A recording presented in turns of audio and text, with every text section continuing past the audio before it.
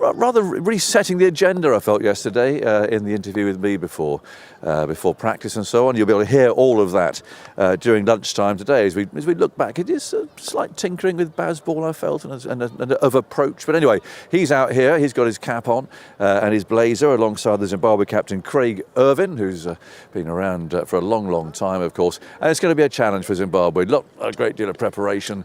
It's cold. There's this northerly wind blowing that we've had up in this part of the world for the last couple of weeks or so. It is dry, but it's going to be a challenge. I think a bit of grass on the pitch, and we'll see how they fare and see what the winning captain with the toss does for a start. Henry Olonga's here. Well, Henry, it's so lovely to catch up with you again. Welcome back. Well, it's lovely to be back. It's been 22 years, Agus, since the last time I was with you guys, and it's a real privilege. There's been a lot of stuff going on in Zimbabwe cricket. It's taken them downwards, backwards. There was a self-imposed exile around about 2008, if I remember right, and they're kind of feeling their way back into cricket. But this particular calendar year is going to be particularly busy for them. They've got 11 test matches in the next calendar year, and this is the start of what they want to be a campaign where they build up and get better and better, especially because they've got about 3 players in their late 30s. Yes. And I think they'll want to have a swan song year that is successful for them. So there's lots to play for. As you probably mentioned, Zimbabwe are the underdogs, I suspect. They're not used to these conditions, haven't been here for a long time, used to slow, low wickets in Zimbabwe. This one will offer a bit more for the bowlers. Overhead conditions, a bit overcast today as well. So if they lose the toss and are stuck in, I don't know what England are going to do, but if they lose the toss and are stuck in, it's going to be very interesting how they handle that swinging ball. It'll be challenging. Good to have you, Henry. And you're right. It's good to have Zimbabwe back as well. You know, we've been through all that stuff with the politics and the boycotts and all that sort of stuff. So just on with the cricket here. Michael Vaughan's here as well with a bit of a tan. You've been away, Michael. I haven't actually. Good morning, everyone. I've just been around the UK. It's been stunning the last few weeks. And you mentioned the clouds. We've not been used to seeing clouds in the last few weeks, but it's Test match cricket. It's back.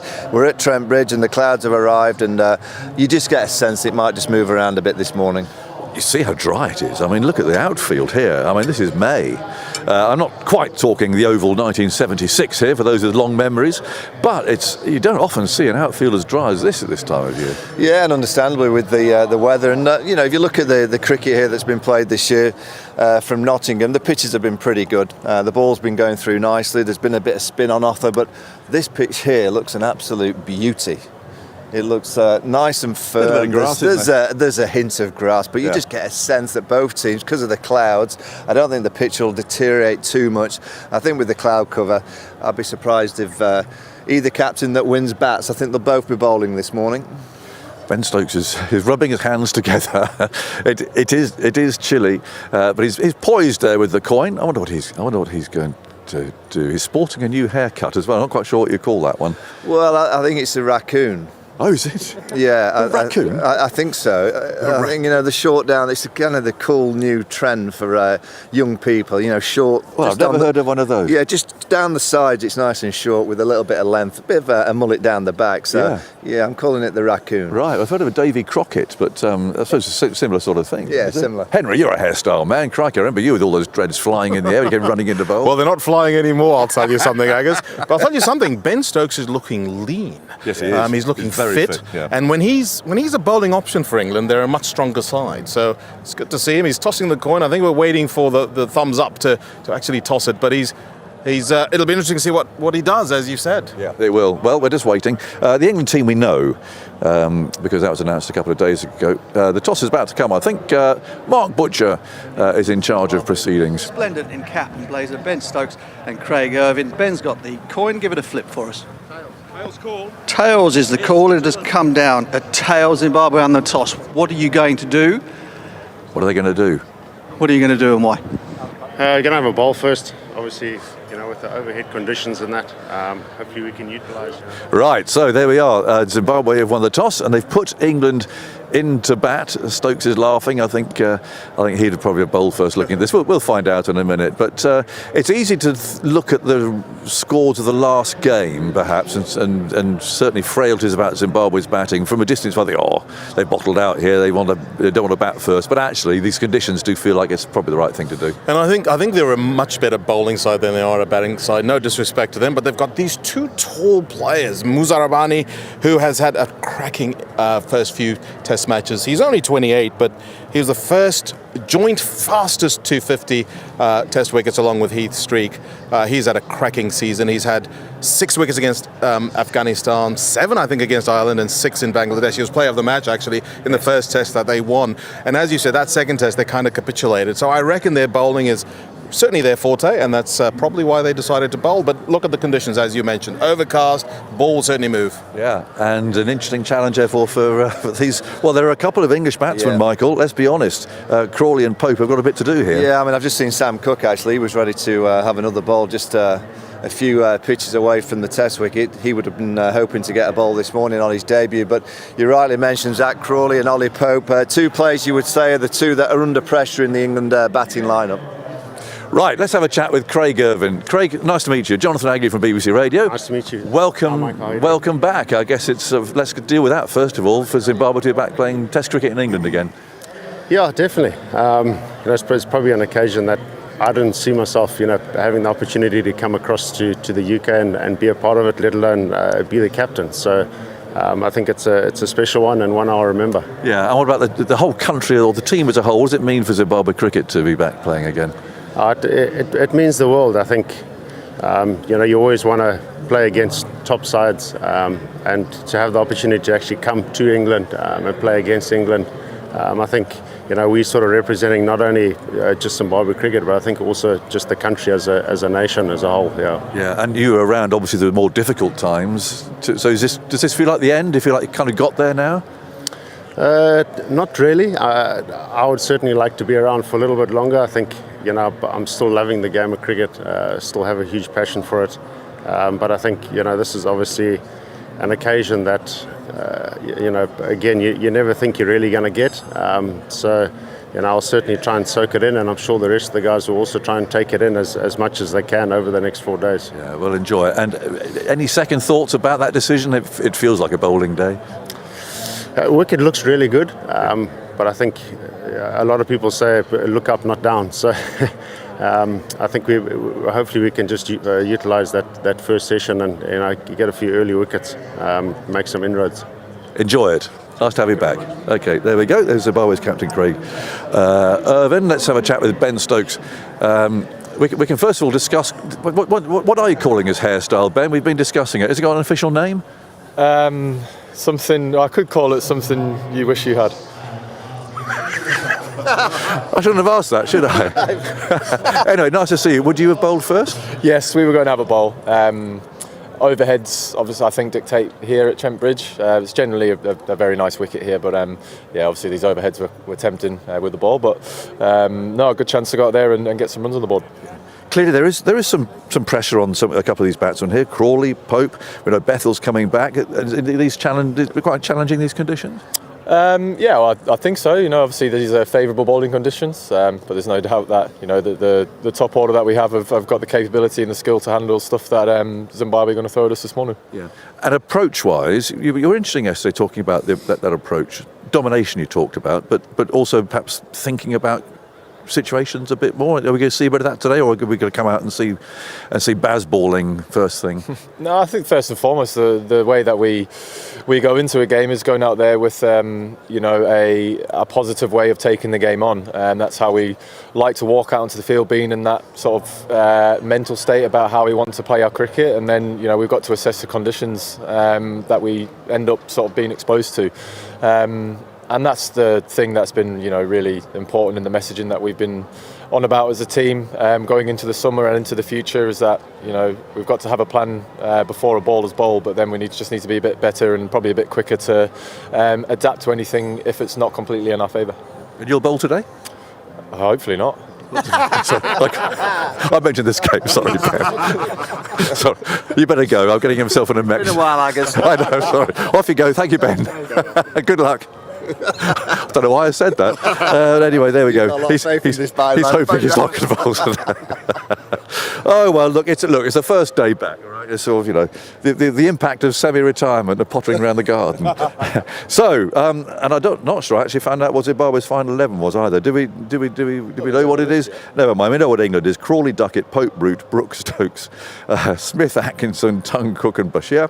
And then, the Zimbabwe 11 that I have anyway is Bennett, Curran, Welch, Williams, Irvin, Madavere, Tsiga, Mazakadze, Ngavara, Inyuchi and Muzrabani. That's the 11 that I have on my list anyway. We've got one of the fast bowlers marking out their runs.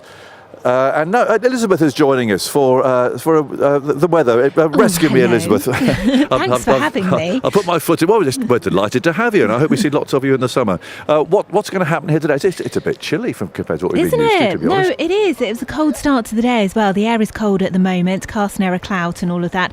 And it's cloudy too. This is a cold front that's just pushing its way a bit further southwards, and it's been producing a bit of drizzle further north. So I wouldn't totally rule it out across Trent Bridge either. So lots of cloud around, probably for the rest of the morning into the first part of the afternoon, but I'm quite hopeful that it will brighten up a bit, you know, for the second half of the day. So some brighter spells, bit of sunshine perhaps, cloud never too far away. We've got that northerly wind, and that, you know, helps to keep the chilly feel really. Temperatures not up to very much, just 16 degrees Celsius there where you are as the kind of peak in the afternoon. But then overnight tonight, because we've got the clear skies, then it's going to be a cold one. So it's a really chilly start to tomorrow. Now tomorrow is another dry day. In fact, I think it will stay completely dry tomorrow, and there'll be a lot of sunshine around. So more sunshine tomorrow, 20 degrees Celsius as well, so a bit warmer, and the UV levels will be higher as well. But then into Saturday, it's going to rain. So we're starting off already with some morning rain. It will just be kind of wet and windy really throughout the day. Will be some brighter spells here and there. Sunday, again, some showers in the morning, and then it will probably clear up in the afternoon. So I'll leave you to decipher what that means. Well, yes, I'm just worried about Saturday. I mean, is it a rain all day situation, do you think? It'll be kind of on and off, but yeah, it's never Right. going to be too far away. I don't know how much play you're going to get out Saturday, I'll be honest. Oh dear. Okay, Sorry. well look, thank you very much. We shall talk to you again soon. Thank you, Russian Will for do. joining us. Here we are. It is chilly down here. I can confirm that, and we know that Zimbabwe have won the toss. They put England into bat, and we I think are going to leave you with an interview. Actually, as someone who I'm sure would love to have bowled today, Sam Cook. He was loosening up and getting ready, but he'll find himself batting before he bowls. But he's been talking to Stefan Schemmelt.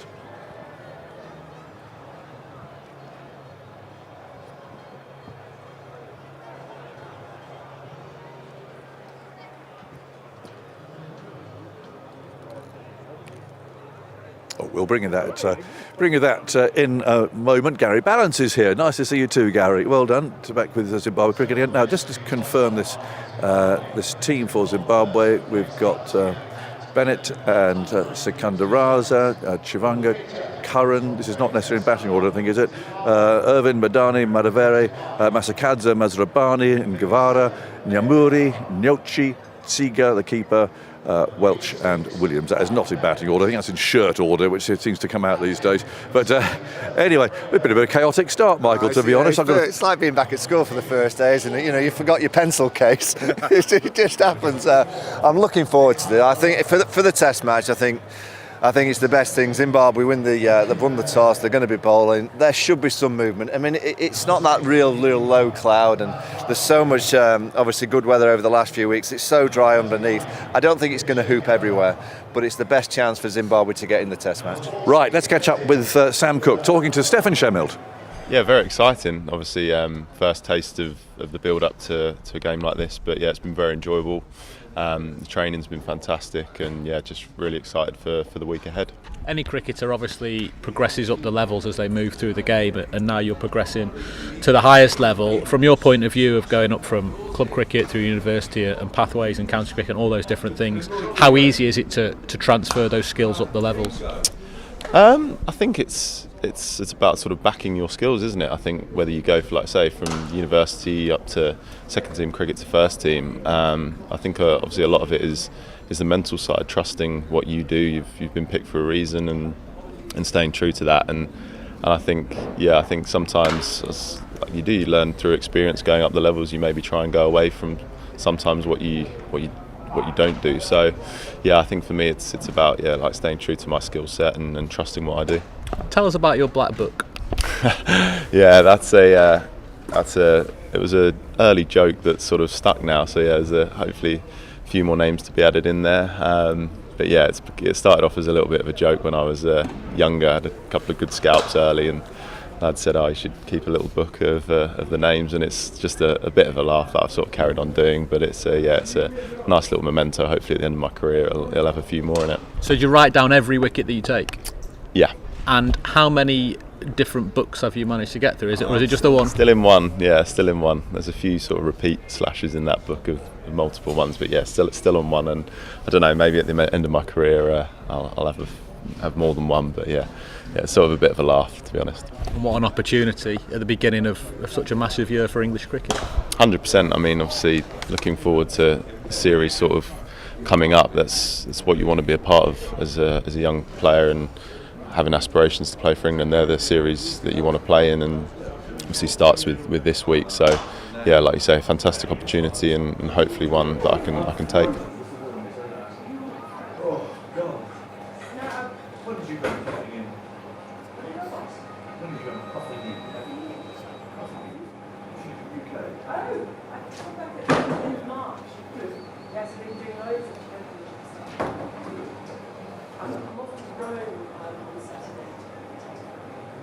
Actually hear me or not? There we go. We're on. That was Sam Cook speaking to Stefan Shenwaldt. I mean, a really interesting pick from England. He's not going to be bowling today, well, unless England have a nightmare with the bat. It's Simon Mann and Vic Marks and Phil Tuffnell up in the commentary box now. We're about 20 minutes or so away from the first ball of this match. England have been put into bat. Yep. And we've got Sam Cook making his debut today. His family were down there. He was getting his cap earlier. What about Cook, Victor, as a pick? Because it seemed as if they didn't want him because he wasn't able to bowl quickly enough. But now they seem to have changed tack with him. Well, they do, and they seem to be a bit more flexible. We talked about it in the Champions Trophy when they had a sort of one-sided bowling attack, which is pace, quite quick as we can. And he is a sort of 82-mile-an-hour, skillful, capable of swinging the ball. The sort of bloke that helped win the Ashes, like Tim Bresnan. Remember Tim Bresnan? Yes. And Tremlett won the Ashes. They're very Ashes conscious. And they came to a conclusion originally that what we need clearly is 6'7" pace, or pace. Pace is essential. Now I think it is healthy that they're thinking of a more balanced attack. Skillful bowlers can do the business as well as big, fast ones. So that'll be, as you say, he won't bowl, but Stokes will probably declare. He usually declares on the first morning of a Test series. That could happen, couldn't it? I mean, or we could be bowled out, actually. Yeah. England could be bowled out.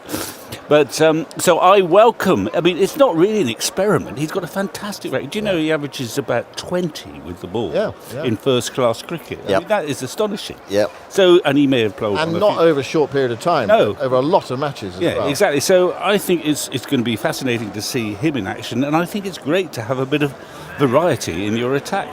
Absolutely. Morning, everyone. Simon, Vic, nice to see you all. Nice to see everyone here at Trent Bridge. No, I'm delighted for him. He was just listening to him then at the in his interview, sort of talking about, perhaps he's coming towards the end of his career now, and he'll be delighted to get that England cap. Very skillful. Looks just to pitch it up, hold that line and length. Bit of a sort of traditional English seamer, really. As I say, kind of swing the ball a bit as well. But yeah, Australia, I think you do need all these types of bowling. I can remember Angus Fraser bowling very well in Australia, hitting that line and length outside off stump. And I think he'll be a little bit disappointed not to have won the toss and bowl. I bet he was chomping at the bit to get out there and show us his skills. I like the notion that he writes down all his victories in a little book. I bet you did that, Tuffers, didn't you? It all stored up here, mate. It's all my little book's just up in the old noggin. Until your pencil ran out of lead. He's not. I mean, an interesting one actually with Cook. He's not been in stunning form this season. In previous years, he has. He's played 3 matches in the Championship this season. He's been withdrawn from a couple of games. He's taken 10 wickets at 28.5, which is okay. But you watched him bowl, haven't you? Well, I watched him down at Taunton, and he was on target. He got a few wickets in a fascinating game, actually. But he was their frontline seamer. But he's not going to bounce them out. He might bowl back one bouncer an innings, I should think, like that. But he was in control. So maybe he hasn't got. Well, it's been a very dry summer too. Remember, usually in April, his type of bowler is getting 6 for 40. But actually, we've been playing in sort of midsummer conditions on dry pitches by and large. So it's been a bit tougher for the little seamers. One bowler you haven't seen in action down at Taunton, Victor. No, I know. I think I know where you're going. is Shoaib Bashir, who's in the England side, and there's a bit more talk about Shoaib Bashir's place in the side now because he's played 3 championship matches this season. His figures, 2 for 304. What do Van Buren and Ollie Price have in common? Well, they are the 2 players that have been dismissed this season by Shoaib Bashir. Yeah, it is. What can you say about Shoaib Bashir? Got 5 for here last time he bowled. Against West Indies. Yeah, against West Indies. So when he's come in and bowled for England, he's done okay. I think there's a little bit of a question mark about him at the moment. Those figures there aren't great, considering it's been a dry summer as well. You would have thought that spinners might have come into it a little bit more. But let's be clear, one thing about this next 8 or 9 months, India and Australia, is that he will be targeted. He will be England. He's got to be able to bowl overs, let's say 2.5, 3 and over, or 2 to 2.5 to let those seamers and those faster bowlers rotate in conditions. And so he just gets knocked both sides of the wicket, and he's got a little bit of a bad ball in him. I know that doesn't sound great, but you just need to get into that rhythm where you can slot in, do your work. If you lose the toss and bowl, go for, as you say, 2.5 and over, perhaps pick up 1 or 2, but do your work as to help those seamers have a bit of a breather. And I just don't know whether he's got that in him at the moment. Vic? Yeah, it's an unprecedented scenario because he's barely got a wicket in Championship cricket. His Test record is not too bad, actually. No. We know they are preoccupied about Australia, and they keep picking him on the basis that in Australia you need someone who's tall, who gets bounced. Left arm spinners have never done much, but possibly get very occasionally from toughers, but left arm spinners have not done a great deal of damage in Australia. His record for England is 49 wickets. He's the most experienced bowler in the team. 49 wickets at 40, which is, not quite high, isn't it? It is quite high. But that's infinitely better than his record in Championship. And he's gone at 3.75 runs and over as well. So it is extraordinary in a way that they have pitched their tent about Australia. We need him to play. He needs to be playing, really, in Championship cricket. And what he needs more than anything, I said to Jeetan Patel when I saw him briefly, he needs to play on the odd turning pitch and get some wickets. And he said, no, we don't really want him to play on turning pitches because he won't find any in Australia. Well, that is true, but you just need the confidence of getting some wickets. Otherwise, you're always, Tuffs and I will have experienced this occasionally, me more often, you're sort of straining, searching for wickets, desperate. How am I going to, and you start varying, trying to do all sorts of different things, and then you start going at 4 and over, and the captain says, well, I can't keep him on. So it's I've never seen, and curiously, I've been watching Somerset this year, and Jack Leach has been bowling really well on pitches that help him a little bit, but he's been bowling terrifically well. He doesn't complain. That we all love Shoaib down at Somerset, but we never see him play because he's not in the team. And I don't know how they're going to resolve this, but it'll be fascinating to see how he goes now. Yeah, well, so that's a player who is here, who perhaps some people say, well, I'm not quite sure about his place inside. There's a guy who's not here, people think should be in the team, and that's Jacob Bethell. Discuss. Well, surprising for me. I think we heard Ben Stokes saying that he's going to come straight back in, didn't we, earlier on? That's kind of been clarified to cut straight back into the squad rather than into the team. Well, yeah, there you go. So when I was growing up, I was always told never give a sucker an even break. And you can just see Ollie Pope or or Crawley or someone who he's going to look to replace against India, going out there and getting 200. And then he thinks to himself, oh, crikey, well, he's only played 1 extra game, in the IPL. So it just seems a little bit strange that he didn't come back. He was another surprise pick, wasn't he? Another Brendan McCullum pick just thrown in there. Don't think he had a first-class 100, and he's all of a sudden finding himself batting at number 3 for England. Showed a lot of talent, showed a lot of promise, got a 98, I think, over in New Zealand.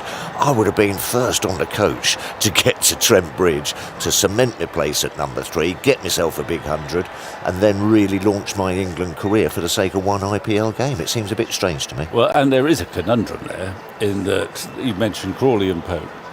I still think opening batting is a specialist art, and I think Lawrence from Surrey will probably agree with that. And Ollie Pope, well, he's got a pretty good record, but he's also the vice captain of this team. Quite difficult to drop either of those. They don't like dropping anyone, really. They'll probably get a handy broken finger, but it's not obvious how they get Bethel back in. But like Tuffus, I thought, what are they doing picking this pup? And then I watched him bat, and I said, I think I get the idea why they picked him now, because he did play extremely well.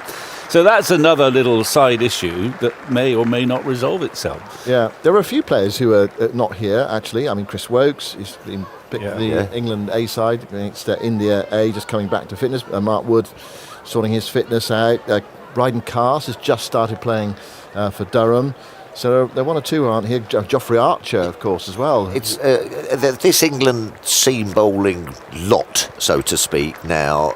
It's not the days of Jimmy Anderson and Stuart Broad rocking up and playing every test match, is it? There is sort of like a pool now, which lucky are pretty handy. England are pretty handy. There is a pool of 7 or 8 now that they just look to rotate. Well, they sort of look to rotate, but I think they're also trying to work out who they think their best combination is. And I think it probably... Atkinson has had such success early on that he is the one that they think, well, he's a sort of ink-in. But I'm sure they're playing Josh Tongue partly because they want to have another look. He's been out injured. I think they like him, though. Well, he's got pace, hasn't he? He's tall and with pace. But I don't think they know what their best pace attack. So they know, in theory, more or less what their batting. That batting lineup hasn't really changed for the last year or so. And you're not going to. You just don't play 4 or 5 test matches as a fast bowler now. You actually can't get through it. I know. Well, they come thick and fast, I guess. So they want to pull, but I think they'd also like to know what their best lineup is, and I'm not sure they do. No. I don't know, anyway. No, well, they're trying to work it out. But Bryden Cast, of course, did very well, but he's coming back from injury as well. Yeah.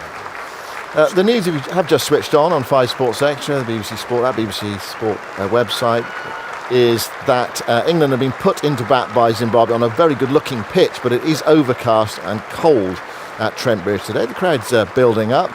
The teams are coming out as well. They're about to line up for the anthems. The England team was named 2 or 3 days ago. Sam Cooke making his debut. Josh Tongue is back. I think a critical figure is Blessing Muzar Obani, who is the leading Test wicket taker this year and has got 3 sixers in his last, I don't know, 4 test matches. Yeah. And he's quite tall as well. He's 6'8". He's very tall. But he is. I mean, he's clearly going to present a serious challenge and an unusual challenge. They won't have faced him before. I think he's bigger than Josh Hull. Well, we talked about a lot about how tall he was. But he will, and they'll be looking for it. I think it's best for the Test match as well. I think that Zimbabwe will be delighted to be having a bowl first.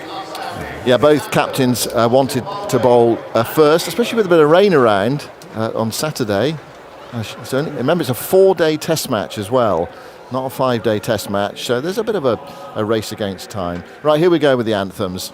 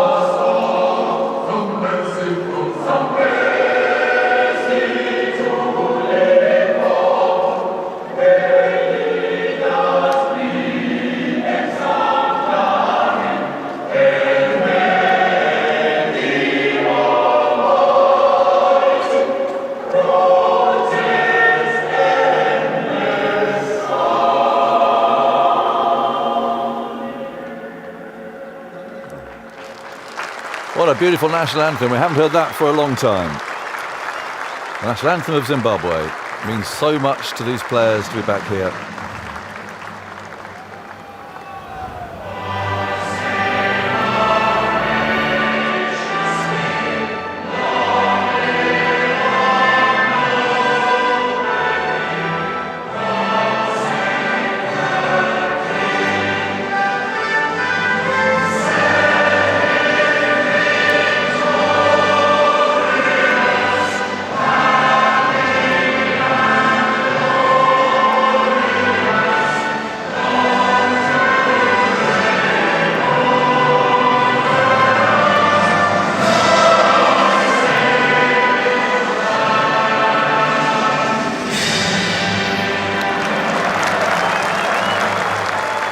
Well, the formality's over on this chilly day, the opening day of the Test season here in England, and we're just about ready to get underway. If you're just joining us, lovely to have you here at Trent Bridge. It is cool, bracing northerly wind coming in from our left-hand side, blowing over the ground. Spectators coming in, they're well rugged up. It's been so warm and beautiful this part of the world the last fortnight, but they've had to go back delving into their wardrobes and cupboards for the top layers again today to come and watch the start of this cricket match. Only 4 days, of course. Test matches involving Zimbabwe, Afghanistan, and others are reduced in length. They're playing they're playing 11 Test matches over the next calendar year, which is excellent news for Zimbabwe. But they're going to find it a challenge in this game. It's the usual question of preparations and so on. But they are at least bowling first, and whereas that might look from a distance as being a sort of a defensive move after you've been skittled in the match before by the county 11 and your batting didn't shape up, but actually, Tuffers, lovely to see you. It does feel like a bowling day. Yes. Morning, Haggers. Morning, everyone. Morning. Yeah, you just get the feeling that there's a little bit about, don't you? That it is pretty sort of thickly, sort of blanketed in cloud here at Trent Bridge, but the pitch looks good. There is sort of an even cover in the grass on it, but it's not green really. England will be looking, get over the first half an hour, and then look to really sort of try to start moving and put pressure on this Zimbabwean bowling attack. But it's going to be interesting to see Blessing. Muzura Badi is a talent. As you say, 6'8", gets some bounce, bowls at decent pace, and he'll pose a few problems here this morning. I think he will, and we've talked. It's interesting in and around the England camp at the moment. Ben Stokes gave a really effusive interview, a very sort of in-depth chat yesterday about the start of this period coming up. And I was talking to him about Jacob Bethel, and he didn't say it in the interview to me as directly as he did in the press conference afterwards, literally sort of suggesting that, well, don't worry, he'll walk straight back in the side. Which today we're hearing he didn't quite mean that. Right. So I gave him the opportunity, in a rather shambolic interview about it. It's cold out there, but I gave him the opportunity to rein back, but actually he didn't throw it back. But I think he's suggesting that Bethel will get back in the squad, but not back in the side, which kind of makes sense. I mean, you can't have Pope or Crawley thinking, well, if I get 200 out here, it doesn't matter.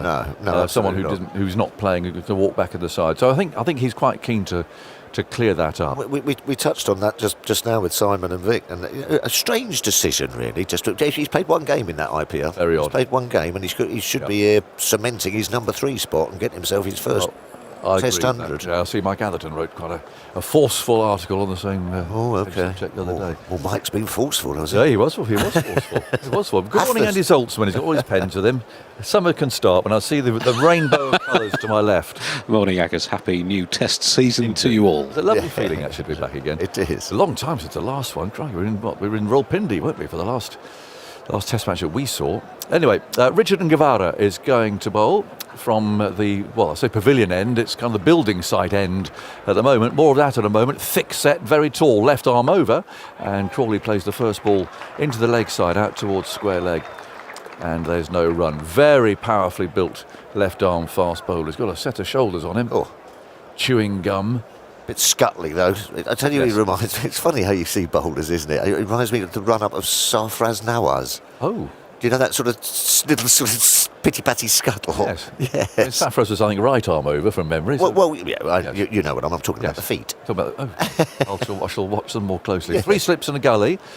And Guevara, again, yes, they are short steps for a tall man. Bowls again, it's a bit too short. That's turned away to Crawley's first run down to long leg.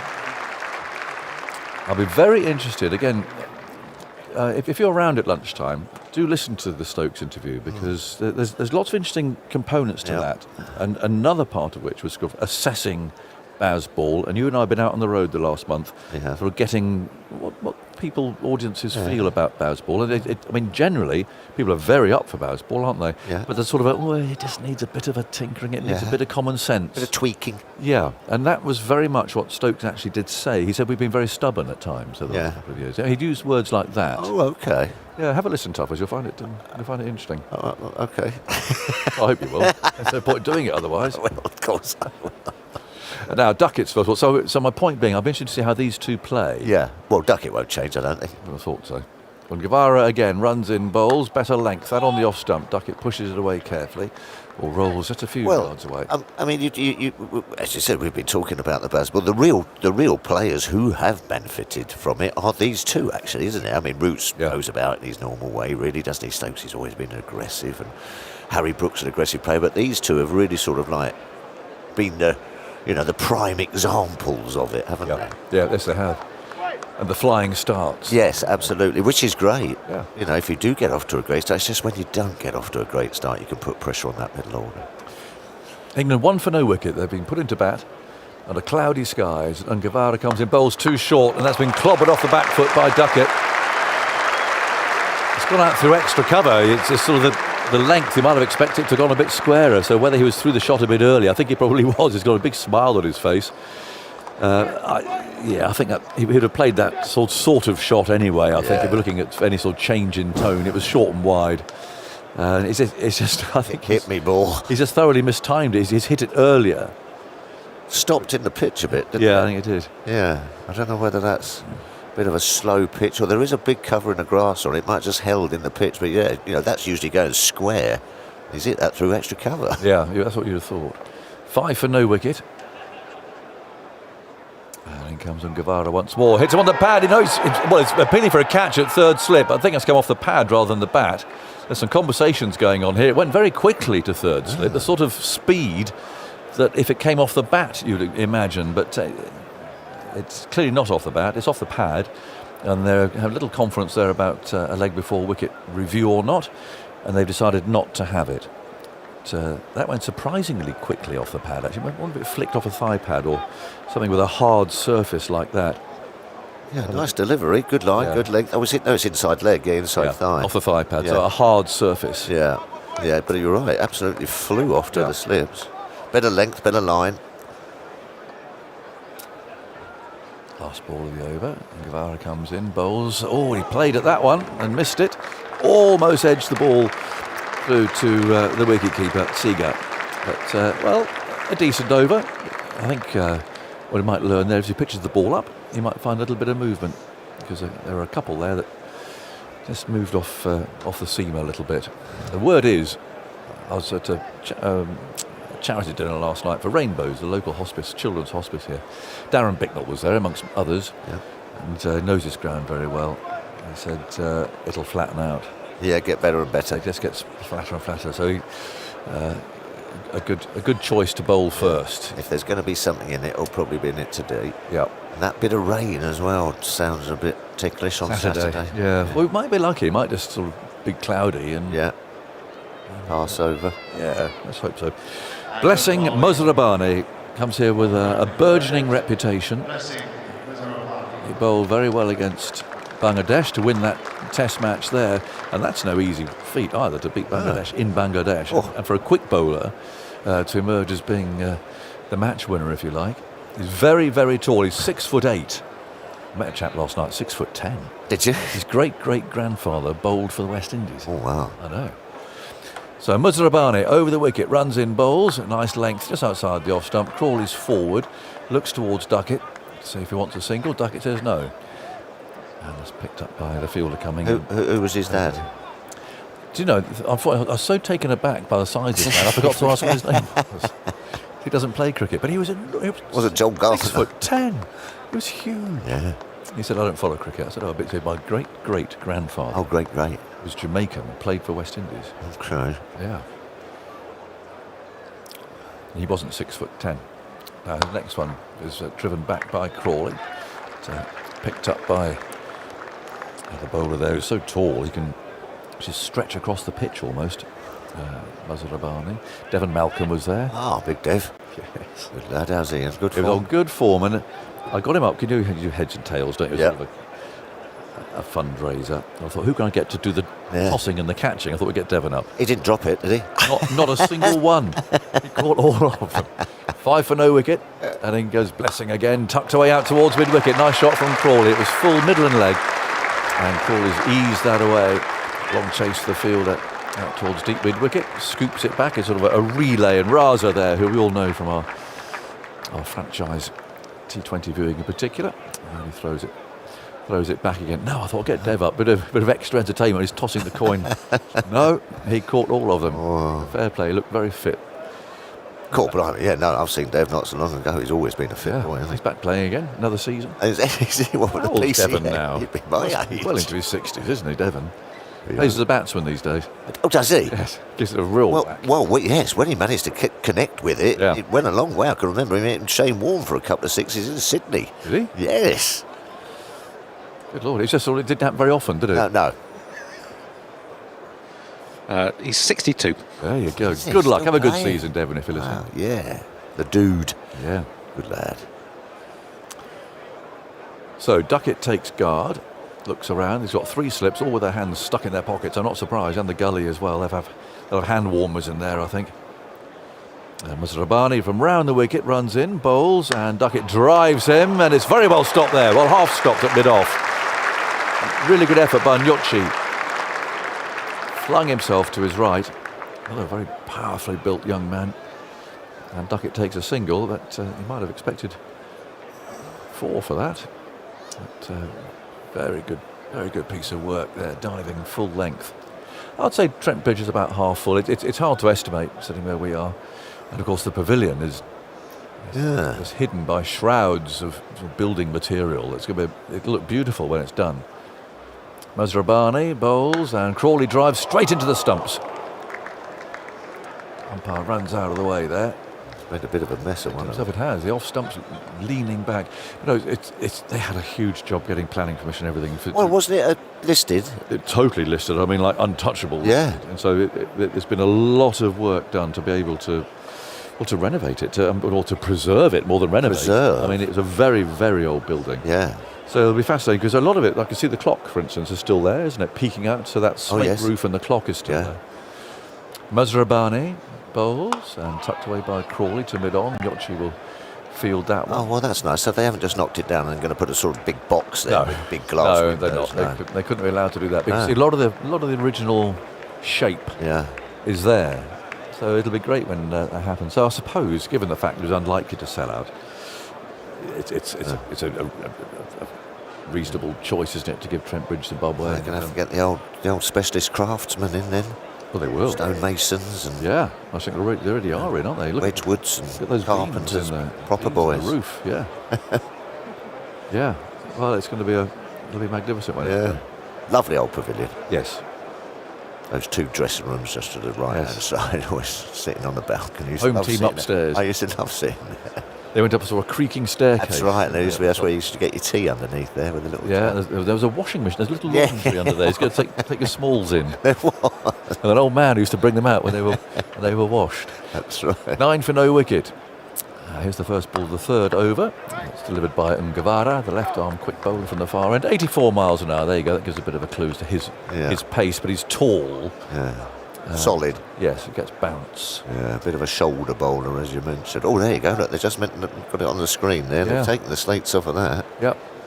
Of the roof, I'm talking about, sorry. There's quite a lot of work to do there, isn't there? I've had a bit of work as well done at my place. Have you? Takes a long time and costs a few quid. Oh dear. Well, actually, I inspected Tufnell Towers. Yes. Here's the next one on the off stump, guided away by Duckett. Doesn't quite beat the gully fieldsman. And Zimbabwe's fielding so far, we haven't seen much of it. Looks good. It looks excellent. And for those with very long memories, Yeah. will remember, and I ran this past Henry Longer, and he looked blank. Right. One of the most famous World Cup victories in the history of the World Cup, I'm going to really big it up, Right. occurred here Right. in 1983. West Indies. No, Aussie. they were involved. 9 for no wicket. Well, I'm Ungavara bowls and Duckett drives a little uppishly. Tiger's got his arms raised there. going to hazard a guess against Zimbabwe. Correct. And who won? Well, I'm going to say Zimbabwe. Correct. Largely because their fielding was outstanding. Yeah. They knew they were going to be behind the game, bowling wise and batting wise, so they were fit. Yeah. Their fielding was outstanding. Yeah. Well, yes, they beat Australia here. Have you got it? Duncan Fletcher, my old skipper. Yeah, he was captain of Zimbabwe Yeah. that day. In the 83 World Cup, 69 not out. Well done. 9 for no wicket. Ungavara bowls, pushed away down to backward point by Duckett. Kevin Curran, Yes. the father of Ben Curran, who's played for Zimbabwe today, and Sam and Tom, who've played for England, he was playing. And Decent side, actually, though. Looking like Andy Houghton. Pycroft, we know. Houghton. David Houghton, they got a golden duck, but he was an outstanding player. 239 for 6 Zimbabwe, 60 overs Yes. back then. A long time. So just 4 and over What was required. the Australian side? Let's have a look at that. They were at full strength. There was Yallop. it was a proper shock defeat. 9 for no wicket. And Gavara, left arm over, bowls. Duckett waits, plays out very late, and just guides the ball carefully to gully. So go on. Graham Wood and Kepler Vessels opened the batting. Kim Hughes was captain, out for a duck. David Hooks, very fine attacking player. Then Graham Yallop, big left-hander. Alan Border at 6. Rod Marsh, one of Australia's greatest keepers. Then the fast bowlers Jeff Lawson, Rodney Hogg, Dennis Lilly and Jeff Thompson, which is a pretty strong What an bowling attack attack. that is. That's a ridiculous attack. Hogg, Thompson and Lilly. Yes. That's sharp. Lawson, Hogg, Thompson and Lilly. I They know lost it, to Zimbabwe. Wow. Well, there you go. So it was a real shock.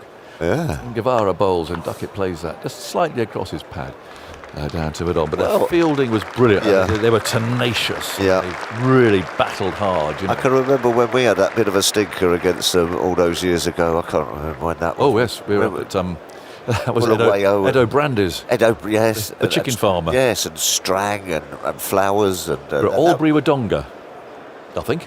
Albury Wodonga in the World Cup. Was it? Yes, they fielded there as well. They really threw themselves around. My old friend, Burger Beale, he was known as, Yes. wrote for the Star. That's right. His piece was England were plucked, stuffed, and roasted by Zimbabwe. The World Cup. Edo Brandes. By the chicken farmer. Yeah, chicken farmer from Bulawayo. Yeah. Yeah. Went rather against the grain because we got to the final, didn't we? Yeah. So- I think we'd switched off by then. I think we knew. I think so. Yeah. Musrabani bowls to Crawley. He's on the front foot, playing into his left hand. Get the scorecard Yeah. on that one while we're having a chuckle. Well, just to finish the 1983 game, Australia chasing 240 in 60 overs, finished 226 for 7. Duncan Fletcher took 4 for 42. Yeah. The parsimonious off-spinner John Tracos, Yep. 0 for 27. Yes. He played Test cricket for South Africa in 1970 in their last series Excellent bowler. before they stopped playing due to apartheid, and then played Test cricket for Zimbabwe 22 years later in the 1990s. What did Fletch bowl? So it's on the off stump, and it hits him on the pad. The ball rolls away. There's nothing really. Hard hitting, fast medium pace. Like this heavy, bowled a heavy ball. A bit of a double whirl in his action. Oh, did a bit of a Max Walker. Yeah. Yeah, so I played club cricket out in Zimbabwe for a couple of years. Did you? Yeah, in Whereabouts? Well, and Harare? Duncan was my captain. Oh, yeah. right. Alexandra Sports Club. That's right. I played there. It was a great education. Yeah, You had to drive past down the President's we did. Road, You didn't did. you? And if you weren't out by 6 o'clock, Yeah, you got in lots of trouble. kept a bit of a low profile. Yeah, you did. Otherwise, you might have. But it was really good cricket, and a lot of those players Yeah. obviously I played with. This is on off stump, and Crawley tucks it away out to mid on. Duncan Fletcher. That's why I know Duncan. And when he was coach, people said, "Oh, he's a grumpy so and so." Yeah. No, Duncan at the end of a game, you get a wheelbarrow out and light a barbecue in the wheelbarrow. Yeah. And he'd be there, logs on it, and throw some Couple of beers. food on, a few beers. And that was Duncan. It was a very. I mean, he played it hard. Yeah. John Tricos, Very I good can bowler. fool myself here, but he's got Egyptian connections. Or I'm totally making that up. I'm having a bad morning, so but I'm going to pluck that one out, and I don't mind being proved wrong.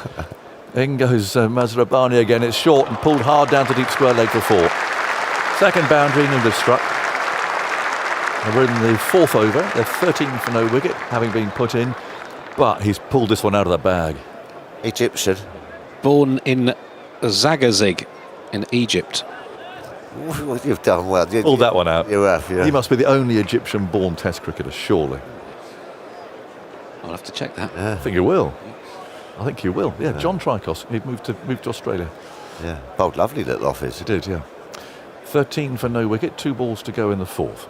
Mazrabani moves in, bowls Crawley forward. Didn't really want to get on that front foot there, it seemed, but played out towards mid-off. It's fielded by Ngavara. Looks pretty flat.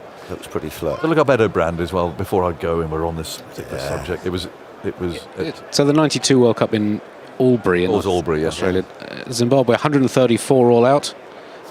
Unable to cope with the left arm wiles of Phil Tufnell. 2 for 36. Oh, well, thanks so much. It looked like a job done then, didn't it? But we'd lost early wicket. We couldn't get 130. No. Mazrabani bowls a good one, which beats Crawley, playing down the line, just pushing fairly straight. Nice ball from Mazrabani. I mean, they bowl at full length. Yeah. And bit of nip and move. And he just has that sort of like slight angling action as well. That if he can just get that little bit of just a touch of away movement, you're going to be playing down the wrong line. Sorry, Andy.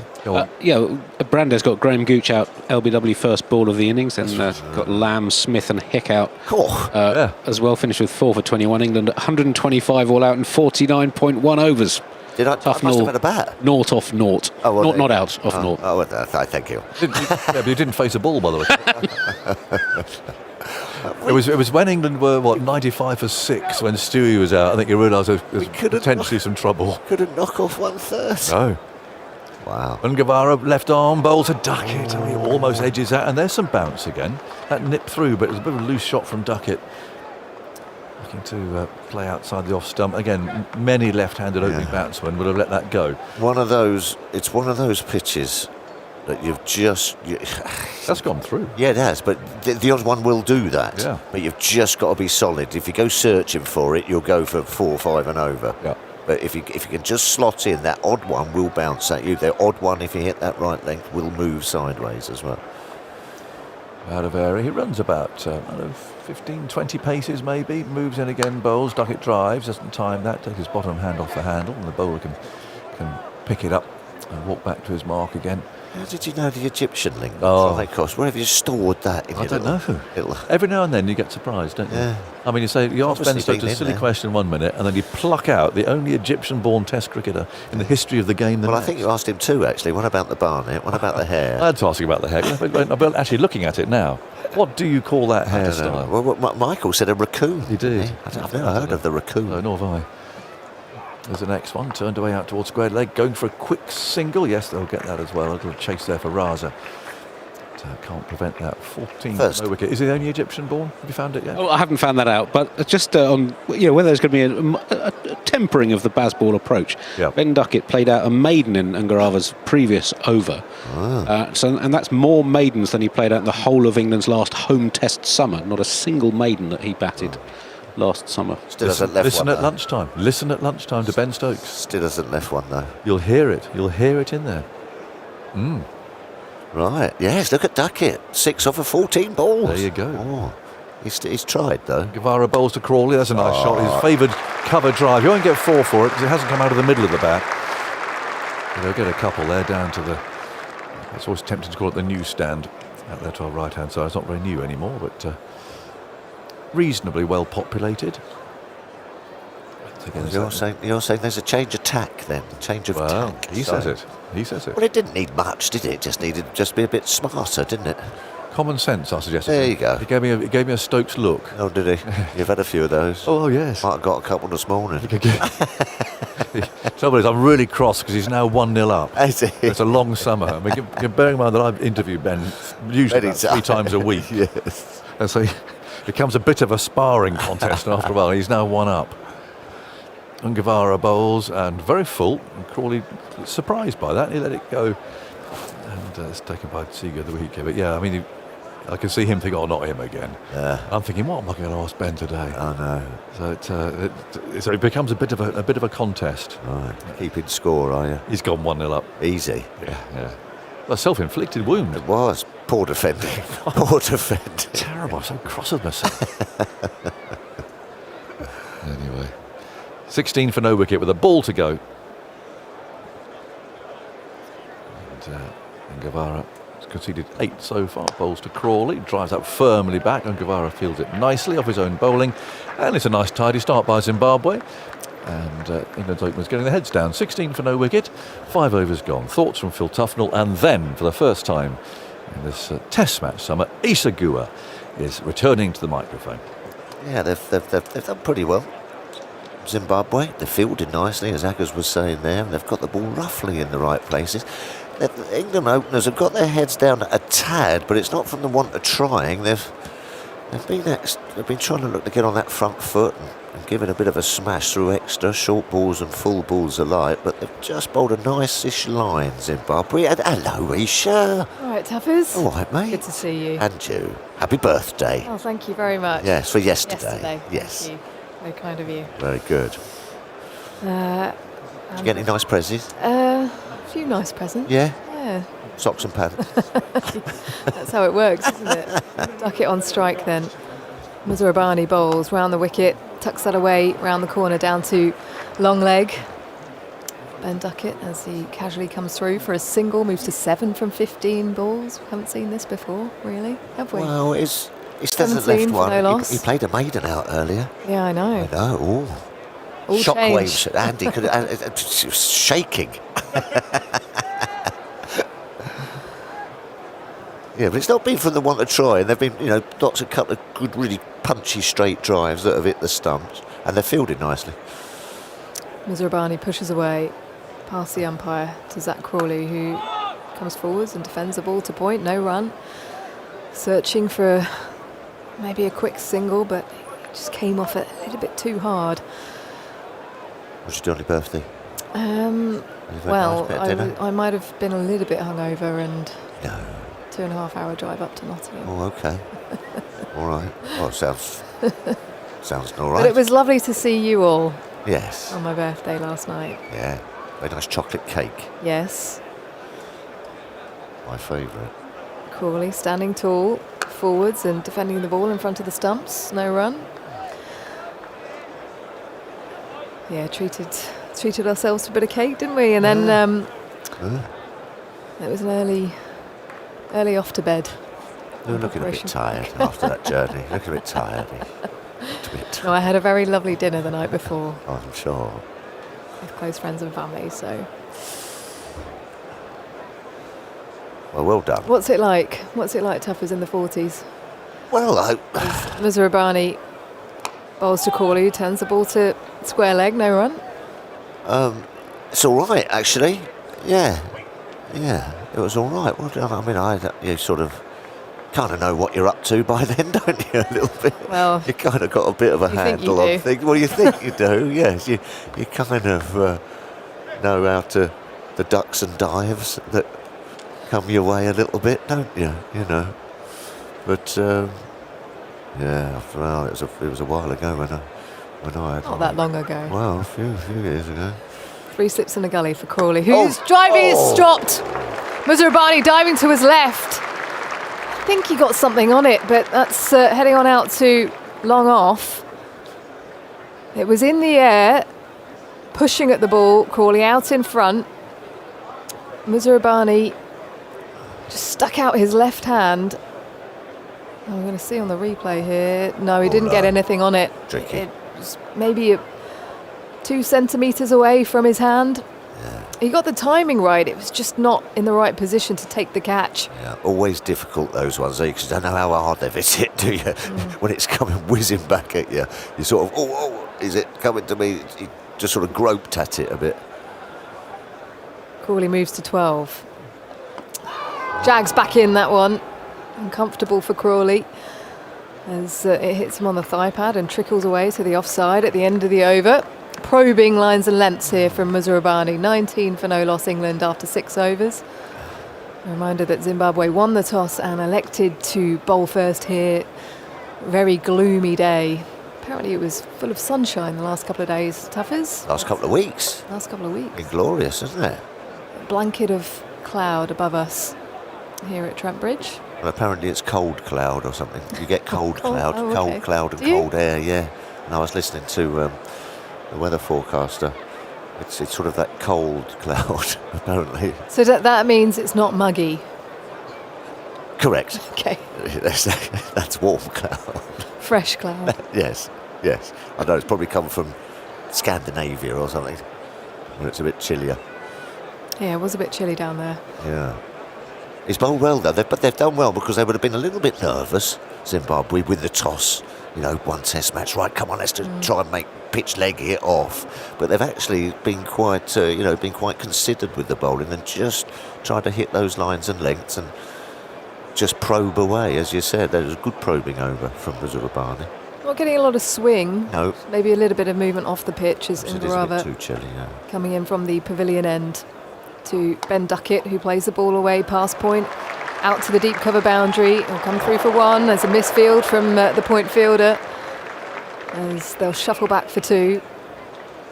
Duckett to 9, 21 for no loss. Fair few in here at Trent Bridge. Yeah, not too bad. Feels like a very early season That's, sort of day, doesn't yeah. it? It's where you get your hand warmers out in the slip cordon. Yeah, you can always tell by the colours, can't you? All a bit greys and blues and blacks in the crowd. Duckett taps his bat down, open stance to the left arm quick, and Ngarava bowls to Duckett, who's defending the ball to mid-on, no run. Had a little voice in my ear that there's about 10,000 in. Okay. Yeah, not too bad. I was asking Andy for the stats on Crawley and Duckett in the Bazball era. Right. And it was a significant improvement, wasn't it, on the stream of openers that came before when Alistair Cook was around. As Duckett crouches, tries to work the ball to the leg side. It's more back of a length from Ngarava, but not able to get the ball away, no run.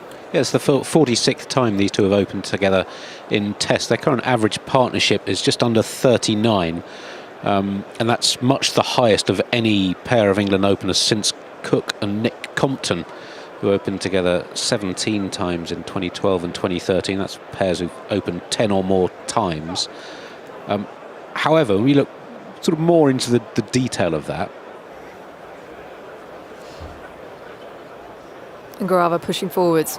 Duckett punches the ball to the offside into the gap to wideish mid-off, comes through for one, moves to 10, 22 for no loss. there has been a bit of a decline. So just looking at it in calendar years, and cricket doesn't really operate on calendar years, but it makes this stat a bit neater.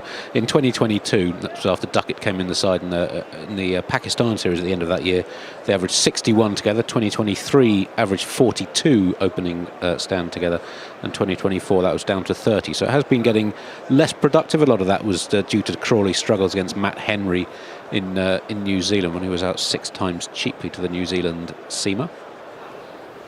Crawley on strike, 2 slips in a gully in position. Ngarava, the left arm quick, bowls, driven by Crawley to an extra cover that's been put into place because probably of that shot earlier where he was playing out in front. No run. And the run rate that they've had together, just over 5 and over in their opening stands. No other England pair who've had 10 or more partnerships together have gone up more than 3.8 and over. So it has been a key part of the Bazballistic approach, the way these two have attacked at the top of the order, but been quite restrained so far today. Crawley, standing tall, drives into the gap, out to the deep cover boundary. Does not need to run for that. And that flew across the turf, slightly fuller from Ngarava. He offered it up, and Crawley gratefully accepted that one. End of the over, 26 for no loss. 7 overs bowled, Crawley to 16. Yeah, you want to keep it off of John Crawley's drive, just perhaps... Or Zach. Oh, Zach, sorry, I always say John.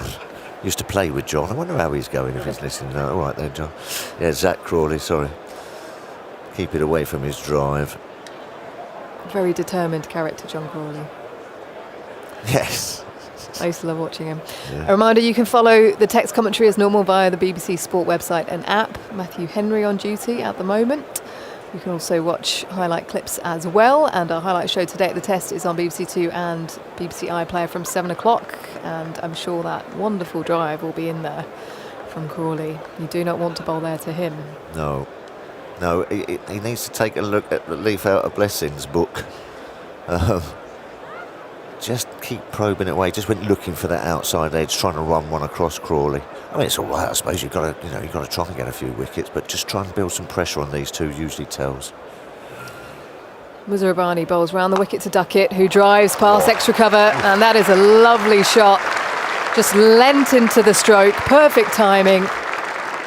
And these runs coming a little bit more freely now for England, who move to 30 for no loss. As Phil Tufnell is out of the chair and in comes Henry Longer. Great to have you with us. What have you made of things so far? Good. Good morning, Isha. Good morning, listeners, as well. It's been, well, a rather sedate start to this Test match, I suspect. I think the Zimbabweans could have bowled a little fuller for my money, generally. But Duckett on the back foot, back of a length delivery. I think he was put off by that drive from Duckett, so just brought that length back and he plays it to extra cover, no run. it's always risky when you win the toss, isn't it? Because if you don't make use of that new ball and get early wickets, then you might be left with egg on your face at the end of the day. But England, well, they seem to be just playing a little differently to what we expected. We've been used to this Baz ball approach that everyone talks about, but a bit more of a circumspect approach today. Duckett, nicely balanced. Works the ball past square leg. Out to the deep square boundary. Pushes back for two. There's a chase on, but the ball will win as it hits the boundary rope. And another 4 to Duckett. 34 for no loss into the 8th over here at Trent Bridge. Yeah, I think they've just given themselves a little bit of time. Maybe first test of the summer as well. The conditions as they are. Just want to have a look. Don't probably know or haven't faced these players before, so just a chance to get their eyes in, perhaps. And they're doing a good job. Not taking any risks at the moment. Duckett on 18. Musa Rabbani round the wicket, and it's a good delivery in the channel. Duckett looking to play the ball, but then just moves that blade away as it nips off the pitch. Well, Isha, he's shown signs that he can beat the bat, but I just don't think he's getting enough balls in the right area. But that was a good back-of-a-length delivery that drew Duckett in, and he, as you said, he just pulled his bat out the way just in time. But blessing Zabrani, he's the kingpin of this bowling attack. He's taken 3 6-wicket hauls in recent times. Very tall, bowling around the wicket to Duckett, who again just clips it away, backward of square. Long leg charging round to his right to collect the ball. Push back for a couple. And Duckett will go to 20. England 36 for no loss now. You know, he's an exciting player. Lots to like about him. He's 28 years old. I don't know if you've mentioned it, but you must have. He's a giant of a man. He's 6'8". And I didn't realize how tall he was until I saw him in the lobby of the hotel we're all staying in. And it's quite a sight to behold, actually. 6'8" is not short at all. I think I'd just make it to the top of his trousers. As Duckett tries to cut the ball inside edge into the ground and finds its way to the keeper, no run. End of the over, 36 for no loss.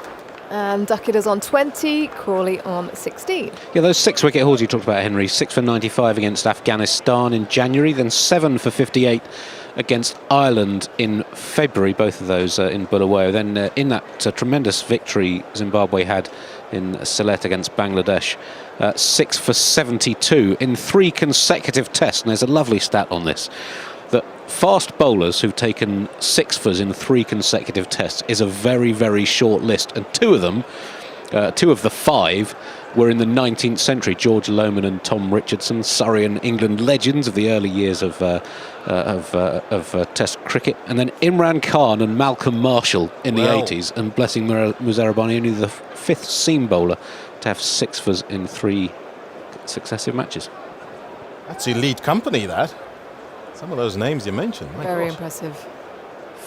Zimbabwe, of course, playing 11 Test matches this year, after hardly any before that, as Crawley defends the ball, but hits the bottom of that. They come through for a single, drops in front of him, and Duckett was pushing forwards for the run before the keeper could get to it. So Crawley steals a single, moves to 17, 37 for no loss.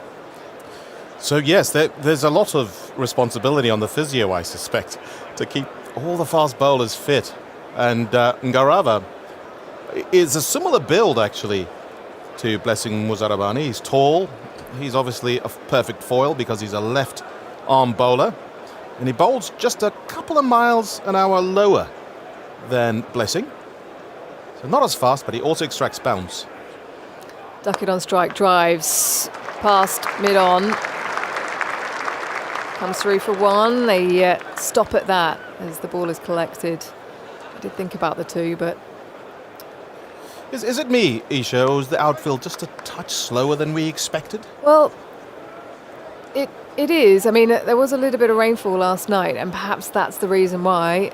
Although there was a drive from Crawley a little bit earlier that just flew across the ground square of the wicket. So I think it's maybe... Maybe I'm spoiled with all the wickets in Australia, where you get really good value for money when you drive it on the outfield. Really. As Crawley onto the back foot and guiding the ball to point no run. Nice angle from Ngarava, 80 miles an hour that one. He's not as tall as Muzarabani, but still pretty tall. A lot more strongly built. The left arm quick. Gandhi can help us out with this one, but I believe it's 98 overs in the day. Is that correct, or is it a bit less? I remember reading on one of the websites that the 4-day test format was 98, but I'm not sure what exactly that is. We'll have that confirmed in a second, I suspect. Ngarava past the stumps. Crawley defending to the offside. They're going to come through for a single. There was an extra cover in place, but that was smart batting. Turning over of the strike, just leaning on the ball, getting over and top of it. And he set off straight away. Zach Crawley moves to 18, 39 for no loss. It's just 90. It's just regular 90 in the day. So. Oh my word. Here I was building up to long bowling spells from these bowlers.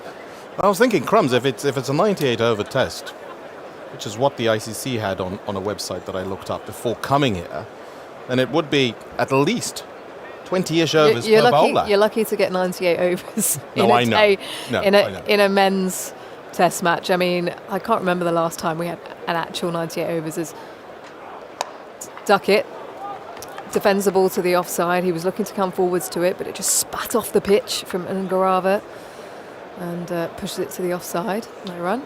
He's short in stature, is Duckett, actually, and I reckon if he stood next to Ngarava, he'd look height challenged. Is that the best way to put it? So that extra bounce that we speak of when fast bowlers bowl, I think he negotiated pretty well in the end. But you can bowl a bouncer to him off a good length delivery, probably. That's what the bowlers would be thinking. I spot a couple of Curran brothers in the stands as Duckett pulls the ball. It was short from Ngarava, just testing him out, but he swatted that away for 4, Duckett. At the end of the over, 43 for no loss. As he moves to 25, he's just removed his helmet as I think he's having a change of gloves. actually, it wasn't the most terrible of deliveries. It was well directed at his head. But Duckett, well, he's faced quicker bowling than this. Faced the quick, fast bowlers from Australia, and he can handle anything in the 80s. So, starting to assert themselves, our England. Yeah, and how they've gone about their business, it has felt like they're just getting themselves in, and now they're feeling comfortable, they're feeling relaxed, and an opportunity to really pounce on what is a very good deck here at Trent Bridge. Generally, you know, it has been a road. It's the fastest scoring ground for England in home tests since Brendan McCullum took over as coach. I think it's 4.5 runs and over, or 5 runs and over, that they score out here. So, ominous signs, I would say, for Zimbabwe. Unless they can just find something here. And I think to find something, they're going to have to probe just outside off stump on a good length. And I think, if anything, if there can be any criticism, it's that they've bowled a little back of a length. As Muzarabani is in over the wicket to Crawley, who leans on that one. It's another lovely looking drive out to the boundary, past extra cover, the shorter part of the ground, and it just rolls into the boundary rope for 4. 47 for no loss into the 10th over. And I'm going to hand over to Simon Mann. Thank you, Isha. Fine stroke from Zach Crawley. England getting into their work on this overcast, cool, breezy morning at Trent Bridge, with an outfield that looks like, August time really, after a long period of no rain. Well, we have had a long period of no rain. It's been bizarre, the weather. Here's Muzarabani bowling to Crawley, comes forward and turns that towards forward square leg, and there is no run. So good morning, everyone. Good morning to you, Henry, although we were in the hotel last night. Isha turning up late for her own birthday party last night. We were all waiting for her, but she was about an hour late. It was lovely cake, though. It was. Is there still the tradition of Test Match Special getting cake? Yeah, well, I think someone's actually sent us one already. Here's Muzarabani bowling to Crawley, and he plays it back up the onside, and there is no run. Yeah, we've had one already from Joe Fair Henry, I think is the name. Hello, TMS. Welcome back to Trent Bridge. I hope you enjoy this Spanish orange and almond cake. Well, I'm pleased to hear the tradition continues. Yeah. Could I have a mention of the Trent Bridge Heritage Volunteers, especially the book conservation team? We've just finished cleaning and repairing every book in the Peter Wynne Thomas Library, which has taken us over 2 years. Here's Muzarabani going a bit wide of the crease, bowls to Crawley, who comes forward and then lifts both his hands high in the air as the ball goes through to wicketkeeper Seager, and there is no run. The library is open for any spectator to visit during the Test match, so come and see the second largest cricket library after Lord's. It's from Joe, who's in the Radcliffe Road Lower East Stand. He's actually given the ingredients if we wanted to make the cake as well. Orange, lemons, eggs, sugar, olive oil, ground almonds, baking powder, and it's gluten-free. Oh, there you go. Yeah. Brilliant. It's next door, Henry. Muzarabani bowls outside the off stump wide of Crawley. Is not tempted, allows it to go through to Seager. And England 47 for no wicket, coming to the end of the 10th over of the morning. Both captains wanting to bowl first. And we may be in a bit of a race against time, because it is a 4-day game. It is 90 overs per day. And the forecast for Saturday is not particularly good. So we might see England today trying to get on with it, and possibly pulling out later on today. They might have a dart at Zimbabwe for half an hour. That's presuming quite a lot, of course. Muzarabani bowls outside the off stump. Crawley lets it go through to Seager, and that's the end of the over. Muzarabani 5 overs, 0 for 25. Crawley has 22. Duckett has 25, and so far so good as far as England are concerned. Well, they're setting up a nice platform. They bat deep, don't England? And still got Joe Root to come, Harry Brook, Stokes himself, who's been a thorn in many a side with his middle and lower order batting when he bats deep with the tail, and what a master he is. So I think England, it was a funny toss, wasn't it? We kind of assumed that the team that won the toss would bat, but I don't think they'll be too unhappy with the fact that they were stuck in, because if they build a great platform and get to lunch for no loss, crumbs, it looks like they're in the box seat, doesn't it? Yeah, England said they wanted to bowl. Ben Stokes said we wanted to bowl first because of the overhead conditions. And I suppose if there is rain around, they might be thinking, well, put the opposition in, bowl them out, get a lead, bowl them out, and that turn it into a 3 innings game rather than a 4 innings game as might happen now. Tanaka Chivanga is going to bowl. Another strong-looking pace bowler back at the pavilion end, at the far end. It's being revamped. All the hoardings up there at the moment, obscuring the development. Here he is rushing in, right arm over, bowls to Duckett, comes forward and plays it firmly back, and he fields in his follow through, and there's no run. Yeah, the dressing rooms here at Trent Bridge for this game are at the Ratcliffe Road end, just down to our right hand side, the end from which we're commentating. So the new pavilion, which is actually going to look a bit like the old one, but just more modern, is being developed at the moment. So all sorts of tarpaulins up there, white tarpaulins, to help the batters sight the ball. I noticed there's some tiles missing on the roof as well, so they're redoing that too. Hopefully modern tiles put in. Yeah, they're going to do that. Actually, Eleanor's put a picture up on our WhatsApp group of the development, and there are some plans around. You can probably Google them and have a look at what the pavilion is going to look like. Here is Chivanga bowling. It's clipped away by Duckett for 4 through mid-wicket. It was full, it was on the pads.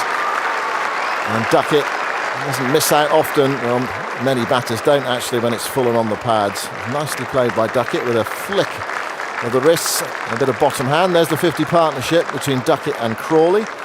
51 for no wicket, and it's come in good time after a steady start. That was something of a gift to a left-hander. Well, he's very strong on his legs, is Duckett. As you said, too straight, and it raced across the hard part of the wicket, which extends all the way to the boundary, so it was always going to be 4 once it got through the gap. But England, yes, they're easily going at almost 5 runs and over without even trying. Yeah, that's what it feels like, doesn't it? They haven't really gone after it at all today. Here's Chivanga bowling to Duckett, who brushes that away through backwards square leg. It's going out towards the boundary. That's 4 more. 2 fielders after it. One at deep forward square leg and one at fine leg. They were rushing towards the ball, and the ball zipped over the outfield here, which is quite brown off the square. The square's very green, but the outfield's very patchy. It shades, those people who can remember it, shades of 1976, a long time ago. That was, I'm sure, before you were born, wasn't it, Henry? I was born in 76. You were born in 76, well, yes. You wouldn't remember it then. The long, hot, dry summer of 1976. 55 for no wicket. Well, it's going to be a long, hot, dry summer for Chivanga if he doesn't get his line right. No, yeah, it's going to be tough for him. He's got a purposeful long run. So good attributes for a fast bowler. He's big and strong, and he bowls there to Duckett, who pushes it back to him, and Chivanga bends down to pick up, and this follows through, and there's no run. Yeah, acceleration from Ben Duckett, 10 off his first 19 balls with 1-4, and since then he's had a 23 from the next 13 balls with 5 fours. So he is on to 33 now from 32. Crawley's on 22 from 32. Some of those strange statistical anomalies that actually both batters have faced exactly the same number of balls. Here's Chivanga bowling down the leg side, helped on its way. It's going down fine. Where's the fielder? No, he's much squarer. That's gone for 4 as well. Not totally in control of that shot, Duckett. It might well have come off the glove, but he lost his line again there, and it's helped on its way. And Chivanga, as all bowlers do when they bowl a couple of bad balls, it is the problem with the foot marks. He's scraping away at those. Duckett, well, it was one of those, actually, if they'd have short fine leg in, sort of leg slip, he'd have gone straight to him, because it only just lobbed down there. He wasn't comfortable, but it's still too straight from Chivanga. I'm actually surprised he hasn't done the modern thing, which is to come round the wicket. Yeah. We see that happen so often now. Bowlers, in fact, some bowlers start bowling round the wicket to the left-hander straight away. 59 for no wicket. 2 slips in the gully and a short mid-wicket. Chivanga to Duckett's full. It's dug out firmly back to the bowler, who bends down to pick up. I think there were 3 falls in the over and 3 balls that went back to the bowler in his follow-through. So it shows you, actually, they're bowling just quite straight, Chivanga. 59 for no wicket. You can get in contact with us as normal, tms@bbc.co.uk. William Jackson has been in touch. Would Muzarabani bowling to Crawley be the combined tallest combination, batter and bowler in Test cricket? Zoltz is, I know, shaking his head or just dismissing that challenge, just too early in the season. Official player heights are not in my databases, sadly. But there would have been... You've got to think about Bruce Reid bowling to... Curtly Ambrose? Yeah, I was going to say. Bruce Reid to Curtly Ambrose. Yeah, that would have been up there, wouldn't it? But he's 6'8", and Crawley's what, 6'5", 6'6"? Something like that, yeah. Right, Muzarabani is going to continue. 5 overs for 25. 59 for no wicket. Crawley 22. Zimbabwe just sorting out their field at the moment. They're looking at a 7-2 offside field to Crawley. No, they're not. They've made another change. The man came over from on the onside to the offside. Now he's going back again. Back towards square leg. Craig Irvine marshalling the troops from first slip. 2 slips in the gully for Muzarabani as well, bowling from the Radcliffe Road end, moving away from us with a red number 40 on the back of his white shirt. Bowls outside the off stump to Crawley. That was a good delivery. In that channel that right arm pace bowlers are well advised to use against right-handed batters. Crawley half allowed it to go there, half played at it. It was a strange one. And the 2 batters meet in mid-pitch to have a chat. The crowd today, around about 10,000 tickets are sold. There's a nice hum around Trent Bridge, but it's not absolutely full. Around about 2/3 full, the ground. And Muzarabani, tall man, goes in wide of the crease, bowls to Crawley, leans on it and guides it down into the gully where it's picked up by Bennett. And there is no run. Simon, no wicket. They've stuck a man at deep backward point. I think after 11 overs, that's a little premature, don't you?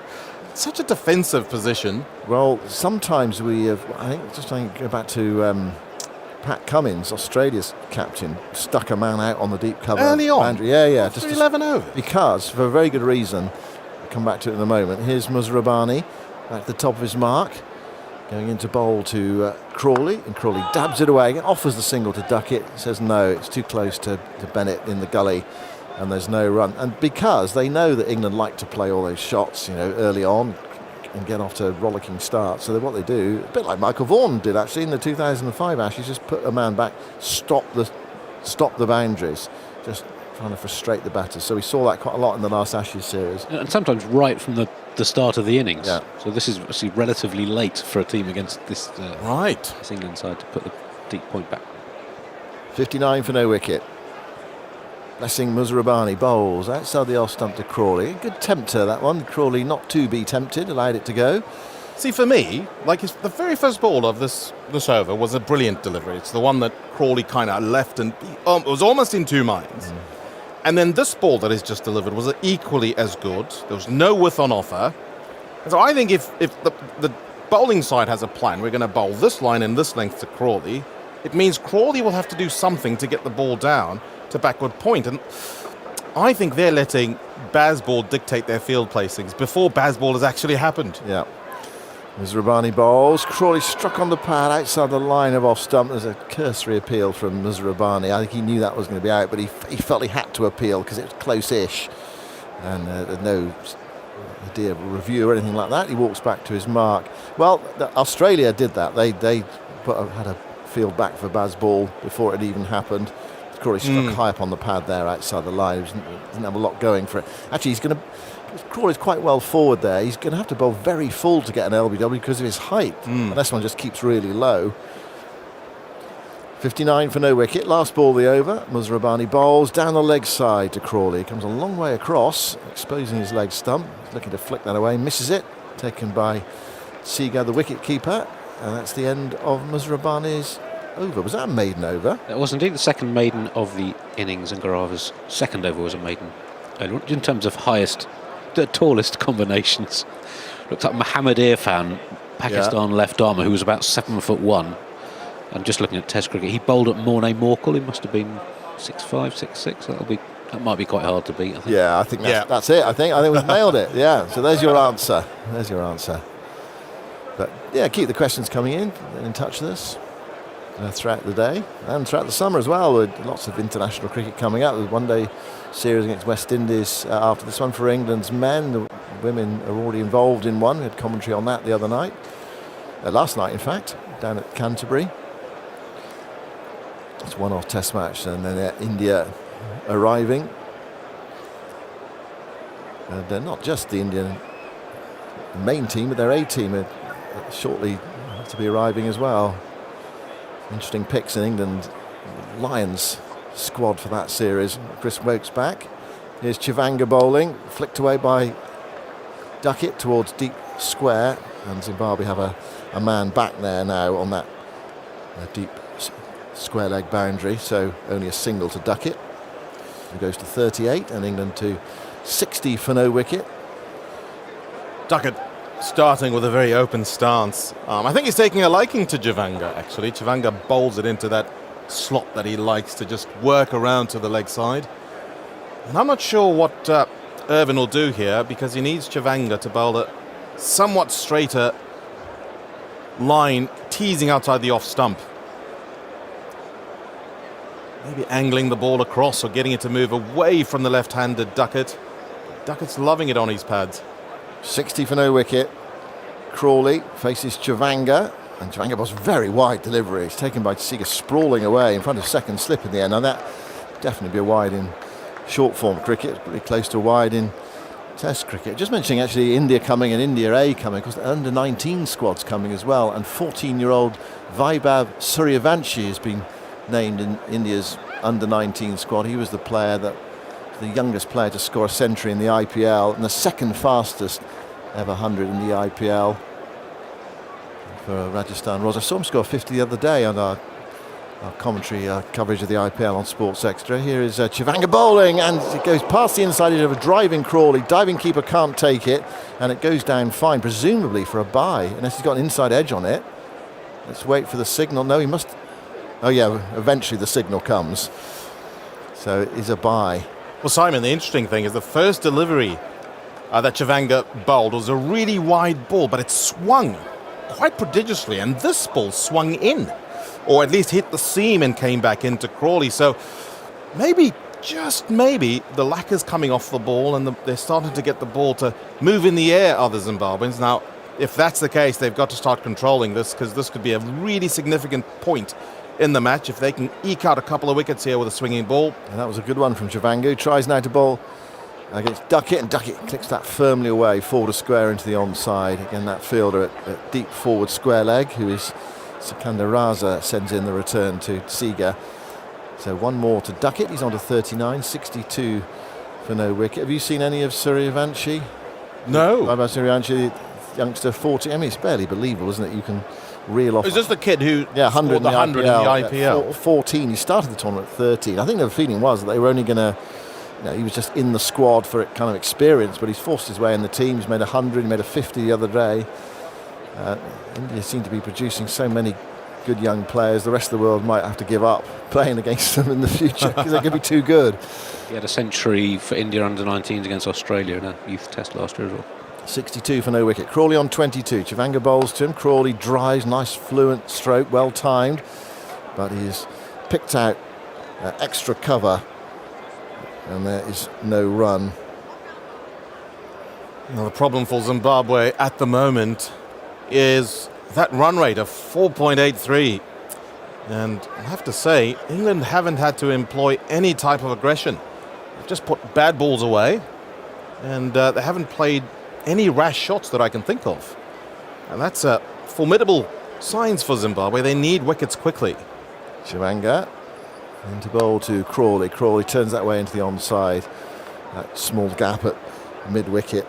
And there's one more run to the total as Madaveri goes to his left-hand side to pick up. And that's the end of Javanga's over. 63 for no wicket. 13 overs have been bowled. Crawley has 23. Duckett has 39. A few more thoughts from you, Henry. And then at midday, Alison Mitchell's coming in. Well, it'll be interesting to see if there's a bowling change on this, and it looks like there is, and it looks like Ngarava will be coming to this end. What is this end called, actually, Andy? Is this because I'm getting used to the grounds here, but I think it's the Ratcliffe Road end, isn't it? The Ratcliffe Road. You never know when an end has been sponsored these days, but I'm pretty sure it's yet to be named the Stuart Broad end. Ah. It might be said. Do you know what? I stood next to Stuart Broad. My gosh, I didn't realise how tall he was. Yes. He's Very, got some very. height. Not as much as Nazir Abani. Nope. Here is Ngarava. Good afternoon, everybody. Just ticking past midday on this first test match of the summer. Left armour over the wicket, pushes it across the right-handed Crawley and into the gloves of Seager, the keeper. So two left armers within the Zimbabwe set up here. And Ungarava with a change of ends now, having operated from the pavilion end. But yeah, England's scoring rate's been accumulation here. You look up the scoreboard and suddenly think, gosh, where did the 50 come from? Without necessarily any of that, what you might call the Bazball approach. But I think we're now seeing England's newer style of playing. Over the wicket again, allowing this to go past is Crawley. Ben Stokes wants his teams to dominate. Would you say a more mature form of Bazball? Scoring when the opportunity is there, sitting back when defence is needed. And so far, the accumulation and 63-run partnership inside the first 14 overs. They're able to capitalise on the bad balls to score and score quickly, but no undue risks. Here is Ungarava at the end of his mark then. 2 slips down the gully go down. Crawley awaits with his bat held high. Ungarava is in, goes back, drops his bat down very firmly, and the ball is angled, bounces into the ground and fielded there at gully by Bennett, who moves in and gives the ball a furious rub on the whites of Zimbabwe wearing. And they're going to be wearing their whites a lot, Henry, in the rest of this year. 11 test matches Zimbabwe are playing. That is unheard of for a team, ranked outside. You talk about the big three: India, Australia, and England. I think they'd played, and Andy, of course, can confirm this, something like 10 test matches in the last 4 years, and then suddenly, in a flurry. Ungarava moves in again, Fuller driven, and it's got through the hands of extra cover, and it's running away down to the boundary for 4, across a quick outfield, got down to it. In that position, Ben Curran got down low, but the ball was bursting through. Driven hard along the ground by Crawley, who moves on to 27, and England's 67 without loss. Well, it's his favourite shot. It was actually slightly on the up. It certainly wasn't a half volley, but the little bobble there undoing Curran. And as soon as he hit it on the hard part of the wicket, it just ran away. And this is the way England are playing. They're not really having too much risk. Crawley waits again, overcast skies above. Ungarava moves in, bustles in full again, driven once more to mid-off this time. Finds the fielder though, and safely picked up by Victor Nyauchi. I think ominous signs now. Zach Crawley's finding his mojo. He's the bat's flowing freely. There were a few shots he played early on, and I almost mentioned that I think he needed a new bat because there was a sort of loud clunk as he hit the ball, suggesting he wasn't timing the ball. But he just seems to have found that rhythm. The feet are moving beautifully, and the hands are coming through the ball. And these are ominous signs for Zimbabwe. So Crawley's on 27 of 47 deliveries. Ungarava moves in, he pushes that way too wide across him, and taken by the keeper. End of the over then. England 67 without loss. Crawley on 27, Duckett on 39. I think the players are going to take a breather for a drink, and Henry Longer is moving out as well. Great to have you with us, Henry, for the course of this test match. Salts. On the Zimbabwe's schedule in test, this is their 5th test of this year. As you mentioned, I think they're slated to play 11 this year. From 2022 to 2024, in 3 calendar years, they played just 4 matches. England, by comparison, played 40 in that time. So they had fairly prolonged periods with no Test cricket, an 18-month stint during the 2022 and 23 without a match. So it's good to see them playing more red ball cricket again. Yeah, we speak to Givemore McConey on the BBC Stumped podcast this week, who's the managing director of Zimbabwe Cricket, and discuss with him how is it they're managing to play 11 tests, because it cost them about $500,000 US to stage a test match at home. And when you see more established test nations, say more established, higher ranked, South Africa, New Zealand are playing fewer tests than historically, and Zimbabwe have suddenly said we're going to step on the accelerator. And he feels that spending that money, and it is going to be a cost to them, is for them a way of accelerating the development of their players. Michael Vaughan joins me. Good morning, Michael. Good afternoon. Good morning, even. afternoon. He sees that Zimbabwe playing more test cricket is the fastest way for their players to develop their skills, which will then filter down to white ball cricket. Often cricket sort of build the other way up. You go from white ball cricket into the test team. Well, they want to play many more test matches. He thinks that, even though it's going to cost a lot of money in the short term, let's do this, invest in this product that we want to be our selling point as well. and try and get our players playing more and developing quicker? Well, you could argue that, playing the longer format, it's developing the skill sets for a longer period. The basics of the game, of course, in white ball cricket, you need a few different skills in terms of different deliveries and different shots, but, the basics are still the same. You still need a strong base to bat. You still need strong actions to bowl, and, I think it's... it's nice to hear, actually. It's really refreshing. If you actually look at, a lot of the really good white ball cricketers of this era, if you really study what they've done over the last 10, 12 years, some of them that have been playing, they've played a lot of 4-day cricket, a lot of 5-day cricket. So they've trained their brain to just play the game, and then obviously they've been able to adapt to the 20 overs, to the 50 overs by just bringing one or two different skills to that arena.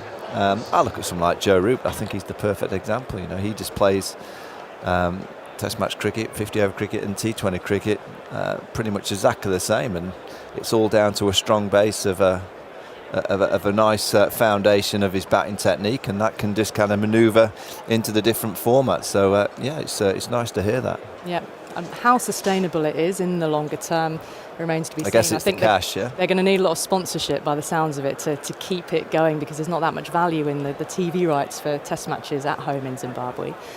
Just a reminder that you can follow the text commentary, of course, of this match as normal on the BBC Sport website and app. Matt Henry is there on duty at the moment, so you can say hello to him, and you can watch highlights clips as well on there. And of course, the highlights show today at the Test is on BBC Two and the iPlayer. That'll be available for you to watch from 7 p.m. And of course, on the iPlayer, it's just there at your leisure, whether you catch up tonight or before play tomorrow morning. But after some drinks, we're getting ready to resume again here. England 67 without loss. We've had 14 overs. That run rate is 4.79 now, with Duckett and Crawley forging this good platform. They've dropped deep backward point back out, 2 slips and the gully, and it's Chivanga from the pavilion end into Duckett. Right arm over. It's a fuller delivery. Just lays bat on it, allows the ball to deflect away along the ground out towards the vacant point region, where Bennett from gully moves across to his left to pick up.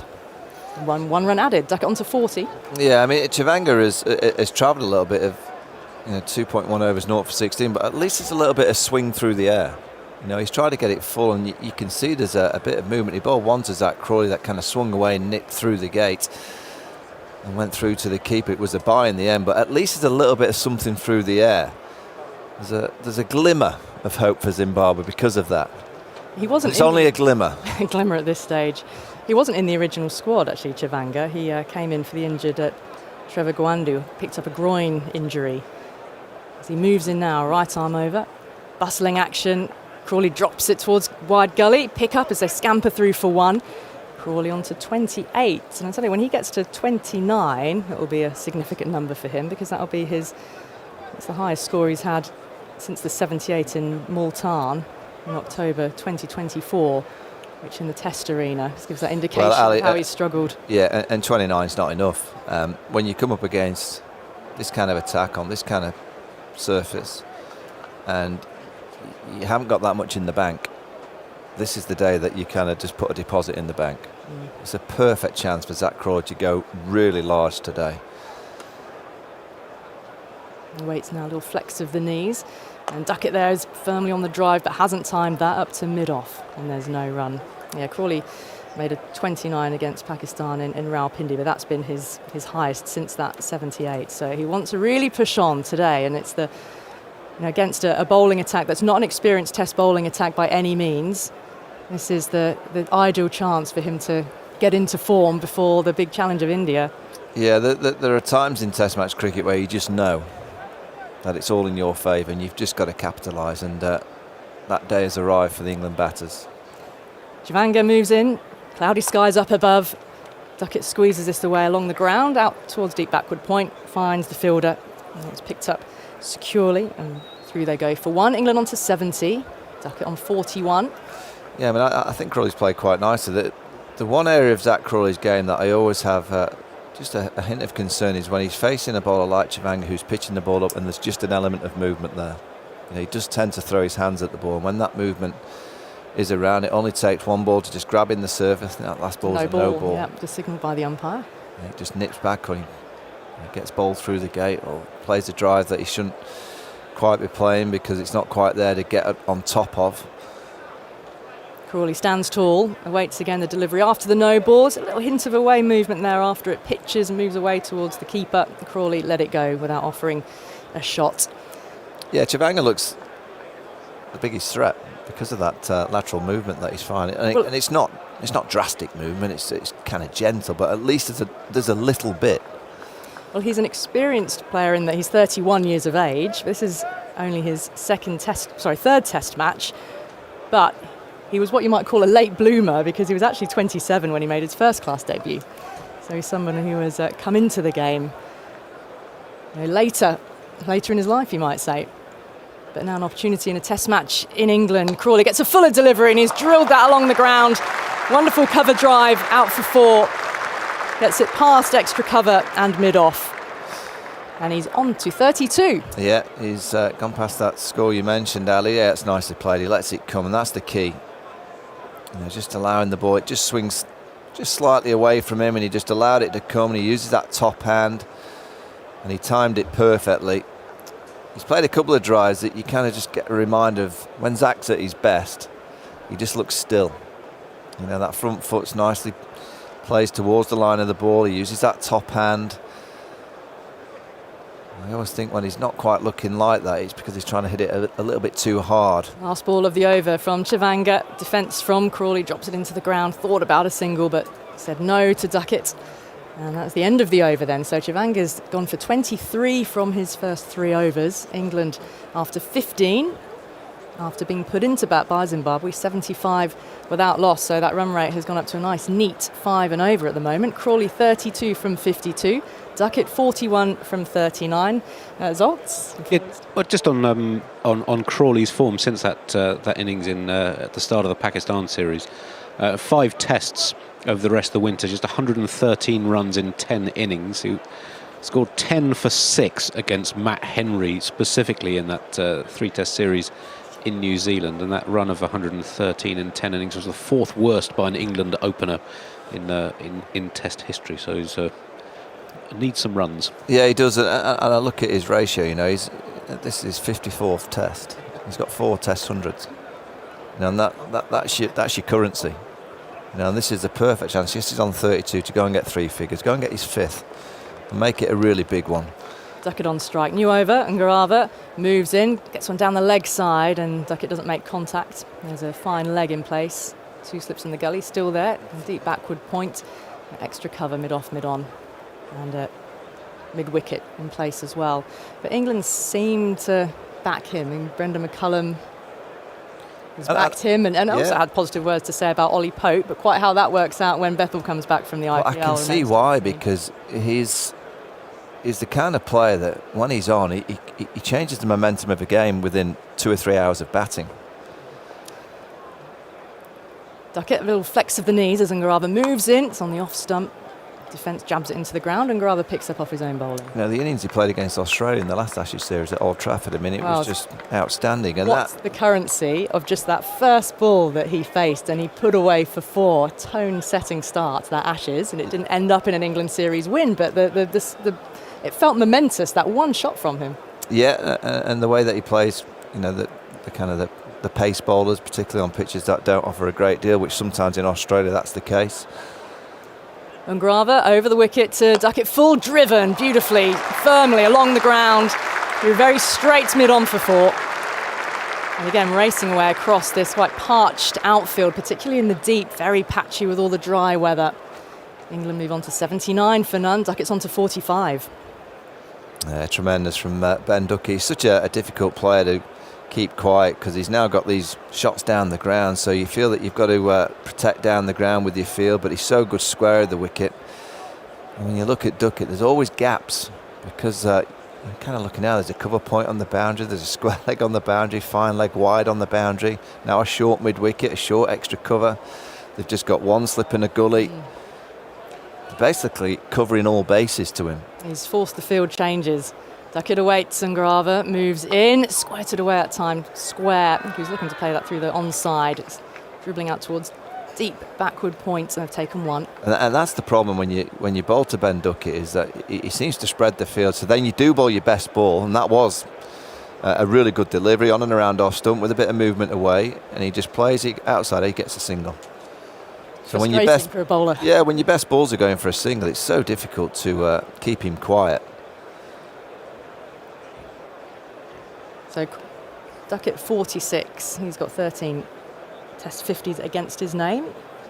4 of those, or another 4 of those, he's gone on to convert to 100. So 4 centuries against his name so far. It's Crawley on strike. The 2 slips go back in along with the gully. It's full. He's driving this time through straight mid-off rather, and down to the boundary once more. Another imperious drive from Crawley. And when he is able to free those arms and he's balanced and he's timing it well, he does look glorious. Yeah, it's a floaty delivery. Ungarava's just not hitting the pitch. It's a nice one to get when you've been out there for over an hour. I mean, they're scoring at over 5.5s. With just playing good cricket. Yeah, No big, outrageous, reckless shots so far. Well, they've not had to do too much. They've had so many on offer. There's been some really poor bowling in the first hour. This is where Zimbabwe will need to learn. It comes down to the depth, isn't it? First-class cricket in the country, getting more Test experience, which they're looking to do this year. So Ungarava now from around the wicket to Crawley. Turns it square along the ground. Little fumble in the field. It's just the 1. And he's gone on to 37. End of the over. So 85 for none. 16 overs gone. Duckett on 46. Crawley 37. A reminder that Sam Cook was presented with his Test cap by Stuart Broad on this ground at the start of the day's play. And for Zimbabwe, they've got the returning Sikandar Raza in their side, 39-year-old veteran, lining up alongside 38-year-old Sean Williams, 39-year-old captain in Craig Irvine. But then this glut of younger bowlers and talented bowlers. They've got a real mix, haven't they, of sort of youth and experience in their side. And Brian Bennett's just 21 years old as an opening bat. Of course, not a lot of Test experience amongst them. But they want that to come, and they want that to vastly increase. And of course, this Test match isn't part of the World Test Championship because Zimbabwe are not part of that. It doesn't include Afghanistan, Ireland, or Zimbabwe. And there are certainly some in Zimbabwe cricket who feel that a World Test Championship should feature all the Test-playing nations. Chivanga races in again, full ball, looking for a Yorker, I think, there to Crawley. Gets the bat down onto it and is able to take a single. Ball running away towards fine leg. Picked up, and 1 added to the toe end of Crawley's bat, 86 for none. But yeah, the World Test Championship reaches its conclusion with the final at Lord's coming up, Australia against South Africa.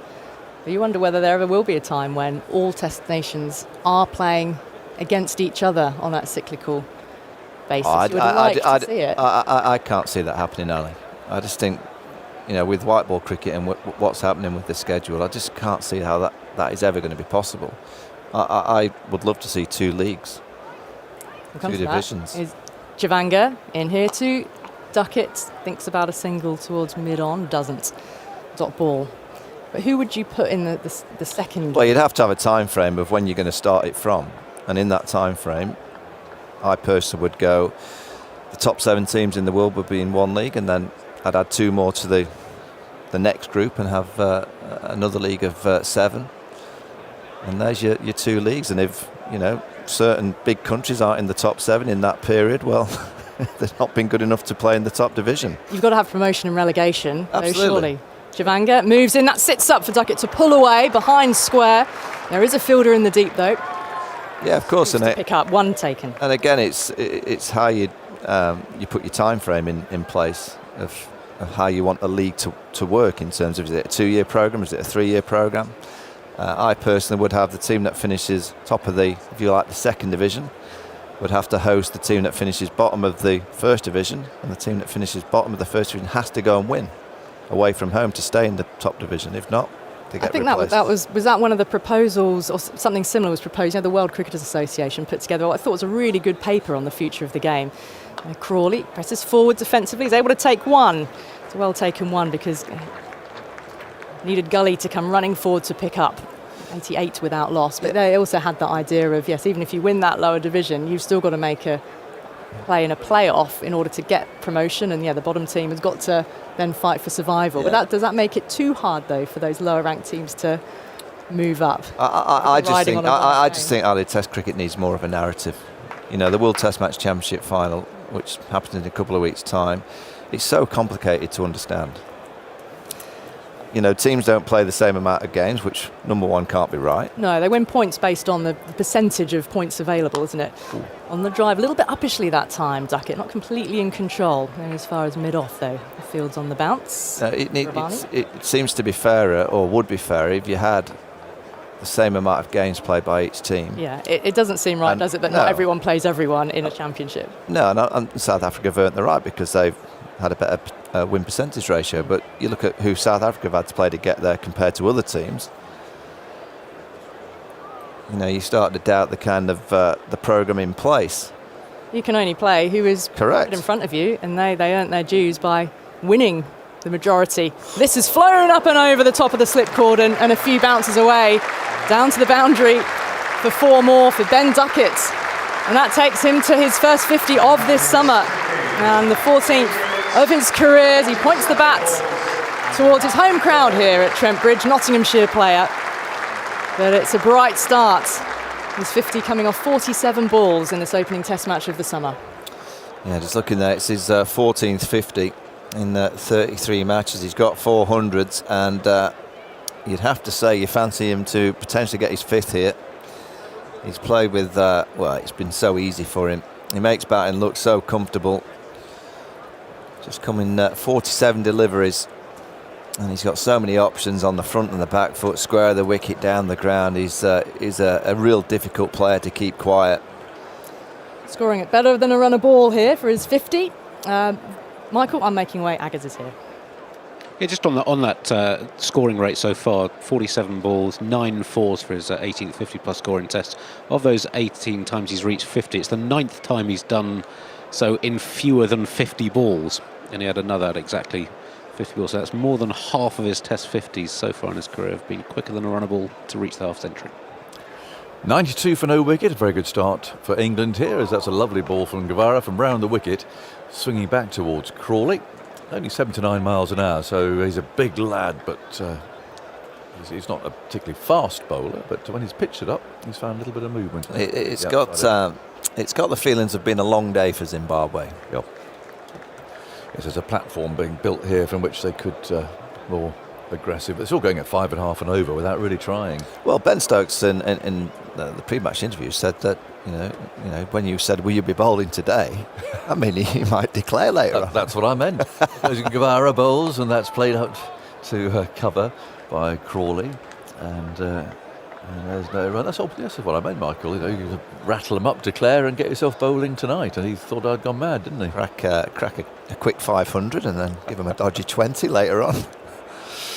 Well, who knows? But they're playing nicely at the moment. So just a slip and a gully now. So it was 3 slips and a gully at the start, an hour and a half or so ago. But there's a fielder out for the hook now at deep square leg. And Guevara goes round the wicket again. So a little bit of swing. Crawley chops that away for a single to third man, who comes trotting in off the boundary edge way down there to our left. And he can take one more. 93 for no wicket. Not a strong breeze, but it's a cool one. Chilly and nip in the air. So spectators huddled up, warm clothes on. And yet you look at the outfield, and it's brown. It's as I was saying earlier, it's not quite the oval 1976, for those who can remember how the ground looked then, which was extraordinary. I mean, it was. Have you ever seen a picture of that? It's just like a green square in a desert. It was absolutely remarkable. 93 for no wicket. Guevara shuffles in, bowls very full, low full toss actually, clipped by Duckett, who's missed out there. It's well fielded by Curran, I think that is at mid-wicket, but diving full length. But Duckett will be cursing, because that was a low full bunger. He could have clipped that virtually anywhere, and he thought he'd found the gap. That was a fine piece of acrobatic fielding. I saw in the stands that Tom and Sam Curran are here to watch Ben Curran. They're sitting in the stands? Yeah, they're sat in the stands, yeah. Which is great to see. Yeah, it is. And Guevara rushing in, bowls leg stump. There's a peel for leg before wicket. That was a missed leg stump though. It's a shake of the head from umpire Palika, who I think is making his debut in this country as well. I don't remember seeing him in a test match up to now. It's a South African. And now there's a conference going on with Craig Irvin, who's coming across into the leg side. So a bit of extra protection in there. In fact, he's going to short mid wicket.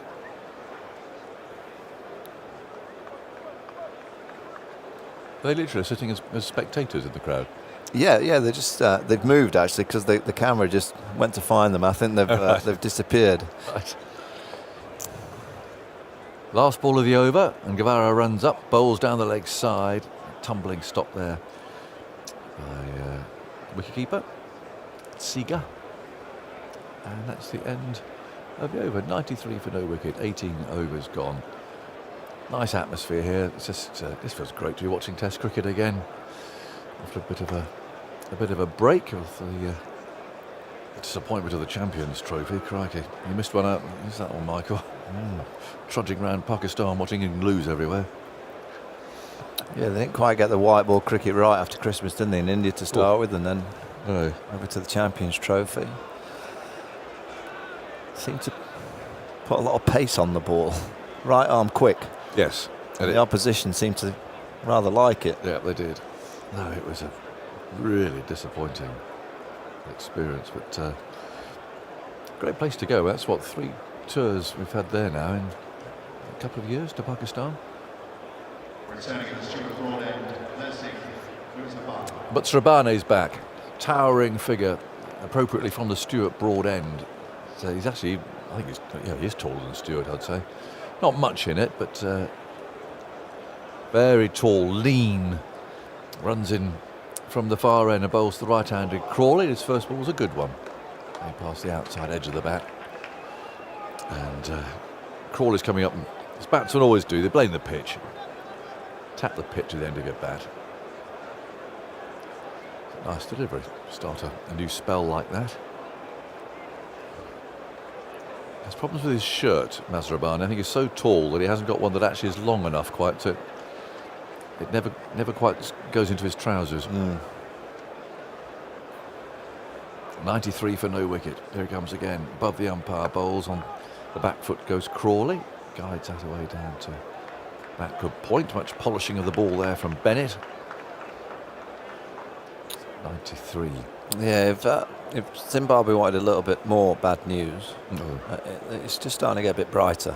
See, actually, there's a blue sky up there. Yeah.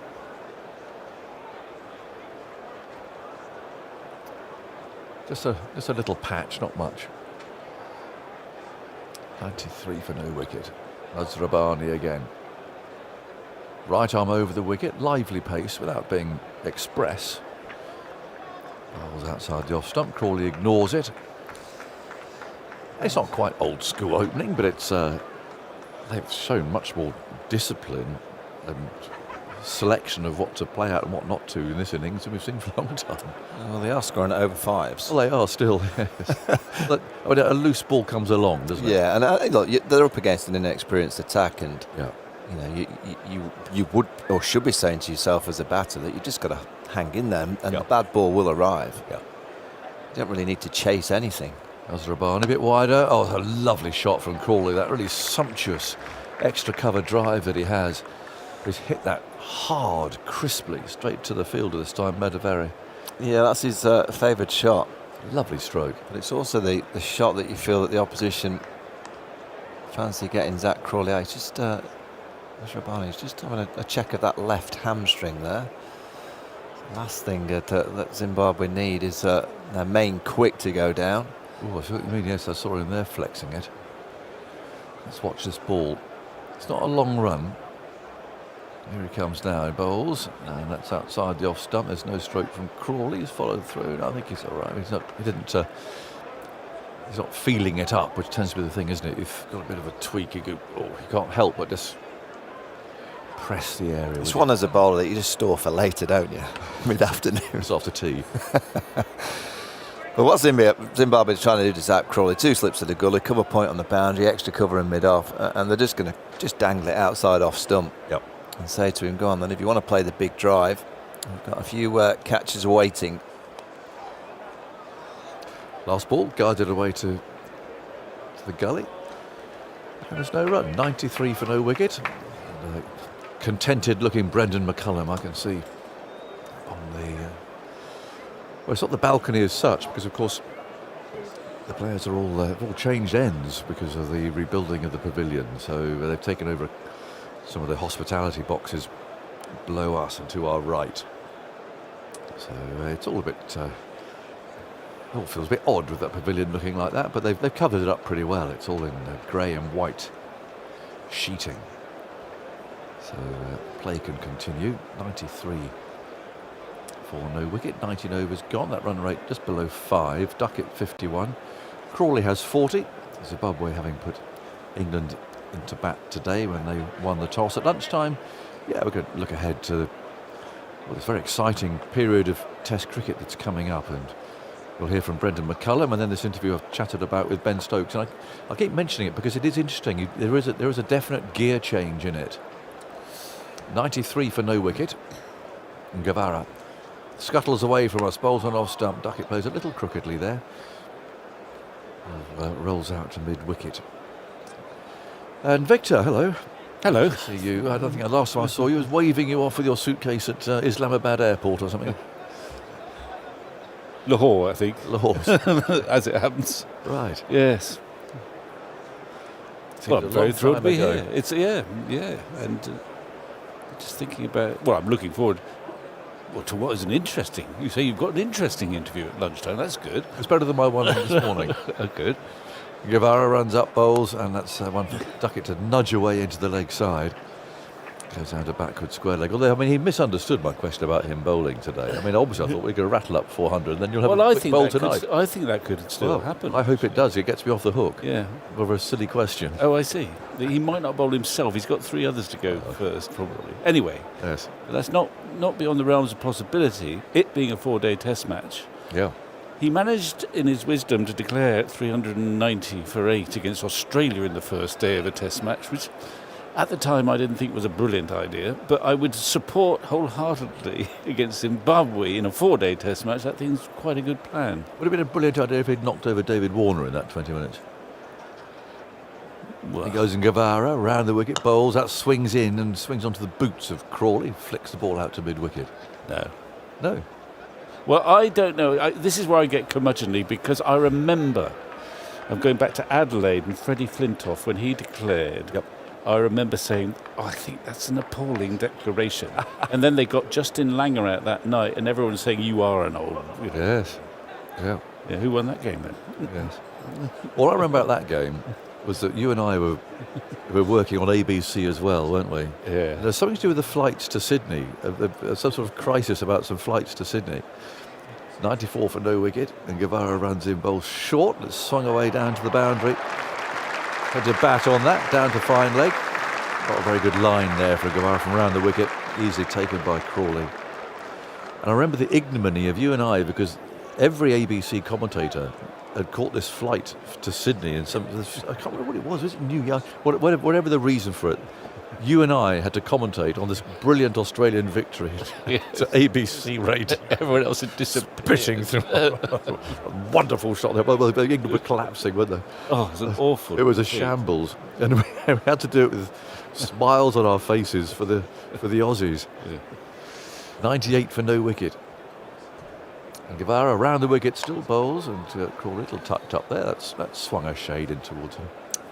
Just going back to your this summer, actually, I feel it's got sort of... I keep now being reminded of 2005, possibly, in that in 2005 there were 2 tests, weren't there, against Bangladesh, who are not as strong as they are now, probably.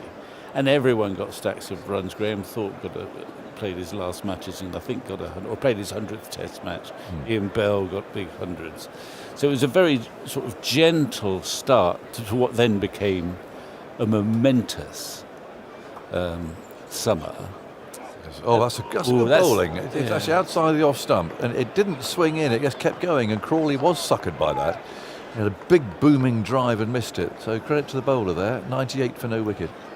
And the parallels are nowhere near exact, but you've been talking a little bit about all the chatter about Bethel and when he comes back inside, does he come back inside? Well, of course, in 2005, Kevin Peterson had never played a test match, and they ended up having in their own minds to make a decision, do we play Thorpe or do we play Peterson? Well, they correctly played Peterson. Even Graham Thorpe always said they should have played Peterson instead of him.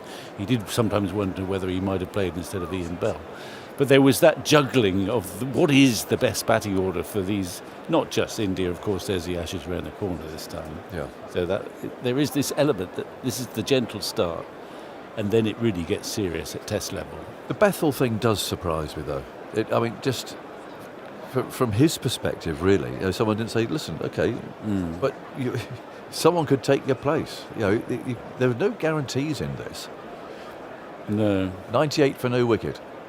Mazhar Rabbani bowls short, Duckett up on his toes, tucks that away out towards square leg. I mean, Ollie Pope is a good player. I've seen him score some wonderful hundreds for England. He's got one of the best hundreds on the subcontinent against India on their last tour there. One of the best hundreds ever seen. The man can bat. Of course, yeah. And he is vice captain, which sometimes used to sort of be significant, I guess. It's particularly surprised he gave his place up. up. Where it becomes significant too, that vice captaincy, is that, let's be honest, England have a terrific captain, but there's no guarantee that he stays fit throughout a 5-test series. No. So that sort of complicates the issue a little bit.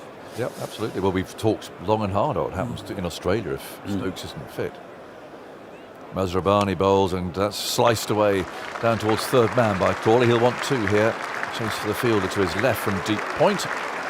And the 100 comes up for England at a rate lower than 5 per over, which in the modern era, it's not sluggish, but it's certainly not at the rate that these two normally score at. 101 for no wicket in the 21st over. It's a very good start.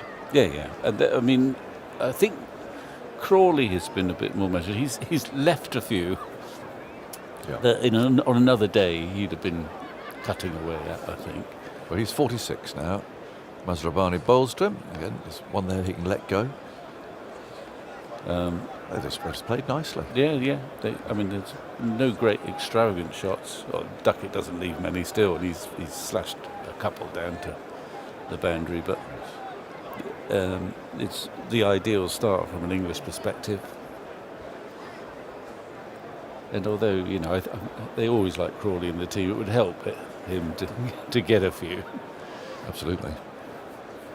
He only averages 31 in first-class cricket, which is incredible, really. Mazhar Rabbani bowls to him short, all the way out towards deep wicket. There'll be a couple here. Running round, picks it up, throws back. I mean, if you think that long ago, anyone who didn't average 40 wouldn't have had any of a sort of a look in. Well, I'd give you Michael Vaughan and Marcus Trescothick, actually, who did not have prolific county records when they got picked for England. Yeah. So they saw something, obviously. Yeah, they rightly saw something in both those cases. Yes.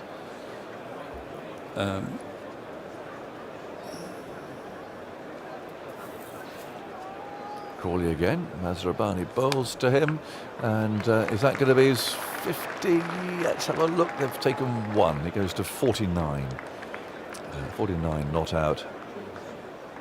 400s to Zach Crawley in 53 games opening the batting. I mean, that's low, isn't it? Oh, it is low, yeah. But I understand why they want him.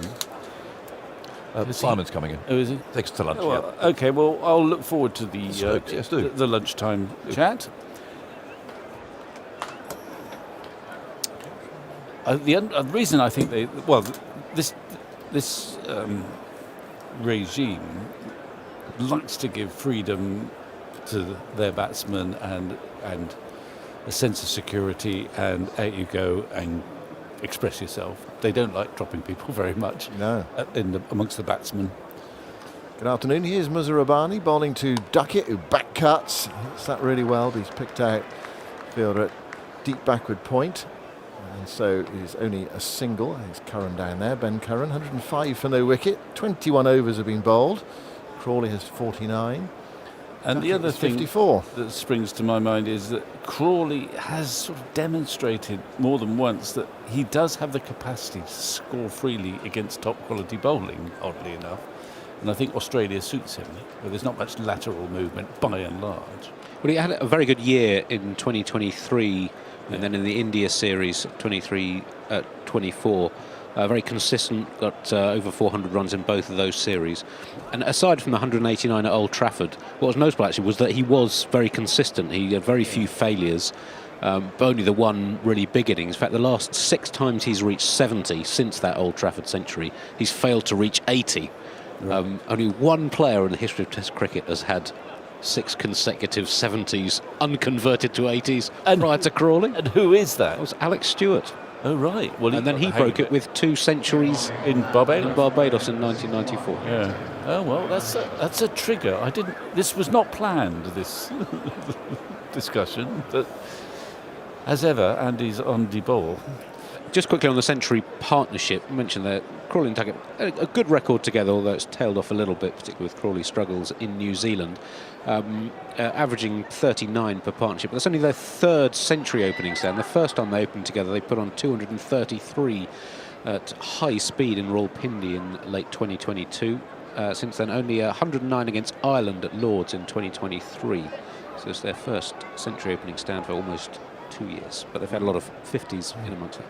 Change of bowling. Nauchi's coming on. Victor Nauchi, 22 years of age, another right-arm pace bowler, although not as quick as the other pace bowlers we've seen so far. He's not as tall, is he? No, he's not as tall, he's not as quick. That was outside the off stump, nothing from Duckett there. It barely carried through to keeper Tsiga. It's 105 for no wicket. And when he was coming on to bowl, something happened that I've never seen happen before, is that, and it was only a very small thing, as he took his sweater off, he also took his shirt off as well. He got tangled up with his sweater, so he then had to put his shirt, to untangle his shirt and put it on again. Here he is, he bowls now to Duckett, and that's slapped away through extra cover. It's going for 4, it's a pretty friendly delivery, it's inching towards the rope, it's a big boundary out there, the fielder well behind it. Not a particularly good ball, but short and wide, and Duckett picked his gap there and hit it away. He is 58 not out from 56 balls. Now, we've been talking about that Victor Trump record for quite a long time now. Gilbert Jessop. So, Gilbert Jessop, Victor Trump, what am I talking about? Yeah, Gilbert Jessop record, 76 balls. Duckett has got 19 balls to score 42 runs. So he's probably out of his ballpark today. But if he keeps bowling like that, Nauchi, then he'll accelerate pretty rapidly, Ben Duckett. He's got a slip and a 3rd slip and a short extra cover. Nauchi bowls outside the off stump, and Duckett tries to force it away. Doesn't really time it, hits it hard into the surface, but he gets a single out towards Sikandar Raza fielding in the covers. 110 for no wicket, so Duckett's 59 from 57 balls. The Crawley's had more of the strike. Well, I bumped into Simon Wilde, who's just written a book about Gilbert Jessop's. But it's not quite much, I don't think it's out yet, but it's coming out shortly. His 76 ball 100, and I saw him down below before the start. He said, there could be 3 England players who go past that 76 in this match, he said. So or go under that 76. So he's hoping that by the time he publishes the book, no one has gone past Well, I it. suppose so. Although, having said that, it's a win-win because everyone will be focusing back again on Gilbert. Yeah. The great Gloucestershire all-rounder, really. But, batting all-rounder, I think, by the end. But who used to smash it. The Croucher. Crawley's on 49. Nauchi hustles in to bowl to him, and Crawley turns it away quietly towards mid-wicket. Crawley's a better player when he's not facing Matt Henry, it seemed. He had a nightmare against Matt Henry, didn't he? Absolute. He's just turned up again, hasn't he, Matt Henry? I'm pleased to say, delighted to say that he has been welcomed with open arms. Down at Taunton. Well, he would be whether he's fit or not, actually. He's settled in. They love having him around. And he played in the last game. A bit rusty, but he bowled pretty well. Nauchi goes into bowl to Crawley way down the leg side and tries to turn it away, misses it, taken by Tsiga. And there is no run. So we're, 15 minutes away from lunch. The over rate's not been particularly good. 22 overs. after this delivery. No spin so far. We might see some spin this afternoon. We've got Sikander Raza and Wesley Madaveri both bowl off breaks for Zimbabwe. 110 for no wicket. Slip and a gully for Crawley facing up. And he gets the ball on his pads. That's a nice friendly delivery. Tucked away back with a square for his 50th run. In fact, he's coming back for 2. Decent feeling for Crawley after a relatively lean season, after a relatively lean time of it. Full stop. 112 for no wicket. Half century for Zach Crawley. He's been averaging 31 in the championship this season, 219 runs. And he is 51 not out from 76 balls. So that is the mark to equal that record of Jessup. But you have to get 3 figures. He's got there. He got the half century raised in 76 balls. With 7 fours, his 21st score of 50 or more in tests, including 4 centuries, and his 7th since that 189 against Australia, 7th 50 score, and highest of 79 in amongst those innings. So he's not scored 100 since that Manchester match. Yes, and we're just saying 6 unconverted 70s to 80s in a row. 112 for no wicket. Duckett is on strike to a new over. He tries to turn that away from Muzarabani. He goes away into the offside, possibly off a leading edge or possibly off the thigh pad. Difficult to tell. He's got his back to us. He's looking at that leg side field. There's a fine leg and a deep backward square leg. He's in about 15 yards from the rope there. There's also a deep backward point as well. So 3 men on the boundary for the free scoring Ben Duckett. Zimbabwe 2 slips in the gully with their main pace bowler Muzarabani bowling.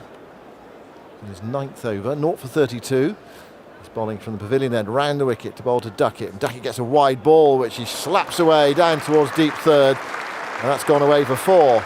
Fielder in the gully there dived. He tried to stop it, but it was hit really hard by Duckett. Scooted down to the rope. So Duckett moves to 63 from 59. It's 116 for no wicket. It went through the hands there of Bennett in the gully. He might have stopped it, but it was hit pretty hard. It was going away to his left-hand side. And at 4 more, 116 for no wicket. What were England in Rawalpindi on the opening day of that Test match? On the 500, I think. Well, they got 500 in the day. I think they were about 170 for no wicket at lunch. Yeah. Muzarabani bowls. Duckett forced into defence there. He was looking for a single into the offside. Madaveri comes in to pick up. There's no run. It's too close to him for them to nip through for a single. We have seen some good sharp running at times from these two today, and lots of boundary hitting as well. So the run rate is 5.16. What's 5.16 times 90? Well, that's what Andy's here. Is that not a question? That's more than 450. Not much more though. Yeah, between 450 and 500, somewhere around there. 116 for no wicket. Muzarabani bowls. Duckett drives, miscues it, goes to the right of Madaveri in the covers, and it's picked up at deep cover by Curran. Both his brothers here today, Sam and Tom. 117 for no wicket. In Rawalpindi, the first time these two opened together. Duckett back in the side after a 6-year gap. England were 174 for naught of 27 overs at lunch. Crawley was 91, Duckett 77. It was barely believable, really, that's the batting in that match. It was astonishing. Yeah. I can remember Atif was with us commentating. I think he said after about 40 minutes play, he said, if they keep on at this rate, they'll score 450 today. And I said to him, don't be ridiculous. I've been doing this job for 25 years. Muzarabani bowls, Crawley is forward, hitting it firmly back to the bowler, who picks up in his follow through, and there's no run. And lo and behold, they scored more than that. I mean, it's just astonishing. 506 for 4 and only 75 overs in the day. That's right, yeah. Goodness. Yeah. We were a bit grumpy about the declaration the following day, I think. Well, declared already? Did they declare or did they get bowled out? I think they got bowled out, didn't they? Did they? It was the declaration in the second innings. The second innings. Second innings. Because they gave them about 330 to win. You thought, in 4 sessions. Was it? It's got 500 the first day, and you've given them 330 to win. Muzarabani to Crawley, who has a big swiping drive at that and misses it. That's the worst of Zach Crawley, that one. Not poor foot movement as well, not a solid base in the drive, missed it through to the keeper. That could so easily have been the first wicket, but he missed it, went through to Seager, the wicket keeper. It's 117 for no wicket, so they haven't scored as freely today. Yeah. And Muzur Rabbani's been the most dangerous looking bowler, as we anticipated, and actually the most economical, I think, more or less. He's gone 9 overs for 37. Yeah, but he beat the bat there. He's got. You can understand how he's taken quite a lot of wickets, particularly this year. But none today. He's off for a bit of a payday as well, isn't he, in the IPL? Muzur Rabbani, he's going to join as a late replacement. Yeah, for RCB for Ngidi. Oh, right. Yeah. That's right. Well, good for him. Ngidi needed for the World Test Championship final. I mean, it's really messed things up a bit, actually. The delay to the IPL. I mean, it's, obviously nothing they could do about it. It's caused all sorts of logistical problems. Pushed the competition into the 3rd of June, and we've got coverage of it. The back end of it on the 5 Sports Extra, as that's a good delivery this time from Naouchi from round the wicket, only 79 miles an hour, defended by Duckett into the offside towards extra cover, and there's no run.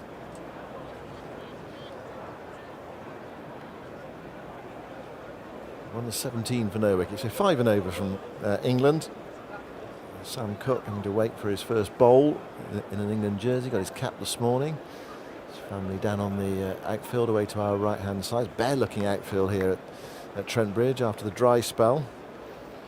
Naouchi bowls and Duckett turns it away into the onside for a single.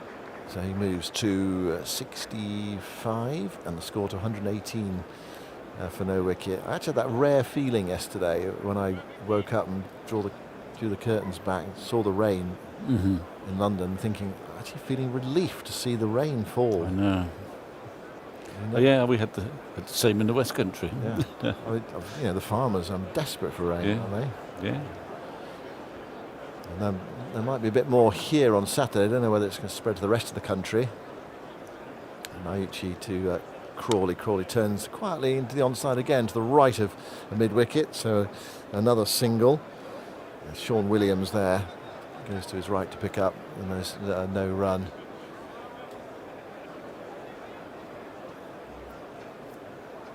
$119 for no wicket.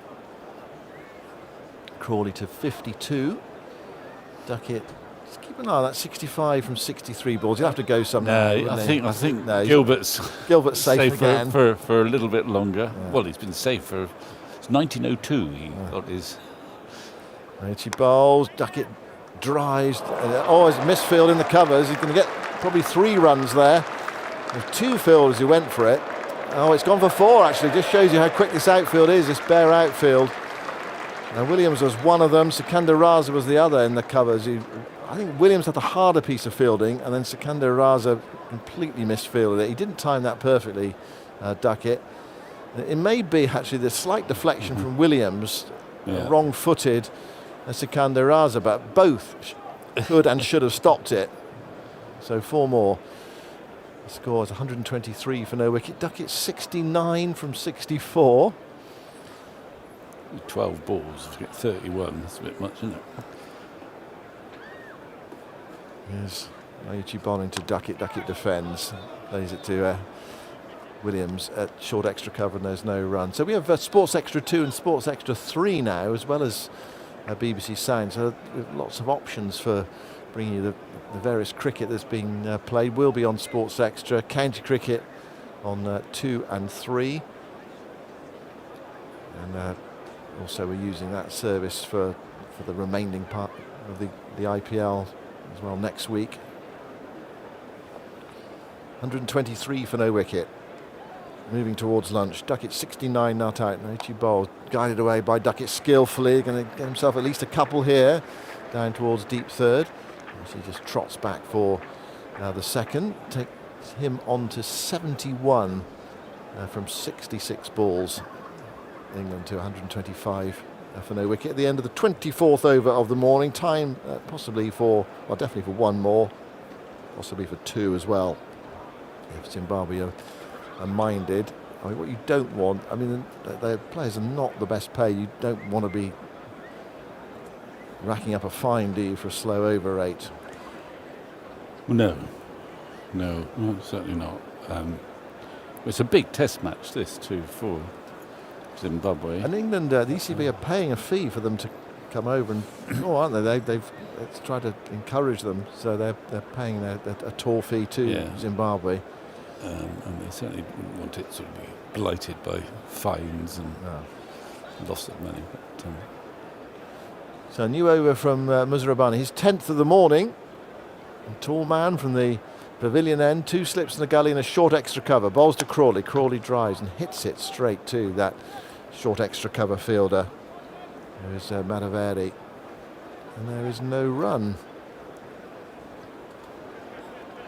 quite an odd field, really. Well, it's a 7-2. You don't often see a 7-2 field, do you? There's only 2 men on the leg side, so we know where he's going to bowl. It's a mid-on, and there's a deep backward square leg.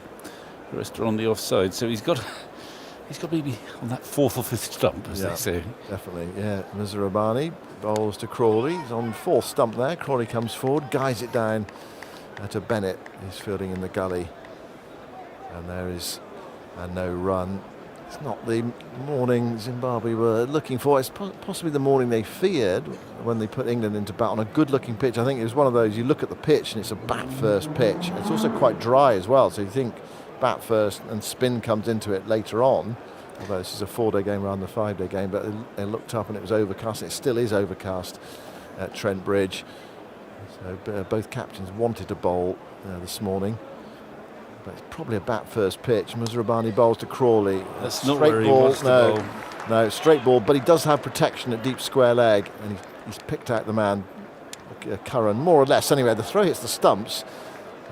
Duckett was home, but just for a moment there, England thought they might better pick up an overthrow, but it rolled out towards the covers. So just the one to Crawley. He's on 53. England 126 for no wicket. It's a bit of an oddity, actually, now that Ben Curran is the only one member of the family playing international cricket. There's been a curious path for the three of them, isn't it? I mean, he's the lesser known of the three. Yeah. And he had a brief spell, or a spell at Northamptonshire, didn't he, Ben Curran, I think? Yeah. I think he was born in Northampton, wasn't he? When quite possibly. Yeah. 2 of them were born in Northampton, 1 in Cape Town. I think Tom's born in Cape Town. Here's Muzarabani round the wicket to Duckett, who plays a beautiful, delicate shot down towards the deep third boundary, but Curran's round, knocking it back inside the rope and hurls it in.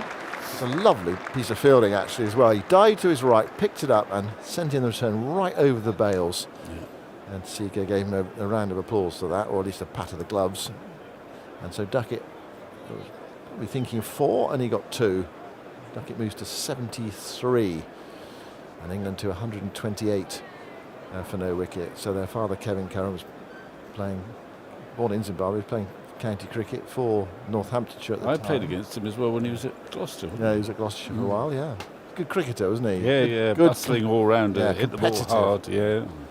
Here's Curran, Duckett up on his toes, knocking that away into the onside. Muzarabani trots after it and picks it up. He was no great pace, actually, but he was aggressive with the ball and aggressive with the bat. He did hit it hard, yeah. So certainly Sam has got a bit of Kevin about him, hasn't he? I think Tom has as well. Yeah. And we're not so sure about Ben, but he probably has too. Yeah. Well, I think they were very competitive, weren't they, when they were growing up in the garden or whatever they were doing, the games in the garden. They had to win. I think the Marshes were out there as well at the same time. This is Muzarabani bowls to Duckett, who nudges this backward a square off his hip for a single. 129 for no wicket. So I think Jeff Marsh was for a while the coach of Zimbabwe. So the younger Marsh brothers, as Mitchell and Sean, who were slightly older perhaps in the Currans, but they were all part and parcel of that. And they played. I think the younger Currans would have played a bit of cricket in the backyard with the younger Marsh, Mitchell Marsh and Sean Marsh.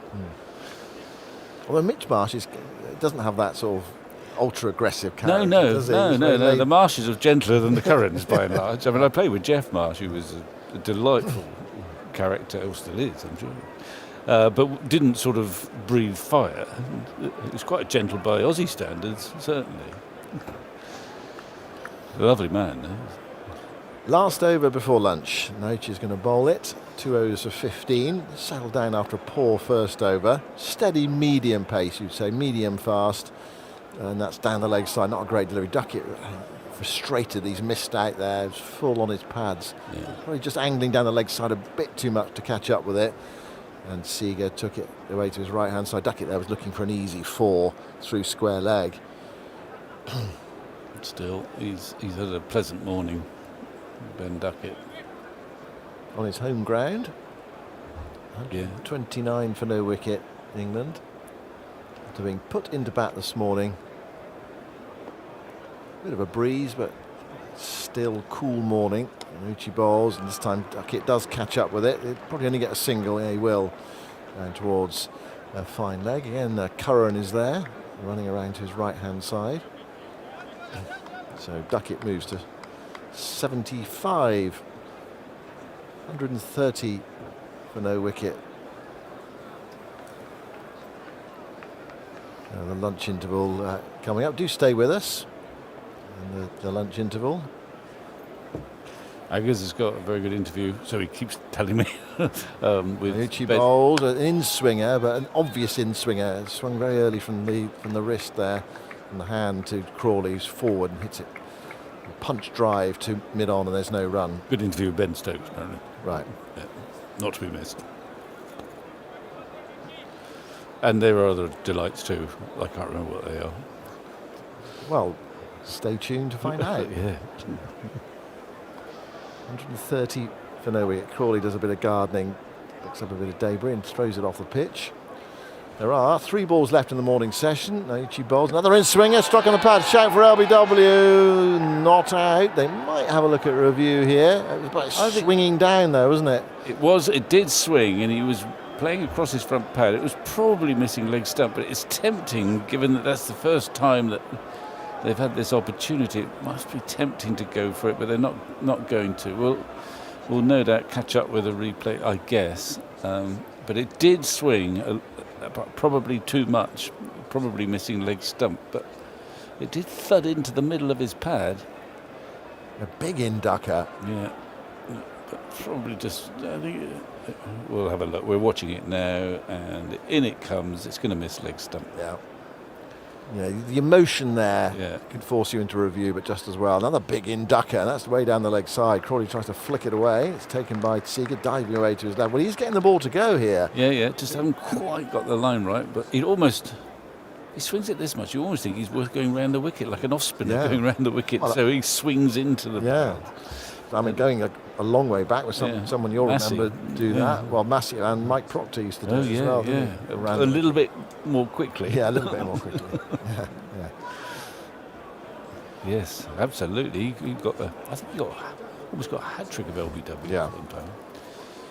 What a bowler he was. Naochi bowls to Crawley. That will go straight on. And Crawley allows it to go through to the wicketkeeper Seager, and that's the end of the morning session. 26 overs bowled.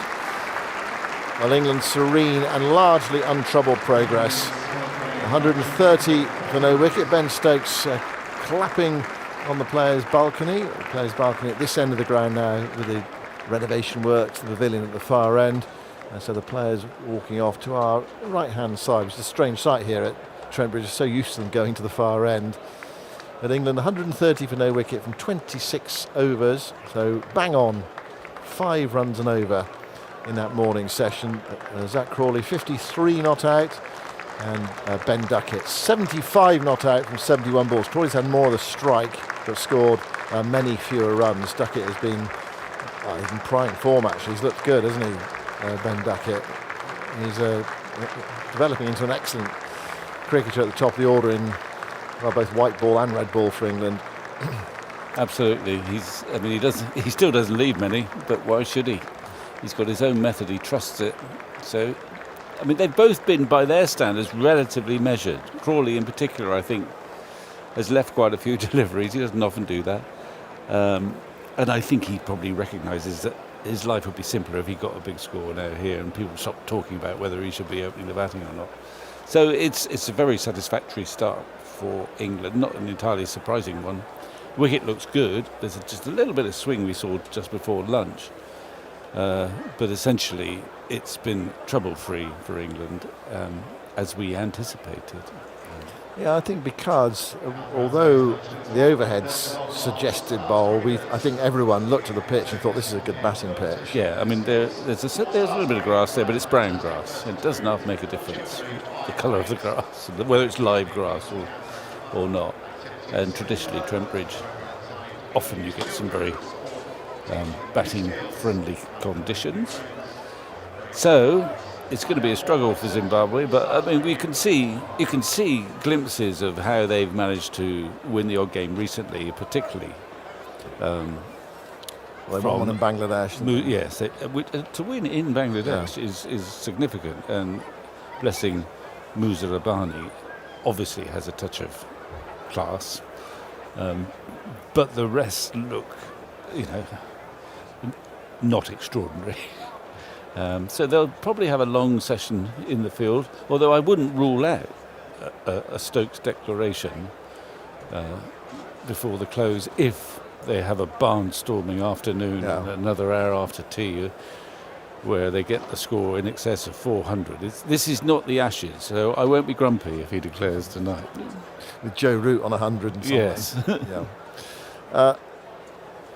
The Garava, 9 overs, 1 maiden, 0 for 42. Musa Rabbani, 10 overs, 2 maidens, 0 for 41. Chivanga, 4 overs for 30.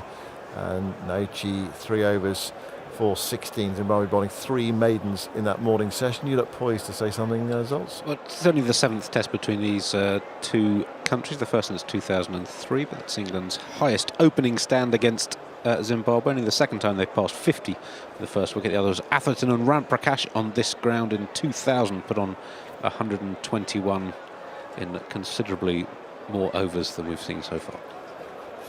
Yeah, so look, it's going to be you feel a tough afternoon for Zimbabwe. They took a gamble putting England in, and England have reduced and untroubled, largely speaking, 130 for no wicket at lunch. And if you go on the PCA match against Zimbabwe, that in the build up to this, I mean, there were a lot of batters in that game who filled their boots as well in PCA 11, winning the match. So yeah, tough for Zimbabwe. They've not been here for a while, and they're up against a decent opening pair, not least Ben Duckett, who's in good form. Right, Jonathan's here with the lunchtime entertainment. Indeed, thank you, Simon, very much. Yes, they've got there without really breaking sweat. Doesn't look at that score, 130 for no wicket. So a really good start for England in this one-off Test match, and the start of what is, of course, a huge year for England's Test team. It could define the success of so-called Bazball. And after this test, of course, against Zimbabwe, England welcome India for a 5-match series, and they go to Australia for that hugely anticipated Ashes series. But what state are England in, and what should their approach be? We'll hear from the architects of Bazball, Ben Stokes, in a moment. But first, here's the thoughts of Brendan McCullum on what lies ahead. Extremely excited. It's everything that you want when you take on jobs like this here. You look forward to the most exciting times where you're going to get an opportunity to see where your environment's at, see where your players are at, and to be tested on the biggest stage under the brightest lights against the best opposition in the heat of the battle is exactly what you want to see for your side and see where you're at. So really, really exciting summer. Of course, in our own way, we don't want to look too far ahead, knowing that this game has a funny way of being able to trip you up if you don't give it the respect that it deserves, and that for us starts this week against Zimbabwe. When Stokes and I came in, obviously things weren't travelling that good prior, and I think 1 win from 17 tests, and the record we've put together so far is good. I think to get to where we are, number 2 in the world, is good, and everyone's happy about that. But at the same time, there's a lot of meat on the bone for us. That was never. When we took on a project like this, it was not about necessarily settling on good. It was trying to take this team to a level that we feel that we could take it. And I think now's the time, working from a strong base, to be able to sort of, shoot for the stars and say, where can we take this team? What can we achieve? And to have the opportunity in front of us over the next 6 to 9 months is going to test that out. And if it was to work out, then obviously we'd be very comfortable that we've kept progressing as a team And we might just get to that stage where we look at it and say, this is a really good English cricket team. We also want to be a strong representation of the English fans. We want the English fans to feel as if they're a part of this journey with us as a team as well. And there's some things we need to do to make sure that we bring everyone along for the ride as well, and that includes winning. So it's really exciting. It's all in front of us, and the opportunity is something that we can't wait for. Well, I think with a bit of idle time, you get the opportunity to sort of retrospectively look at things and see where things have been over the last few years. And I guess that's where we've found ourselves over the last couple of months, is looking at where we've come from, what we've achieved, opportunities we've let slip, and also looking at what we've done for the people that this team represents. And I think if we look at it at the start, I think people were excited by the way that we played. They were enthralled by the freewheeling type of cricket that we played, and they felt, I guess I'm guessing here, but I feel as if they felt a sense of belonging to that type of group. But if we look at it, some of the ways that we've probably let opportunities slip, some of the ways that we've maybe not been as smart as what we possibly could with some of our comments in the media, and the way that we've, I guess, addressed a couple of those things. I think the thing that we want to do is, in our role, you're not just trying to build cricketers, you're trying to build men for life too. And you know that there's going to be mistakes made, and there's going to be periods where guys say things that they don't quite mean, and it can be misconstrued in a different way. But for us, one of the things that we talk about is we want the English fans to get in behind us. It's a great opportunity. It's such a big population, a country that loves cricket, and our responsibility is to try and bring those guys along, to try and inspire the next generation of kids to want to choose cricket over different sports. And to do that, it's not just about what you do on the cricket field. It's how you carry yourself. It's how you interact with the public. It's the messaging that you give. And I think, the ability, I think, these guys to be able to play on the biggest stage and under the brightest lights, and the pressure that takes is one thing, and how you deal with that is one thing, but also the ability to be humble and show some humility and not feel out of reach or out of touch with the general population is something that I'd like to see us improve on. We want people to look back and say, crikey, that team, in the sort of mid-2020s was a hell of a team that we loved following, and we felt as if we were a part of that journey they went on. Well, that was Brendan McCullum speaking here at Trent Bridge ahead of this game. And I caught up with Ben Stokes yesterday, who said he's raring to go. Obviously our last test match was in December, so being here now sort of at the back end of May, everyone's really excited to get going again, and we're looking forward to the summer eventually getting going. Yeah, I mean, you must be particularly, the operation, the rehab, and so a lot of hard work done there. Yeah, lots. So the operation early January, and been a really long rehab period, but it's been good. I'm fit, ready to go, and just absolutely buzzing to get out there and lead the team out in the field. And bowling, long run, bending your back? Yeah, bowling's gone really well. Obviously rehab plans are all about like the gym work and stuff like that, but then when you start implementing cricket, you got to be mindful and build everything back up. As you know, the strain on the body that bowling gives to you, it's not something that you can just get straight back into. So there was a long period of time of building that all back up, and we had a good training camp last week in Loughborough where sort of ramped it up to my highest intensity, and then just continue from there. So everything's feeling good. Yeah. Are you setting yourself a limit? I mean, can knowing you, can you set yourself a limit of what you're going to do to start with, or not going to do? No, definitely. Obviously, in the past, been pretty. I'll just bowl when I need to bowl. But obviously, this time round, with what we've got coming up, even I think throughout the summer, just being careful and mindful of the workload that I'm doing, because me and Baz have had good chats around this in the time off we've had. Obviously, I play another role when I'm not bowling, so when I'm not taking on too much load with the ball, obviously need to think a lot about captaincy and stuff like that. So we've had good chats around that, and obviously if I'm out on the field, it's better than not being on the field. Yeah, and lots of things going on. I mean, giving up alcohol I saw as well. I mean, what sort of mindfulness that is, or is it a physical thing, or just something you wanted to do? No, I think that's sort of been over-egged a little bit. I just didn't have any. I just decided to stay with the booze. I was on my rehab. You had a night off? Yeah, night off. Well, a bit longer than night off, but I'm not off it. Never said that I would be off it. Just making probably more choices to do with around, you know, my preparation and recovery when it comes to that kind of stuff. How do you look ahead at this year then, Ben? These I know, you know, the Test match here obviously, but India and Australia. I mean, do you look at the sort of the big picture of all of that, or are you breaking it down into bits?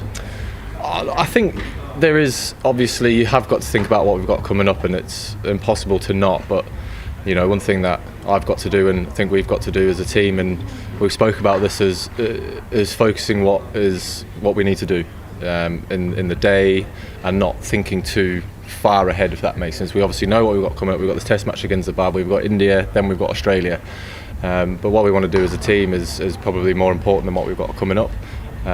We want to, you know, win everything that we've got coming up in the next 2, 3, 4 years, but making sure we're focusing on the task at hand without looking too far ahead with the big things we've got coming up is something that you know, we're really focusing on the team and making sure we stay strong to that. Yeah, I mean the India series is clear, obviously extremely important, isn't it? And will how that goes depend sort of the mood of you setting off to Australia, if you like? Again, that's way too far ahead. We'll deal with this challenge of Zimbabwe, and then we'll deal with the challenges of the India series when that comes. Yeah. A lot of competition for places. Can you explain the Jacob Bethel situation? There he's at number 3. Seemed to make a very, very good start in New Zealand. An opportunity here, but he's playing in the IPL. Was that a difficult thing to manage? No, not really. I think it's something that we've sort of had to deal with as a whole ECB, I think, with the IPL and the start of our summer starting, where we've got players over in the IPL fulfilling their commitments, but then also the international, and then obviously with the break the IPL had, there was that, well, what's going to happen? But we picked the squad for Zimbabwe under the impression where Beth was going to be away, so there wasn't too much of an issue for us. And then obviously he's got some white ball stuff coming up as well, and then, you know, who knows what's going to happen in the summer going forward. Yeah. Now I guess this thinking is an opportunity for a youngster to nail down a difficult position, and to have played here might have been good for him. Yeah, look, I think you look at what Beth did in the winter for us. You talk about nailing down a position. I think Beth's, you know, done himself the world of good by the performances he put in there with being part of our plans going forward. So, but it's great to have Rui around this week. You know, obviously his start to his first class career has been absolutely phenomenal. I think 10 first class hundreds at the age of 21 is something to be very, very proud of, but also proves that we've got some incredible talent to hopefully be able to choose from, and you know, when they get given the opportunity in the future, that we've got some good players who are coming through. Yeah, I was interested in what Brendan McCullum said yesterday about public statements and reconnecting with the public. What do you think he meant by that? Yeah, look, I think we've been pretty open and honest with each other. You know, we've gone about things in a certain way with the language that me and Baz have used over the last 2.5 years, and you know, sometimes obviously it can be taken out of context from what we say up in the dressing room for the meanings that we mean by it to then get delivered in, you know, situations like this. And now we've sort of pulled that up and we've explained sort of the bigger picture of sometimes the things that we say. It's just lads being a bit more mindful about how they go in and speak about certain situations, or the way in which they respond to certain questions. So yeah, everyone's pretty much understood that, and we've always been a team who want to be celebrated by, you know, the supporters and the public, but can totally understand in the past where maybe a few comments have been taken out of context, which can come across in the wrong way, even though it's not meant that whatsoever. Yeah, I mean, they were said, but that's not a reflection of what you were saying to each other in the dressing room. It sounds as if what you're saying. Yeah, there's a lot more meaning to some of the sort of the smaller things that we try and, you know, say at the end of series, at the end of days, or how we deliver messages. You know, a lot to do with it is what we thought that team needed to hear, what we thought that the dressing room needed to hear, and individuals needed to hear, to go out there in the pressures of international cricket without adding pressure to what that already gives to players when they walk out there. And the last one, Ben, the mindset. How are you going to play? How are you going to approach these? And I'm going 10 tests here, or 11 tests in fact. I'm looking at the bigger picture. Are you going to play in the same way? Is it going to be the same, or is it going to be a slightly toned down, or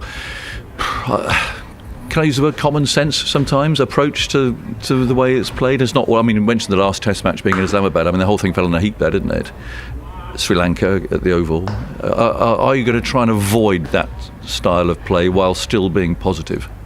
Yeah, the word the word ruthless. I've said I'm not a big fan of it. The word that I do love about what I've tried to install in this team going forward is dominance and dominate. And whatever situation that we find ourselves in a game, that's the word that I want to be at the front of our head about how we want to take the game on or how we need to play. There's obviously times where in the past when we're so good at putting teams and oppositions under pressure, when everything's in our favour, when everything's going well.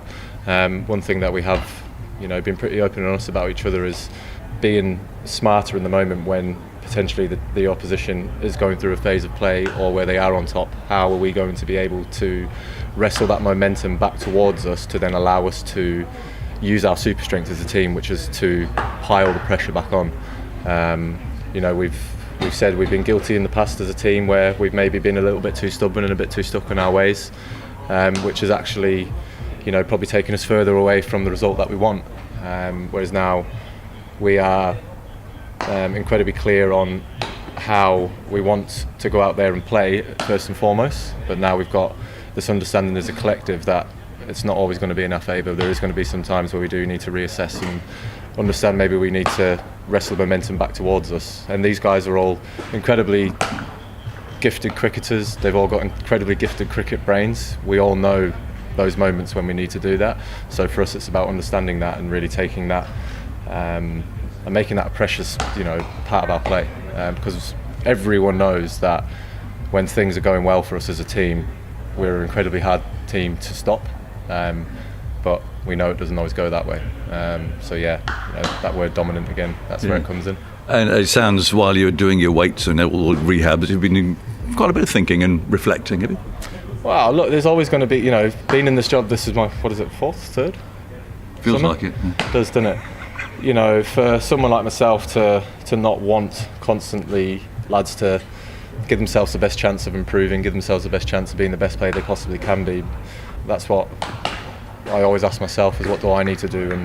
And there's also that team side of it where I don't ever want to look back on my time as England captain and think I could have done more to get this team where I think we can get to. And there's no doubt in my mind that we can be the best Test team in the world. So from here onwards, it's about trying to do that. And the way that you do that is go out there and win games of Test cricket. There we go. Ben Stokes talking to me yesterday. Lots to pick through there, I think. Michael Vaughan's alongside me. Our chief cricket reporter, Stefan Shemwalt, as well. We've been listening to McCullum and Stokes over the last couple of days. Go on then, Michael. Does it feel like a bit of a reset there? What do you think? It's come across over the last few days that in the language that Ben used there, the interview that Baz McCullum gave, it was great. You almost get a sense that they know that in the next, not this week, but in the next 10 Test matches after this week, the legacy of what they've delivered over the course of the last 2 or 3 years will be judged. And it's now time to win trophies. They've brought this kind of mentality and this culture into the England dressing room, and they've been so entertaining to watch. Yes, there's been ups, there's been some downs, but so far this group, they've not reached a World Test Championship final. Yeah. They haven't won an Ashes series and they haven't been beaten India. Well, over the course of the next 8 months, they've got a chance to beat India at home and go to Australia. And that's a big challenge, to go and beat Australia in their own backyard. But, if they don't beat them, we just want them to be really competitive. And by some of the cricket that they've played in the last 2 or 3 years, there's elements of their play I believe they can be successful in Australia. And then there's other elements of the way that they play and think you're going to get hammered if you carry on playing in that fashion. And I think I look back at, particularly last year actually, the loss to Sri Lanka at the Oval was a real concern for me. Yeah. Because ruthless sports teams and really good teams, and he says that they want to be the best team in the world. Well, the best team in the world wouldn't lose to Sri Lanka. And I'm not disrespecting Sri Lanka, but they shouldn't lose to Sri Lanka at the Oval in English conditions. They went to New Zealand and played great for 2 games. Then the last Test match, that was a really, really poor performance. Again, great sports teams don't do that. And I think from Pakistan one too was the same. Pakistan, yeah, you kind of look over the course of the last 2 or 3 years, and there's been outstanding performances. The first 2 Ashes Test matches, the first at Edgbaston, they dominated that game but didn't win. They then go to Lords, And we've spoken for hours about, taking on the short ball and Nathan Lyon's off the pitch, and they gave Australia the opportunity. They go 2-0 down, they came back strongly. And obviously the rain saved Australia at Old Trafford, but England didn't win that series. They didn't get the urn in their hands. And over the course of the next 8 months, I've really enjoyed listening to their language. And they've spoken like real... I wouldn't say it's their realisation that this is their moment, but it seems to me that they know that over the course of the next few months, their legacy as leaders will be judged. It's interesting, Stefan, isn't it? And that Michael's listed off the sort of the really bad performances along the way, and yet we are hearing what I think most of us have agreed to be listening to, whether we're up here or listening to the radio. Absolute nonsense coming out of the dressing rooms at times. Well, we don't care about this. We don't care if we get caught on the boundary. All the stuff that we heard, it just seems as if all the three of them, Rob Key, McCullum and Stokes, have all actually now, they've looked at this and thought we can't. It's a question of connecting with the public that they're really making a big thing about, connecting with the fans. That was the starting point, wasn't it? I mean, we've heard some ridiculous comments coming out of there. Yeah, we have. And England have had a little bit of time to think about this, actually. It's been a while since they've played, and they didn't have a very good winter, realistically. If you think what happened in Pakistan, yes, they won in New Zealand. They were awful in the white ball stuff after Christmas. So they're coming here and thinking that is the first prolonged period of time, actually, under McCullum, when you think that now the test team and the white ball team are all together, so that's all under one umbrella and one can bleed into the other, that then you go away and think, well, we haven't done very well for 6 months. And then we do say some things that when you see them written down, they do make us look a bit silly. Now, some of the stuff that Ben Duckett and Harry Brook say, we know what they mean, and they've said them to me and they've said them to you in interviews. And, as journalists, you could feed someone a question and say, I know I'm going to get a good answer here. And they'll do it for you and they'll almost jump into the net. And we're not trying to catch them out. And we also don't want them to show personality. We don't want them to be robots. We don't want them to be dull. But it sounds worse when you've just been beaten. Yes. And the bottom line is, just win. It doesn't matter what you say. It doesn't matter what you say in the media. It doesn't matter how many rounds of golf you play. If you're winning, spectators will forgive and fans will forgive everything. I think what I'm most interested in, though, is the why now. Why now are they worried about what the public perception is? Because at the very start of the McCullum-Stokes regime, it was all about just what goes on in the dressing room. And you'll tell me, Michael, from being England captain, what is more important? What gets said in the dressing room or what the public think of you? Because it is just shaped by results, isn't it? Yeah, I mean, clearly some of the language that's been used in the dressing room has been used in the media.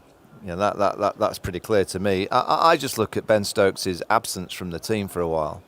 And sometimes when you're the captain and you're sat at home and you're actually watching your team, so the white ball team that were poor in India, they were poor in the Champions Trophy. Ben Stokes sitting at home and also seeing some of the interviews and seeing some of the things that his players are saying, even though he's not there, I just wonder if he sat back like we do and almost like he's a fan and going, oh, that's not good. Yes. That doesn't come across great. And sometimes you have to step away to actually realise what it's looking like. And maybe that's been a good thing for Ben Stokes. The reason why they're speaking now is because this is the important year. This is the year that they're going to get judged on. In the Ashes series in a couple of years in the UK, you would hope that, they should be favourites to beat Australia in the UK conditions. But in a few months' time, I'm looking at this England side and thinking, India at home, we haven't lost at home for a number of years. So you would hope that they'll have enough to beat India, even though India will bring a very, very talented group of players. If all those bowlers are fit, it will not be easy. Yep. But it's the Australian challenge. And when I heard Ben say, we've got it in us to be the best team in the world, he's now said that. We now need the proof. We now need to, how are you going to get to be the best team in the world? And the best team in the world don't switch off when you're 2-0 up in a series. You don't get beaten by Sri Lanka. You don't get bowled out in a session a bit. The bouncer theory gets produced. You don't hit it all down to square leg. Nathan Lyon with no fielders around the bat. You don't give him a fifer. Joe Root doesn't dance down and try and whack one out of Birmingham. Johnny Bairstow doesn't try and reverse sweep one when you're dominating a game. Great teams don't do that. So I'm just wondering whether they had a camp in. I think they had a camp in London and then went to Loughborough, but they had a get together in London. And I just wonder whether they had a weekend before they went training the cricket skills of just chatting. And maybe they got a reflection from outside of what it's looked like and what does a really great team look like. And maybe they've had some, I'm not sure if they have, but I'm guessing that they might have had one or two people from outside of cricket to say, look, great teams don't speak in that language. They don't, and they don't talk in a blasé manner when things go wrong. You own it. It was quite disrespectful at times too. I felt that the opponents were going, "What are they saying here?" They're almost like taking the mickey out of it. Yeah, I mean, we've got to be careful because some of the comments that they make, and Steph's right. They've been incredibly entertaining. Well, they have. In terms of a side to watch, yeah. In the last 3 years, I've been more entertained watching this team, and it's been because they've been brilliant and they've been garbage, yes. And then sometimes they've spoke brilliantly and then they've spoke garbage, and let's not beat them up too much because in the media and in the public, you want a few characters. Ben Duckett's comments in India, when I can't remember who was interviewing him, said, the more the merrier. How many do you want to chase? The more the merrier. I mean, it's just, it's mad, but it's brilliant in a way. So we don't want to be too critical, but this is the year that they've now played together for a number of years now. It's quite a core group, and when you've had a core group together for a period of time, you've got to lift trophies. It does sound like a reset, though, doesn't it? It does sound, and the way they've played today, I know they've rattled up 130 without breaking sweat, really, but they've just played, really, haven't they? I mean, and putting that alongside what Stokes was saying yesterday, do you sense that there is a bit of a reassessment about how they're going to play? I'm not going to judge them on this week. No. I don't want to. 4-day game and all that. I don't want to disrespect Zimbabwe, but that was as poor a bowling performance I've seen in Test cricket for a long period of time. So I'm not judging England this week. When Bumrah, Shami, Siraj and co come at them, and the ball's doing a little bit, and they're under a bit of pressure, that's when I'm going to judge the England side.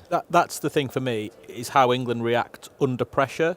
Because the problem when England lose, they don't just get beat, do they? They get hammered. Yes. And there's not many times when you see England under the pump and somehow find a way to get back into a game, or their way of getting back into a game is one way. We'll just go hard. We'll keep going hard. And Ben Stokes had mentioned it in that interview with you then, and he's not talking about anything revolutionary. We want to dominate. Well, all teams want to dominate. And when we're under pressure, we need to find a way to get back into the game. Well, again, that's just been Test cricket for how many years? What I would say about England is they haven't always found that, and Rawalpindi was a great example of that when the ball was turning. And was it Saud Shakil who got that 100, just kept knocking it? One. England would never do that, or they haven't done that. Or Dominate's a really dangerous word for me, because when you're playing the best teams, and India are up there with the best, Australia in their own backyard, an incredible cricket, I don't think you can dominate. You've just got to win. And I'll go back to the football last night. So Ange Ball. Ange Postecoglou, he's played this brand of football for a few years now, on the front foot. That's the way that we play. Well, actually, last night he didn't do that because he knew he had to win.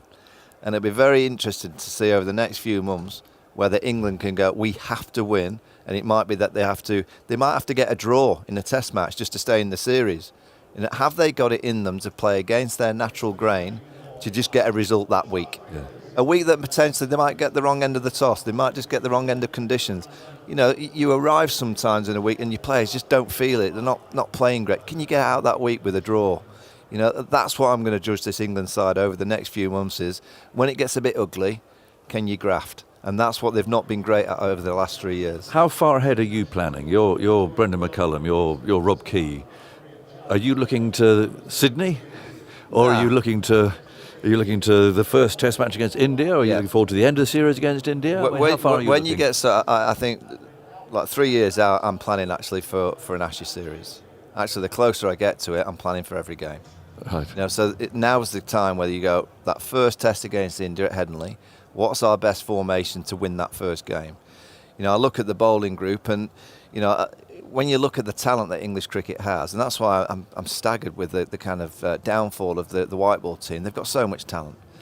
And I look at this England Test match team, the only thing that they're missing, they've got all the seam options, is a world-class spinner. Yeah. They don't have a world-class spinner. So to become the great team in the kind of era that you're playing, you have to find a world-class spinner. To go and win in India, to win in Pakistan when it's spinning, Bangladesh, these places, Sri Lanka, you've got to find a world-class spinner. So I think they Do you need one in Australia?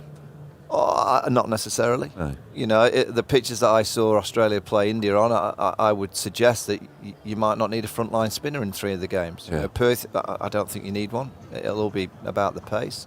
Brisbane. Sydney actually now is a green top. Right. You know, Nathan Lyon hardly bowled. I don't actually think he bowled about 3 or 4 overs. That Kookaburra ball with the big seam as well. Yeah, he's doing a lot more, and you know, Brisbane in a day nighter, you're not going to fancy bowling a spinner. So probably Adelaide, you'd need your spinner. But you know, for England to be that great side, they need to find a world-class spinner. But over the course of the next few games, it's about just picking the right formation to make sure that you win games of cricket. The only way that I think they can beat India is to stay in the here and now, in the present, and just win the days. You know, you win each day if you Session by possibly session. can. Yep. Old school, Yep. old school processes.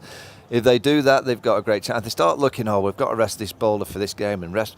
Just pick your best team every week from now on in, and they've got you would hope if Mark Wood can get fit and Jofra Archer can get fit. Great to see Josh Tongue. I think Josh Tongue is a real big comeback. You know, he is that point of difference bowler because of that front on action. He's a different style of seam bowler that you usually face. So he's a really good addition to the team. And they've added Sam Cook. They've got those kind of bowlers. Chris Wokes will come back in hopefully. You've got Matthew Potts.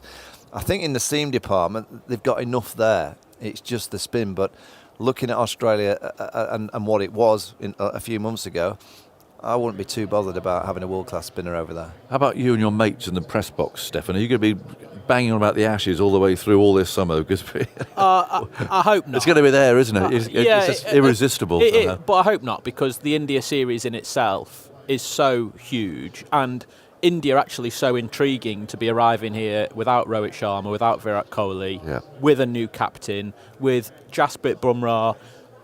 Is he the best cricketer in the world at the minute, pound for pound? I think in the Test. Without question, he's the best bowler. Yeah, so, I mean, he could win 2 Test matches on his own against England. So, if they aren't, and they will be, switched on to that, I don't think England will be looking past India at all. I hope we don't, as a collective, that we don't get too carried away with that Ashes narrative to sort of look past India. And also, England's best chance of winning in Australia is to beat India first. Yes. Fitness of fast bowlers. I mean, so we've got them all. I watched Ollie Stone actually yesterday, running in out here. Did we watch him voting? He seemed quite cheerful about his prospect. Yeah, and when you're talking about planning for the Ashes, what we're essentially talking about is planning the fast bowling attack, isn't it? Because hopefully England go there with a settled top 6. They know what their batting order is. And you would say actually that this team under Stokes and McCullum, they don't rotate. If anything, they haven't rotated enough. And I'd go back to Hamilton in New Zealand, where Carson Atkinson were flogged actually through that tour. They shouldn't have played in that 3rd test, and they looked out on their knees. If you're throwing it forward to the Ashes, remember the last tour when England's planned, they overthought. No Broad and Anderson at Brisbane, Ollie Robinson bowling spin in Adelaide. It was almost like plans made in Loughborough. Undid them in Australia, and the schedule in Australia is actually quite kind.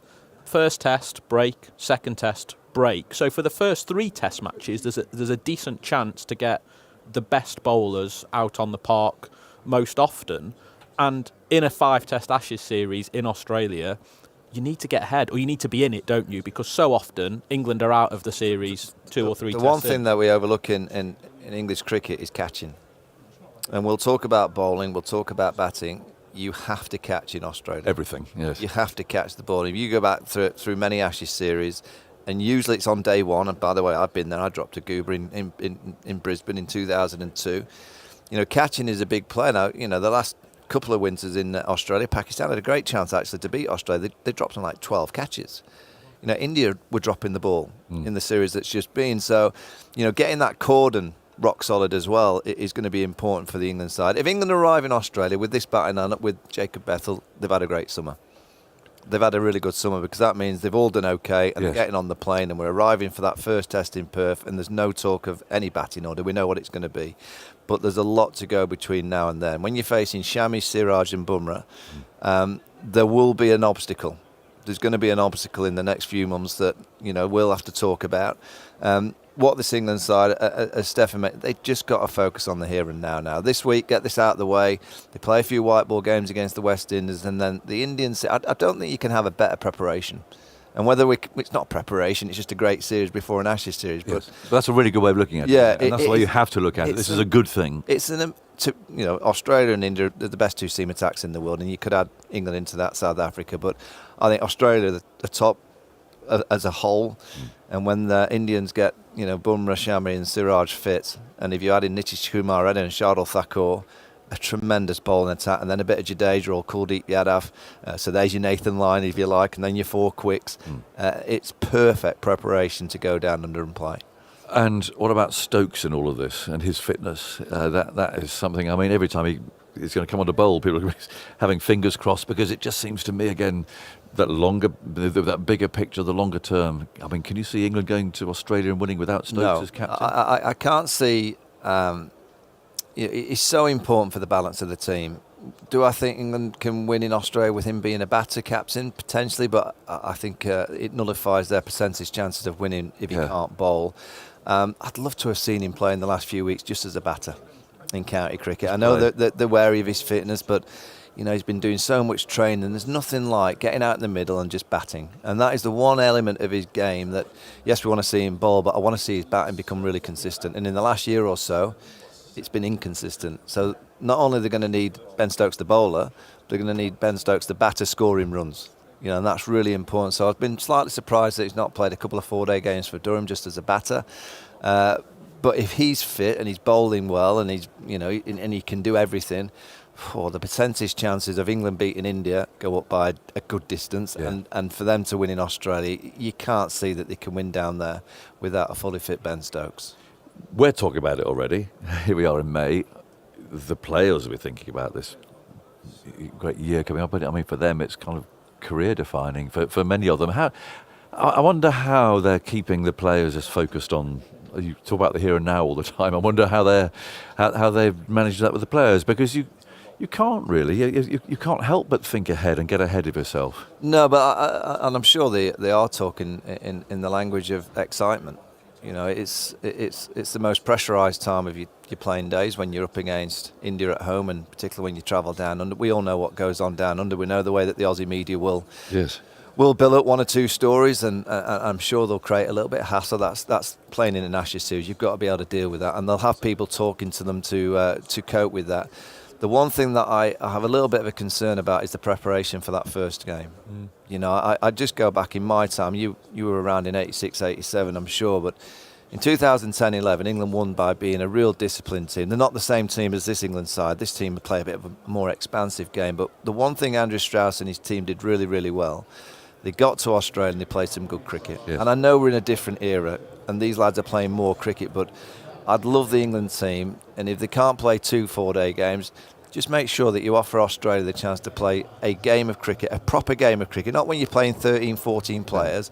Play their A side if you possibly can. Play at the Wacker. I totally agree with you. They'll be in Perth, and say to Australia, and put it on your television, and send the message to the Aussies, by the way, we're coming with our team, we want to play your A side, put it on your television and win. Yes. And win a game of cricket before you go over the road and play at the Perth Stadium. I feel that would be the best chance of England starting the Ashes. They have to play against an Australian team for me. If they're just going to play amongst themselves, I'd be pretty upset about it. Their argument will be that they've been to Pakistan in recent times and they keep winning first test of series. Correct. By what they've been doing. That's what they'll say, that we went to Abu Dhabi and played a bit of golf and had a bit of a 2-day game amongst ourselves, and we won in Pakistan.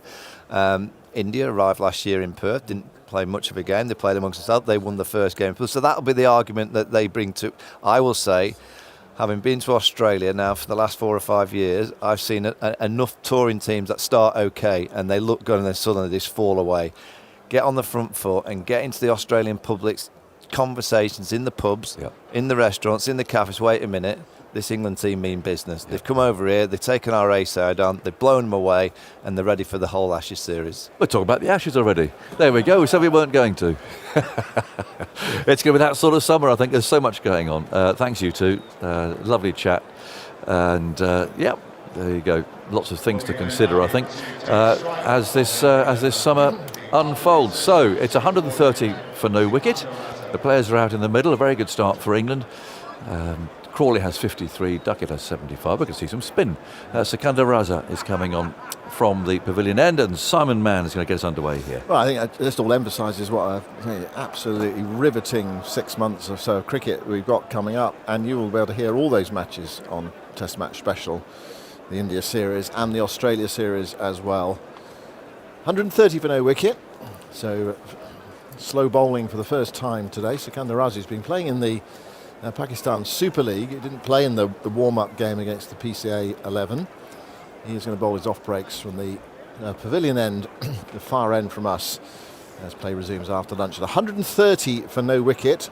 His first ball is pushed by Duckett back down the offside of the pitch, and Raza goes across and deflects it towards extra cover, where it's picked up by Shaun Williams, and there is no run. He's bowling with a slip. There's a long off in as well. He's not quite all the way back. There's also a deep backward point, a deep backward square leg. So 3 fielders out, and only one attacking fielder, if you like, one slip. As Raza bowls a short ball outside the off stump, which is forced away by Duckett. Lovely looking shot, but also a fine piece of fielding by Bennett in the covers. Prevents a boundary. That would have been 4. It was hit so sweetly by Duckett off the back foot. Typical Duckett shot with wristy force. Duckett's on 75. England are 130 for no wicket. Still overcast at Trent Bridge. Raza bowls, and Duckett gets his first run, and England's first run after lunch, playing it up towards that long off fielder. So Duckett moves to 76, and England to 131 for no wicket. Henry Olonga back alongside me, former Zimbabwe pace bowler, a man of many countries. You were telling me last night, but born in Zambia. Yes. Right. Lived in Kenya. Zimbabwe. That's right. England. Australia. Yeah. I'm the least neutral of commentators, or the most. I'm not sure. It depends on which way you skin the cat. Here's Sikandar Raza bowling, turned away by Crawley for his first run after lunch, to the left of Blessing Muzarabani, fielding a short, fine leg. 132 for no wicket. It's interesting to start with spin after lunch. I'm guessing it's because of the rather slow over rate they had from the first session. They only bowled 26 in a couple of hours. And there's some stiff fines nowadays if you don't keep up with the over rate. Here is Sikandar Raza bowling, and again eased up towards long off by Duckett. He gets another single. 133 for no wicket. This is the 27th over. What conversations do you think would have been had in that Zimbabwe dressing room at lunchtime, perhaps after this ball actually, from Sikandar Raza, hiding the ball behind his back as he runs into Crawley. Crawley stands up and punches it towards long on. It's very well fielded by a straight mid-wicket. It's Williams going away to his left-hand side, diving to his left, and prevents a single. So 3 runs off that first over after lunch. England 133 for no wicket. Well, I wish I could have been a fly on the wall, but I suspect one of the things I'll want to address is the constant dishing up of 4 balls. There have been way too many bad balls, long hops, over pitch, too wide, too short, and it feels to me like it feels like it's been won and over. I'm not saying that's the case. It just feels like it's been so often given a ball they can hit for 4, and that's just unshackled these 2 batsmen who normally have to look to play aggressively, and today they haven't really done that. I mean, they're going at almost a runner ball, at least Duckett is, and it's been done without any anger.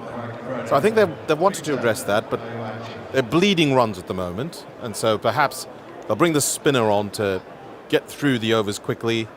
I mean, it may also be they just want to change ends for one of the bowlers. I'm not sure. We'll see in a couple of overs.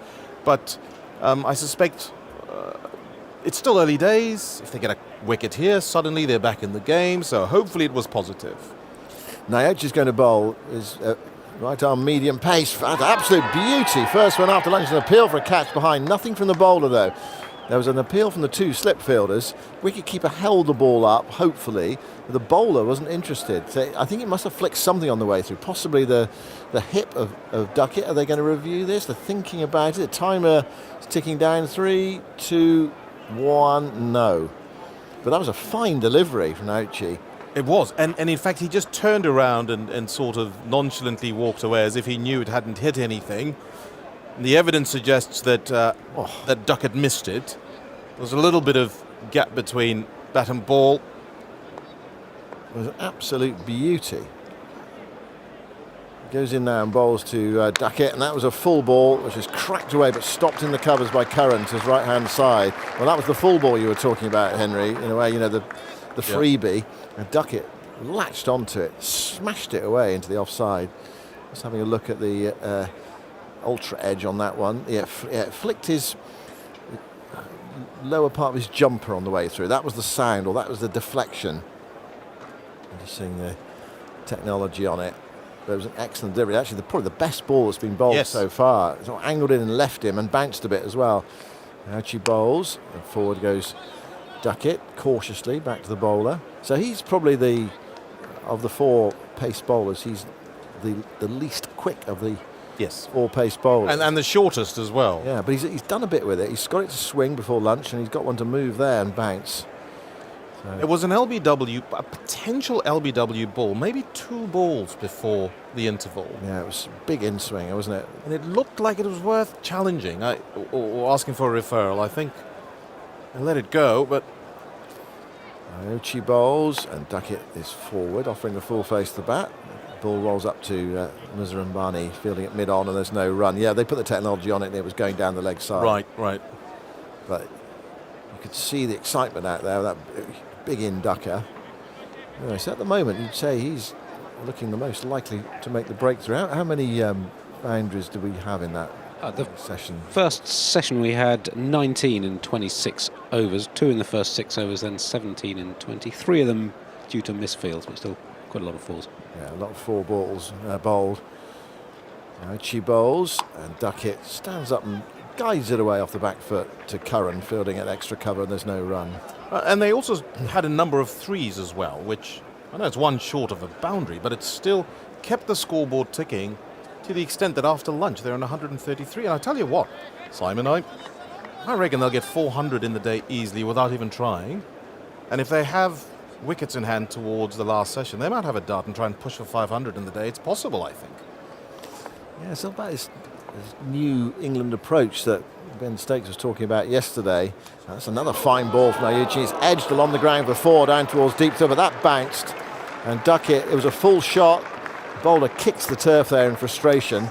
He does look the most likely. He's got a really excellent first over after lunch. 137 for no wicket. Duckett goes to 81 with his streakiest shot so far. He wasn't in control of that at all. He was squared up by it. I have to agree with you, Simon, and I think this is probably a symptom of a defensive field placing. Because of all the 4 balls that have been going, they've now gone defensive, and they've stuck guys in cover, whereas they started with 3 slips. That would have gone to maybe a 3rd, perhaps. Would have taken some catching. I don't think it quite carried. Yeah, it might have been a low one. Yeah. But yes, very threatening from Nyauchi. They're excellent first over after lunch. The Zimbabweans need more of that. They need to string a number of overs like that to force Duckett and Crawley to start playing risky shots. It's going to be Raza to continue. His off breaks down the leg side, flicked away by Crawley, no trouble at all. And throw is on its way from the deep. It's Garvava down there, at deep backwards square leg. 138 for no wicket. Crawley to 55. England's scoring rate is dipped below 5 and over. It was above it and dead on it at times this morning. So 5 and over a 90 over day. 5 nines, as everyone knows. As Duckett plays the reverse sweep and good contact, that goes away for 4. Oh, he's so good at that. He's such a fine player of slow bowling, Ben Duckett. 142 for no wicket. Duckett to 85 with that reverse, and it was a low full toss. He didn't hit it perfectly, and the slip field was anticipating, trying to go to his left to take the catch with the skipper, Irvin, but it was wide of him. Enough on it to go to the boundary for 4. 142 for no wicket. What's going on down beneath us? Someone might have injured himself. Yeah, I think it's... Oh, that's not good. It might be a hamstring, is it? Negarava? Yeah. He's down beneath. I had to stand up to see him. Oh, he's limping off as he went to field that ball. And the way he's clutching it, his right leg suggests he might have done a hamstring there. He was out of our sight because of the down beneath us. We've got the fence in front of us. Oh, he's back. I reckon it's back. He's just might have. Well, the physio or someone, one of the backup staff's come out. It's the 12th man. Now the physio's on his way. Just having another look to see how it happened. The ball had gone for 4, so there was no. He wasn't sort of sprinting after it, but it might have happened actually after he was jogging towards it rather than running towards it, or perhaps even bending down to pick it up. Well, this is unfortunate if it's the kind of injury that'll keep him out of the game so early. There's a familiar face for me, the physiotherapist Amato Machukicho. He used to be the physio when I played, and he had a hiatus for about 7 years, and he's back. Having a chat to his charge to see how bad it is, but it looks like he's shaking his head. It doesn't look good, Simon. It doesn't. It's hard to tell whether it's a back injury or a hamstring. He's clutched both his left and his right thighs in that hamstring area. It might be a back spasm, and now they're bringing the cart on. It's got lots of kit on it. They have to take the kit off, I think, to take him off the field. I don't think I've ever seen this on a test match ground before. There's a cart being brought out with lots of kit on the back, and they'll have to take it all off, presumably, to get him on there, unless they can just sit on the back of the cart. But that risks him falling off. You've got to kind of secure him on the cart. He's right by the boundary edge. I think one of the people sitting in the passenger seat was a nurse, or at least one of the respondents with the ambos, and I'm using an Australian term there. Sorry, the ambulance, service. And there's obviously a spare seat now. They'll let him sit on the passenger seat. Although not actually that easy for him to manoeuvre himself into the seat. And the tall man, he's actually using his right hand to lift his left leg onto the seat.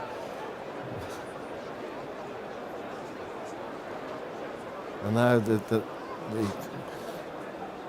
attendant from the ambulance service is lifting his right leg onto the cart. Well, I mean, that doesn't look good. It looks as though Zimbabwe have to play the rest of the game with 10, and one of their bowlers is off the field. Well, let's hope, for his sake, it's a back spasm or something like that rather than a hamstring. Because the hamstring, that's it, he's out of the game. As he goes off, he seems to be clutching his lower part of the right side of his back. So it may be a back spasm.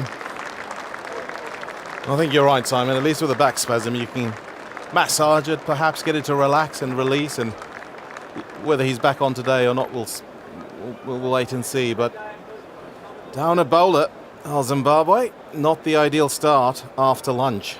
Well, we're up against it here. 142 for no wicket. Duckett's on 85. Raza bowls. Duckett drives. Might get 2 here out to wide, long off. He's off for 1. Yeah, Crawley's going to respond. Actually slipped slightly at the striker's end as he came back for the second. Regained his balance and made it to that far end. So he comes back for 2, Duckett and Crawley. Duckett goes to 87. 144 for no wicket. I would suggest, Simon, I might know what may have happened. And I'll explain it after this next ball. Okay, Sikandar. Raza to Duckett. He pushes it up to long off, straight to the fielder this time, so it's only a single. I'm Duckett at the moment against Sikandar. Raza looks like he's having a bit of a net out there. No spin, no obvious spin anyway. No, it's easy batting at the moment, but I suspect it's the cold. And because he wasn't bowling, he didn't warm up. He's run around, got onto the field, and he's ambling along, and he's just tweaked something in his lower back because he hadn't stretched. Raza bowls to Crawley. Crawley's forward, blocking a ball just outside the off stump, pushes it around the offside. Yeah, so that's my best guess. Yeah, no, it could well be. It's probably the coldest day we've had for, a month or something like that. Today we had the sun out, but today it's overcast. Raza bowls. Crawley sweeps. Good contact. He's hit that away into the leg side. Fielder out there didn't see it. Doesn't know where it's gone. It's gone for 4 to his left-hand side. Really well struck by Zach Crawley. And that's the end of the over, the 22nd boundary of the innings. England bounding along, 149 for no wicket. Crawley has 59 with that 4. Duckett has 88. More from you, Henry, and then Alison Mitchell. Well, suddenly England are sniffing possibly the fact that they can start to accelerate now. If Zimbabwe start this post-lunch session down a bowler, well, my gosh, that opens the door for England to get a bit more aggressive and come after them and try and get another bowler out of the attack. If they can hit Hassan Raza out of the attack, then Irvine has a lot to think of. Alison, good afternoon. Hello, Henry. Good afternoon. What a shame to see Richard Ngarava taken off. Let's hope that if it is a back issue, that it can be helped with some physio and he will be able to play a further role. But in the meantime, Duckett is facing up to a ball outside the off stump. He's on 88. And again, we're continuing with Victor Nyonichi, who is bowling with his long sleeves. He's operating in that mid-70s range, mid to low 70s at times. So it's not a pace which has caused any trouble so far. But funnily enough, in the previous over, he looked like, I think, to my estimation, although one of them ran away for a boundary, the most threatening of the day. Goes to show. Bowled a good length. Yep, sometimes your skills is all about the pace. Around the wickets, angling it into Duckett, works it into short mid-wicket, no run. And I think I had mentioned earlier that the Zimbabweans were rather slow to do this oh-so-modern tactic of coming round the wicket to the left-handers and trying to angle it in and take it away off the deck, which of late has been very, very effective. Many fast bowlers prefer this as an angle of attack nowadays. When you can find that nibble off the pitch, you don't have to have the express pace. Find enough movement. Duckett awaits around the wicket again. Fuller, it brings defence this time from Duckett, getting well low over the ball and forward defence angling the bat, picked up by Raza in the onside, and there's no run. 149 without loss. England. It was a tough old morning session for Zimbabwe. The only half chance I can think of was the potential caught and bowled back to Mazhar Rabbani off the bat of Zach Crawley, but nothing else of real note. You feel it's going to be batter error, lapsing concentration that might bring a wicket. They've got to keep going. Nyonichi in. This is fifth over. Outside the off stump, carved away just wide of gully by Duckett. Nicely controlled as well. He picked up just inside the rope. And Duckett comes back for his second. It takes him onto 90. He has 4 Test hundreds under his belt so far. 90 off 88 balls, and the 150 up for England. 151 without loss. This is extraordinary, and I'll tell you why it's extraordinary, Ali, is because they haven't played shots in anger. I mean, don't get me wrong, they're playing aggressively and they're punishing the bad ball, but it doesn't feel like baseball at all. It actually just feels like they're playing regulation cricket. Good Test cricket, they're punishing the bad ball, but they're being patient and respecting the good ones as well. Utterly in control. Duckett this time, forward defence. The ball drops into the turf, balloons up and lands in front of the feet of the bowler. And there's no run. Yeah, it's been quite calm, but fast progression. Yes. Sounds like a bit of an oxymoron in many ways, but no, the runs have just been flowing with orthodox cricket shots. And the square is pretty quick, so if you hit it along the square, it's value for runs. You're going to get 4. And they've just done enough to keep the bowlers unsettled. Zimbabwe've never settled on a good line and length. Nyonichi running in past the umpire. His right arm around, and Duckett again defends on off stump. Back up to the bowler, he picks up. No run, end of the over then. So Duckett a runnable 90 alongside Crawley on 59. England 151 without loss. Ollie Pope is due in next if and whenever this partnership is broken. And then Root, Brooke, Jamie Smith, the keeper. And then Stokes, Atkinson, Sam Cook on debut, Josh Tongue and Shoaib Bashir. That is the England lineup for this first Test match of what is a big summer for them. Sikandar Raza to continue.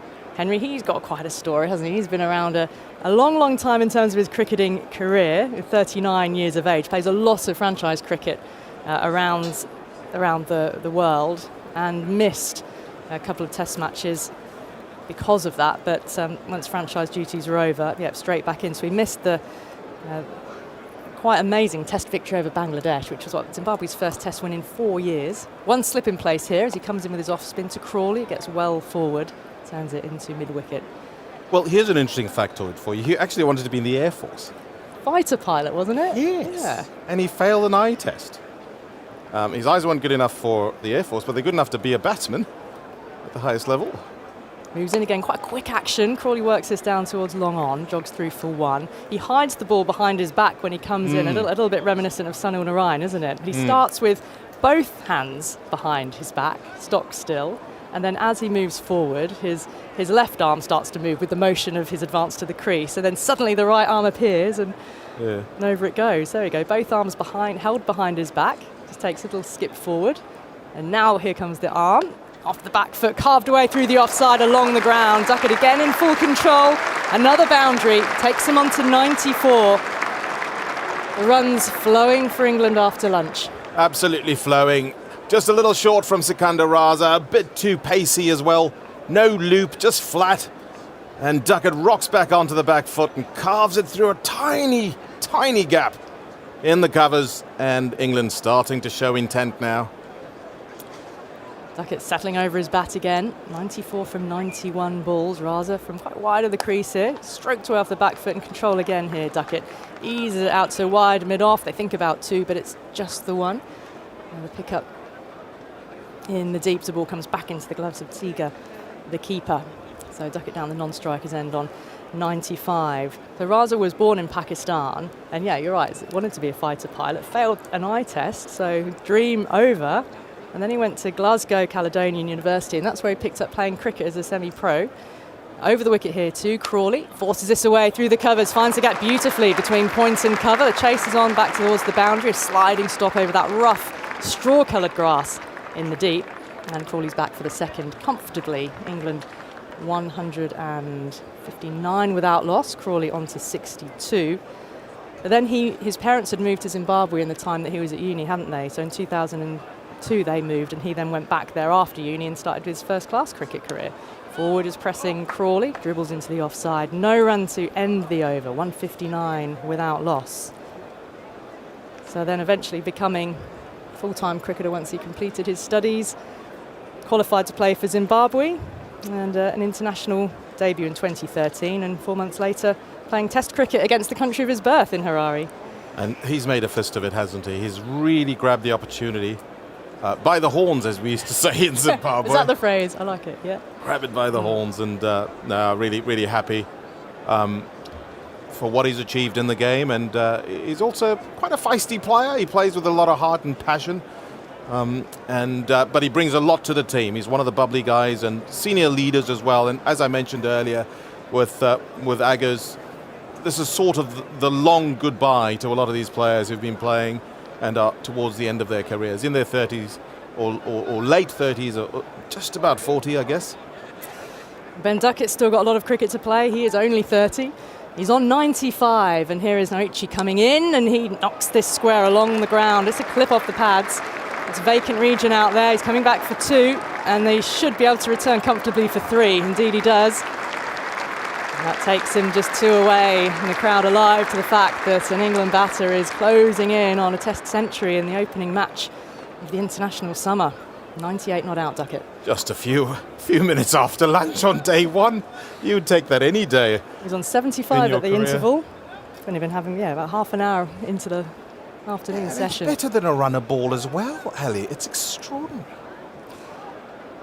And it doesn't feel like as I said, I keep saying this, it doesn't feel like he's been out there going, I'm going to take the Bazball approach to Zimbabwe. It's not been a bombastic innings, has it? All.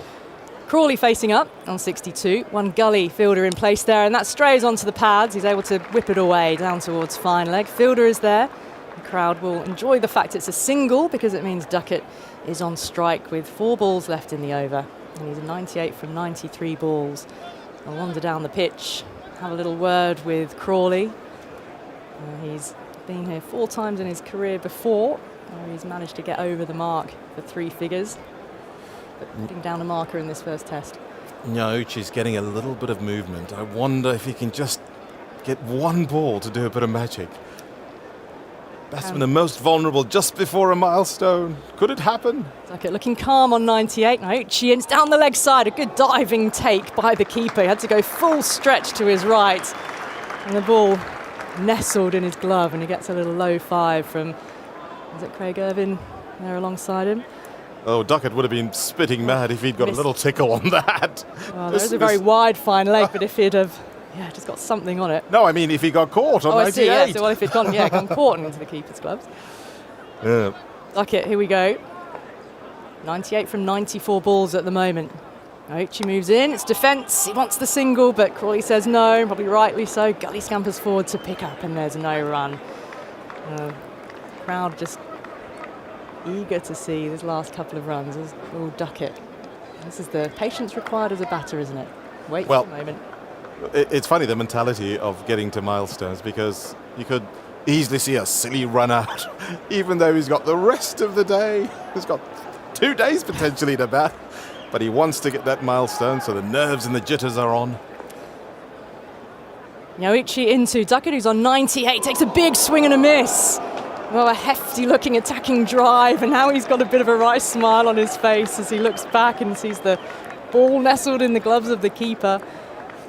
Yeah, it doesn't matter what the circumstance. I mean, in terms of the match at the moment, England are under no pressure. All the pressure's on Zimbabwe. They've got such a big opening partnership together, and yet getting to 3 figures is still so important. Duckett has, well, you mentioned 400s, but he's had a few near misses. 98 against Australia at Lords, 92 in Wellington back in December, 4 dismissals in the 80s as well. Ooh. This is what plays on your mind. Duckett on 98, another attempt to get to the 100. He gets it past the infield for 1. It'll only be the single.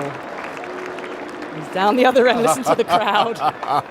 A low boo, but it is the last ball of the over, so he'll be on strike for the start of the next on 99 from 97. 164 without loss, England. Crawley with him on 63. But yeah, tense sort of moment within a morning that's really a day which has so far lacked tension because the competitiveness hasn't quite been there, and the threat from the Zimbabwe bowlers hasn't been there. Yes, and I don't get the fuss about the 1 run. 99 versus 100. Oh, you're a legend if you get 1 more. If you don't, well, it's a statistic that Andy reads out. It's all the milestones, all the important milestones. Henry Alonga with us on a test match special for this one-off test match against Zimbabwe. Henry last played test cricket 2002. Yes, was your last against match, wasn't it? Pakistan, if I'm not mistaken, yes. And now we're watching Ben Duckett on 99. So Sikandar Raza calls his field up. Duckett on the brink of this milestone. Raza is in. He's behind square to find short fine leg in Mazhar Abani. And no run. That was a very quick call from Crawley to say, stay there. It's not very sporting of the English crowds to boo the fact that he hasn't got his 100. Half in support. They're in support. 1 slip is in place. Duckett on 99. Rachie comes in. He blocks it back up the pitch into the hands of the bowler. How are you keeping count of number of deliveries on 99 here for me, Andy? Just the 2 so far. The nervous 98s and 99s. Raza hides that ball behind his back. It is behind the umpire into Duckett, who tickles this into the onside square of the wicket for the single that brings up his 5th test century. He'll want to make it big. It's been a dominant day so far for England with the bat. He removes his helmet. He spins to acknowledge Trent Bridge crowd are on their feet, and now he gets a big hug from his batting partner, Zach Crawley, because Duckett is 100 not out at a runner ball. He's scored hundreds quicker than this. But at his pace, he's barely been troubled, and yet he's still managed to score at a runner ball. And England now 165 without loss. Well, hello, Vic Marks. Hello. He's cruised there, hasn't he? Chose an opportune moment to come in then. Crawley off the back foot, forces that away, and that's beaten the point fielder and skims across the outfield for 4. Do you know, if you can beat the infield, if there's no protection on the boundary, there is very little chance for a fielder to chase back. It's been so dry, and the outfield has got that pace. 169 without loss. Crawley really eyeing up, trying to join Duckett on 3 figures. He's got a little way to go yet, 67 from 97. Crawley the snail, really. Contrasting innings. I mean, 67 from 97, usually okay, but Duckett has sped there without really breaking sweat. Right. Raza in into Crawley, drops it into the onside towards short mid-wicket, and there is no run. Results in terms of Duckett and the pace of his hundreds. At a runner ball, how many has he scored at quicker than a runner ball from those he's had so far? There's Raza is in again, and good defence from Crawley, back up the pitch. to end the over. 169 without loss, Crawley 67. Duckett on this 100 then, Andy. What's his fifth 100? One of them he scored fast. That was 88 balls against India in Rajkot. A fantastic innings of 153, reached his 100 from 88 balls that time. In Rawalpindi, in that recall match, his first test for 6 odd years, 105 balls, 106 balls against Ireland 2 years ago. This is only other home test 100 before this one, and 120 balls in Multan last winter. In terms of England's fastest 100s, the 5th fastest 100 by an England opener, behind 2 of Crawley's and 1 of his own, plus Graham Gooch's 95 balls century against India. The second innings of that game in 1990, after scoring a triple 100 in the first. And I think without breaking sweat, it explains it perfectly. This one sits up, oh, and it's just beating the diving. Short mid-wicket. It was aerial, it was there to be hit though.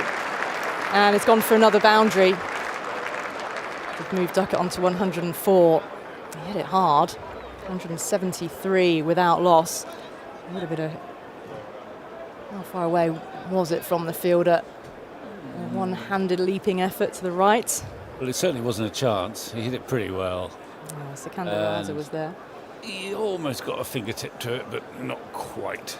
The bowler was excited for a moment. Would have been an incredible take if he managed to well, grab we it. don't put that down as a chance, I don't think.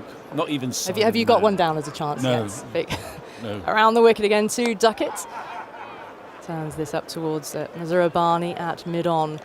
Again, that half chance was a potential catch in the follow-through for Mazhar Rabbani off Crawley. It wasn't a miss hit in the morning session, but yeah, nothing else to speak of in terms of pressure on these two. So the opportunity is certainly there, isn't it, to go big, and Ben Stokes will have been eyeing up, batting put into bat here. From their perspective, England will, if they can, if they want to dominate, it's bat once, bat big, and look to bowl Zimbabwe out twice. Forced back, and that was nearly a caught and bowled. I think he got hands to that. He's ended up flat on his front in his follow-through. Came directly at him, went forward for it, which is always difficult to take if you're diving forward. Now, what part of the body did it come off? If they took a firm back foot punch, it didn't carry anyway. Just in front of the hands. Valiant effort. But he actually got quite close to getting a wicket, even though he's not got the pace of the others. But he's just got a little bit of movement, and he's very eager, and he's smiling there. He hasn't dropped the catch. He knew he nearly had a chance. Around the wicket here, and Duckett thrashes at this, and that's an excellent stop. One-handed, with extra cover, bit of a stinger. It certainly saved a run, and would have saved more than a single. 173 without loss is the score. Duckett 104 at a runner ball. Crawley on 67. And England utterly dominating so far. It's not possible these two could bat all day, is it? It is possible, of course. Anything it's possible. It is possible until one of them's out, Ali. I think you'll find. That's how cricket works. Duckett this time square of the wicket, along the ground once more. He's just batting serenely, but picking up runs at pace. 177 without loss now. Duckett onto 108. On this ground in 1989, Australia batted the whole first day without losing a wicket. Jeff Marsh and Mark Taylor, 301 for naught. Stumps. See, no precedent. Yeah, I think it might have precedent. Might have been Devon Markham's debut, but I think Devon was definitely playing. Only got 3. What year again? 90. 1989. Turning at the end of his mark. Nyauchi.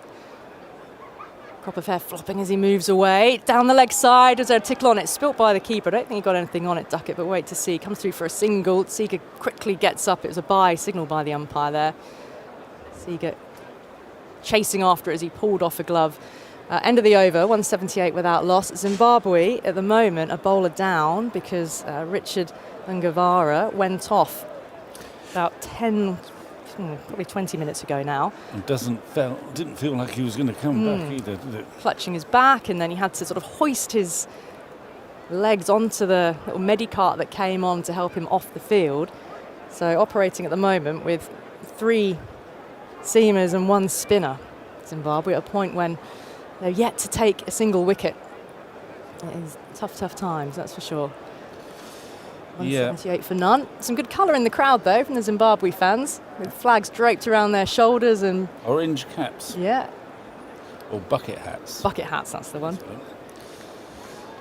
Well, it's sort of tempting to think that the old firm is back, Duckett and Crawley, but I think they just have to hold water for a bit. I mean, Zimbabwe asking for a change of ball now. it's a very good partnership, this, but it is against limited opposition, so we don't think all the concerns about the upper order are completely washed away by this partnership. But what more can they do? They're going to change that ball. It doesn't go through the hoop. No, it's had a bit of a battering, I suppose. A box of used balls will be brought out. And there we go, a lovely demonstration we're seeing of it won't go through. Umpire Damasceno holding the calipers. Yeah, I guess so. Well, that might give Zimbabwe a little bit of hope, perhaps as we saw at the Oval in the Ashes Test a couple of years ago, a change of ball. Yeah. Really bring a change of fortune, but we'll wait to see if that is indeed the case. Vic, did you tour Zimbabwe in your time playing? Never did, no?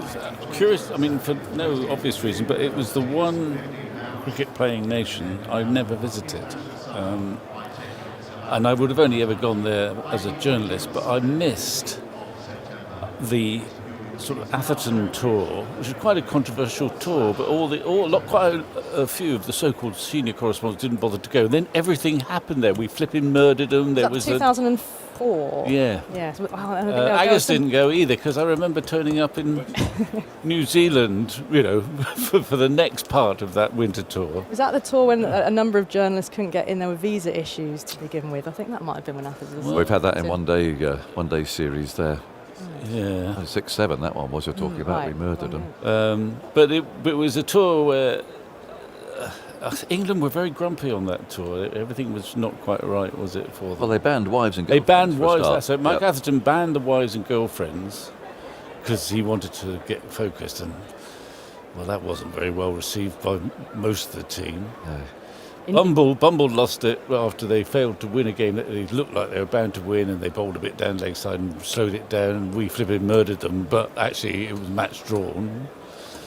Then they had that match in New Zealand against New Zealand A, in which Jeff Allott took a load of wickets. Yes. The pitch blew up, and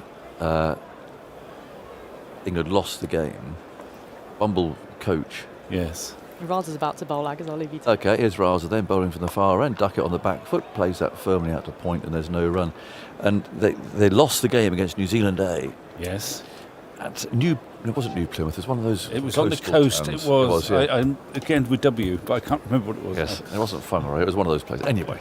Anyway, Bumble appeared for the press conference, if you remember, and in comes Raza, and it's driven out to cover, and delivered an unusual rant about proceedings, to the point that our old friend Paul Weaver, who I think was a colleague of yours for a while, wasn't he? Right, yeah.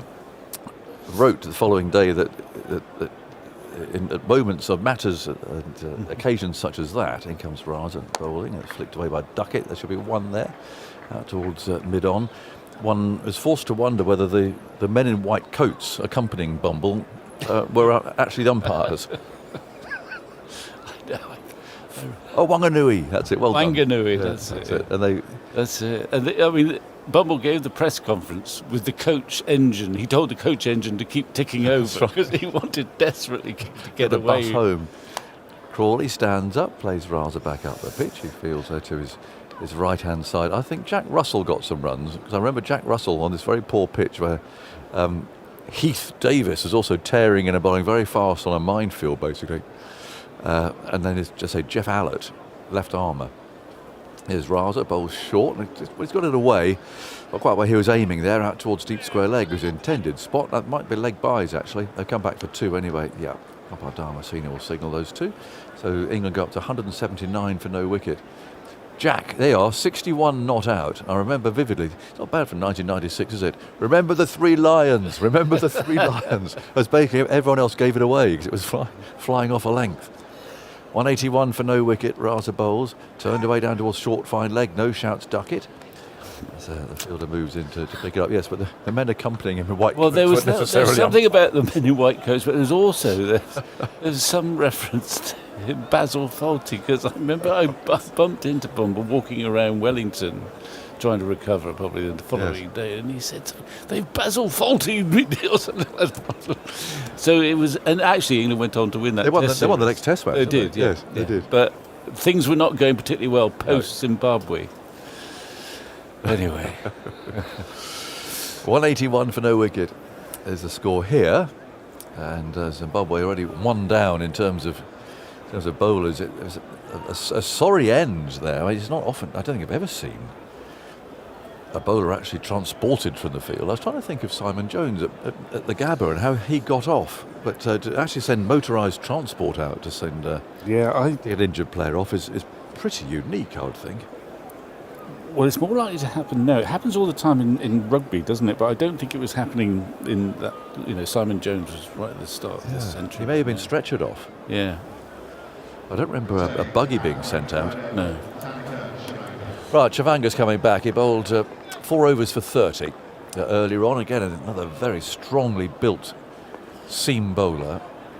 And Zimbabwe here, where they're going to get a wicket from. Duckett's on 109. His 5th Test century, and he bowls outside the off stump, quite wide from round the wicket, and Duckett has a little Duckett-like dabble at it and misses the ball altogether. 181 for no wicket. Crowd sounding cheerful. There are a few Zimbabwean supporters here, I noticed by their brightly coloured shirts. There are a lot of Zimbabwe supporters in the World Cup in Australia. Oh, probably quite a few Zimbabweans have emigrated to Australia, I guess. Chavanga, he runs probably further than anyone in the Zimbabwean attack. In he goes now, round the wicket, bowls short of a length with a bit of a grunt, and Duckett on the back foot. Plays that out to Williams, who's fielding at cover. A senior statesman in this side, been around a long, long time. Leading batsman. 181 for no wicket. Chavanga walks briskly back to his mark. Once again, still very cloudy. Tomorrow's going to be the better of the days by the sounds of it. Went to the weather forecast this morning. Nice warm day tomorrow. You might be shedding your jacket tomorrow, Victor. Hope so. 181 for no wicket. Chavanga bowls on the leg stump again with that grunt. This time it's picked up at mid-wicket. Ben Curran seems to have lost track of his brothers. They've been seen in the ground and not sitting in a nice comfy box or anything, but sitting out in the crowd. But, not sure where they are at the moment. That's rather nice, isn't it? Both brothers being. Yeah.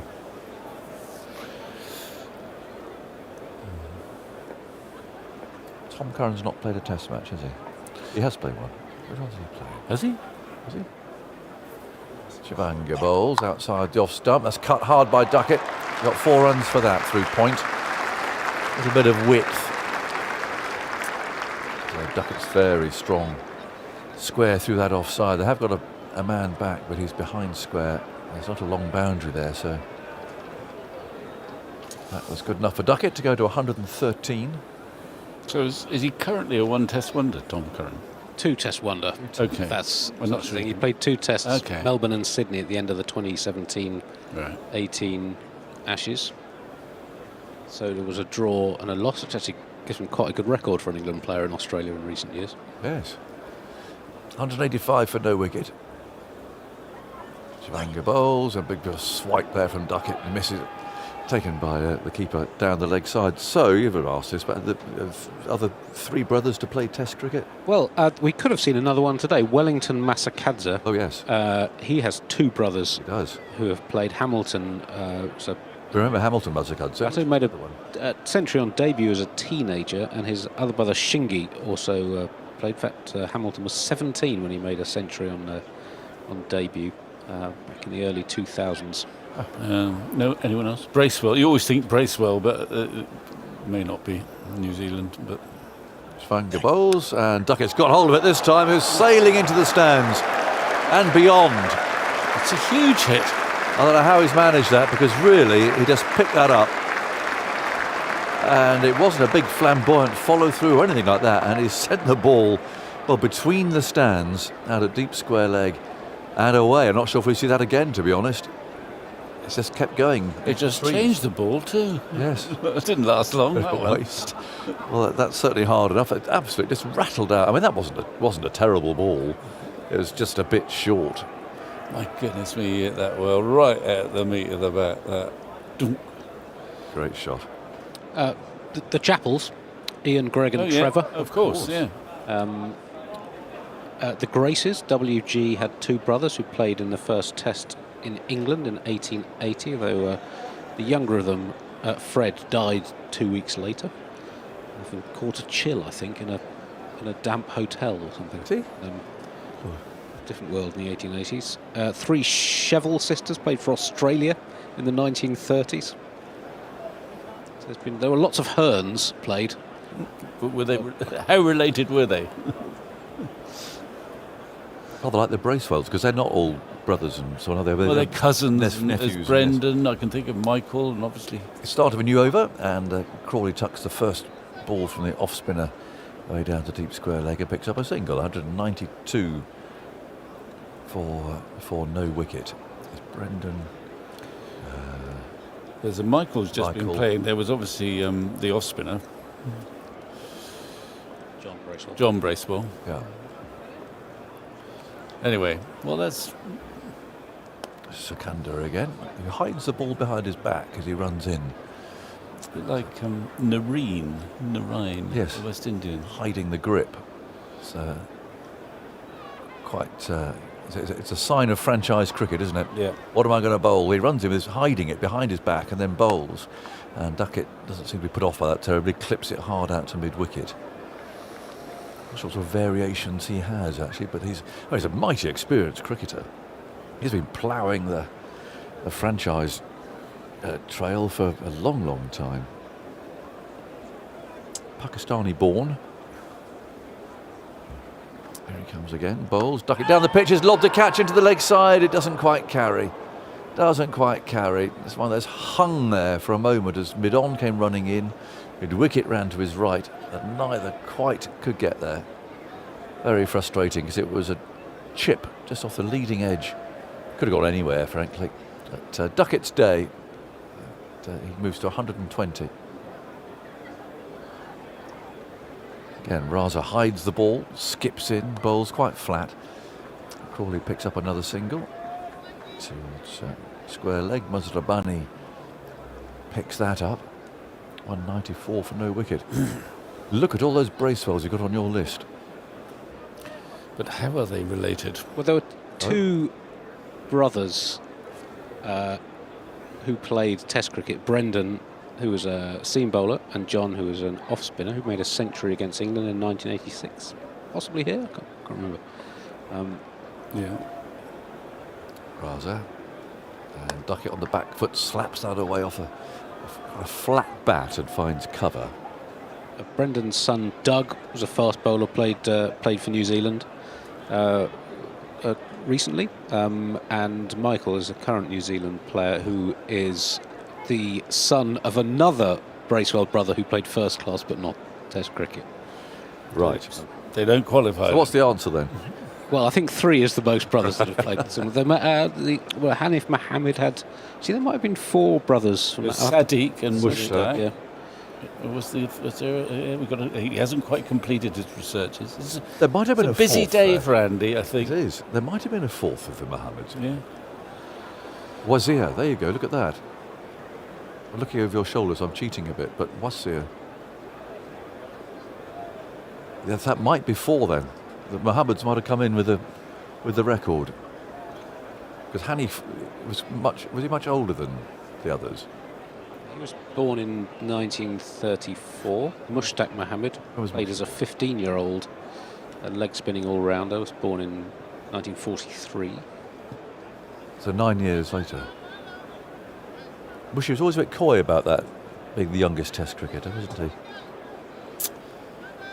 I think birth certificates were thin on the ground. 194 for no wicket. Chivanga's on his way, moves in, bowls, and that's tucked away firmly. Hit very crisply. Straight to Madavere, fielding at mid-wicket. Sadiq Mohammed played 41 tests. Left-handed top order player. He was born in 1945. And Wazir Mohammed, born in 1929. Oh, here's the old. Still alive, aged 95. Wow. Played 20 tests. So that's 4. There we go. Some good players there, weren't there? Whew.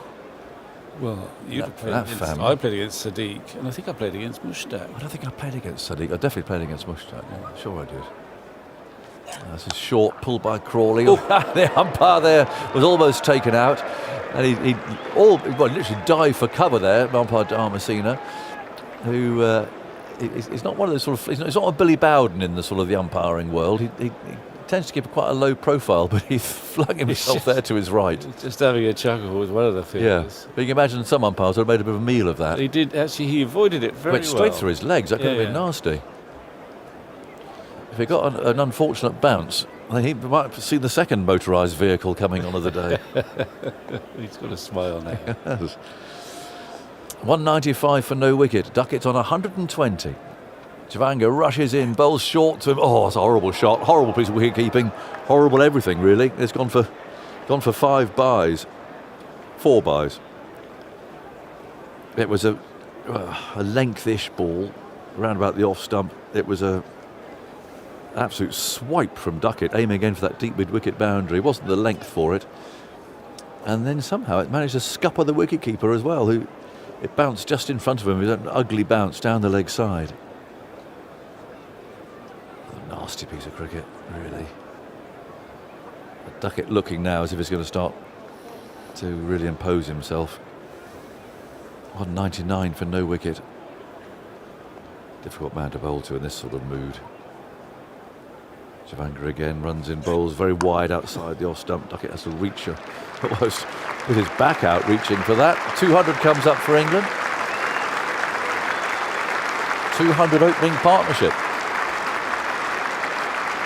And again, Andy's fingers twinkle over the keyboard. For the last time that was posted. The first time these two opened together, they put on 233 in Rawalpindi. Only 3 other England opening pairs have had more than one double century opening partnership. Jack Hobbs and Wilfred Rhodes before the First World War, Jack Hobbs and Herbert Sutcliffe in the mid-1920s, and then Atherton and Gooch in the early 1990s, 3 separate double hundred partnerships. Yes, the Rawalpindi one was a somewhat faster rate than this, wasn't it?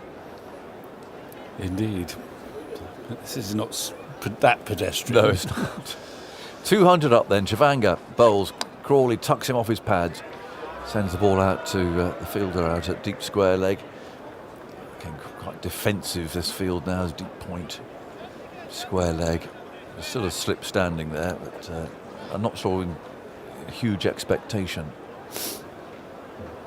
It's a quick shot of the Zimbabwe balcony, and they're sort of looking concerned for their team out there. I don't think the chap with the beard's listening to us. He's got his earpiece in. I think he's got the telly on. He can give us a wave if he's listening to us. No, probably a good job he isn't. You could switch between one or the other. Have the telly on or the radio. 201 for no wicket. Duckett, 121. Chivanga runs in, bowls slow. Oh, and it's been hit in the air. It's totally mistimed, this. The ball's plopped to earth. It's running towards the boundary, pursued by a fielder who just manages to keep it in. Good work from Mazhar Rabbani, but that was a slower ball that Duckett's misread. Threw the shot far too early. And someone chipped it over the bowler's head. So he's living dangerously, but quite entertainingly at the moment. You see him bowl that It's a lovely slower ball, actually. Yeah. Toe ended it almost for 4. But I think he's taken a view, Duckett, that, well, I've got my 100. I think I'll play a few shots now. I think so. And I mean, I hate to think of a test match as a glorified net, but there is that element that there's not much cricket before the India series starts for these guys. And ideally, they'll want all their players to have I can think bit of a hit. One batsman sitting down there might be thinking, I wouldn't mind getting in now. I think Pope might be quite keen to get a chance. Well, he might be, and I think from an England perspective, you'd like Stokes to have a bat because he hadn't batted for some considerable time. At least Pope's been playing Championship cricket, and I think he's got 100 for Surrey somewhere along the way. Now we've got Raza then, starting another over, comes skipping in, bowls to Duckett, who just defends this one. And plays it into Raza's right hand. 204 for no wicket. Decent crowd, it's not absolutely chocker. Maybe 3/4 full now. Raza bowls down the leg side. Fumbly stopped there by the keeper. It's been a one-day wide, but not today. Helicopter flies overhead out towards Nottingham City Airport, which is closing very shortly. There'll be no more little aircraft buzzing around this part of the world, sadly. It, sold for development. Here's Duckett driving into the offside. And there's no run. Michael? Jonathan.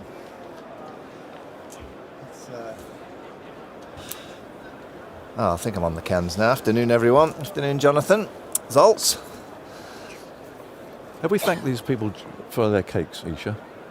You have? Okay, that's good. There's Duckett leaning forward, plays back up the pitch, and there's no run. A fox, obviously defining where the foxes are on the table at the moment. At the very top. I've noticed that. They've played good cricket. Played some very good cricket. 204 for no wicket. Raza bowls. Duckett on the back foot. So played that beautifully. Timed it, hit the ball hard, and he's hit that off the back foot through extra cover. Another boundary. Have you been down to Grace Road, Agars, to watch? I was at a charity do last night, which a number of the players were attending, which was nice. So you haven't been down to watch? I haven't managed to get there quite yet this season, but we gave them a round of applause in expectation of what they're going to do rather than congratulations of what they have done so far, because they've still got a long way to go. They look solid. Here's Raza bowling, and that's hit a little bit uppishly, but beautifully fielded it with wicket. Apart from very occasional blemish, the Zimbabweans have fielded well under fire here because they're under pressure. 208 for no wicket at Crawley 71. Duckett has 128. Thoughts from you, Michael? And then Isha is going to come in here. Cheers, Agars. Yeah, just a few drinks for all the players out there and the umpires. Russell Warren, the fourth umpire, used to play for Northants back in the day. He's strolling out with a couple of juices for his umpires out in the middle. It's all very easy, Ish, for England. It's almost looking like you could set yourself a number and decide what you want to try and get as an individual player at the moment. Well, it'll be one of the all-time heists, I think, in this current situation. We're only into the afternoon session, and already we know or feel that England are going to make a mountain of a score. It's 208 for no loss and just 39 overs bowled, going at a run rate of 5.33 after a circumspect start from Crawley and Duckett at the start of the day. I think there were 15 off 7 overs, and they've raced away. And Zimbabwe, a bowler down as well, and Ngarava going off with injury. So if you're the Zimbabwe captain, Michael, what are you saying to your team right now? Sorry. I'm ever so sorry I made that call at the start. It was the right call at 10:30, but they've just not managed to find the consistency or the movement, and England have played nicely. And it's just a case of how many really, at this stage, you feel England want to get. I mean, they're scoring at 5.33s. What is it today? Is it 90 overs or 90? 90 overs, so that's 450 in the day at this rate, and a bit more. I guess it's the bat of the day and a bit of tomorrow, and then get the ball in hand. And it's important for play. I mean, Ben Duckett's a tremendous player, and there's no talk of his position because he's played so well. But for Zach Crawley, in the 70s, it's really a day where he should deposit lots in the bank. That's what he should be thinking. This isn't enough for Zach, on the back of recent form. If he can go and get a 150, a double. I don't think we'll be judging Zach on this performance, but it's great for your own confidence if you can get that big individual score at the start of a summer, and you'd rather have 100 by your name going to face the likes of Bumrah, Shami and Siraj in a few weeks' time than a 70 odd. So for Zach Crawley, I think it's a really important afternoon. 208 currently, England, as the players are just putting their helmets on. Duckett and Crawley. It's such a staggering height difference. And that has affected Zimbabwe in terms of where they've bowled. Too full to Crawley at times and too short to Duckett at times. Do you think there's a bit in that for selection going forward that you should have? Selection I don't know, on height. you tell me. Well, you've been a bowler. It's hard, isn't it? It is hard. But if you're an experienced bowler, then I think you're generally able to change it up. But then it's the right-hand, left-hand combination as well. So for the bowling teams, the bowling attacks that have experience, I don't think is as much of a problem. What's the hardest thing? Is it a left-hand, right-hand combination or height to deal with as a bowler? I used to find it harder with height. Height. So the length that you bowl. But that's because your margin for error from a length point of view is a lot smaller, I think. As Chivanga will continue. He's got a slip and a gully in place for Zach Crawley on 71. Deep point, deep square, and fine leg out on the boundary. He bowls to Crawley, who works that down the leg side to the short, fine boundary. And it's off the thigh pad. Zoltz, do you have any stats on height of batters? No. And kind of partnerships? We got someone emailed us earlier on to say, what is this when Mirza Rabbani was bowling to Crawley, that was the sort of highest combination of bowler and batter. But in terms of biggest difference between, I think Gus Logie and Curtly Ambrose might be quite hard to beat. Gus Logie was about 5'3". Well, I wouldn't say they had great partnerships. Crawley leans forwards again, tries to work the ball leg side, but that one angled down past him, goes through to the keeper. Simon Mann behind us, Hayden and Langer. Not a bad shout. That's quite a few inch difference. Yeah. Clive Lloyd was pretty tall, wasn't he? About 6'5". Well, Clive Lloyd could have batted with Gus Logie, I guess. I'm sure he did many times. You're going into deep conversation about selection when you're going around the table and going, right, how tall are these players? Where are we starting? It's one way of making it easier for selectors, though, when you've got depth.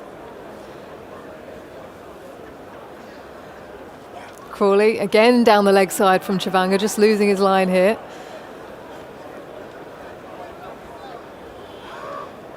Looks to me like Chivanga's trying to bowl as straight as he possibly can. He's just got a couple down the leg side, which has looked like the best chance of Zimbabwe getting a wicket. A little tickle down the leg side. 233, the record partnership for these two. Their best partnership in the very first Test match they played together, Rawalpindi, day one. They went on to make 500, England. Crawley on the back foot, punching that out to deep cover. Deep point rushing around to his right to collect the ball. They'll come back for a couple. Crawley to 73. 214 on the board now for England. What's going through Ollie Pope's mind right now? Number 3, an opportunity for him. There's been a bit of chat already ahead of this Test match. Ben Stokes saying that Jacob Bethel will come back in.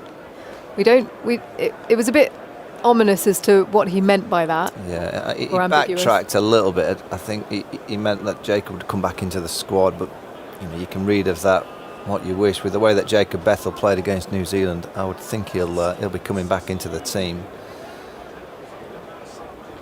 Crawley drives. It's a thud off the bat. That really does just ping off his bat out to the boundary. Another scoring shot with a drive for Crawley. 218 for no loss. Yeah, Ollie Pope, I guess, unfortunately for Ollie, the only thing that you can do against this attack in this situation is fail, because everyone expects you to go out there and kind of hit the ball to all parts. That's the best thing for Ollie Pope would have been an early wicket, and he got out there, but he had to sit on the balcony and watch this pair. I mean, there's no lateral movement. There's nothing through the air. There's nothing off the pitch, and there's no pace. So it's an attack that he'll fancy facing. Crawley works the ball to mid-wicket, no run. at the end of the over, 218 for no loss. Zach Crawley still has a chance to carve a little piece of cricketing history on 77 now. As I mentioned earlier on, the last 6 times he's reached 70, he's been out in the 70s. And one more will put him ahead of Alex Stewart, who also had 6 unconverted 70s to 80s. How do you find this information out? He just stays in, type in numbers. You're quite excited by this. I am quite excited. They're the only 2 players who ever had more than 4 consecutive 70s unconverted. You said Stewie had 6 on the trot, or 7? 6. So he could beat. Yeah, if he's out before reaching 80, it would be. And he'd be standalone. No one's ever done it in the history of the game. I think it's the kind of record that could stand for a long time. Shout to him. Alex Stewart's very nervous right now. When Alex Stewart broke that sequence, he did so with twin centuries in Barbados in 1994. Yes. Well, I reckon Zach would take that. If he gets that in the 70s here and goes to get twin centuries in the next game, opening. You'd take that. Opening match of the series against India, Headingley. Mazhar Rabbani returns to the attack then, bowling from the pavilion end. He's gone for 41 from his 10 overs. The Premier quick, bowling round the wicket to Duckett, who's casually defending to the leg side, no run. He's on 128 off 129 deliveries. Second fastest century for him across his career when he got there. So what question, I mean, we heard from you, Michael, at lunch, speaking to Aggers about England, where they're at on their journey. Brendan McCullum reminding everyone of the record that they've had. They won just 1 in 17 test matches before he became coach, and Stokes as captain. As Duckett guides the ball out to deep backward point for a single, moves to 129. And their record up until this game, played 35, 122, lost 12, drawn 1. But there's been a lot of talk around humility, wanting to win back the support of the fans in terms of the way they're playing. Where do you think they are at? I was surprised when I heard those. I go around the country and speak to people that like cricket and people that kind of, I wouldn't say study cricket, but kind of observe cricket. I think this England team are popular.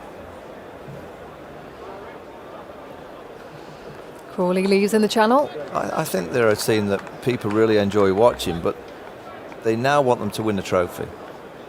They now want them to be at the Oval against India with the trophy in the hand. They want them to go down to Australia and compete. I think first and foremost that's your objective when you go to Australia. Make sure you compete, and if you can play well enough to win the series, fantastic. But you've got to think where England are going to have come from in Australia. The last few tours down under has been so poor.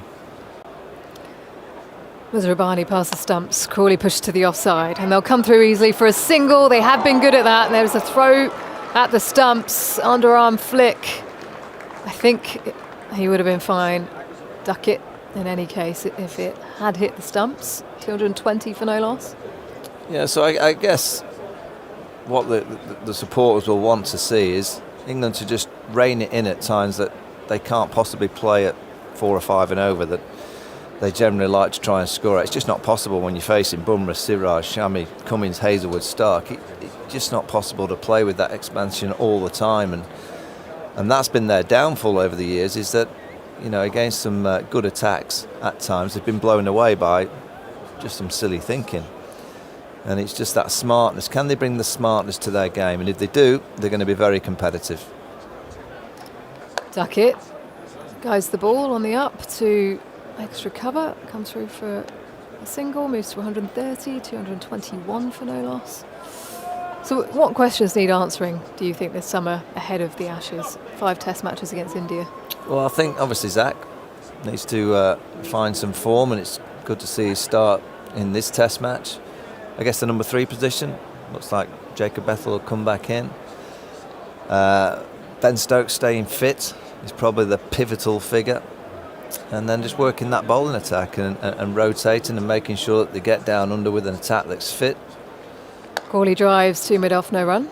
And able to get 20 wickets. And then when you play India and you play Australia, it's about reading the situation and being smart. And if you play with a sensible approach at time, and you have to graft and you have to work hard and you have to do it the ugly ways some days and in some games, well, that's possibly what England haven't been good at in the last 2 or 3 years. If it's pure and they're playing great, and everything's on their side, they're a dominating team. When it's gone against them, or the ball's doing a little bit more, or it's starting to spin, that's when they've made some errors. I guess if they get that right and they can work that element of the game out, they're going to be very, very competitive and hard to beat. So if you're saying Bethel to come back in at 3, is Ollie Pope nailed on as the keeper, the first choice? I see Ollie Pope as a 5 or 6 player. I've said that for a couple of years. I think he's so dangerous in that middle. I don't see him as a number 3. I mean, I personally think in Australia, Ben Stokes would be the best number 3 for England. And the reason I say that, I think he reads the situation well. The first 20 overs of the Kookaburra ball, you have to play with a real sense. I think he could do that. And also Nathan Lyon is going to play a big part in the Ashes. And I don't want to see Ben Stokes starting against Nathan Lyon. I'd rather Ben be on 20 when Nathan Lyon comes in to the attack. So, look, I don't think it's in England's equation, but that's the way I would go in terms of the batting lineup. But England certainly have enough talent. It's just whether they've got the brains to match. Madavere into the attack. Duckett swings at that one, beats cover out to the deep cover boundary. Swatted that away for 4. He has been so good in that region. 225 for no loss. He hits the ball so hard, off the spinners through extra cover. That's not that short. And he smashed it past extra cover. Such a hard player to keep quiet. He's got the sweeps. He's got the down the ground option when he just shuffles down and uses his feet, and anything just short he can either pull or cut the ball. Madavere round the wicket to the left-hander. Again, another swat. He goes up and underneath, out to deep mid-wicket, into the stand. His second 6 of the innings. And he is entertaining this Trent Bridge crowd. 231 for no loss. I've seen the cut shot from one that's just slightly short. Well, this is a drag down, and he goes, I'll just pull this straight into the stands. How many Test cricketers have got a double century on day 1 of a Test match results? And he's 140. We're only 41 overs in. What about a triple? Duckett onto the front foot, onto the back foot, and out! Oh, Michael, you've done him here. Onto the back foot. He was looking to carve it, punch it through covers. And he's made a fatal mistake, straight into the hands of extra cover. And Zimbabwe have their first wicket. England 231 for 1. Well, he was going for the triple. He just decided that it was time, just a little bit fuller. And he went to smash it through extra again. And it's Curran with the catch. A nice, easy one, a simple one. And a brilliant innings comes to an end. The way that he's playing and the simplicity of which he plays the game, I don't think it'll be the last time we see Ben Duckett raising his bat this summer.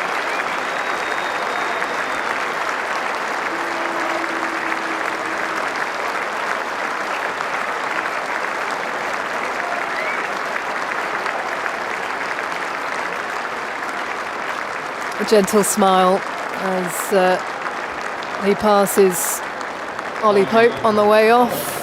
He recognised he could have got an even bigger one here at Trent Bridge, maybe an opportunity missed, but it has been a fabulous knock. So Ollie Pope strides out to centre stage. His pink bat handle as he approaches Zach Crawley, and a big moment for Ollie Pope, you would say. Well, you've got to think that for Ollie Pope, the only thing that can, and I'm only going off what the comments were of the captain Ben Stokes about Jacob Bethel, I guess the only thing that Ollie Pope can do is get a big 100 to just make it difficult for the selectors.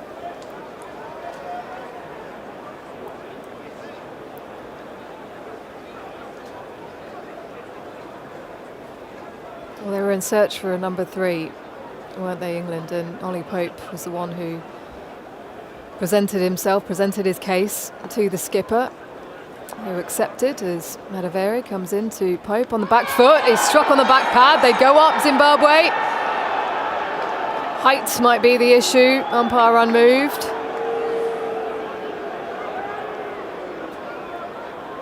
Oh, just a slight bit of spin back into Ollie Pope.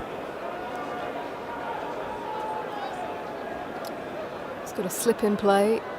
Point, cover, mid-off, mid-wicket. There's Pope again on the back foot. He gets the ball away this time. Forward of point, out to the boundary. And he's picked up 4 with his second ball. It's an interesting first over for Madaveri. He's got a wicket. He's gone for 14. He's had an LBW shout. Still got 1 ball to go.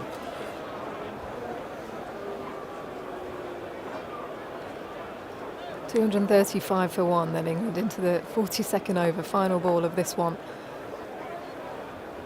Pope forwards and pushing at the ball out to long on for a single. So he will retain the strike, 236 for 1. A few more thoughts from you, Michael. And then it will be Aggers. Yeah, really good innings from Ben Duckett. He's just got such a natural gift to score freely without looking like he's taking too much of a risk. He dominates that channel that bowlers tried to bowl to him. He's really good in terms of the balance to whip through the onside, and he's onto anything short quickly. Against the spin as well, he's got everything pretty much covered. So a big chance for Ollie Pope then. In at number 3, we all know the backstory, don't we? Jacob Bethel and so on, but Pope can get an innings here, and difficult to leave him out. Mazhar Rabbani is bowling from the far end on his way to Pope. It was a jittery starter, but he played a nice shot there, guarding the ball away down to third man. There's nobody there. Long chase for the deep point fieldsman, and Pope comes back for a couple. Goes to It's 7. almost like the worst scenario this for Ollie Pope, isn't it? What, big start? Well, they've had a big start. Opening batters out for 140, your other openers on 78. You've had to wait for a few hours. You know the pitch is good. You know the ball's not doing a great deal. He's got plenty of time, though, hasn't he? I mean, it's only a 4-day game, but the Pope's issues have been starting, haven't they? Looking very jittery. Mazhar Rabbani bowls to him. There's runs, flicked out towards deep square leg, chase for the fielder, won't get there. Out to those Zimbabwean supporters, a little more subdued after that. In the stand to our left. And Pope's off to a bit of a flyer here, 11 from 5 balls. Yeah, that's a nice one to get, isn't it? A nice leg stump. Not half volley, but just there for him to glance into that vacant space.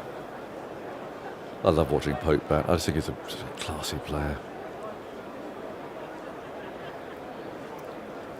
Anxious first 20 runs or so with Pope, isn't it? He can get himself out in there, but he's got so many shots. 242 for 1. Mazhar Rabbani bowls to him. He lets that go through at a decent rate of knots. They're outside the off stump. And collected by the keeper. 242 for 1. That run rate more than 5.5. And it has not been out there smashing it about. They just hit the loose stuff for 4, really. There's been a fair amount of that from Zimbabwe, as you might expect. Pope twiddles his bat, crouches slightly at the knee, and Mazhar Rabbani comes in, bowls to him, and he's got 4 there. That flirty shot that he plays off the back foot again, opening the face of the bat and sending the ball through third man. He's got a big smile on his face. 246 for 1. Pope to 15 from just 7 balls. I guess if there's an area that you can't bowl to Ollie Pope, it's that channel with a little bit of bounce. He's just glided that beautifully. It's a little late flourish, wasn't there, of the bat. 2 slips standing there. There's a gully as well. There's Mazhar Rabbani. Moves in from the far end, bowls to Pope. Oh, he can't bowl there. Flicked away from around about his boots on leg stump. And sends the ball behind square into the leg side. It's another 2. Well, he's 17 from 8. Ollie Pope, he's out the traps. Yep, he certainly is. And he seems to be loving it. His broad smile on his face.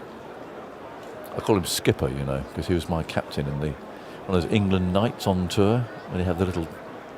Everyone who has played for England gets invited in. It's a charity night, usually for raising money for prostate cancer or something like that. Here's Mazhar Rabbani bowls, and an inside edge there into the inside thigh. That'll tickle a bit. So there's quiz questions, and it's very good. Ollie was my captain. So I call him Skipper now. Okay, Whenever I see him, Skip, yeah. he's Skipper. Who else was in your team? Do you remember? I think Paul Collingwood might have been in our team. The highlight was the spelling competition, which the victim would come out and the correct spelling would be behind him. Ben Stokes trying to spell handkerchief. Live long in the memory. And Leicestershire. He failed badly on both counts. But it's quite clever because actually what they did, the Oldens who were there, I think it was me, Steve Finn was about count as an oldie, I think we went together. They linked questions about the current players with that generation. So in other words, like the cap number, who was the cap number before mine, for instance? Right. Which I couldn't remember. I think it was Chris Broad. But Stuart Broad, of course, knew it because he knew it was his dad. And so somehow they sort of link it together. So it's quite clever. Madavere bowling his off spin, concedes a single. There is Crawley. And did Popey lead you to glory? I don't think it was glory, but I think we did okay. Who's the quiz master? It is Cyril Sachs, the Mark Saxley. The masseur. Yes. Short, played off the back foot. Oh, beautifully played. Found the gap there. Give himself a little bit of room. And Pope picks up another boundary. He's past the 20s, which is a bit of a danger zone for him. And he's got there very quickly. We talk about his skittish starts. Well, he's come out here with one thing in mind. What I have to say about Pope, he's entirely selfless as a player, isn't he? I mean, any situation, he'll come out and he'll absolutely play for the team. Field at short leg. Run rate climbing, nearly at 6 now. Madavere again bowls to him, and he's driven that down the ground. Not quite timing it. It was a low full toss. So picked up at mid-off. I think I'm giving you the final numbers on Duckett's innings. 140 from 134 balls, 2 sixes, 24s. Madavere bowls, and it's too short again. Bit of width, and Pope can force off the back foot. This time as a fielder there. He goes to 22 from 12 balls, 254 for 1, and the sun is out. And I think for the first time today, we have shadows at the feet of the players. It's been like this here for about the last 3 weeks, you know. It has, yeah. Beautiful. Tucked away by Crawley. You've got into your pickleball, haven't you? I'm playing pickleball. I mean, forget your paddle tennis. Pickleball's the way to go for the slightly geriatric. People will say no, it's not. Anyone can play, and I agree. We do have some younger. Do you have a a group that plays regularly? Little have group. You got a partner? Tuesdays and Thursdays. No, we shuffle round. Yeah. 255 for 1, and Pope tries to hit that away into the offside for a single. It's cramped for space. So Pickle's underarm serve as well. Underarm serve, and it has to be upwards. You can't do a slice. You can't do a cunning slice serve. It's got to be an upward motion. And it's across the court. Across the court. And it's pairs. It's a badminton court size. Right. But with a tennis net height net. If that makes sense. Play in pairs. And for the slightly creaking. Do you have your own bat? Strings. I now have my own paddle. It's a paddle, yeah. Carefully invested. Yeah. I've gone for beginner stroke intermediate level. Do you get all the whites on shorts? No, I haven't got it. They'll come out a bit tatty, but it's very nice. Get a bit of sweat on. Yes. Backhand is coming. His backhand is always my loose point at tennis. Didn't quite get the balance right, but with an airflow ball, you can give it a good whack. I think we'll have a pickle paddle night. This That'd be lovely. Oh, we must do it. Absolutely. Mazhar Rabbani's back in the attack again. That's pushed away by Crawley. Pick up a single there to cover. And there's no take a single. Yeah, so yes, I'm enjoying that. You can do, actually, given that you're generally playing with people of a certain age, you can do some horrible drop shots. So those that can't move. Just off the hamstrings. I mean, you have a go, but you can just know that sooner or later there's going to be, well, it'll be the moment like the poor chap down here off on the buggy. 256 for 1. Masrabani outside the off stump, no stroke from Ollie Pope. Remains on 22. Yeah, it's a nice game. It's not much to set up, is it? That's the beauty of these things. Yeah, it's very similar. I mean, paddle tennis is similar, really. You can play paddy outside. Yeah, paddle's an indoor-outdoor game. Yeah, whereas pickle, I don't think you could. I think the wind would play havoc with the airflow. Yeah, I think pickle's very, very popular in America. Right. I was trying to find it on YouTube of people playing it at a decent level. It'd be quite enlightening. Masrabani, and Pope thinks about playing at this, and then at the last moment just lets it go. Just every now and again there's a ball that just bounces that little bit more. Yeah. Masrabani just gets his action right, he gets the right areas. You can see how he's got wickets. He's got 3 fifers this year, one against Afghanistan, one against Ireland, and one away in Bangladesh. You can see why. If he gets on a pitch that's just got a little bit of something there. Yeah. It's very 6'8". So next one, a lovely shot from Pope. Pitched up off stump, driven for 4. That's a nice half volley, but aesthetically perfect cover drive. Beautiful shot. 260 for 1. He's looking busy, isn't he? That's a glorious shot. Yeah. That really is nice. Everything's pure about that. His foot movement, not trying to overhit it. Head going towards the ball.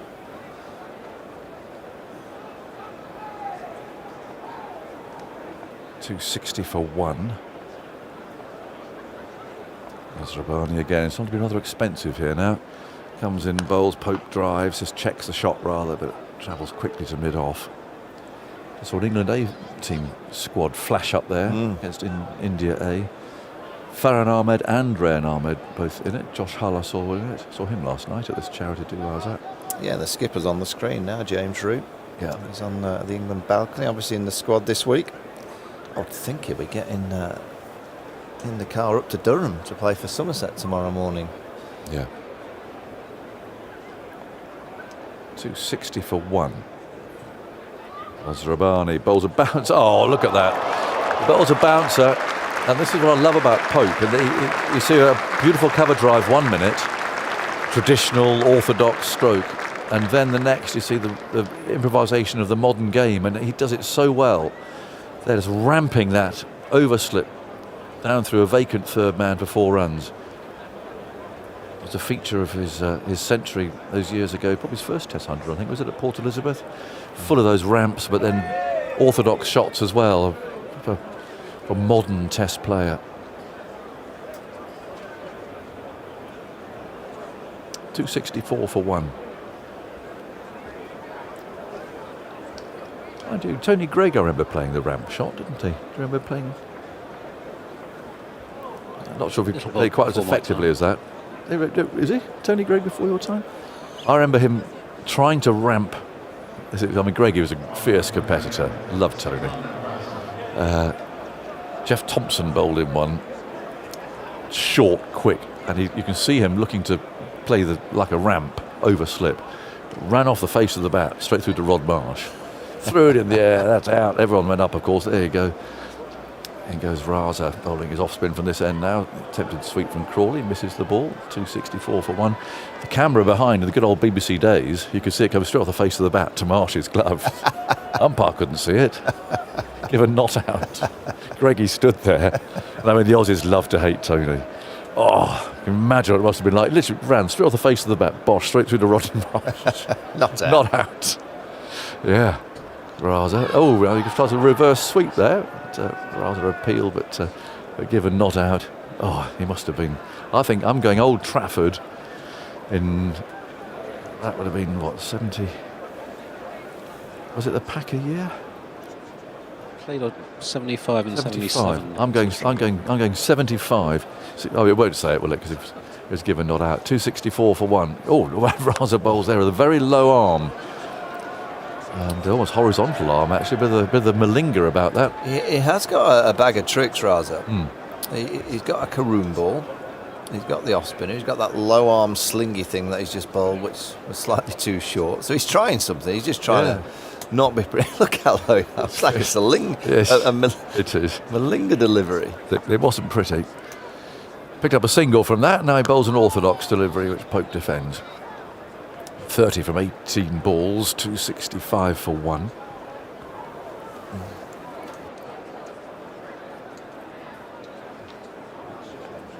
Raza again hides the ball right in the small of his back. Bowls again. Pope tucks it out towards deep square leg. And they take one more run. 266 for 1. Phil Tufnell's back. Afternoon all.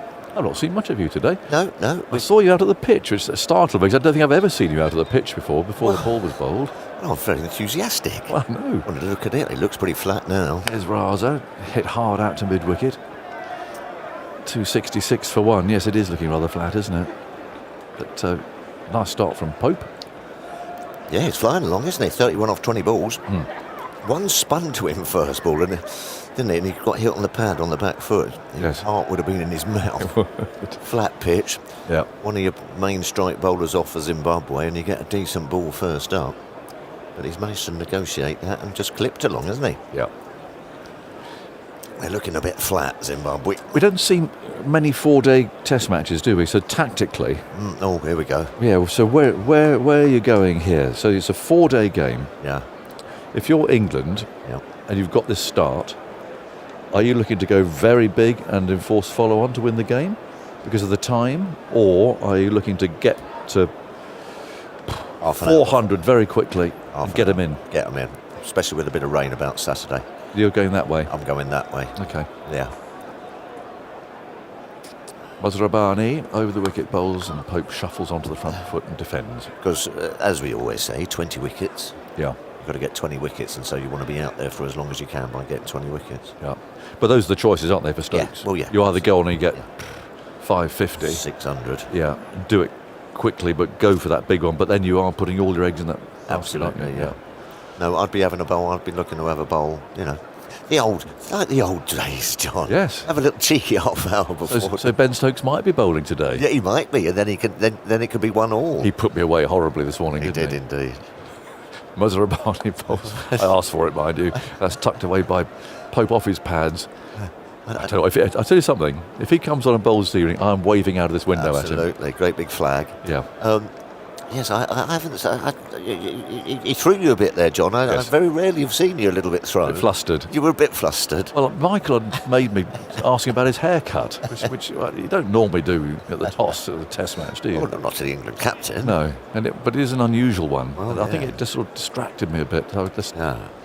Yeah. Anyway, you called it a Davy Crockett, didn't you? A raccoon. Yeah. Is what Michael called it. Okay.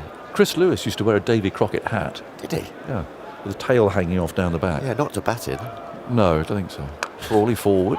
Oh, set off there. No, I think it was a good call there to send him back, but it wasn't picked up cleanly. I'm going to interview a couple of Currans in a minute. Oh, right, okay. And not the one that's playing in the game. No, he's the middle one who's playing, isn't he? He is. Yep. I'm going to go see Tom and Sam. Lovely. Not sure where yet, but I'll be guided down to wherever it's happening. Yeah. Looking forward to that, see what they've been up to. All three, all three Currans. Yeah, we found a 4 there. Oh, have you? We found a 4. You've done it already. You've beat me to it. Yeah. Who are they? Oh, let me think. I wouldn't know him, would I? Mazrabani bowls to Crawley, who's hit that hard. He's really spanked that through mid-wicket. Standing up tall. Didn't bother getting on the back foot. He just... the front foot pull, really. Out to deep mid-wicket, 271 for 1. Looks a bit out of rhythm, doesn't he, Mazrabani? Yeah. The odd one climbs and carries and goes through, but then it just looks like he hasn't quite got into his rhythm, I mean, not allowed to be fair. But that's what happens when you bowl both sides of the wicket. Yeah. You don't find any sort of like that lovely rhythm you need as a bowler. Ruthless shot that was. He stood there and smashed it. Yeah, see you later. 271 for 1. Crawley's on 86. Masrabani on his way, bowls to him. He waits and dabs the ball away gently into the offside. Picks up another single. God, no, I think it's before your time, but not that much. Oh, okay. Not horribly. You'd have seen two of them bat. Joyce. Joyce? What, Ed Joyce? Yeah. You got three brothers playing for England? Oh, no, not for playing England, but I think they might have... 3 brothers played for Ireland and 2 sisters. There you go. So don't look at me like I'm mad. It's not bad, Hanson. Talking about Test cricket, though. Oh, look. Well, okay, all right. Off the top of my head, Joyce was a bit of a belter. Hey, well, actually, I'll give you that. This is Pope pushing forward, playing away towards mid-on. It's up there with the Egyptian, and we still haven't had Andy back on the Egyptian-born Test cricketers either, which he had early this morning. Anyway, the answer is the Mohammeds, Mushtaq, Sadiq, Wazir and Hanif. Oh, right. So okay. there's 4 of them there. Anyway, Tuffers, some thoughts from you. I'm going to go and find the Currans, and Simon's coming in here. Yeah, tough old day for Zimbabwe. Great knock by Ben Duckett. They played it quite nicely, really, both of them. I think they realised that it was a pretty decent pitch and didn't go after the bowling early on with the new ball, and there was a bit of cloud cover. They've just played sensibly, but now they're reaping their reward, Simon. They're climbing into this Zimbabwean attack. Well, we're 20 minutes before tea. We've only just passed the halfway point in terms of overs today. There's a lot of overs still left for Zimbabwe. 43 overs to be bowled today. So 6:30 finish, and goodness knows how many England are going to have by the close of play, if indeed they do bat on to the close of play and don't take your route, which is to have a cheeky half an hour. We always just used to get one, maybe 2. Always used to happen. Here's Raza going into bowl down the leg side, dabbed away by Pope towards backwards square leg. Do you think that was endangering the stumps, or do you think that was missing? He seemed to keep a bit low, actually, skid through. Anyway, Pope inspects the bottom of his bat. He's 34 already from 24 balls. Hassan Raza, he reminds me a bit of Sunil Narine. Those who see Narine bowl, he holds the ball behind his back, the arms straight, and then it comes over, and Crawley tries to flick it away, miscues that, and the ball rolls right back down the pitch, straight to Raza, who does not move, bends down, picks up, and there is no run. The sun is with us, I think, for the first time today. Some blue sky above now. It's cloud as well, but the sun has broken through at 274 for 1. Raza bowls. Crawley gives himself some room to try to manoeuvre that into the offside. Can't do so. Hits it straight out to Manaveri, fielding in the covers. Crawley's 87 not out. Now, Duckett's come and gone for 140. Raza bowls. Crawley again tries to manoeuvre that into the offside, but he just cannot get enough power into the shot. Tucked up by Raza's bowling. It's a very defensive field. No slips, short legs, silly points, anything like that. Spread out. Yeah, there's 2 men out on the leg side, kind of loitering rather than right on the boundary as Crawley flicks that up towards long on. There's a 3rd fielder on the leg side boundary. And it's is that Chavanga down there. He lobs it in. Another run to Zach Crawley. There's also a deep backward point as well. So Sikandar Raza's bowling with 4 men on the boundary. It's like a one-day field, really, isn't it? Yep. Slip in for Pope. That's tossed right up. Pope drives. Goes up to Williams. Sean Williams fielding at mid-off. There's no run.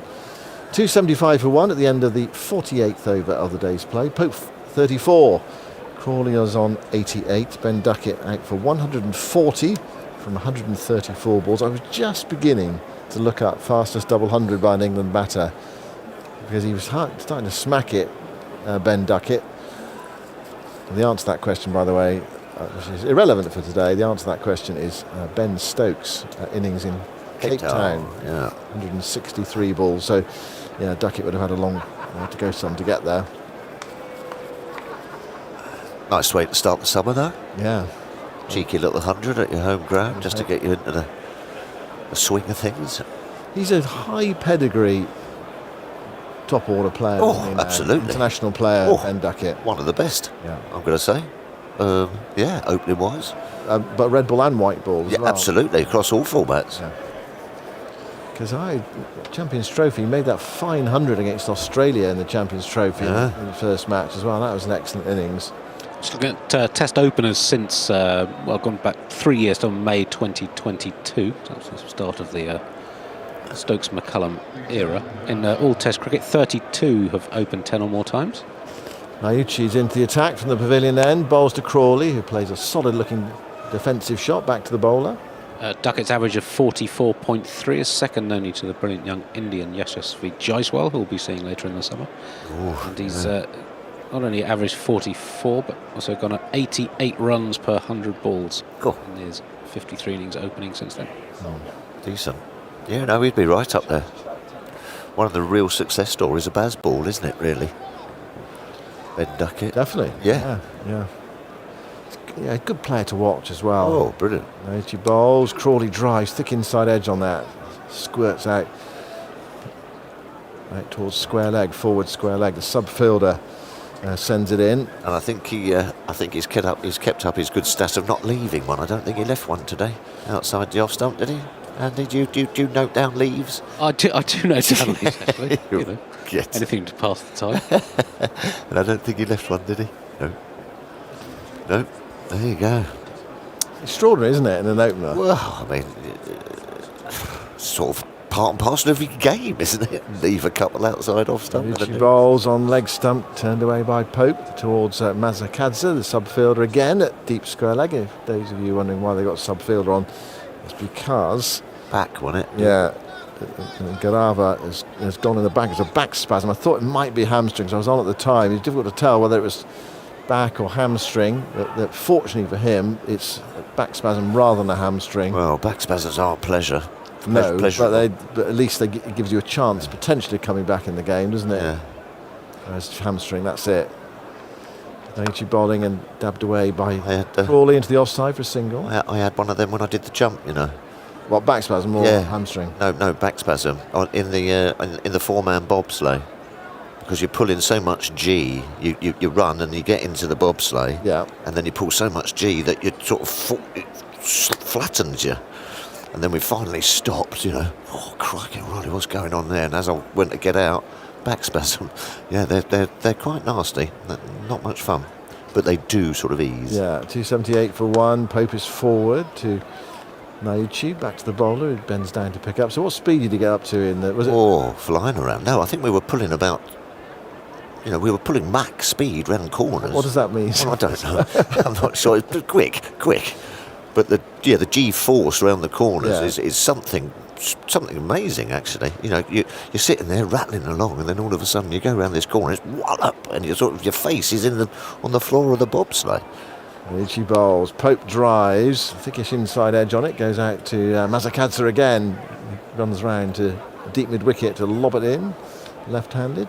And to stop it, all you've got, I was the brake man, and you've got these like two handles, and then this sort of like toothed thing that you then pull up the handles, and that drops the tooth thing into the ice. Yes, to slow you down. Yeah. And as I did it, the handles came off in my hand. No, yes. No way of stopping. No, and so we just went careering into like the cushions and all the rubber rings at the end. Yeah, I think they'd given us a dodgy break. Perhaps I was meant to caress it on, but I was so scared. It's 279 for one, by the way. Yeah, sorry. So did you, when you were doing that, was that the go? You had one go, or did you have lots of practice goes? One go. Just one go, because that was it. That's all you could manage. Yeah. Here's Raza bowling. Pope tries to swat that way into the leg side, scuffs it out to mid-wicket, but it's picked up by Ben Curran. In the sunshine now, and there's no run. I mean, if it's an unpleasant experience, you want to do it again, would you really? It was everything was very slippy. You know what I mean? Raza with a slip into Pope. Outside the off stump, back cuts, runs from here down towards deep third. Mazakadze is after it. I think he'll pick it up inside the rope. They'll come for two. I think they'll have to settle for two as well. The throw is on its way. They've just bowled two... Oh, sorry. That's the 50 partnership in 7.5 overs. Yeah, they've just bowled too short, haven't they, the spinners? Yeah, 281 for one. You don't mind... OK, no one wants to keep getting driven back past you, but at least you've got half a chance. As a spin bowler, if you're short, you can get hit both sides of the wicket. So difficult to set field to. Pope goes back there to another short ball and gets down on it. It's well stopped by Mazakadze to his left. Throws it into the keeper Tsiga as well. And prevents Pope from advancing his score from 38. Crawley's on 90, by the way. 281 for 1. Raza bowls. Forward goes Pope. Head right over it. Into the onside. And there is no run. Did he have to do other things as well? Did he have to do a ski jump? We had to do the ski jump. We had to that was the thing that really terrified me. That terrified me. Was that the worst? I think that going down on, the luge was pretty terrifying. Raza bowls, and Pope again squeezes forward in defence, back to the bowl, and there's no run. It was down the gold medal sort of run in Austria, and you sort of have a tea tray with like what they call blades on it, and then you just run down and hurl yourself on the tea tray. Is it just you, is it? Yeah. Or was there a partner for that one? No, just on your own, yeah. You and the tea tray? Me and the tea tray, yeah. Raza bowls, a sweep shot from Pope, takes it out towards deep back with square legs, in the air for a while, but in the end safely negotiated. So he takes the strike as well. That was the last ball of the over. Pope to 39, England to 282 for 1 with 10 minutes to go until tea. And you've got a helmet on, like a full face helmet, but you are literally an inch from the ice, and you're flying down, doing about 100 kilometres an hour. What were the insurance? I fell off mine. Yeah. through the treble chicane. Knocked myself out. What were the insurance premiums before? Well, we all went back after the first day, had a meeting in the bar, and decided to double it because it looked slightly precarious. Like before you went out to face the West Indies fast bowlers? Absolutely, I made a will. Yeah, I made a will first time. Saying that, yeah. I expect they made it worth your while, though, didn't they? Whoever you were doing the jump for. Oh, it was hairy. Learned how to ski though, because of course when I played we weren't allowed to. No, it was in the contract. You can't go off wafting about. But it was. No, I was going to say it was good fun, but looking back, no, it wasn't. As she bowls, forward goes Pope, driving into the covers. Picked up by Manaverde. The après ski was quite good fun. Yeah, I could understand. I thought you might have enjoyed that. But it was mainly because I think we was all so scared and cold during the day that we needed a bit of a relax. A little pick. Yeah, just at the end of the day. Calm the nerves. Yeah. But there you go. 282 for 1. Still 40 overs left. Naichi bowls and Pope drives towards deep point. Got a single. Zimbabwe have a fielder back there who is Ben Curran. And we'll hear from the two other Current brothers who are on the ground today during the tea interval, Sam and Tom. One has been playing out in the IPL, one's been playing in the PSL. I've got a little more on Duckett leaving the ball to put in context how unusual his approach is, even in modern Test cricket. Back with Naichi, who scuttles in and bowls. He's not the quickest of the Zimbabwe quartet. He's the slowest. That one's driven to extra cover, no run. So in the CricViz database goes back to 2006, tracking shot type. So looking at leaves, they have Duckett as an opener, having left just 2.4% of the deliveries that he's faced. 132 other openers. Naichi moves in again to bowl. And Crawley plays quietly into the onside. Well, he's got a chance of 100 before tea, but he might go to tea on, say, 97 or something like that. He's 90 not out at the moment, 283 for 1. Sorry, 131 other openers in the database who've opened 10 or more times, and none has a leave percentage below 11%, and most are quite well over 20%, the highest. Naichi to Crawley. Crawley's up on his toes, guiding it towards cover. No run. Michael Carberry, 37% in the 6 tests he played for England. So he is a very unusual. Who else is up there, Andy? In terms of leave, well, Strauss was pretty high. Yeah. Cookie must be. Sir Alistair must be quite. Athers. I'm just trying to think. Athers is pre-database. Oh, is he? What a shame. So Carbs left most, did he? Yeah. Yes, but relatively small samples. Naichi to Crawley. Crawley plays quietly towards mid-wicket, and there is no run. It's the end of the over. Crawley biding his time here. He's 90 not out. I mean, it's a relatively, if he gets to 100, it'd be a relatively quick one. It's 137 balls, but he's kind of really intent on making sure he gets there. 283 for 1 at the end of the over. Alistair Cook, 26.7% deliveries left as an opener. Zach Crawley, which I guess is the most pertinent comparison with Duckett, 21.2%. That does include a few pre-Bazball games, but that does really highlight quite how extraordinary Duckett's approach is. 3 times as much. It's 10 times as much. It felt like a high wire act, didn't it, on a pitch that's doing something. Or a bouncy one. No, or a bouncy one, yeah. Australia. Raza bowls to Pope. It's short. Swatted away by Pope for 4.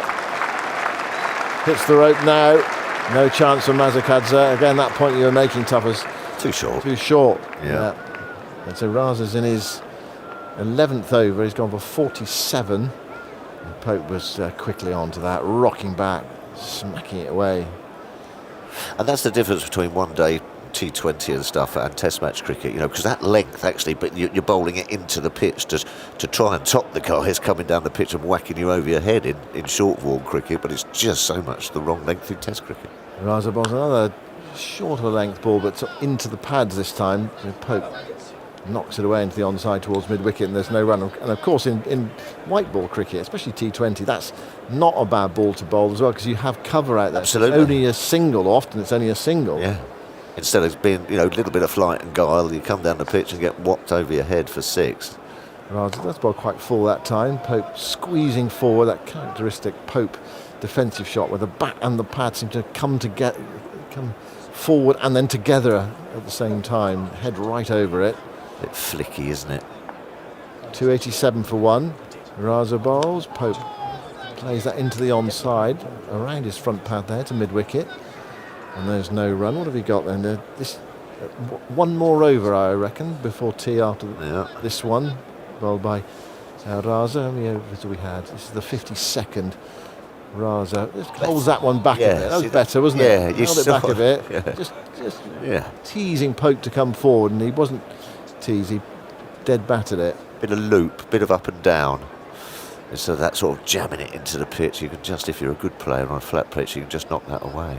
Raza bowls, Pope forward, playing it to mid-wicket. Curran is there, no run. And that is the end of the over. He rattled through that over. And Zimbabwe are a bit behind. So still 38 overs left in the day's play.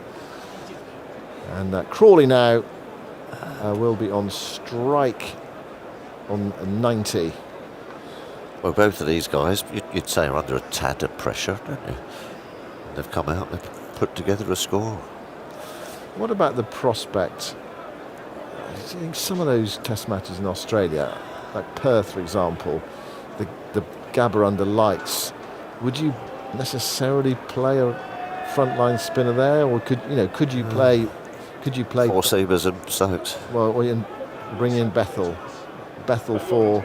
He does bowl some slow left arm or not? Is that, yeah, he does, but it's a thought. Mayuchi bowls to Crawley, brushes that away for 1, I think. He's not going to get 2 there to get back on strike.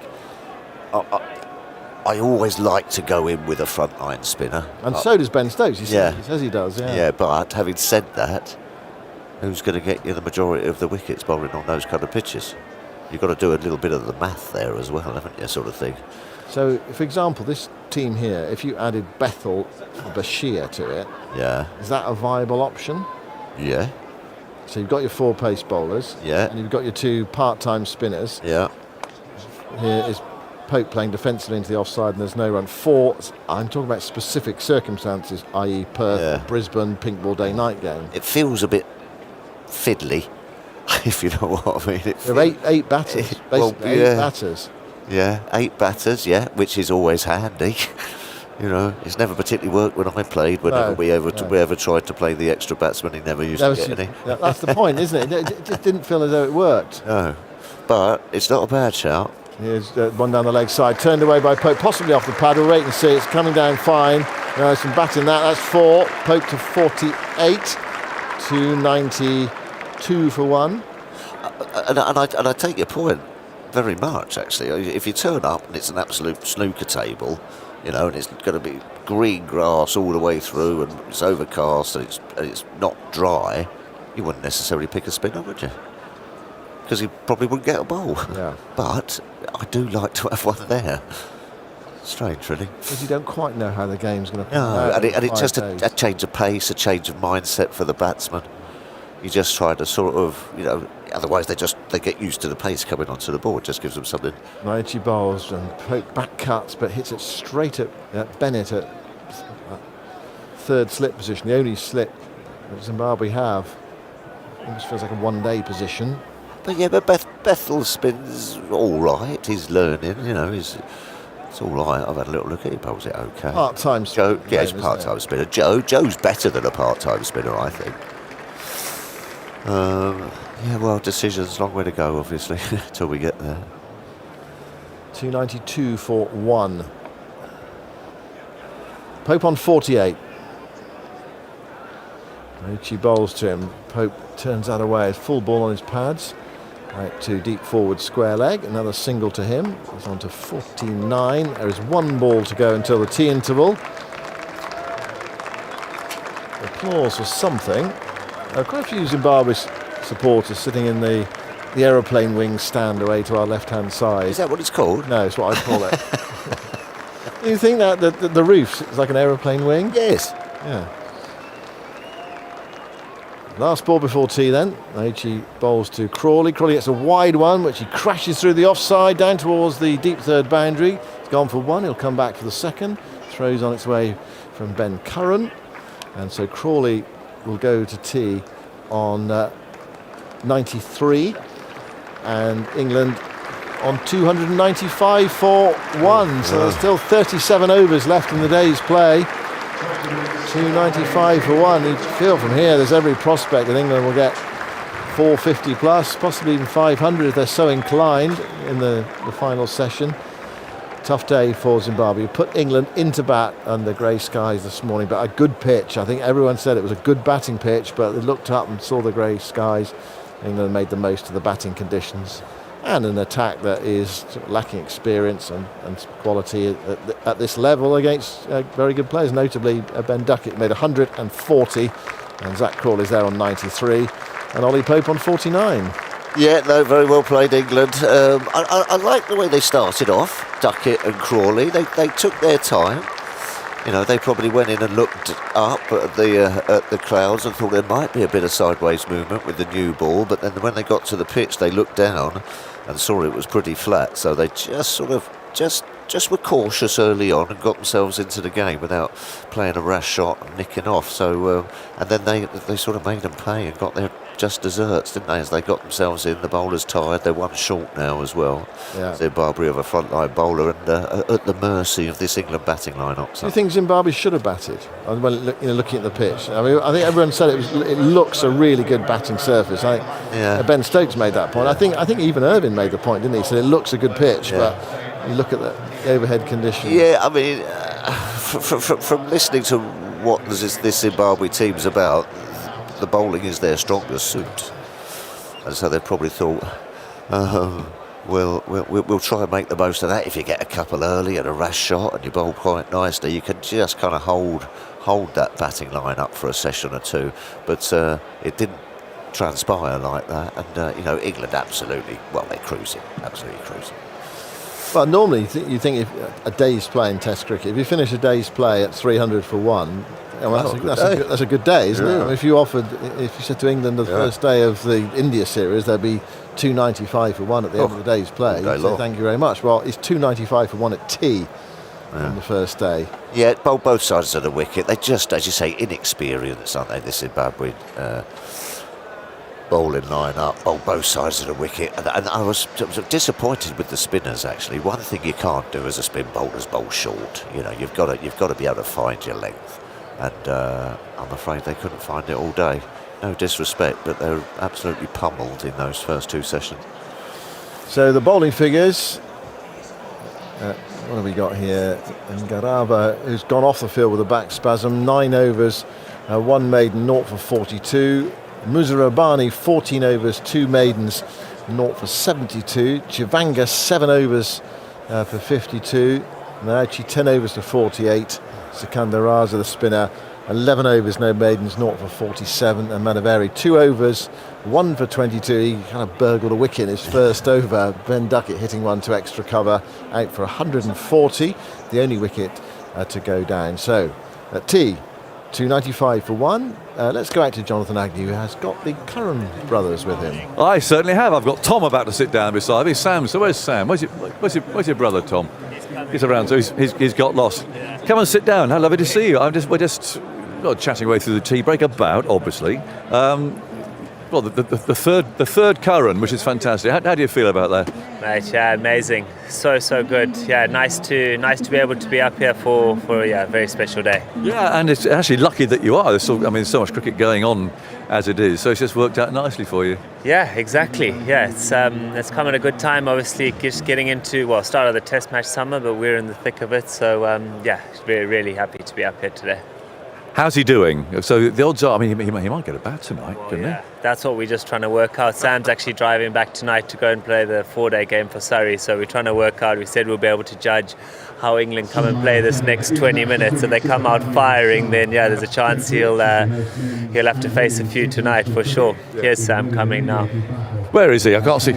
Come on, Sam. There's no point. His selfies. Hey, look at this. Come on, Sam. Come and sit down here. Actually, Sam's almost wearing white. So you think you're getting a game or what? What, today? What, you got your whites on? Oh, I came smart, ready for the call-up. It's good to see. I was just saying to Tom, it's a great day for you all. Yeah, very special. Obviously with the whole family stuff, and I'm sure you guys have spoken about it a lot, but sat here with Mum. It's nice to be in the stands today, kind of having a different view of the game. No pressure, just enjoying the day, and obviously good start by England, but hopefully Ben, when he gets in, can get some nice runs. You see, you've touched the point there, the loyalty. Where is your loyalty? Is it like England win but Ben gets 300 or something? Well, I just hope. Well, yeah, I think, let's be honest, it's really excited to be here to watch Ben, so it's really special. Zim haven't played England in 22 years, I think somebody said, so just hope he gets a start tomorrow or even this evening. So we're trying to see whether England would declare this evening or something like that, but it's an exciting week. I was talking earlier, I'm going to test your history here. 1983. Don't roll your eyes. 1983, there was a World Cup match played here. Yeah. You're looking blank. Zimbabwe. I was reading the booklet earlier. Zimbabwe against Australia. Zimbabwe won. Your dad played in that game. So it's kind of a nice little circle, isn't it, that Ben's playing here? Yeah, well, it's to the day, I think, isn't it? Or is it to the day, really? I think so. Maybe I made that up, but it did say something in the book about that, yeah. So it is. It's kind of iconic that the Test match ended up being here at Trent Bridge. It's amazing. It all adds up, and it's very, very special. Yeah. How did it all begin? I mean, two brothers I get. I had a younger brother who I used to beat up and try and bowl fast. But three of you, how did that work when you were growing up and being probably knowing you and knowing your dad, very competitive? Did the younger brother get a bit of a rough time, Sam? Yeah, being the youngest, I think you can see the way we play. We're very competitive. Yes. I think that's very natural. Me and Ben will definitely bowled the most. Tom always took all the batting. He always took all the batting in the garden. We had a tennis court, and there was kind of rules like if you hit it out the net or out the court, you're out. And rules didn't apply to them. No. I had to bowl from the entrance of the tennis court, bowl from that side, and when I batted, move the stumps around, because if they get out, turn around and make a run for the house. Never out. It must have been great fun, wasn't it? Yeah, no, like Sam said, I guess there's sort of that competitive nature between us as young boys, playing the three of us, I guess, started very young, and I guess put us in good stead to, I guess, where we all are today. It's quite interesting because you're kind of all different, aren't you? You're right arm batsman, Sam left, Ben opening batsman. I mean, it's funny how you've all found different parts of the game, and I wonder if that came from those childhood days and that you were just trying different things, or whether it's just, I don't know, just the way it's turned out. Yeah, I guess obviously with Dad being a all-rounder, right-arm seamer, I think that feisty element is obviously what we've got ingrained in us. But he was very feisty, let me tell you. Someone who played against him quite a lot. Exactly, that's what I guess everyone says, and we didn't really, I guess, watch him play, and we watch videos. But yeah, I guess Ben opening the batting now is pretty cool, and especially for him to start a little bit later than we have is kind of, me and Tom were driving down this morning, we called Ben this morning, he looked out the curtains and he saw it was overcast, and we're thinking, oh God, please don't get chucked in there and under the lights. But no, it's really special. We talked to Ben about the bowlers and guys. We're at that stage, we're old enough. Probably when we were a bit younger, we probably was very competitive and kind of fought a lot more, but now we just want to see each other do well. Yeah.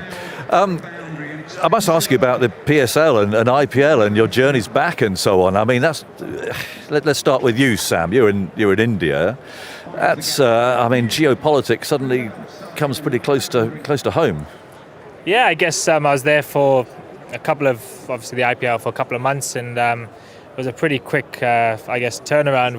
The tournament was suspended and we were kind of on the next flights home, and no one really knew what would happen. It was obviously now the tournament's back on, which is good to see, but I guess those type of things are well out of my kind of knowledge and depth, but it's great to see the tournament back on. Yeah, I mean, did it feel controlled? I mean, did you feel safe? Yeah, I guess with the areas that we were in, I was in Chennai, so very in the south, so we didn't feel very close to it, but then they got the guys in the Dharamshala where they had that IPL game called off, so which is very close to where the things were happening. So I guess that puts it in perspective a little bit, and I guess some players decided not to go back, and obviously loads have gone back. So I guess, and I guess now it's exciting to look ahead to this summer. Yeah. And Tom, what about you on the other side of the border? What was it like in Pakistan? Yeah, same thing. I mean, obviously it's a different sort of world out there. Obviously now it's great that Pakistan has cricket back in their country and has for some time, but to allow that, the security measures are pretty crazy. It's like presidential style security. So I mean, I felt safe, we felt safe, and I've been there a couple of times now, so I'm pretty used to it. And I guess, it was just all happened pretty quickly when obviously everything started happening with the conflict and stuff, and I got home pretty smoothly. I mean, so there was a couple of articles that came out. I didn't know, there wasn't tears, and Daryl Mitchell didn't say. Yes, I read that. Yeah, I wasn't going to bring it up actually. I think it was, what it's like when people are looking for stories, I guess. Yeah. It's not that quite what happened, and Daryl didn't say he's never going back to Pakistan. Look, there's no doubt about it, there was definite unease, as you would imagine, but I guess it's just the element of helplessness and uncertainty more than anything, and it's real, it's very real, two amazing countries that unfortunately have had conflict for some time, so there's no hiding behind that. I guess it was, we were on the same boat as most people, really, being a part of it, so it was nice to get back home, but also on the same, just as nice that now there seems to be a ceasefire and cricket's back on in both countries. Yeah. What's it like on the franchise merry-go-round, if I can call it that? I mean, does it feel like that? I mean, how secure is it in the franchise world? Are you almost playing from contract to contract with the teams that you're playing for, or is it more secure than that? No, I would say there's not too much security. I would say, at the end of the day, we paid to perform. So if you don't, they'll get the next bloke in, and that's fine. We guess have been a part of a performance-based industry for some time now. So that sort of pressure element from that thing is something we're used to. One thing I will say, it's nice to have a bit of continuity. So you want to build relationships with teams and be at similar teams rather than a merry-go-round. But just the nature of the beast now, there's so many tournaments and so many teams, it kind of might feel like that a bit. But I've personally been lucky over the years to build a bit of identity with certain teams, which is something I want to continue doing. Keep going. Lovely to see you both. And Ben not out tonight will, I think, satisfy everybody. Well, it'll be lovely. And then Sun's out tomorrow and he gets a big one. That'll do. Good luck. Nice to see you both.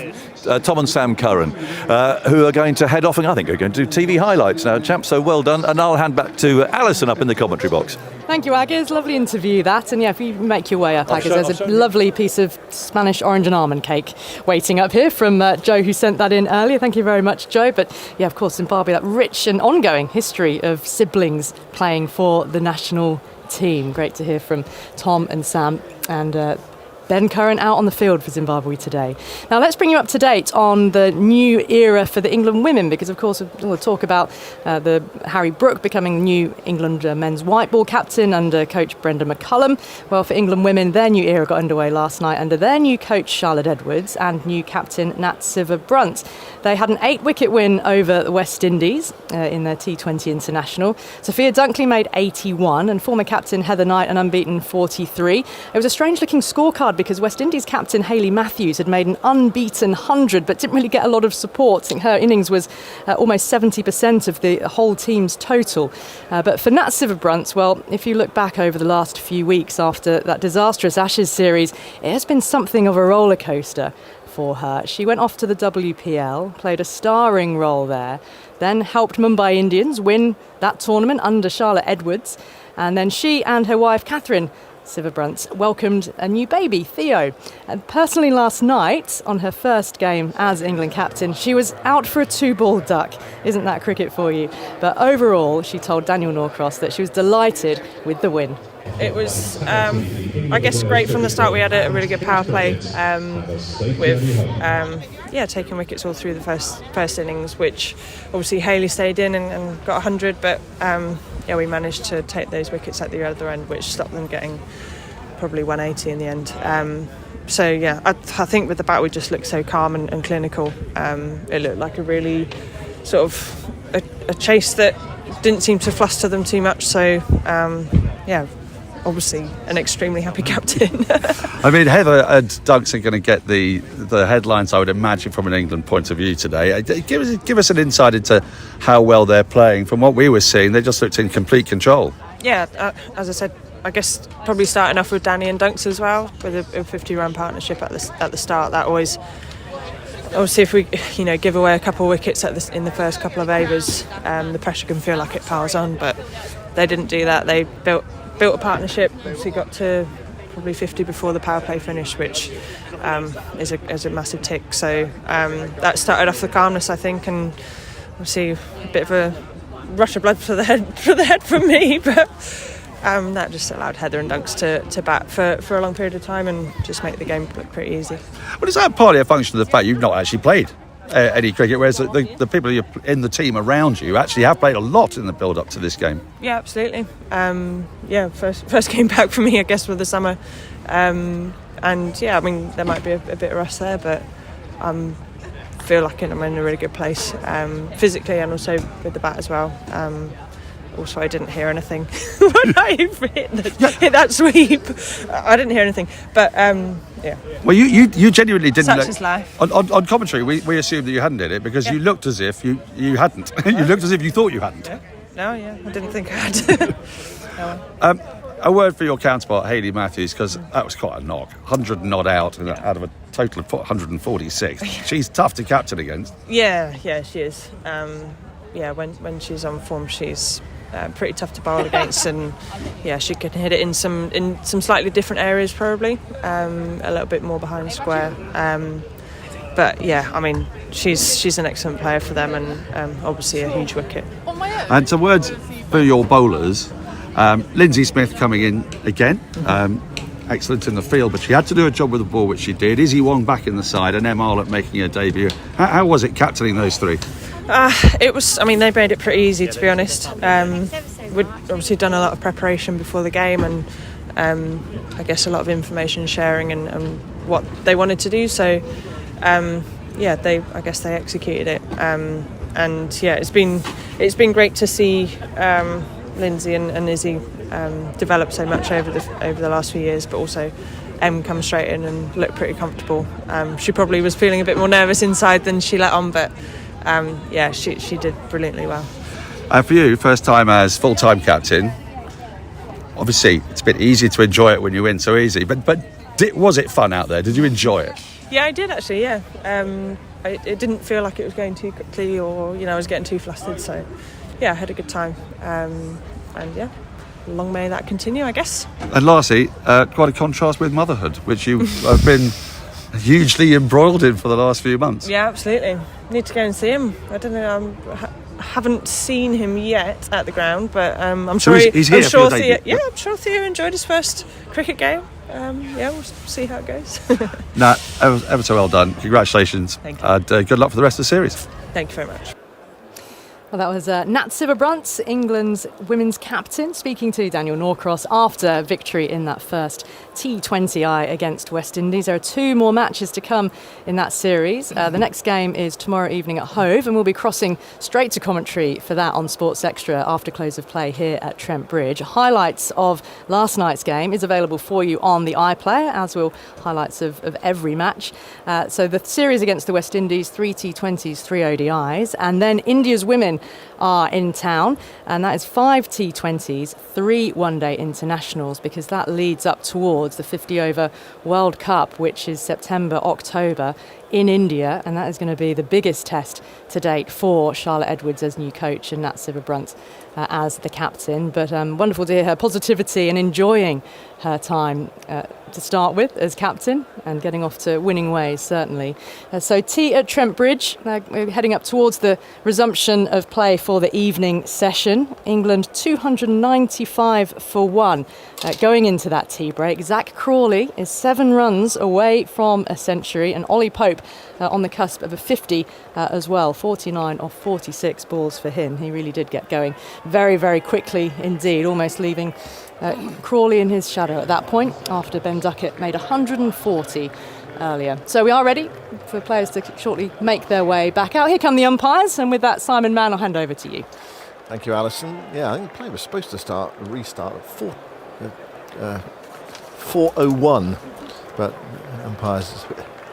Sorry, I'm about to sneeze, Victor. You might just fill in the gap. Sorry. What Simon's trying to say is he thinks the umpire's a bit slow. A bit slow. But you all right now? I'm okay now, yeah. Okay. Yeah. Well, there's pollen about. Sun's come out. It's actually lovely here at Trent Bridge. It was a bit gloomy this morning, but might have helped. Zimbabwe decided to bowl first. It's 295 for 1, though. It's not perfect outcome for the captain inserting the opposition, but anyway, all sorts of things might happen.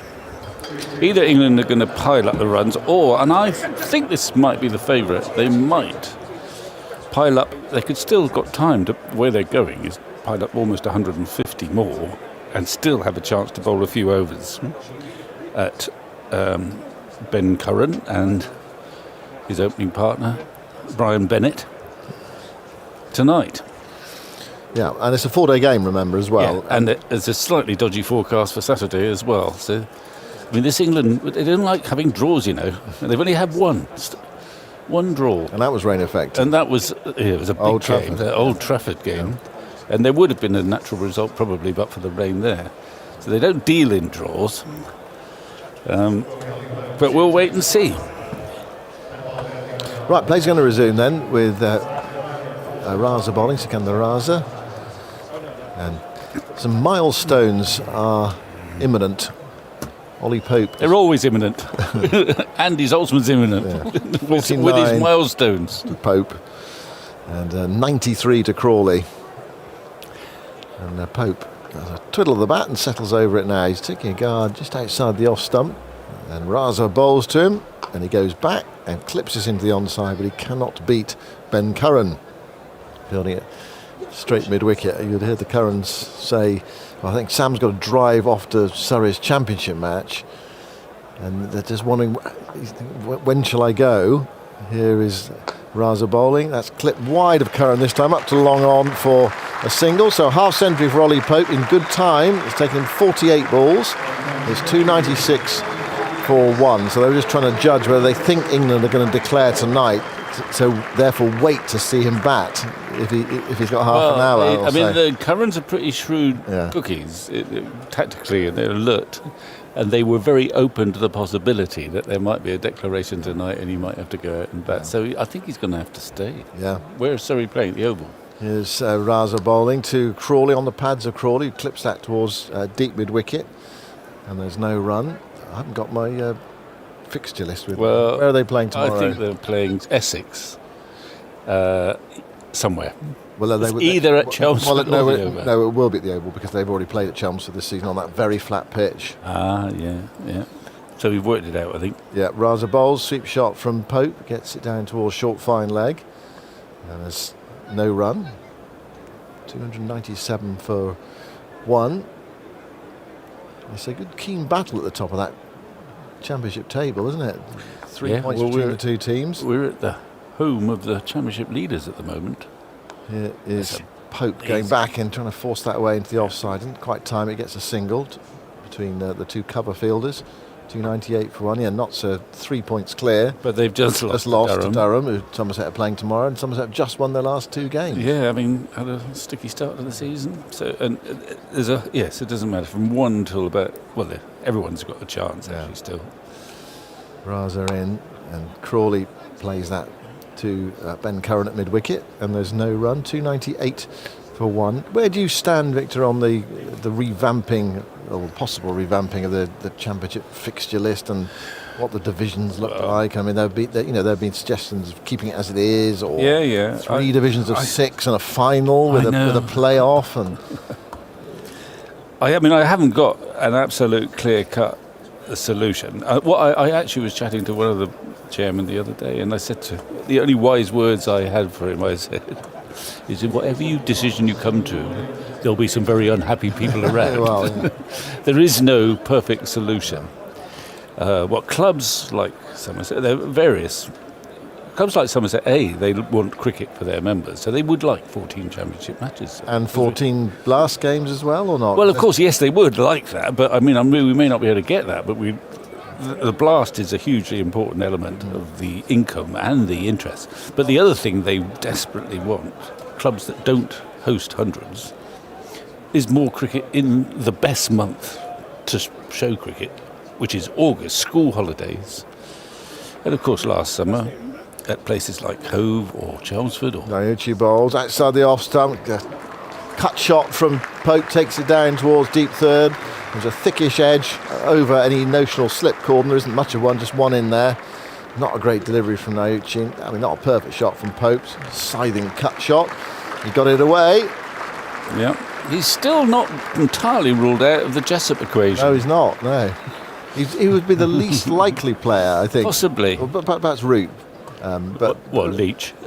Well, I mean, he's not playing, Victor. Oh, no, of course he's not. Show him then. I mean, of the top order, I bet. Of the top 7 for England. Yeah. Although Atkinson, well, he could get it. Yeah, he played brilliantly in that innings at Lords when he made 100. The 300's up for England. 302 for 1. Naiuchi bowls, short ball, pulled away by Pope. That's 4 more down towards deep back with square leg. 2 fielders out there. He's hit it between them. So Pope's on the charge here. He's up to 59 from 52 balls. And what we're talking about is that the Jessup 76, which is constantly under threat. So just to quickly finish that, what clubs that don't have a 100 franchise, with the majority of clubs, is they want an August where there is something for everyone to go and watch. And at the moment, or in recent past, it's been 4 50-over games, often with half your side or a quarter of your side playing. That's a real conundrum. But there is no simple answer, and something we'll have to give. Yeah, there'll have to be some compromise. And there'll be some unhappy people. Yeah. Naiuchi bowls to Pope, and there's a appeal for LBW. Something comes off Pope's body there. Was it a bit of the glove or something, or perhaps a bit of the bat? He got inside edge onto the pad, I think, and then a piece of equipment came off. Oh, what was it? Good to see what it is. Is it a watch? No, it can't be a watch, surely. I wouldn't have thought so. I don't think it's a good idea to wear a watch. I mean, Phil Edmonds always used to bowl with a watch on. Is it? Anyway, he's lobbed it to Crawley now. Let's have another look. He went to play. It did bounce. It hit him on the glove, and I don't know if part of his glove came off. It might have been the strapping around the glove or something. I mean, it was a bizarre one. Anyway, I think it might have hit him on the elbow. It did pop, that one, actually. Yeah, it did. The first one. It's a good ball. Naiuchi bowls. Pope goes forward, dabs it into the offside. Short cover, goes through for a quick single. Pope to 60. And England to 307 for 1. There's all sorts of conundrums. Can you play some championship cricket during the 100? Is that feasible? Do you have to have a championship? A lot of people say we've got to have a championship with integrity, i.e. a very even playing field, not necessarily like it is now, where you play some sides twice and sometimes once, etc. And people set a lot of store by that. Maiucci to Crawley, who drives. That's a fine stroke. Through extra cover for 4. Takes him on to 98. That's the best of Zach Crawley. It's a typical Crawley cover drive. When it drive. works, it's a beautiful thing. And it's worked pretty well today. But I would point out that actually for the vast majority of the time there has been a county championship, it's not had that integrity, of course. I mean, you've played 26 games, 24, 22. You don't play everyone twice. You don't. It's only in recent times that you've had a championship of integrity. I know. I mean, there was a season or two, certainly a season where some teams played 3. You played 3-day matches down, 4-day matches. Yeah. Let's watch Crawley. 98 not out. Dabs away into the offside. Plays it out towards short extra cover. And I know. No run. It's the end of the over. 311 for 1. So Crawley will have to watch on for now. The non-strikers on 98. I haven't given you the details of Pope's. You're a bit off mic there, Zoltz, for some reason. I don't know why. Is that any better? That's better. That is better. It's wonderful. Connection. Pope's 50 from 48 balls with 8 fours at the time. He's since hit 2 more. And that's his fastest Test 50. His 23rd innings of 50 or more in tests, of which he's converted 7 into centuries. Well, he's on strike on 60. 54 balls. Raza's going to bowl to him. He's got 21 balls to score 40 runs if he's so inclined. Raza to Pope. Pope goes back, brushes it away to mid-wicket. Quite deep there, Bennett, and so they get another run. 312 for 1. Yeah, there are so many interests, aren't they? Yeah, and so 18. therefore you cannot satisfy everyone. And it will be a real juggling act. I was doing an interview with Ian Holland recently, who was the leading wicket taker in the second division. Here's Crawley driving into the onside towards long on, takes him to 99. And I asked him the question, we've had back-to-back championship matches in the first 2 months of the season. A lot of cricket played, and the weather's been fantastic as well. So it's been quite demanding for the players. So as a bowler, what do you need? What gap do you need between matches? Raza bowls, forward goes Pope, up the offside of the pitch. And he said, for a bowler, I think you need 5 days between matches. I know you say, you would want that. And I know in your day you played 6 days a week, 7 days a week. And we did actually. You played 37 days every month. Yeah, I know you did. Here's Raza, a sweep shot from Pope towards short fine leg, and there's no run. Anyway, he said he thought 5 days you could be really ready to go again. Okay. Recovery time, preparation time, ready to go again. He's a little all-rounder, isn't he? Yeah. He's leading wicket taker. Well, I mean, that is obviously the modern view. And there is some truth in that. Well, what I also think... Raza bowls to Pope, goes back and hits that straight to extra cover, and there's no run. And I've heard Jamie Cox say this, is that this notion that you've got to be in absolutely rock-solid blocks. Now, I don't see any reason why you can't play 50-over games in between championship matches. 50-over cricket now is practically like championship stroke test cricket. Raza to Pope. Pope's forward, clipping that towards mid-wicket, and there's no run. It's the end of the over. It's 313 for 1, so Zach Crawley will be on strike in about 25 seconds on 99 not out. So you could... That might give you scope, if you like, to perhaps rest the odd player during a 50-over game. That might happen. I don't think there's a problem for players to adjust from playing in a championship match and then playing in a 50-over match in between, perhaps before the next championship match. So you might be able to mix that up. I don't know. Right. Anyway, we'll see. And as all I can predict is that there'll be grumpiness as a consequence. And if someone's trying to work out the least worst option. The least worst option, yeah. To get the fewest, grumpiest people. Yeah. But the equation doesn't work, Right, Crawley's on 99 then. And it's going to be Victor Maiucci to bowl to him. He's to his 12th over, 0 for 61. Crawley waits, bat raised in the sunshine. Maiucci bowls to him, and Crawley gets a leading edge, but he gets a single away on the offside, and there's his 100, second England 100 of the day. Takes his helmet off, acknowledges the crowd. Not euphoric celebration, but I think there'll be plenty of relief there for Zach Crawley. 5th Test 100. He's not been in great form for a while. He gets a hug from his partner, Ollie Pope. Not the most demanding of attacks, but it's a test 100. And runs for Zach Crawley of late have been pretty rare. So a satisfying day for Zach Crawley.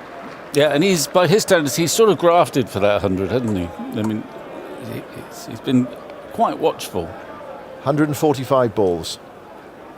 Naiuchi bowls down the leg side. Pope gets after it and hits it out towards deep back with square leg. This might have gone for 6. Let's wait for the signal from the umpire. It has. There was a fielder scrambling down there, quite close to him. Mazakadze, the sub-fielder, he thought he might be in with a chance of a catch, but that was really well struck by Pope. It was only a flick, but he got it right out the meat of the bat, and it just kept going. It wasn't far away from the fielder, who leapt over the rope. He did well to catch up with that, because it was going way down the leg side. He hit it just square of the wicket. It could have gone straight to a fielder, but just to his left. 320 for 1, and Pope is now 67 not out from 60 balls.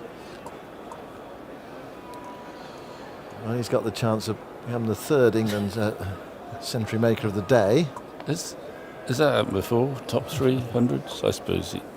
I know. Australians have done it, haven't they? Didn't they do it in the Test match at Lords? Yeah, they might have done. Here's Naiuchi bowling to Pope. That's on his pads. That's not a great delivery. That's flicked away towards deep square leg. Mazakadze runs round with great purpose, bends down, picks it up and sends in the return. And Pope has to settle for a single that takes him to a 70. And the score to 323 for 1. I don't know if the scoreboard's ticked over or not. It says 322 for 1, but they've still got Pope on strike on 69. So I think I'm adding on 1 for each of them. Anyway, we're in that sort of ballpark. Crawley. Here's a Pope forward to Naiuchi. Plays that towards extra cover. And there's no run. Is the score right, Zol? It is 3-2-2. It is 3-2-2. They got a 2 in that one. Oh yeah, Pope went to 67 to 69. Yeah. I was watching the fielder actually. I just assumed they got 1. But, anyway, there we go. It's a lovely afternoon now. It's really cold and overcast earlier. There's some chanting from the Naiuchi bowls, and there's a nice drive from Pope up towards mid-on. Yeah, the chanting you can hear is from the Zimbabwean section, just trying to have a good time and perhaps lift the team. We were going through a tricky patch. Well, they're in the sun on the left. The news stand, everyone's in shade there. But if you're sitting in the aeroplane wing stand, most of you there, you're in the sunshine. The players in the sunshine as well. And Zimbabwe happy enough with that. Cold day earlier. Naiuchi bowls. Pope plays that firmly into the onside, straight to mid-wicket, and there's no run. And it may have had an effect on poor old Richard Nagarava, having that back spasm earlier, coming out after lunch. Not being able, I don't know whether he was warmed up or just ran around the outfield there. He wasn't sprinting. No. The ball had already gone for 4, hadn't it? Went down to pick it up and then it went in the back, and so he's been off the field ever since. There have been 16 instances in Test history of numbers 1, 2 and 3 all scoring centuries in the same innings in men's tests. England have done it 3 times, the most recent of which was that Rawalpindi match that we talked about. Right. Duckett came back in the side, he, Crawley and Pope, the same top 3 as today, all made centuries. Well, that would be there's only 2 sets of 3 people who've ever done it, I bet you. Raza bowls. Crawley dabs into the offside for a single. His 101st run. Anyway, Pope's got to get another 31 runs yet for that to happen. 323 for 1. The others for England with that second innings in Brisbane in 2010 when Strauss, Cook and Trott. Yeah. Between them 517 for 1. And then in 1924 against South Africa at Lords. Right, take on. Raza bowls. Back goes Pope, plays it back down the pitch, picked up by Raza, and there's no run. But we do have the chance of history today then. The first time it's ever happened. 3 players have done it twice. Potentially. I have to check the others as well. Keep it on your toes, Zoltz. Raza bowls, and forward goes Pope towards extra cover. There's no run. He usually likes a first time, but he didn't seem very excited by that one, did he? No, he didn't. No. He's got a lot on his plate today, I think, but, I think it was because it hadn't occurred to him. Oh, no, I don't believe that. Raza bowls. It's forced away by Pope off the back foot up towards long on. He sort of felt, I don't know, perhaps slightly felt he'd been caught out. He hadn't thought of it himself. That was only my own intuition. I've been thinking about it ever since Rawalpindi. 324 for one. Crawley on 101. Reverse laps and plays that nicely. Gets it down fine. It's heading towards the rope. Fielder sprinting from deep cover towards deep third. Stops just inside the rope just as he gets there. And they come back for 3 runs. Nicely played by Crawley. Up to 104. England to 327 for one. A day of total domination on a very good batting pitch, albeit in potentially decent overhead bowling conditions. Pope on 70. There's a look round the field. Twiddle of the bat, waits for Raza. The off-break bowler goes into bowl to Pope. Pope knocks that towards mid-wicket, who's just outside a notional circle, so it's a straightforward single for Pope. It's also the last ball of the over as well, so he's got the strike. He's on 71. England are 328 for one. Crawley's there on 104. More from you, Victor, and then Isha Guha is going to pick up the commentary. And happy 40th birthday for yesterday, Isha. No, I don't believe it. She turned up late for her own party. We were all there and we were waiting an hour for her. Well, if it's her party, she can be late if she wants to. Hello, Isha. Fashionably late. Fashionably late. Well, absolutely. It may have been because I was nursing a bit of a headache and it took me a lot longer. So you're one of these than I thought people to. who has parties that, if you have a birthday, a notable birthday, then it goes on for a week or so. Is that right? No, it should go on for longer than that, Victor. Come on. Well, anyway, all is serenity now, at least out on the field. I'm not sure Zimbabwe think that, as Pope is turning that around the corner out to deep backward square for a casual single. Cool air conditions, but the sun has come out. We can see blue over to our right. Fair few clouds this morning. It was very grey and gloomy, which is why Zimbabwe opted to bowl first, but they find themselves in a very precarious position. England to 329 for one as Zach Crawley is back on strike, and a nice start to the summer for him with a century as he's forwards driving out to deep backward point for a single, goes to 330 for one. Yeah, I mean, there's no tension in the England setup, obviously. And now the pressure will be on the Zimbabwe batsmen to make sure that they can kind of make a game of it and stay in the game. It's only a 4-day game, of course. And the only question mark, I think, is what Stokes is going to do. Pope drives to mid-off, no run. Whether he's going to bring him in tonight and have a few overs. I think he might do that, and I think that's quite a good idea. And I said earlier on in today, a far better idea than doing it against Australia. Well, I'm sure you've written about it in your book, Vic. Oh, good girl, yes. Let's serve that one right up for you. Well, I think you're right. Pope forwards and casually just leaning on the ball. No run. Yeah, well, I've been working in the winter about books on England captains. Tell us more. And Ben Stokes is one of the England captains, and he gets a very good write-up, I think, but not necessarily for that declaration.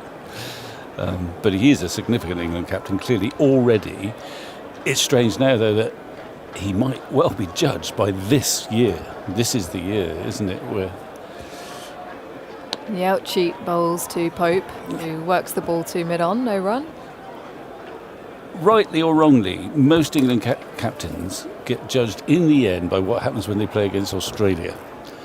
And rightly or wrongly, most England captains tend to lose against Australia. There's not many who've been victorious, especially in Australia. So that's the the big challenge, India obviously, it's a big series coming up. India getting better and better and younger and younger. Pope guides the ball down to a vacant third, but Deep Point is shuffling around to cut it off as he comes back for a couple. Pope to 74 at the end of the over, 332 for one. So that'll be the fascination. And a round of applause for the century partnership. 101 runs from 105 balls for these two. Ollie Pope just continuing where Duckett left off. Yeah. He got off to a flyer, didn't he? He is amazingly, for someone who's played probably about 40, 50 test matches, and it worked fine today, but he's very skittish at the start of his innings, isn't he? It's almost frenetic sometimes. And then once he gets in, he kind of settles down into a very aggressive rhythm, but it's not so frantic. But there's just times where you think, a player of his calibre, how is it that he is so like a cat on a hot tin roof right at the start? Anyway. And especially against spin. I mean, you think about the first ball that he faced. He was onto the back foot, it rushed him, he got struck on the pad, but it was too high. Yeah. Crawley forwards and guiding the ball to the offside. Big wide gap there for Deep Point. Just opens the face subtly as he comes forwards. Comes 3 for 1, 333 for 1. Into the 60th over here on day one of this Zimbabwe test. Crawley to 106. Pope crouching down, taps his bat down, forwards and back and punching the ball, trying to get it past mid-wicket, who dives to his left. He can't get it through, no run. Got the feeling when Duckett got his 100, he was going to have a bit of fun and go for it. Not so sure about Crawley. I think he wants to keep going. He's got a bit of ground to make up, having had such a barren patch coming into this test summer. Pope drives, excellent fielding. Out of error there, diving to his right at extra cover. Yeah. He thought that was 4, I think. It was beautifully stopped there, full length dive. And it's stuck in his right hand. He has been good at extra cover today. Raza drops it short. He's done it again. Pope. Well, he slams it. He gets back deep into his crease and slams it straight to the fielder. Slightly easier for him, but a bit tougher because of the pace it was coming, and it just slaps him on his right hand. Yeah, that was a poor ball, and he's got away with a dot. Raza comes in again, past the stumps to Pope on the back foot, and watching it all the way as he tucks that around the corner out to deep square for 1. Goes to 75, 334 for 1. Yeah, we think about Ben Stokes' record, and since McCullum took over, played 35, won 22. So win percentage must be pretty good when it comes to England captains. Pope's, I think, as Crawley guides the ball out to Deep Point for good length. Because I'm on the Single ball. at the end of the over. Pope's captain in 3 of those. He had 3 wins, Pope, so he's actually won 19. I think fine. Right. And I think he's lost 12, but one of those was when he was filling in for Joe Root way back. So that's a very good percentage. In fact, it's declined a bit in the last few games. India has been the problem, really. When England lost 4-1, didn't they? That dents it a bit. But that's a terrific record. But it's not just his record, it's the fact that he's invigorated Test cricket and the way he's gone about it. I mean, we went to that in Pakistan 2 years ago. I mean, what a series that was. No one's ever played like that in Pakistan before. And some of the cricket since. And it's exasperated us as well. I'm not saying it's all perfect, but my goodness me, you don't want to turn away when England are playing Test cricket nowadays, do you? No, Something always happens. Sometimes they're terrible, but usually they're always entertaining. Yeah, you're always on the edge of your seat, and you want to buy a ticket to come and watch, that's Yeah. for sure. And that's what they wanted to do at the And they've done start that, of the yeah. reign. And it's easy to say that we're going to play bold attacking cricket, but usually they don't. But they did, and they have. But now the acid test. I mean, but can we do anything worthwhile in Australia, where, frankly, England, apart from a very few exceptions, usually get thrashed? That's what the stats say. It's been a tough couple of tours up there in recent times. Well, not just recent times. Crawley is 107 facing Shivanga, who's come back into the attack, gently pats it back to the bowler, no run, off a good length. Yeah, I mean, the challenge for England in Australia has been around their kind of depth of fast bowlers. When you think about the fast bowlers that they have had, and they've always got injured. And England. And the last time they went to Australia, Joe Root was captain. Ben Stokes was just coming back from his break. Crawley forwards and again defending.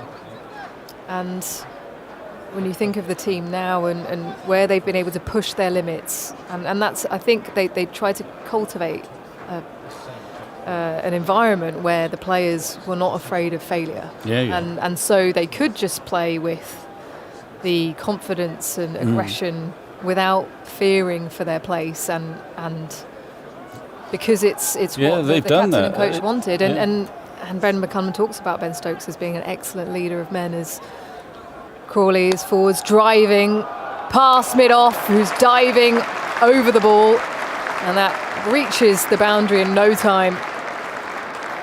We've seen quite a lot of classical Crawley drives today, and that was another one, 339 for one. Yeah, it's amazing what they've achieved together. Bear in mind, England had won 1 in 17 when Stokes took over and McCullum took over.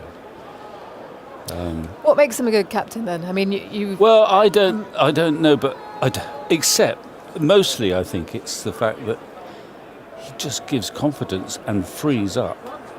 So does McCullum. The regime frees up their players, tries to take the pressure off and give them the freedom to express themselves, and that's one reason. Shivanga bowls, Crawley defends. Well, they're very reluctant to drop anyone because they want to give them that confidence and freedom to go for it and to risk looking stupid. They sometimes do look as if they're playing stupid cricket, but you can't always have it always. Remember, dear Ashley Giles, who we all love, said it doesn't matter who's captain of this setup at the moment, it doesn't matter who's coach, the results would be the same. And then in came McCullum and Stokes, and they kept winning. Crawley allows one to go past him. It's a short, wide down the leg side, and even the keeper can't stretch to stop it. And that's been signalled wide as well. So that is incredibly wide. I mean, if you'd been betrayed, if that was given as by, isn't it? So what's happened is exceptional over the last 3 years. Occasionally exasperating, especially when we don't beat Australia, when we might have done. But it's being in positions of strength and then throwing it away when they've been there. And I think that's what Brendan McCullum and Ben Stokes trying to want to rectify a bit. Rectify for this summer and beyond. 344 for one then, England. Chivanga steaming in. Crawley drives again. Very square of the wicket. There's a deep backward point who's quite fine, but he'll come around to take the ball. Ben Curran down there. As they come through for another couple. 113 on the board for Crawley now. 346 for one. But you're talking. The odd thing, the odd one out is when England won under Strauss. When actually the end of the bowling attack was Bresnan, Tremlett, who's big but not very quick. And Anderson, was it, I think? Broad got injured in that thing. Stephen Finn started in the team and they decided to leave him out because he was a bit expensive. At the end of the over, 346 for one. Crawley 113, Pope on 75. So anyway, it's a long way off, but it's hard not to think about the Ashes. But we've got this huge series against India now. Who, and a new era for Indian cricket. Exactly, it'd be fascinating. The average age of the Indian side will have dropped substantially by the time they get here. And they're still trying to find their identity with the bat. I mean, even with Rohit Sharma and Virat Kohli there on the recent tour to Australia.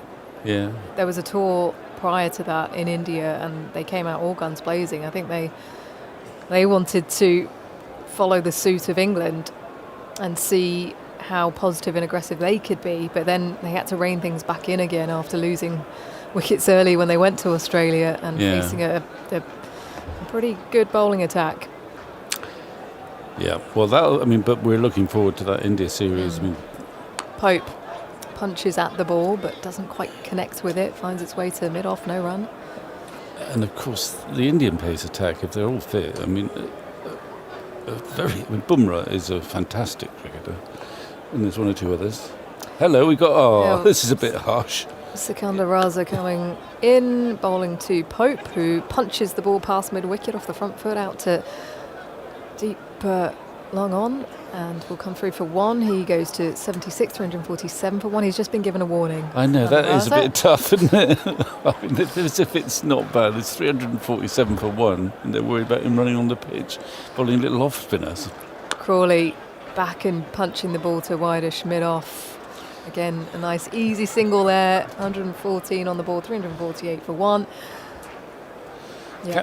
Captain wasn't very happy. He's lost one man for injury, and then if Raza gets taken off for running on the pitch, bowling his little off breaks. Well, his off breaks. Anyway, have some sense from Tuffers. Before you leave, Tuffers, as Pope just works that away to deep mid-wicket for one. Before you leave, when is the book out? June the 16th, okay. actually. We look forward to it. 349 for one. Pope to 77. Crawley's just signalling because he wants a drink. The dressing room. So he just spins the bat in his hand, has a quick look over to the leg side as he's clipping the ball out there now to deep backward square for a single. So this rotation of strike coming quite easily as England go to 350 for one. Inside 62 overs with one more ball left. Pope on 77. Facing up to Sikandar Raza, field spread, back of his crease and chopping down at the ball out to deep cover. There's a deep point out there, he does well, diving in front of the stand. Quite easily could have been four as Pope hustles back for two, moves to 79 at the end of the over, 352 for one and 62 overs bowled. Yeah, it's only the seventh time in Tests that a team has been put into bat in the first innings and reached 350 with only one wicket down. Just on the captaincy, you mentioned Ben Stokes' record, overall 19 wins, 12 losses, one draw in 33 tests. One of those losses was stepping in for Root at the first test of 2020. That gives him the third best win percentage of any England captain who's captained in 15 or more tests. 27 captains have done that for England. But what's notable with Joe Root, who's dropped down that list, is that before that run of one win in 17, he was in third place on that list. So he'd had a good run as captain, and the England team was doing well until that run of 17, one win in 17. And in fact, the results in the 35 odd games before that were very similar to the results that Stokes has had. But I'd be interested there, Andy, in how many draws. How many draws were there under Joe Root? Not many. In total, 47 tests, 6 draws, 26 wins, 15 losses. Crawley on 115. Well, he's looking to work the ball leg side. It hits him on the thigh pad, pops up to the offside, and no run is taken. 352 for one England. And Tuffers. Sorry, just to complete that. So that was the stats again. Until that run, overall Root had 11 draws in 64 tests as captain. But there were a few late on that were unsatisfying draws. You've been waiting patiently. I have. Afternoon, everyone. No, I'm happy. I'm just watching the cricket. You chatting away. Interesting stuff about the skippers. Crawley drives, and it pierces the gap once again. They brought that fielder up, but that is what he does in his sleep. Zach Crawley drives it, threads it through the gap, and picks up another 4, and that has been signalled a no ball as well. Yeah. It's a tough day for Zimbabwe. I think they've had there'll be a few stiff, sore bodies tomorrow morning, that's for sure. Whether they'll be bowling again, I'm not sure. I think England will power on through and perhaps look to, I don't know, get 600. But they've I don't know, they just haven't looked like they've been in any rhythm, have they, Zimbabwe?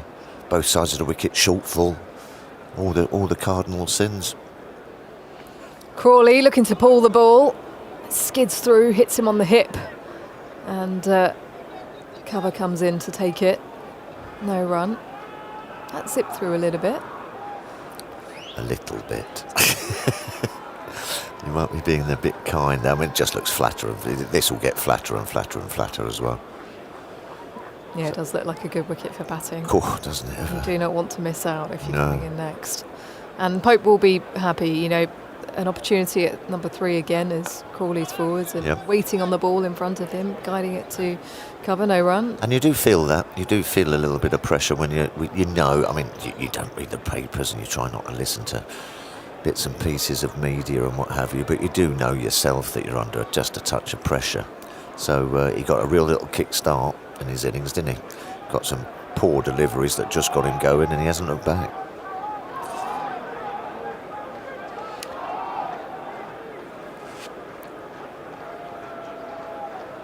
Chivanga coming in on an angle, the right arm quick to Crawley, who chips it up in the air, just over mid-off.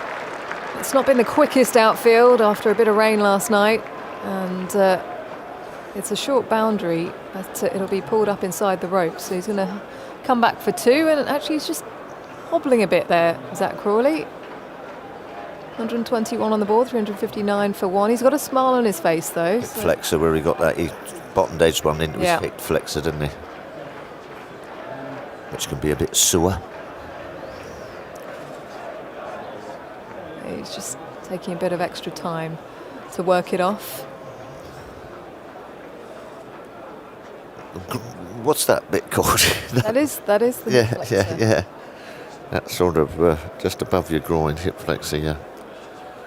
No padding there. He's Just a back. good life.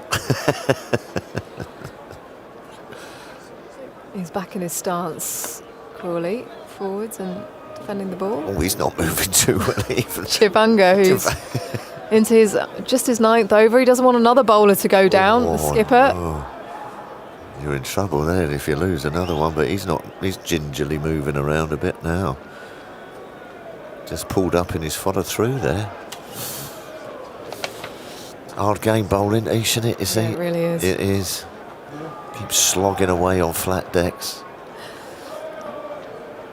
I remember my first test match on a flat deck as Crawley forwards and defending the ball to the offside, no run.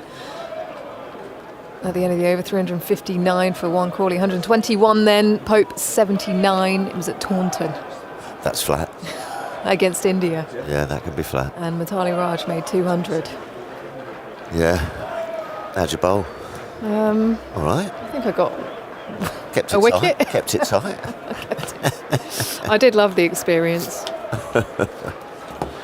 Well, that's 40 overs in an innings. Yeah. Loved it. Well, that's what you got to do when it's flat and tough. You just got to bowl disciplined, and that's not what Zimbabwe have done. A few more words from you, Tuffers, and then Aggers is going to come in here. Yeah, it's been hard going for them. England have rattled along at 5.7 and over, and pretty much chances as well. Aggers, old boy, afternoon. Yes, it is. There's a lot of cricket left. Yeah, there's still 27 overs to go. Yeah. So I'm thinking they might power on now and have a little go tomorrow and try and bowl them out twice. Oh, okay. Yeah, I've changed my mind. Raza, and Pope steals a single there to bid on, who was languishing slightly. Raza's not happy with him. He was languishing back on his heels a bit down here, Muzarabani. And so Pope goes to 80 from 82 balls, 360 for 1. Yeah. Crawley 121, and the scenario that we thought about, We said- Re Bethel, is kind of paying out, and they've kicked the can down the road, but as Raza again bowls, Crawley steers that away to backward point. Oh, he inside edged one onto his hip flexor, John, and I think it's given him a bit of trouble. Yeah, we waved towards the dressing room there. Yeah, I think he might be wanting a bit of magic sponge. Ah, okay. Well, let's see. He was saying something to Ollie Pope, taking his helmet off. Let's see who comes running out. I saw you in the stands earlier with your trumpet, your euphonium thing. Oh, well, yes. Oh, no, I was asked to play. It's quite a strange experience. I'm obviously playing my euphonium in front of thousands of people. Yes. I played in front of an absolutely deserted, empty Trent Bridge. What were the acoustics like? Difficult. Yes. Because the sounds are sort of disappears. Oh, okay. But they thought it'd be nice just to bring in the new summer with the strains of Jerusalem. Yeah. The only thing was, I can give it away now, is that I did have the sound of an orchestra in my ears. Right, yes. So I could play along. Yes. The plan being that they were going to fade the orchestra in with that. But then we're told that because of rights and that, they couldn't do it. So I just ended up puffing away by myself. All right, okay. It's quite nice, though. There's some treatment going on, so I'm chatting here. Can you recognise the tune? Just about. But now, after that exertion, she's being serviced. Who is? The euphonium. Oh, is she? Yeah, she's for a little brush up? She's gone for a bath. Right. Do you bath euphoniums? Oh, yeah. Yeah, okay. Yeah, but she's gone to a proper bathing place. Oh, right. So she's getting a good servicing, and she's going to be polished. Yeah. All the valves come out. Oh, lovely. And all restored because we're into concert season. Oh, so you need her in tip-top condition? I need her gleaming. Because if she's shining and everything's right and the bell's gleaming, you can get away with some bad notes, can't you? Because people are looking too much, they're drawn. Can't you do it yourself? You have to go to a specialist. Oh, I think you can. If you know your way around one. It's quite fiddly. There's lots of nooks and crannies. Yeah, there are. Yeah. So, no, she's in there. I'm a bit lost without her. Oh. I know. Saturday morning, I'll pick her up. Has she got a name? No. Just her? Just rude. No, but she's well travelled. She's been to Pakistan twice. 361 for one. We're back in business here. And Pope steers the first ball away down to deep point. And they take a single. But no, concert season. Well, you and I were at Neville Holt. We are. Festival there, arts festival. And the Melton Band is playing in the grounds on the Saturday. So you can stay up if you like. Yeah, no, I will do, yeah. No, you won't. You won't. You'll be off on your toes. 362 for one. And Crawley steers that hard out to cover. A fumbly stop, but a successful one nonetheless. So yeah, we're going through one more practice on Tuesday night. What you playing? Yeah. What are you practicing? What tunes? All sorts of things. Are they? Yeah. Tricky? Marches. Marches. It's a very nice George Gershwin. Lovely. Raza bowls. That's hit hard off the back foot. Pope scrambles for his ground up at this end, and there's no run. Disney, lovely compilation of Disney music. Oh. That's great. And what, Jaws? You'd be good at Jaws, wouldn't you? I don't think Jaws. No, Jaws isn't in there. There's no Jaws in there. James Bond. All the James Bond theme stuff. That's all in there. Crawley on the back foot, plays out to point. What are they made out of? Euphoniums. Yeah. What metal? Well, copper. A sort of metal of some sort, isn't it? Yeah. They're might be silver plated or copper. Yeah. But you can feel when you're playing nicely, you can feel it vibrating. You can feel the whole thing just vibrates in your arms. It's lovely. You mustn't overblow. That's my latest thing. We've been blowing too hard. You need a nice mellow sound. So when can we hear your rendition of Jerusalem? Is it out on? I think it's on there now. Oh, is it? Yeah. What, on the on the website? On the TMS, yeah. Oh, lovely. Tell me what you think. Yeah. I'll do a very long sustained last note because in my ears I've got the orchestra. Yeah. And they do that last bit of Jerusalem. Yes, so I'm playing. But of course you can't actually hear that. No. But it's really fun. Best thing I've done for a long time to join that band. You enjoy it, don't you? Yeah, it's being in a team again. Now we've got Chivanga, who's running hard so far. He's gone for 7 and over, but he's still going, and he's pushed away out towards deep point now. And they take a single, so he still runs in hard. He's a big fella.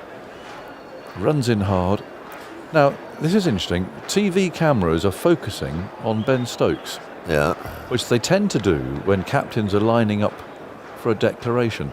But I can't see that happening yet. He doesn't look like that. That looks like a man who's having a knock and having a rest. It looks like, you see, but they do it, don't they? Cameras, they focus in on the captain, waiting for him to clap his hands and bring them in, but that's not going to happen, surely. No. Chivanga moves in, bowls, strikes Pope up on the pad. I was thinking about having a cheeky half hour. Well, we were on together, weren't we? And then I just thought to myself, well, why don't you just go and get yourself 600 and bowl them out twice? Could do. Yeah. I was just going to look at weather forecast for Saturday. So Saturday's not great, you said. Oh, well, this app shows a drier afternoon. Oh, good. Whereas this morning when I looked, it was like sort of horrible all day. Yeah. That's improved a little bit for Saturday. Right. 364 for one. Chivanga bowls down the leg side. Pope can't do anything with it. All dribbles through to Figo, the keeper. 364 for one. Yeah, see, 4-day tests. I know a lot of people supporters of 4-day tests. Well, you just feel that it's a bit short for I me. agree. Yeah. Absolutely agree. Yeah. Maybe it's because we're used to 5 days and the more meandering pace, but you feel that you're rushing everything a bit. Yeah. And I think it's right against teams like Zimbabwe, Afghanistan, but they are 4 days. Chivanga bowls and Pope drives. Doesn't time that really, goes through Chivanga's hands and down to mid-off. And have you been talking about having these like-for-like subs when a bowler goes off? Yes. Oh, you've already covered that? Well, not on air. It's on the website. I don't know what you think, so you're looking at me. I think, because I've seen a number of test matches ruined by the fact that a bowler has gone off. Yes. However, how do you prove they're really injured? This is going to be the problem. There are all sorts of rows about it. This Chivanga moves in, bowls down the leg side, but, down to fine leg it goes, and they get a 4 for that. And look, he's exhausted, hands on knees. Yeah. He starts feeling his hamstring. He's gone for best part of 10 and over. Yeah. Oh, seem to have gone in the hamstring. Oh, that's all right. We'll get someone else on there. Lie detector test. That'd be could do. Could have one of those. Oh, Andy's got one. Go on, hands up. I've a genuine proposal for this. Go on. In the event of an injury, you can have a sub, but they can't bowl for a certain amount of time. So, say, for another 30 overs, 45 overs. Right. So that would disincentivise. That would, an instant change. But it would also enable a team to not be disadvantaged so much. There he comes again, bowls and Pope drives, doesn't quite time it. Well, to cover fields. You'd like to think that, we're an honest lot of chaps, aren't we, in the cricket, aren't we? The history of sport suggests that it's something we cannot entirely rely on. There would be a row every game. You reckon? Yeah. How could you prove there'd be scans and stuff being drawn on scans? We did the Spirit of Cricket chat, didn't we? We did. Yes. MCC. No, we didn't discuss substitutes. No, but I do know what you mean. It'd be, I mean, come on. It'd be open season, wouldn't it? You reckon? Yeah. Who would be the person that makes a decision? It'd be a match referee, I suppose. But yeah. Based on what? Yes, Chivanga is a good example. He's a short fine leg. He's blown out. He was. I thought just feeling his hamstring just a little bit. Yeah. Sorry, I've gone the hamstring. Off I go. And yes, I quite like Andy's idea. You can't bowl for 20 overs, but then you can have a go second innings if you get that far. Yes. Yeah, that's not a bad shout. So it's not that instant hit. Yes, or perhaps you can't bowl in that innings at all. No. Raza bowls. And that's close. He tries a slog sweep. That is given out. Now, Crawley might have a look at this. He's a tall man who was on the front foot, who is trying to heave the ball away out towards deep mid-wicket. He is reviewing it. I thought he might. And they'll see if Mr. Pelika's decision is a good one or not. But Zimbabwe is celebrating. TV umpire to director. Potentially a second wicket. Let's have a listen. We have a player review for LBW. Original decision is out. I have checked the feet. It's a fair delivery. Front on, please. This is Mr. Raza, our old friend from Pakistan. So let's see what he makes of this. It was pretty straight, I think, wasn't it? It looks straight. He hasn't turned too many, and he does have that one that he just skips through a little bit quicker. Like Can you hear me, gents? No, there's nothing going on at the moment, but Zimbabwe are in a huddle there. They look very pleased with themselves.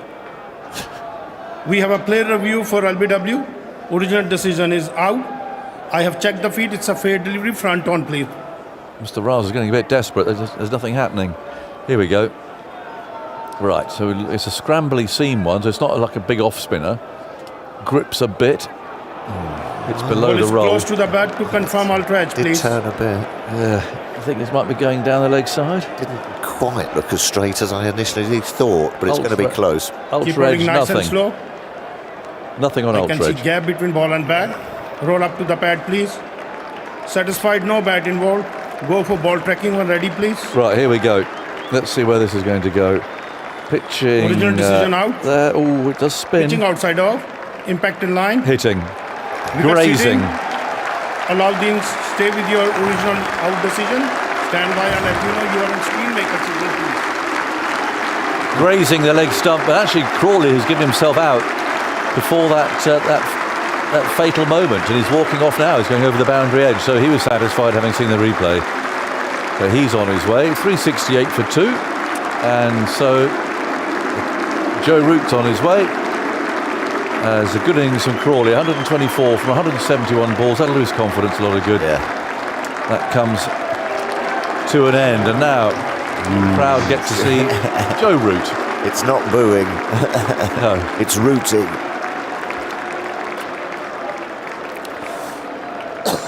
So slaps on the back there for Crawley. Yes, he would have Makes his been. way in. He would have been a little bit under pressure, John. There, wouldn't he? He would have Yes. just because he hasn't had a great start to the season. I think averaging 19 or something.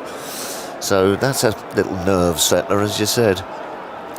Always good to start the season with a cheeky fiver, isn't it, or 100? It just sets you up for the summer, doesn't it? Yeah, absolutely.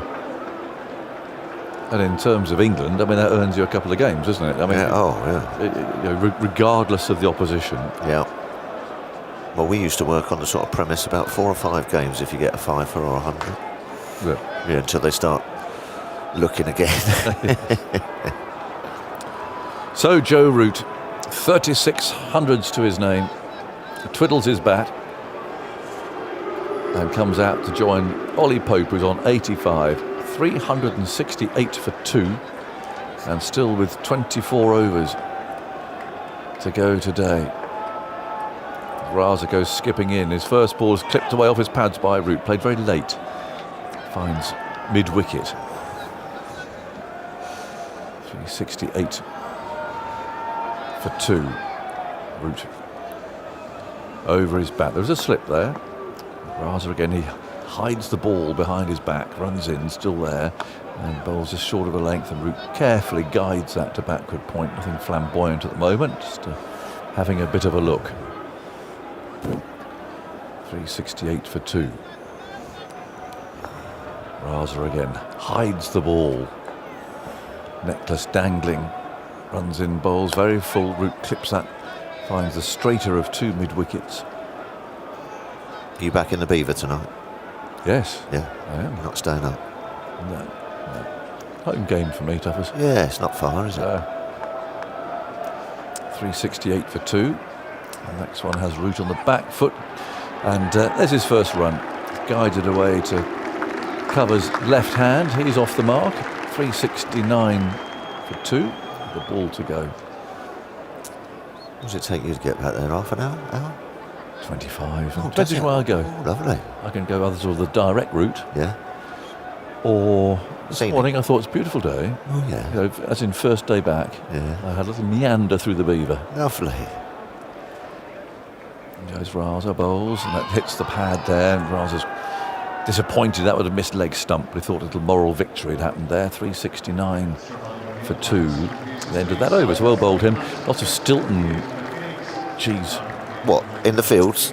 No, in the villages. There's quite a big competition goes on. Oh, is there? Wow, yeah, a lot. Oh, well, I love a bit of Stilton. Local, well, you'd have to decide which one you prefer. Yeah. Is it Cropwell Bishop? Or?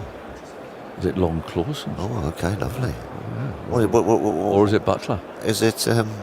What is it decided on? Obviously, the sort of strength or the roundedness I think of it's it all. entirely the whole personal. picture. I think it's personal. Yeah, But they have 3 main Stilton producers literally within 3 villages in the Beaver. Yeah.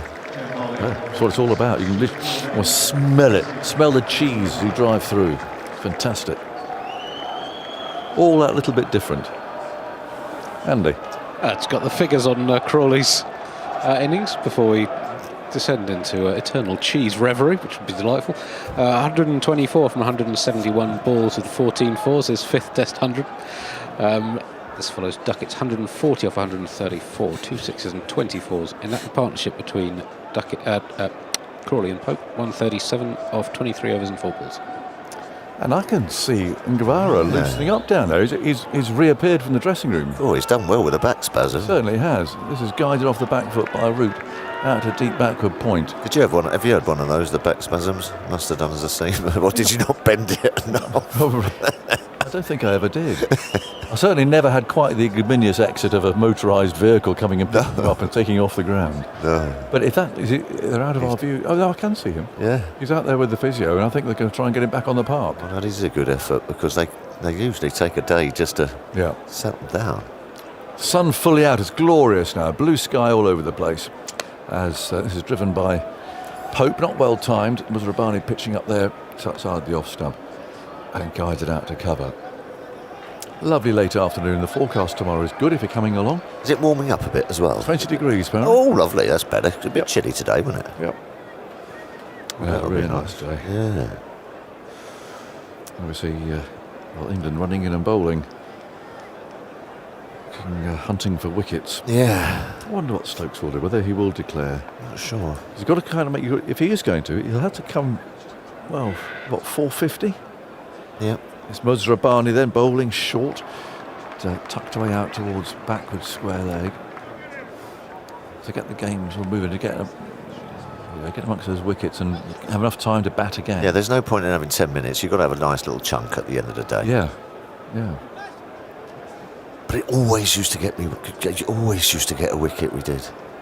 The last 20 minutes. Yeah, always. See, that's sometimes what two. What Stokes was gambling on at Edgbaston that well, time, wasn't absolutely. That perhaps was a bad decision. I don't know. Well, would it have been bad if he got Warner out? Well, Musrabani bowls outside the off stump. Of course, that's what he was wanting, and it didn't happen. So, no, I always find that if you've got wickets in the hutch and you're still batting against Australia, keep batting. At a man with 100. Yeah. Keep batting. Yeah, I think that's probably runs are your currency. I think you're probably right. But you can see why he was. Why you can see why he did it. Yes, you can. Just thought first day, get in there, knock a couple over. And he nearly had that catch, didn't he? He dropped Nathan Lyon would have won the game. Oh yeah, with that sort of like overhead grab that he usually does. Musrabani, and that's steered off the back foot. Fielded. Very nicely fielded in the gully. That's what they need. Yeah, got to keep together. Got to keep throwing yourself about. Pretty well, actually, their fielding. Given the fact that they've been a somewhat expensive day. That was Bennett there, who's done a good job in the gully. 371 for 2. So an hour and a half of play left. Score a lot of runs in that time. Oh, absolutely. Especially if they want to start putting the pedal down. Yeah. Musrabani runs in, bowls. Oh, he's found the gap this time. It was a lovely shot from Root. Long chase around there for Ben Curran. How nice it was to talk to the Curran brothers, by the way. Well, the two that aren't playing anyway earlier on. So thanks so much to those two for coming along and guiding us through the tea break. 373 for 2. What are you doing in this game, Michael? I'm appointing you as England captain again, or reappointing you to be more accurate. Well, they're in a very nice position. I would think, as a skipper, I'd want to bat the day out. I would think by then, 23 overs remaining, if they get that in, let's say they do, they're going to score at 5s at least, so they'll be 480 plus. And then I'd be looking to get to 550, 600, and then just pull out. But I'll be setting the target for the team to bowl them out twice. Yeah, so follow on type. Yeah, absolutely. So you're going big and following on. Yes, I'm going to bat once, and I'm going to try and win the game by an innings by bowling them out twice. Okie dokie. Now Musrabani is the latest to leave the field. I hope he's all right, but he's heading off with sort of an ambling trot, I describe that as. Taking his sweater and his cap with him. So another substitute will be appearing from somewhere. What did you make of Zach Crawley's? He pulled up a bit, didn't he? Do you think it was cramp or? I'm not sure what it was. Someone said that they'd seen him get hit on the thigh or something, on the hip or something. Whether that had caused a problem. Raza bowls. It's tucked away out into the mid-wicket area, and they take a single. Your skipper's playing nice, isn't he? Yes, he is. Yes, I'm pleased for the skipper. Yeah, the lovely shots in there. This makes batting look easy, doesn't he? I mean, we know he probably isn't if he had to choose where to bat, he probably wouldn't say number 3. So, always play well today. Raza again hides the ball, bowls on leg stump, turned away by Root. To 5, 375 for 2. Good crowd now, actually. There's certainly more in now than there were this morning when play began. And enjoying the best of the day too with the weather. As Raza bowls, the ball just drifts slightly like a swinger. And Pope drives it firmly, but only as far as cover. 375 for 2. Again, he twiddles the bat. Very smart pink handle on it. Moves in again, bowls, and back goes Pope, who cuts that hard. Ball rolls out to the boundary to our left-hand side. Take another single. 2 balls to go in the over. 376 for 2.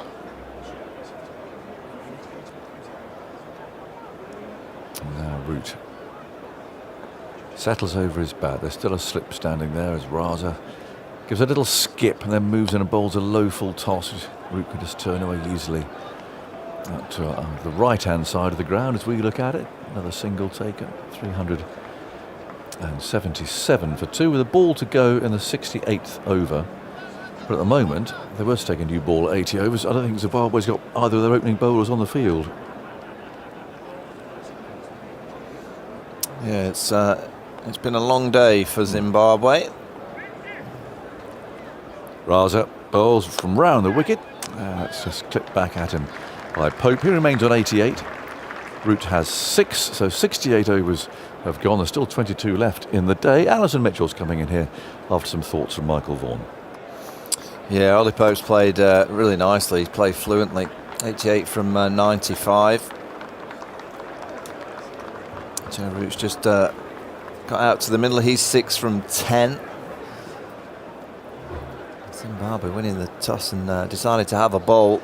I think they thought it was going to do a lot more than it actually has. It's not done a great deal. They didn't get it right. They didn't get the ball in the right area often enough in the morning session. There was a hint of swing every now and again, but nothing untowards. And it's not a lovely day for batting. Outfield's quick, true bounce, good players. You'd expect to score a few. Hello, Michael. Richard Ungavare is back on the field. Still looks sort of jogging fairly gingerly to me. Blessing Mzarabani has just gone off. But Ungavare back on. So we'll need to know how long he's been off for, when he's able to bowl again, and what the official word on that is. In the meantime, here is Pope facing up to Madhavari, who's back on from the pavilion end of the ground, the Stuart Broad end.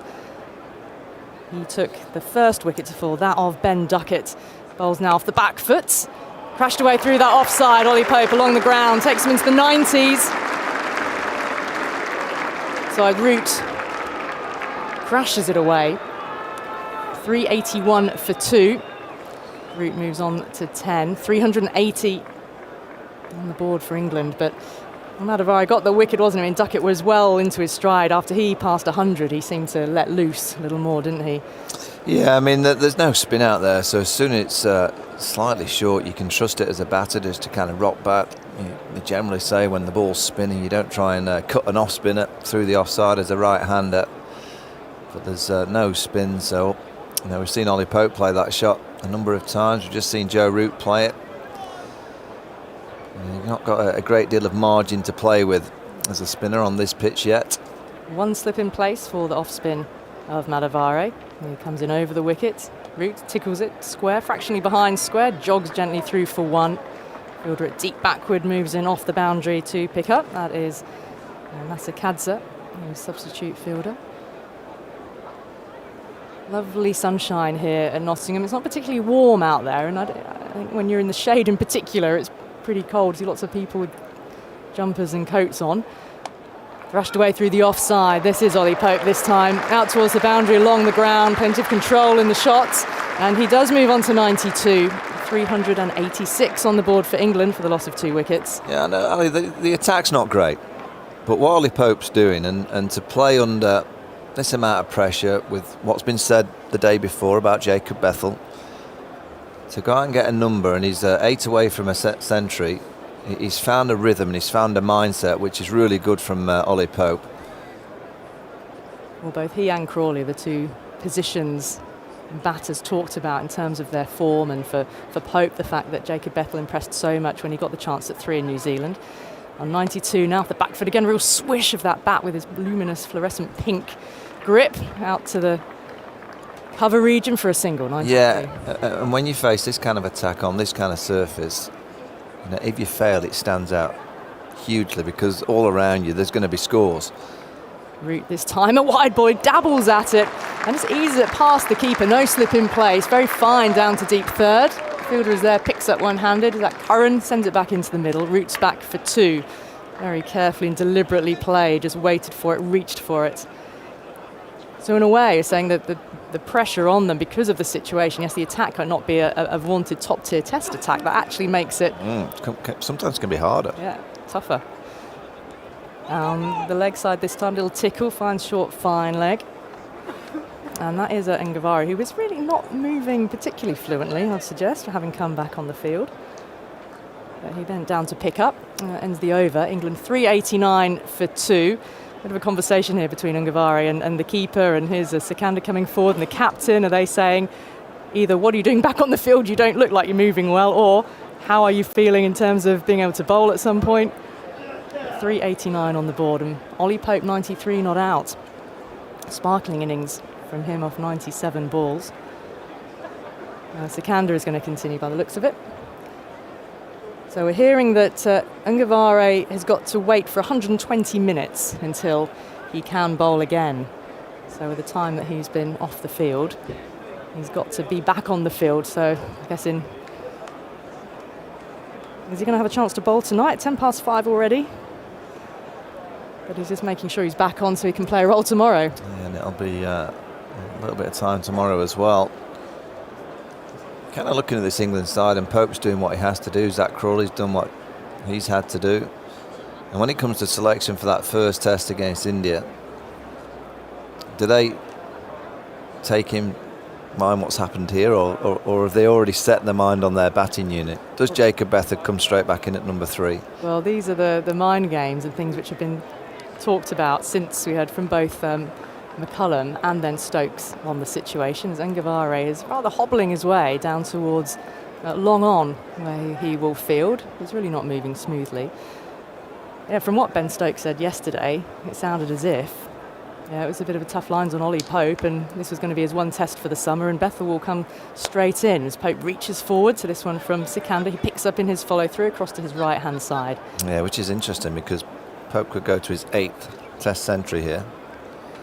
Jacob Beathard's not got a test century, only played a couple of games. Real talented player. It would be a really hard call to make. More forceful from Pope this time. It's the offside though, finds the fielder, no run.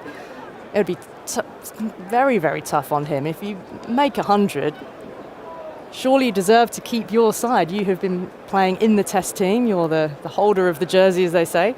Around the wicket, faster, flatter.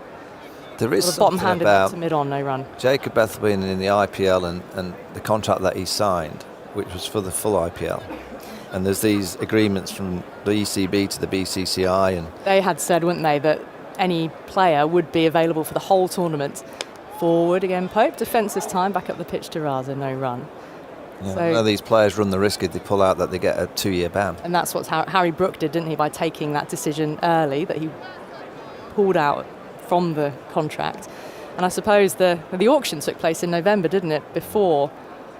As Raza's in again off the back foot, forced up to mid-off. Again, straight to the fielder, and no run to end. No, one more ball in the over. So he would have gone to auction, not necessarily thinking, I'm going to be front and centre for a place in the test team next summer, or I'm going to be away at a time when I really should be around for the test match against Zimbabwe. Forward again comes Pope, eases it past the bowler in his follow-through up to mid-on. Ends the over. So 389 for 2. Tidy one from Raza. Pope on 93, Root on 13. But when he's at RCB, and he is working under Andy Flower there, there'll be a lot of brains to pick, and not least a certain Virat Kohli, talking about the test game, still learning about the test game. So I think that, I've said it a year ago, that I think Ben Stokes should bat 3. And I think Ollie Pope's a better 5 or 6, so he'd end up batting at number 6. And I think it gives Pope a better chance at number 3 against real quality. and the ball's moving around, I just don't think he has the technique to survive against that quality up at the top. But I think he's such a dangerous player when he comes in when the ball's a bit older. Ollie Pope. Bowlers are a little bit tired. And I think that's the solution I could go with. If they're just going to go Jacob Bethel at number 3, as much as I think he's a real talent and his ceiling is very, very high, I think it's such a big risk. But Ben Stokes has to stay down at 7, doesn't he, to fulfil that all-rounder? I think he's perfectly suited to bat number 3. He's technically very, very good. Change of bowler here, and Brian Bennett is having a bowl for the first time. So the opening bat bowls some off-spin. So the captain, Craig Irvine, is trying to make something different happen, throw in a different option. I think Ben Stokes plays seam better than spin, and when he comes in the middle against spin, if you look at his record, I think there's a... Forward comes Pope, no run, defence into the offside. Particularly in the Ashes against Nathan Lyon, I wouldn't want Ben Stokes to first come out there when Nathan Lyon's bowling nicely. And I think he reads the situation. I think the problem with the England team over the last 2 or 3 years is reading situations with the bat in hand. And of all the players who hasn't really played baseball. And it's in again, Fuller on the drive this time. Pope out through extra cover along the ground, bit of a foot stop there in the deep. They're able to come back for 2. 392 for 2. Yeah, it's the captain that actually hasn't played baseball. He's played sensibly at times. And in Australia, I believe that the first 25 overs, particularly on day 1 against that Kookaburra ball, you need to see it off. Here is Bennett in, a little straighter this time. To Pope works it up to mid on and no run. So you're advocating for Stokes? I've said it. 3, Yeah, I think he's the best number 3 that England have available. Yeah. So would you leave? And Pope goes into number 6. And you leave Bethel out of the equation for the moment. Just at the minute, yeah. Dabbed away, down towards the deep third boundary. There's a fielder up at short third, evades him. It was played under control again. 4 more. Takes Ollie Pope on to 99. 107 balls that he's faced. We did it on the telly downstairs of how many runs he scored behind square on the offside and behind square on the leg side. When I came upstairs about 40 minutes ago, over 70% of his runs have become behind the wicket. That's how short Zimbabwe have bowled to Ollie Pope. 7 Test hundreds under his belt already. On the cusp of another here. Pope on 99. Bennett in forward, looking for that single. It isn't quite there. Ball rolls up towards cover.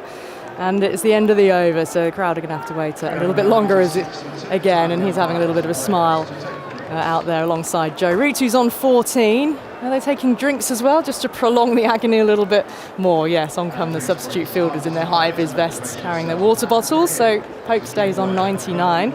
He would be the 3rd England batter in this lineup to pass 3 figures, because Duckett made 140, Crawley 124, and now Pope looking to follow suit as well. Both those batters getting their 3rd highest scores in tests today. And Duckett really scored at a quick rate. His 140 was off 134 balls. Once he passed the 3 figures, that was when he started to cut loose, because before then, Michael, it'd been really quite classic test match batting, orthodox shots. No big sense of hurry even. Just suddenly look at the scoreboard and Duckett was scoring quickly. Yeah, he just played his normal way. As all the players today, I mean, they've got so much skill and they've got so many options in terms of onside, offside, front foot, back foot, that they don't really need to try too much. And when they're getting offered quite a few loose ones on a regular basis, they're not going to miss out. They're not going to miss out on a pitch like this and conditions like this with an outfield that allows you just to time the ball. You don't really have to do too much when the outfield's so quick.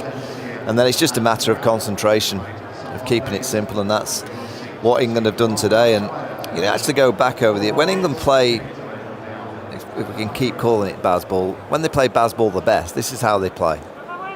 And teams now spread the field so quickly against England because they're so wary. The best balls then end up going for singles because there's a gap at the offside, there's a gap on the onside.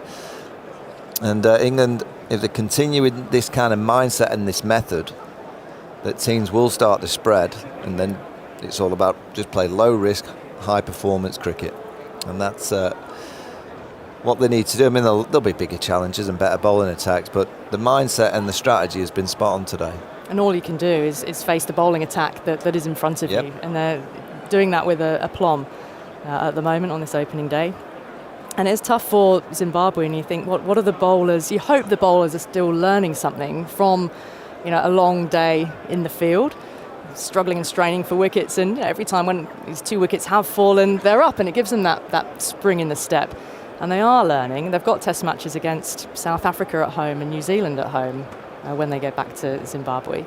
So, they are getting this exposure at the moment to higher ranked nations, and you hope that learning curve is an accelerated one. Yeah, you just hope that they don't lose confidence from days like this, or I think at home they'll have a better chance to compete with the bigger nations. But they did so well in Bangladesh to win that first test. It's not easy to go to Bangladesh to win a test match. So that was a tremendous win. It was a tense finish as well. I found the live stream of it, and I was watching it to the end. It really was nail-biting, gripping stuff. They won by 3 wickets in the end. Just a cheeky little chase. But to win over there, it's not easy. And I guess it's just the experience. And as I said, I think when you're a team like this, you're never failing. You're always learning. And that's what they have to take from a day like this. That to play against a side like England on a pitch that hasn't done a great deal, you have to be so relentlessly good at finding your length and strategically placing your field. And there's not been a great deal there for the bowlers, so it hasn't been easy, and they've just been a little bit inconsistent. I guess that's concentration and just a lack of experience, but you've never looked down and thought they've given up.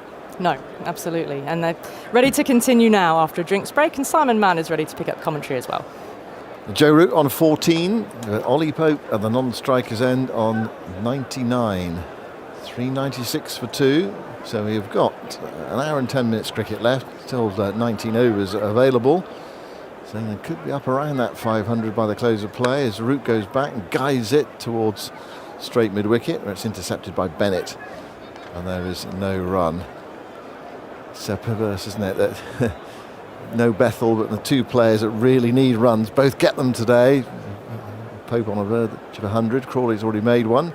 Raza bowls. It's driven by Root into the onside again. Bennett is there to pick up away to his left-hand side. Useful for England for Stokes to have a hit sometime in this test match. Raza bowls on the leg stump of Root.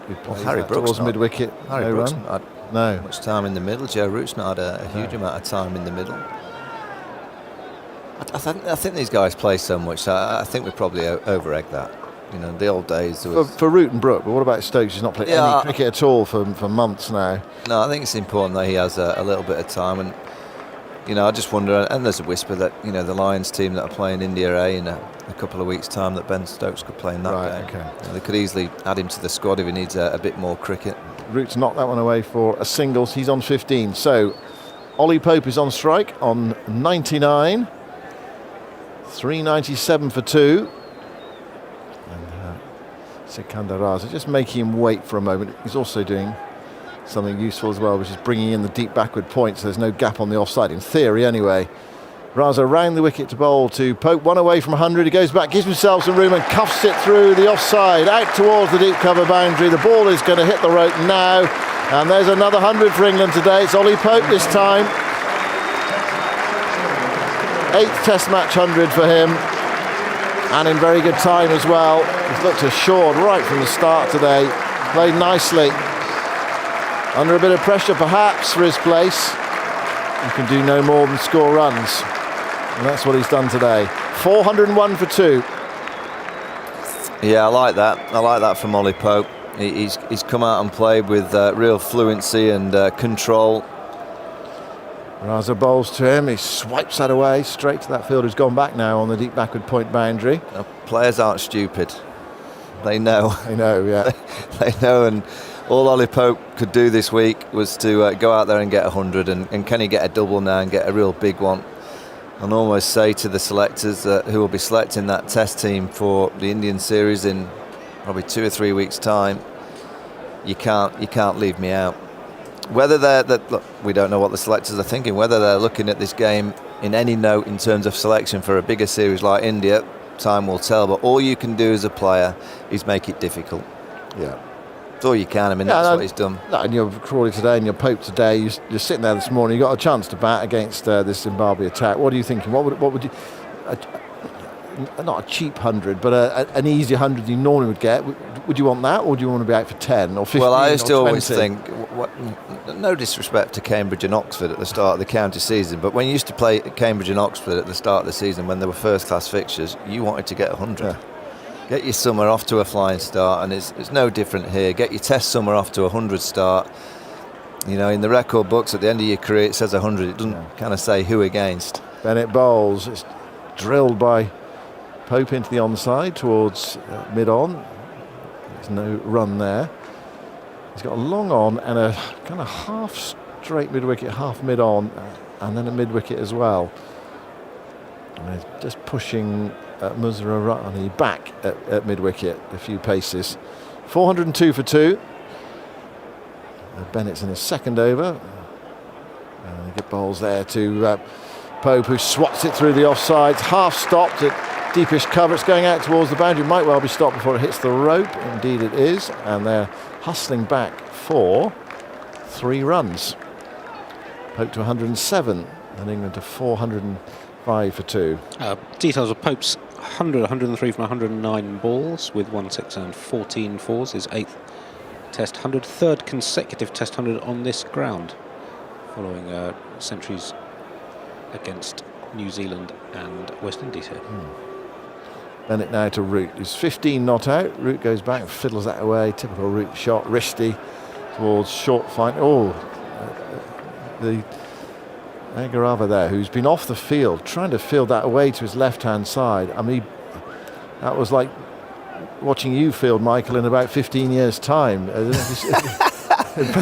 thought you were going to say 15 years ago. No, 15 years' time. No, he bent down. He could barely get down there. I mean, he can hardly move. He's back on the field. Not in any great shape from that, anyway. I'm just going to have to let you know, Sam, that in 15 years' time I will not be fielding.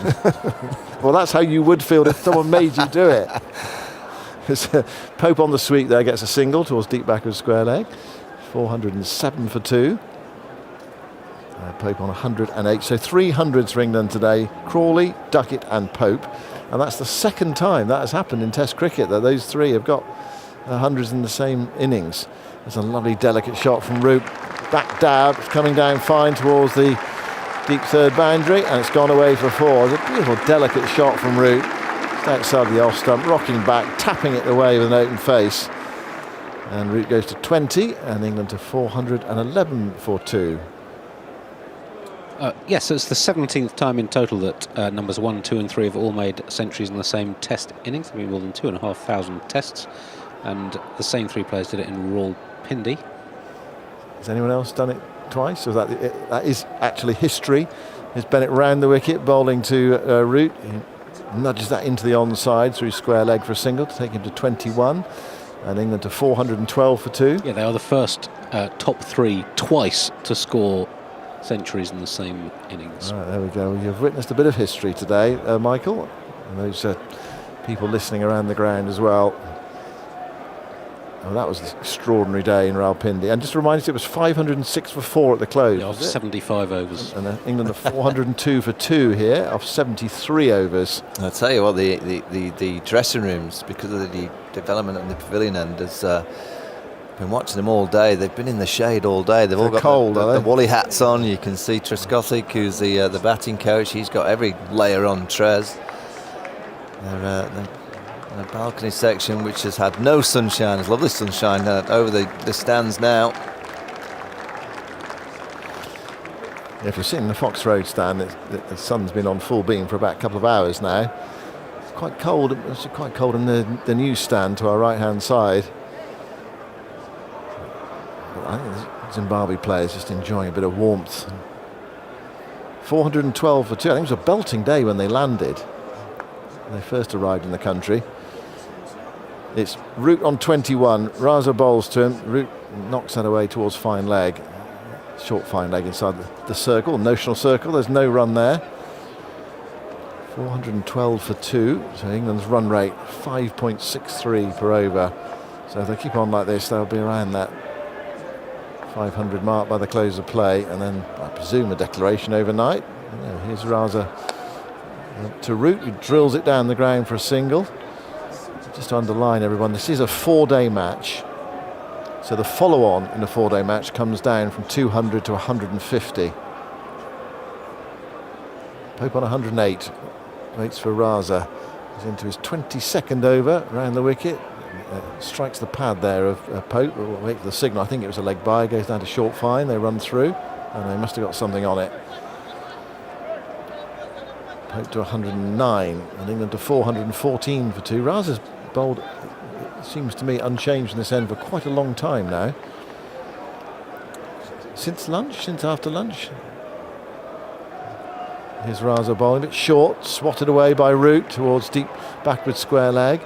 Picked up in front of the newsstand by Naochi. One more. Yeah, there's a few Zimbabwean supporters in the crowd. They're having a great time in the sunshine. They've got orange hats on, beanie hats by the look to, or bucket hats I think they're called. They're dancing around there, having a bit of fun. The team are having a difficult day, but they're going to enjoy this. Raza to Pope, floated up. Pope eases it down the ground for a single. Ollie Pope, he's one of those players, I think, he's not thinking 110. He's 110 now, and I think he's thinking, right, I'll just be here overnight. I'll come back for a little bit more tomorrow. He got a double 100 in that Ireland Test match. Raza to Root. Root plays that towards mid-on. It's intercepted by Raza before it gets there. No run. End of the over. 74 gone. 416 for 2. England. So just to answer your question about Raza, he's not bowled unchanged since lunch. He did come on straight after lunch from the far end. Then had a break of about 5 overs since when he's now bowled 15 consecutive overs from this end, either side of tee. And the boundary with which Pope reached his 100, in fact, was the first boundary he's conceded. He conceded in 10 overs since tee. So he has kept it tight, going around about 3.5 and over since tee. 22 overs, 1 for 86. Well, our good friend Jeffrey used to always say, if you get a chance to put a deposit in, put a big one, get it in the bank. Can't take it away from you. Ben Stokes, he's in at number 6. He hasn't got his pads on yet. Seems to be a late padder-upper, if you know. Feet up. Yeah. Here's Naochi going into bowl to Pope. Pope plays defensively into the offside, and there's no run. Picked up at cover. The problem with that is that mad scramble. You have those dreams where you can't get your pads on. Do you ever have those dreams, results, where you're not padded up and it's your turn to bat next? Or it might be for you. It might be you got a comedy gig and you can't think of any jokes. Definitely had that. Usually, that reality rather the than days when they used to do the Edinburgh Festival, usually exactly 1 month before it started. Right. Naochi, hustling run bowls, and Pope plays that down into the gully area where it's picked up by Sean Williams, and there is no run. 416 for 2. Michael's gone. Henry Alonga back alongside me. Probably Henry wishing, happy that you're sitting up here rather than bowling out there today. I don't know whether you hanker after your previous life as a pace bowler for Zimbabwe or not. I had many a day like this, especially when we went to Sri Lanka, Simon. So my commiserations to the Zimbabweans. It's been a tough day. Naochi bowls. And Pope tried to swing that away into the leg side. I think he tried to hit that for 6 into the Fox Road stand. Struck on the body, possibly the glove. Ball dropped at his feet, and there was no run. He's played that pickup shot a couple of times today. Once to great effect, he hit a 6 out to deep back with square leg, but that time he didn't get hold of it. The thing that surprised me, Simon, is it hasn't appeared that the wicket or the conditions have helped the fast bowlers at all. One of those tosses where, I think I said this earlier, England might be happy they were stuck in. Yeah, definitely. Here's Naochi bowling. Pope's down the pitch there and whipping that away to deep backward square leg. And he gets a single though. Picks out Sekunda Raza. 417 for 2. Pope's on Nelson. Root on 23. It was one of those pitches. I mean, if it had been an Ashes Test match, would England have said, we'll put you in? But looking at the surface, it was dry. It looked good to bat on. Okay, it was only the overhead conditions. It was also cold as well. Does the ball do as much when it's like that still coldness? I don't know. It feels like you need a bit of humidity and a bit of dampness around. There wasn't that this morning. Naochi bowls, Root goes forward and guides it down into the gully, picked up by Williams, and there's no run. I think there's also possibly a point to be made that I think that the England bowlers would have been able to extract a little bit more out of the conditions that they had versus the Zimbabwean bowlers. Just because the types of conditions we face in Zimbabwe mean we bowl a different length. And they didn't adjust today. Naochi bowls to Root. Root plays across his front pad there, clipping that towards mid-wicket. There's no run. It's the end of the over. He's bowling at 75 miles an hour there. And Naochi, he's bowled 14 overs, not for 75. And England 4-17 for 2. How many maidens have we had today, Zolt? Is it just the... Four. In fact, Raza bowled one in the 70th over, just 20 minutes ago or so, and that was the first since the 19th over. Maidens in the 3rd and 12th as well. Well, hasn't it felt, I know it sounds a really strange thing to say when it's 4-17 for 2 after 75 overs, but it hasn't felt as though England have been all-out attack today. Does that make... No, that makes sense. But we've spoken about it as well before earlier, but there were just too many loose balls from the Zimbabwean end, such that there was a boundary just about every over, and they take singles here and there, and there were a few threes as well, and it all adds up. And it doesn't appear like the England batsmen have had to force the game on. They've just waited for the bad ball, put it away, and they've accumulated. They could easily get 500 by the close. Pope on 111 faces Raza, comes forward and plays it back to the bowler, bends down to pick up. And there's no run. Of the 300s, where do they rank in terms of quickest, second quickest and slowest today? Duckett's was 100 balls, Pope 109 and Crawley 144. Raza hiding the ball behind his back, bowls, and a beautiful shot there from Pope, hits it for 4 through the covers. A wristy, almost square drive really from Pope, using his bottom hand and his wrists to get the power into the shot. 421 for 2. Pope to 115 in another milestone. It's a 50 partnership in 10 overs and 1 ball. Well, symptomatic of what we were talking about earlier. Raza tosses it one up and Pope drives, very well stopped by a tumbling Sean Williams at mid-off, prevents that going to the boundary. Yeah, the short ball, the previous delivery, just put away ruthlessly by Pope, crashing it through the offside. Raza tries again, skips in and bowls to Pope, gives himself some room and cuts. It goes out to deep backward point. And it's another single. Pope to 116, England to 422 for 2, just rattling along with around about, we've got 55 minutes time available and 14.2 overs available. So if they go on scoring like this, they'll be around about the 500 mark. Raza bowls forward, goes Root, dabbing it into the offside. It feels as if there's very little Zimbabwe can do to sort of keep England below sort of 6 runs and over at the moment. 423 for 2. It certainly feels like it's just too easy. Yeah. And as a captain, I think you've got to change things. I spoke to Alistair Campbell earlier, who suggested something interesting. Raza goes into bowl to Pope, who clips it to mid-wicket. Oh, it could be a run out of the non-strikers end. Root was a long way down. He was sent back. And he got back, the throw missed. It was Ben Curran there at mid-wicket who hurled the ball at the stumps. Suddenly there was a wicket-taking opportunity for Zimbabwe, close to being a run out.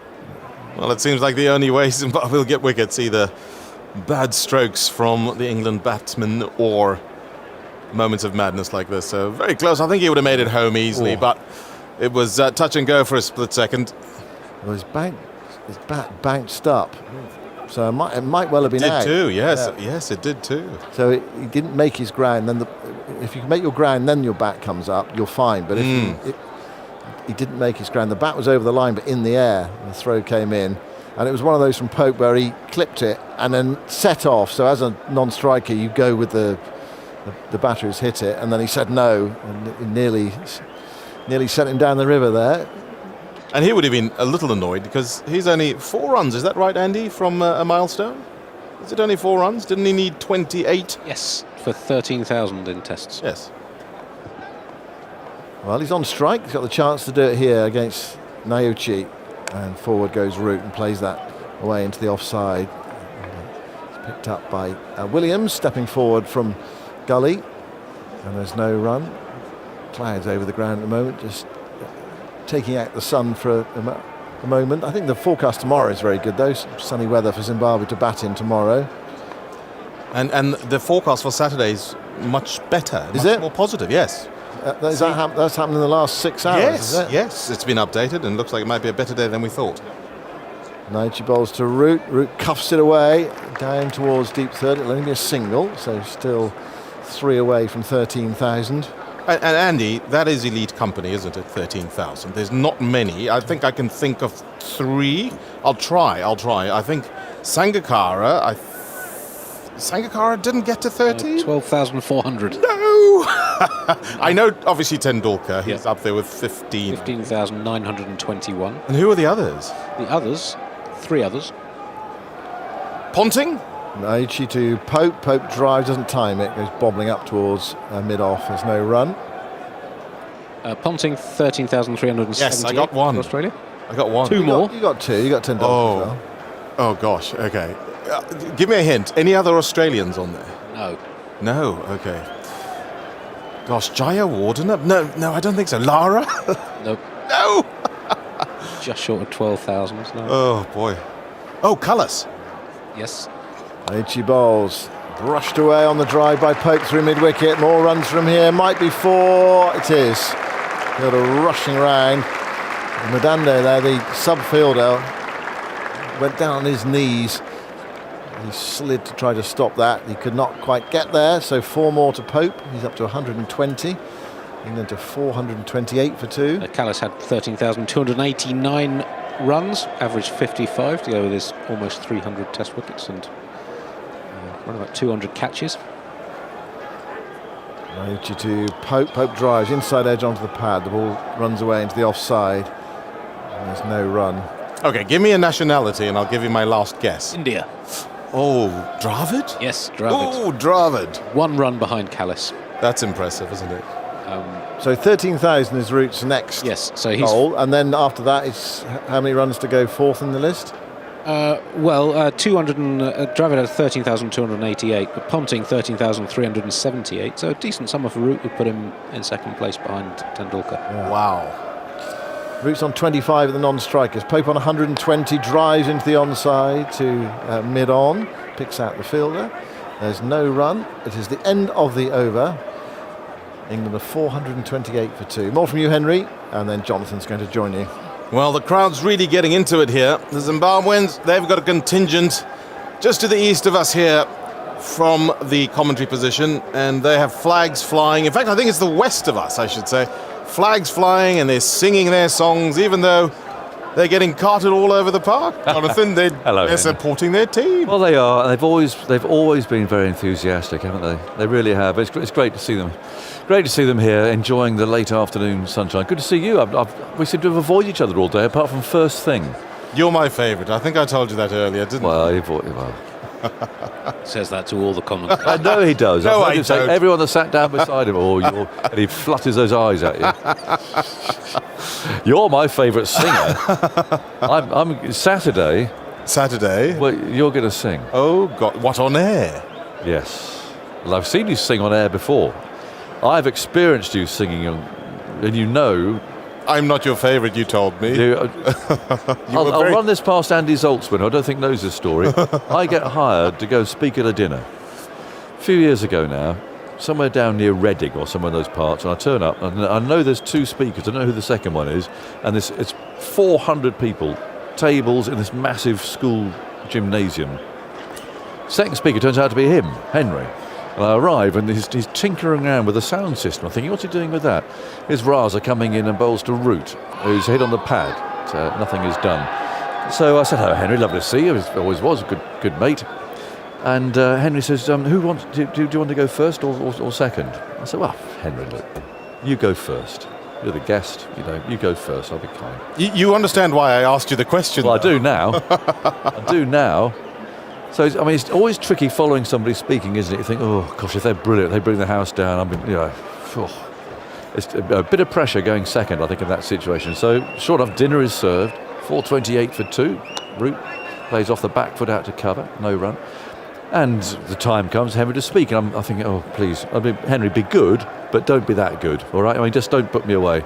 And he did a very nice speech. I'm thinking, okay, I've got to, clearly, I've got to be a bit of my best here to compete with this. And his speech comes towards an end. 4.28 for 2, tucked away out towards deep square leg by Root for a single. And he's just coming towards an end. I'm thinking, come on, down you get, you've done your bit now. I'll be all right, I'll be okay. And he said, I'm just going to leave you with a song.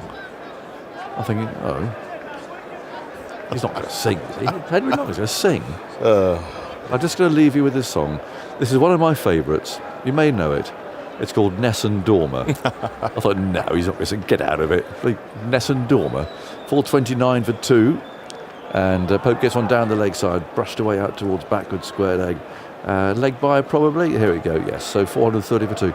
Well, he fired up this thing he'd been fiddling with the sound system. And it was like Pavarotti in there. People were shouting and yelling and waving, crying. He brought the house down and then sat down. I'll have to stand up and follow that. 4.30 for 2. And this is played off the back foot out to cover. And they take no run. Imagine that. You've had people crying when you play the euphonium, haven't you? Well, I have. I mean, I do. I'm used to moving people to tears in all sorts of reasons. But that's why you're my favourite. Well, Henry, can I just say this? Do not follow Henry longer if you're going to go and speak. 4.30 for 2. Single there. No diving save at mid-on.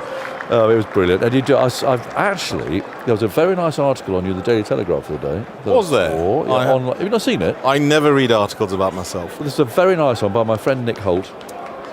I must find it then. Yes, well, I'll send it to you. You'll have to gift articles at the Telegraph, so many per month. I'll gift it to you. Oh, you're very kind, thank you. And you'll have got this anyway, with all the CD or something at home. You singing in the Australian voice, is it? You sang, This is the time. This is the moment. This is the moment. From Jekyll and Hyde, yes. You sang This Is the Moment. It's embedded online. Yes. Dear listener, if you haven't heard it and you've got access to the Telegraph, it's probably on YouTube, find it, because it was, this man can sing. Let me tell you, this man can sing. So Saturday, forecast is better, by the way, so it might have to, right. It looks good. So yes. I'm booking you in at tea time. All right. Well, we'll need to get the sound system up and running. Well, she's being serviced at the moment, and I'm picking her up on Saturday morning. My euphonium will be here. We could have a duet to end all duets. Musrabani's in the attack, and he bowls short and wide of the off stump. It's carved away by Pope for a single down to deep third man. 1 run taken. 4.31 for 2. Alternatively, we could line up something very nice quality with Nick, our engineer, who's very good he loves his music. We do get musicians on here, you know. I didn't know that. And you're going to fire up and you're going to sing. Hey, listen, we've had Leslie Garrett singing in here. We've had all sorts. We've got who else has sung in here? In this very box, Mr. Rabani bowls, steered away off the back foot for a single down to third man. 4.31 for 2, I must think, but we've had Keane singing, we've had Scouting for Girls singing. Wow. Duckworth Lewis Method, very good shout. In fact, they were in here, weren't they? They were rapping with Henry Blofeld in here. We get Duckworth Lewis Duckworth Method. It's a band. It was a band. I don't think are they still going? 4.32 for 2. It goes Musrabani bowls. It's a dabbed away, very fine. Chase there for the slip field. I don't think it's going to get there. There's no fine third man as such. There's a deep point. So very nicely played. To third man for another boundary. Pope 125 now. A busy, skittish sort of an innings. Typical Pope, really. Traditional shots and some unorthodox little late dabs. That might come off the bottom part of the bat, actually, but he was aiming down there.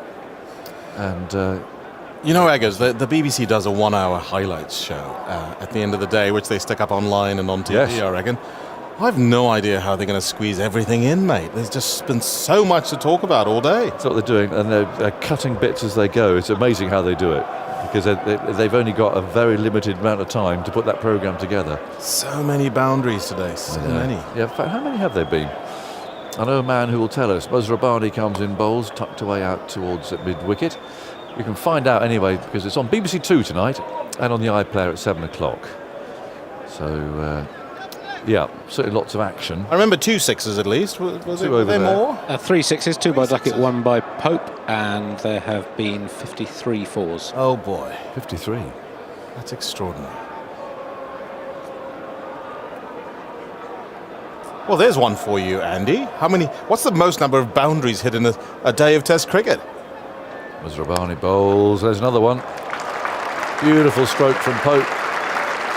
You see that pink rubber guiding the ball away out to deep extra cover. Smile on his face, and he's played like this since the moment he came in. 129, 133 balls. He just leant on that and drove the ball through extra cover. Beautiful stroke. It wasn't a half volley, that. I mean, if you bowled that, you think, well, it's not a bad ball, is it? Let's be honest. Slightly on the up, but yeah. There was all sorts of talk around him batting at 3, wasn't there, Agus? But apparently he actually performs quite well at 3. Well, it gets out, it's sort of early. Muz Rabbani bowls tucked away to the leg side. No, he's been sent back there by Root. Wasn't interested in the single. Pope wanted it. Well, fill me in on what this was all about. Just sort of skittish start and getting out. Right, and, yeah. And, you know, I'm not sure what the actual number is, but he has an unfortunate record of getting out a lot before 20. Getting out and looking a bit anxious, and then he settles into innings. But he's played beautifully today. There was one stat that sort of illustrates your point from last year. He had 3 centuries last year, but only averaged 33, and that's the lowest calendar year average of any player who's had 3 or more hundreds in a year. So it highlights how he was playing some good innings, but in between that was getting out early a lot. Yeah. He's played well today, beautifully actually. So they have, it's been not a trial for him and Crawley, but it's certainly been a spotlight on their positions, and they need to score runs. You can bet your life if Crawley had failed or Pope had failed, we know what the headline would have been tomorrow morning, regardless how many runs England had scored, regardless of Duckett getting 100. If one of those two had failed, that would have been the headline tomorrow morning. So, that's in a game that doesn't appear to have much pressure team-wise, individually, there's been a lot at stake today for those two in particular. Agreed. Is there a subconscious weighting on the value of a century? And I'll give you an example. Sikandar Raza played in a match, T20 match, which is the record T20 score. I think it's 334 against the Gambia. Nucci's back. Now that's tucked away out towards deep square leg for single. Down they go. 440, 441, and what's Joe Root? Well, that was his 13,000th Test run, the 5th player to reach that milestone. Well, he's gazing at the scoreboard as if he doesn't know, but I bet he knows. Joe Root's one of those who does tend to know these things. He's shrugging his shoulders. Joe, you've reached 13,000 runs at an average of 50.98, which is pretty remarkable. Sometimes they put it up on the big scoreboard. He just looked as if he didn't know there. Nucci bowls, and that's what a sumptuous shot that is. 4 more to Pope. Is this place really under threat? You've got to perform at this level, haven't you? You've got to be consistent at this level. You do. And that's the key, I think, with Pope, is that lack of consistency. But you look at the way he plays, the way he bats. Look at that amazing innings he played in India on the last tour there. There's so much talent. Very classy, beautiful drive there. Probably as pretty as Ian Bell. Remember when he used to play? Very similar. Wonderful. Very similar. Drives. 445 for 2. Nucci runs in, bowls leg stump this time. Oh, that's more trouble, I'm afraid. Ball skidding across that brown outfield, parched grass, and into the boundary, and Nucci's got his hands on his hips. He's breathing hard. It's coming towards the end of a long, hard day for Zimbabwe. 449 for 2 is the score. There's three balls to go. Here's a shout for you, Henry. Can I just say something before you say that? I kind of feel bad for Joe Root in one sense, because after getting to 1,300 runs, 13,000, I beg yours, Pope steals his thunder by going bang, bang, 4-4, and we didn't enjoy the moment. Savour the moment. Yeah, no, I think that's a fair comment. I'm still going to ask you this question in a second, though, as Nucci comes in bowls and Pope struck on the pad. 2 balls to go to the second new ball. You're out there, Henry. It's 449 for 2. Where are you hiding?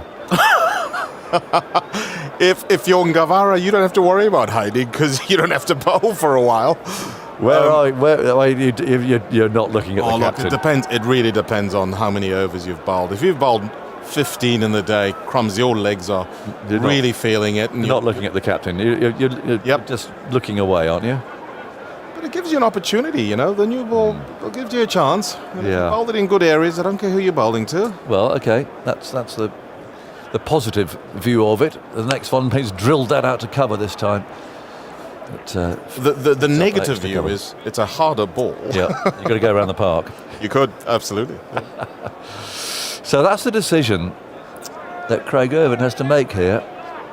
Does he take the new ball or not? He's got 1 ball to make that decision. I mean, he doesn't have to take it immediately if he doesn't want to. Correct. But however, in 1 ball time, a second new ball is available, and I'm looking down at Maz Rabbani here. That's not a man who looks particularly keen to bowl. Last ball of this over, flicked to 4 more. And that went for a lot over. I've lost count, rather. 13, and Pope's hit 5 fours in his last 9 balls. Well, he's got his hands on his hips. There were some good shots in there. There were some fine shots in there. 450 comes up. 453 for 2. The run rate over 5.5. 80 overs up. Now they've read out actually the news about Joe Root's 13,000, and he's waving his bat. I can't believe he didn't know. There are some players who don't actually bother about stats at all. There are others who do. I'm amazed if Joe Root really didn't know that he was so close to 13,000 runs. Then I'm surprised. And I'm more surprised at this because poor old Maz Rabbani, who I said a moment ago didn't look like a man who was keen to bowl, has been told to get down the far end to mark his run out. And this is a sight. Well, let's see how he gets on. The new ball is being taken, and fair play. They're going to try and go down the attacking option. I'll be interested to see what field they employ, how many slips they have, and where they put men out. Well, for Root, they've really got to have. They have got a deep point. They've got a deep square leg. Let's see if Maz Rabbani can just find a little bit of bounce, because occasionally today he has found something to go through. But these two are set. They put on 85 together. And Maz Rabbani, young, promising, right-arm fast bowler, comes in from that far end, bowls outside the off-stump, steered away down to third man. That's a danger area for Root. And the first ball's gone for 4. I'll have him fine out. In fact, you've almost got to have 2 men out there. You've got to have a deep point and someone just where that one's gone, because Joe Root, if he bowls slightly short, is going to pick him off down there. And that's not terribly short. He just plays it so well. He just guided it. And this is the danger of the new ball. It's firm, it's hard, it travels. Pinged off the back there. It's beautifully played, actually. Just a little bit short and just a little bit wide. Maz Rabbani again comes in bowls to Root. Now there's that extra bounce I was talking about. That did climb and hit high up on the bat. It was defended by Root. And it just makes you wonder if they got more balls in that area, whether they would have tested the England batters a bit better. Yeah. Now here's a question, and I was kind of hinting at this when I mentioned the Gambia match.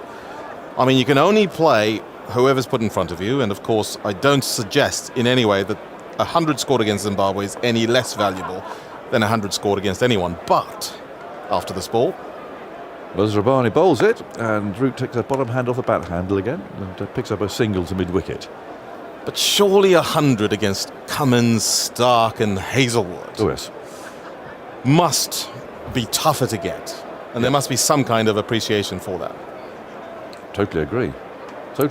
But then there is that personal pressure we talked about, isn't there? And that failure today, a Crawley or Pope, would come with potentially fatal consequences. Yes, I hear you. So there is that personal pressure, isn't there? And they've both managed to come through that with some style. 458 for 2. Maz Rabbani comes in bowls, and he's driven that with one hand. Ollie Pope's just hitting everything to the boundary now. 462 for 2. I go back to the point about, and I don't want to bang on about Jacob Bethell. He's a young man, but I think he's made a bad mistake. I just do. You know, if you've just got into that number 3 position, you don't give a sucker a second chance. I hear you. You don't. You sit in England place at a number 3. The odds were that those areas in which he could benefit would actually score these runs. So, well, we'll see what they do. Mazrabani again moves in, bowls to Pope. Oh, brilliant! Brilliant shot. And I was saying this earlier. You get the traditional cover drive 1 minute, and then you get the one-day white ball improvisation the next. And there, from a short ball that actually I don't think bounced as much as he thought it was going to, he's managed to get down, dip the knee, and just guide that ball, steer it straight over the slip's head. It's a brilliant shot. It's not got very high, that. But it's played it with the full face as well. So beautiful manipulation of his hands and wrists. And Andy, again, come back to my earlier question. How many boundaries? The most in a day, because we're certainly up there now. Crumbs. There have been high scores on the subcontinent. I remember Sri Lanka scoring 800 in an innings once. 466 for 2. Pope on 149, then he plays a bit of an ugly shot there to get his 150, but he won't care. He just lost his shape there slightly, trying to drive that down the ground. Some nifty footwork out there prevents the ball going for 4, but Ollie Pope reaches 152, not out. A man whose position has been certainly, not under threat, but certainly has come under the spotlight. And he sees his opportunity here. You drop me if you dare. His 4th score of 150 or more. And he's taken England to 469 for 2 on his first day against Zimbabwe, with half an hour of play remaining. Terrific innings. And it's just for me, it's that blend. Modern Test cricketer. He's got the old shots, he's got the new shots. I think there's lots to admire with this England team. They're ruthless. Andy, I think you're about to say something. It's quite hard to get records for specific days of Test cricket because that information isn't complete for much of Test history. When England made that 506 in a day in Rawalpindi, they had 73 4s and 3 6s in just 75 overs. So far today, they're on 59 4s and 3 6s. Pope's 150 came up from his 142nd ball. He's hit 1 6 and 23 4s, so 98 of his runs and boundaries. Terrific innings. Henry, I'll catch you tomorrow. Thank you. 469 for 2. And Nucci's still running in. He bowls one down the leg side there, and that's flicked away. Where's that gone? Has that gone for 6? It has. How has he hit that for 6? Full wide of the leg stump. And it's not a big boundary down there over long leg. But even so, he's cleared it. What a shot that was. And Joe Root's come down and given him a proper pump of gloves there. That was a remarkable shot. To hit this for 6. Very full, way down the leg side. Victor, drool. Well, I could drool. I think Joe Root was drooling. It was an amazing shot. How did you do that? How did you get underneath it when it's I so don't know. far down leg side? I don't know, and so full. Yeah. I don't know. I mean, you'd think it was impossible to hit it that square. It went behind square, but not that far behind square. Anyway, it's a new ball. It's flying off, I suppose. Yeah. This is always the gamble, wasn't it? And I think probably they had to go for it. Well, they may as Might as well. They're very technical. But, I mean, all day. They are at England's mercy. It's just a question of how many England want to get. I don't think they're going to bowl tonight, England. No. Just enjoy what we're watching. Pope on 158, and this is outside the off stump, a mistimed drive. He sends Root back. He's keen on a single there. Pope's quite keen to keep the strike. Well, Root's almost run out once before, didn't he, where he charged up as a non-striker and then got sent back. It's the luckiest mode of dismissal. I don't know whether there's a night watchman in. It's a bit early for night watchman, but it's not really night watchman. I can see Harry Brook padded up. Yeah. He's going to let a night watch and go, oh, hang on. Gus Atkinson might have his pads on. Oh, yeah. Or I think it's a pair of pads. Hang on, I think it's a pair of pads. Oh, yes. Here's Pope guiding that next one out to mid-wicket. And there's no run. We're on course here for our 3rd centurion of the day. And it's not a batsman. Oh, right, yeah. Nucci's about to go for 100 in his 17th over. He's run in hard, fair play, but he has gone around the park a bit. I think Atkinson would be quite a good night hawk. Yes, he would. I mean, he's a good player. He's got a test 100, let's face it. But Pope on 158, slash outside the off stump and a miss this time. And to hit the ball down his favoured third man area. 2 balls to go in this over. They'll go through to 6:30. Atkinson's now standing up, so that happened to be a pair of pads that was sitting in front of him. Yeah. It looked like it was padded up. Yeah, yes.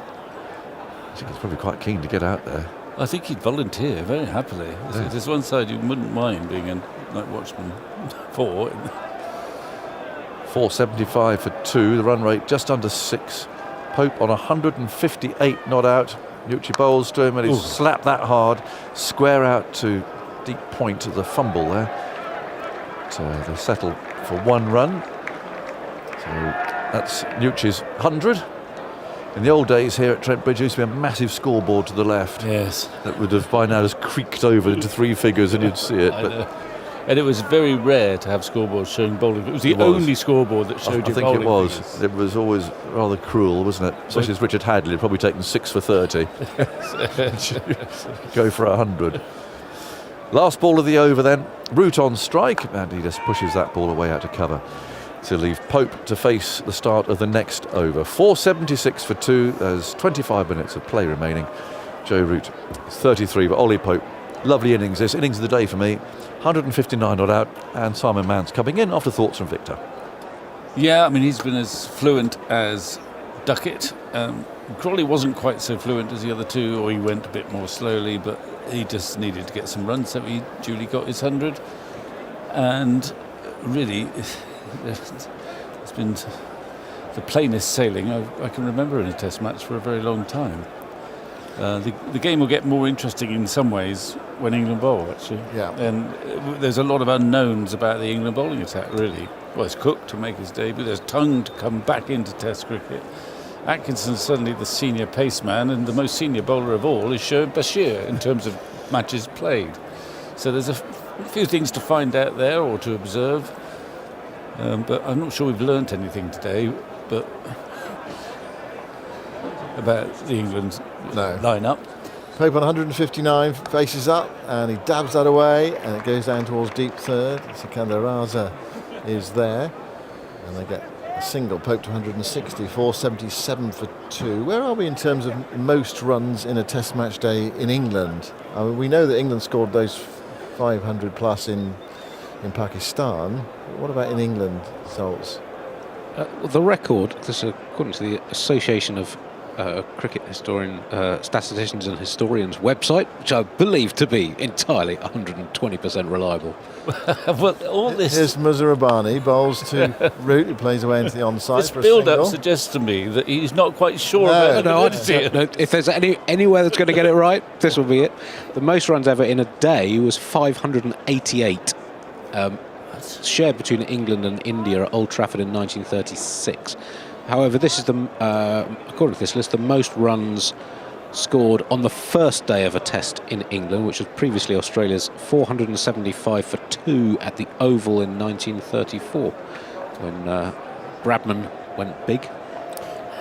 Not again. Muzarabani bowls and slashed away by Pope down towards deep backward point. Another single.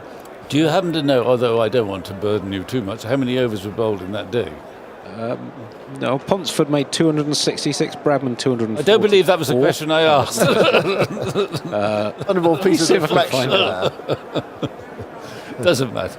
It's like neatly deflected down towards fine leg. Well, do you think so? I thought it was rather obviously deflected down there. So this is the most runs scored on the first day of a test match in England. Okay. You can say that unequivocally. Yeah. 479 for 2. That was helped on its way by Root. Where's this going? In the air. Could be caught fine leg. He is. Sean Williams takes the catch. A wicket for Muzarabani. A swish of the bat from Joe Root as he walks off. So no 100 for him. The one England player to miss out there today. It was hoisted away by Root in the air down towards fine leg, and Williams judged it very nicely. 479 for 3. Well, he's top edge that, and the headline writers have finally got their man. It's Root fails at Trent Bridge today. A new ball, of course, it just bounces, comes a little bit quicker off the pitch, perhaps. He didn't quite middle it, he got the top edge, and it was a fairly straightforward catch, and he's looking a little bit grumpy as he heads off, but he's got his 13,000th test run, so he shouldn't be too grumpy. And if you're going to fail, well, as far as the England camp are concerned, if Joe Root's going to fail, please do it against Zimbabwe. When the score's 479 for 2. So, I presume it's Harry Brook coming out. There's no right watchman. Yeah, Brook on his way to the middle. I mean, it's a tricky one, this, isn't it? 20 minutes to go. 3 players have scored hundreds already today. You could only fail, really. What do you think they're going to declare overnight? Well, they might. They might not. They might not. I mean, the logic says, doesn't it? Actually, see where you're at the close. Say 5-10, whatever, for 3 at the close of play, and then actually have half an hour or 40 minutes of mayhem tomorrow. Yeah, where the openers are charging here, there and everywhere and then come out to bowl. You kind of like rub it in. You can score, you lose wickets, whoever scores quickly as you want, and then pull out. Just to emphasise, it's a follow-on's 150 in a 4-day match. Yeah, I mean, if they bat on tomorrow, I think they have to commit themselves to enforcing the follow-on, unless... Yeah. I mean, well, depends. I mean, Zimbabwe might get 400 plus. And well, absolutely, yeah. I mean, we're saying follow on, but I mean, it's a tall order, isn't it? Well, they don't usually. Modern teams don't usually like enforcing the follow on, except in exceptional circumstances. Yeah. But weather can dictate that. And obviously, the state of the pitch can dictate that. Anyway, we'll see. It's Harry Brook, who actually, I think, hasn't actually scored a great deal. There's a bit of a lull in his Test career recently, hasn't he? It wasn't that long ago that he made a 100. Seems a while ago. Where am I thinking then? New Zealand. Apart from that 100. Look at Tom Banton. Tom Banton, yeah. 100, next to nothing since Worst then. thing you could do. Yeah. But what's Brook's recent run results? We'll come back to that in a moment. Here's Muzarabani bowls to him and plays that way into the offside. He didn't have a very good rest of the series in Pakistan. So in Pakistan, 317 in the first test, then 9, 16, 5 and 26. Yeah. You see, 300s, they're no good to any man the least. They lure you in, don't they? Yeah. New Zealand, 171 in the first test. Oh, fair enough. 123 and 55 in the second. I forgot those. And Norton won in the third. So he was on a one-match streak of poor Okay. Forget anything I've said in the last 2 minutes. I think it's the answer. 479 for 3. Muzarabani bowls. Brook dabs it down into the gully and there's no run. Well, how did he get on in the white ball in India in the Champions Trophy? Not very well, as far as I remember. End of Muzarabani's over. That last ball was 84 miles an hour. Well, he's got a wicket, and I think he's deserved one, actually. He's clearly the Zimbabwean bowler with the greatest potential. It's been a tough day for him and all the others, but he remains the leading wicket taker in the world in 2025. I can answer that question that I posed about Harry Brook in the Champions Trophy. 3, 25 and 19. Yeah, well, yeah, okay. So he's due.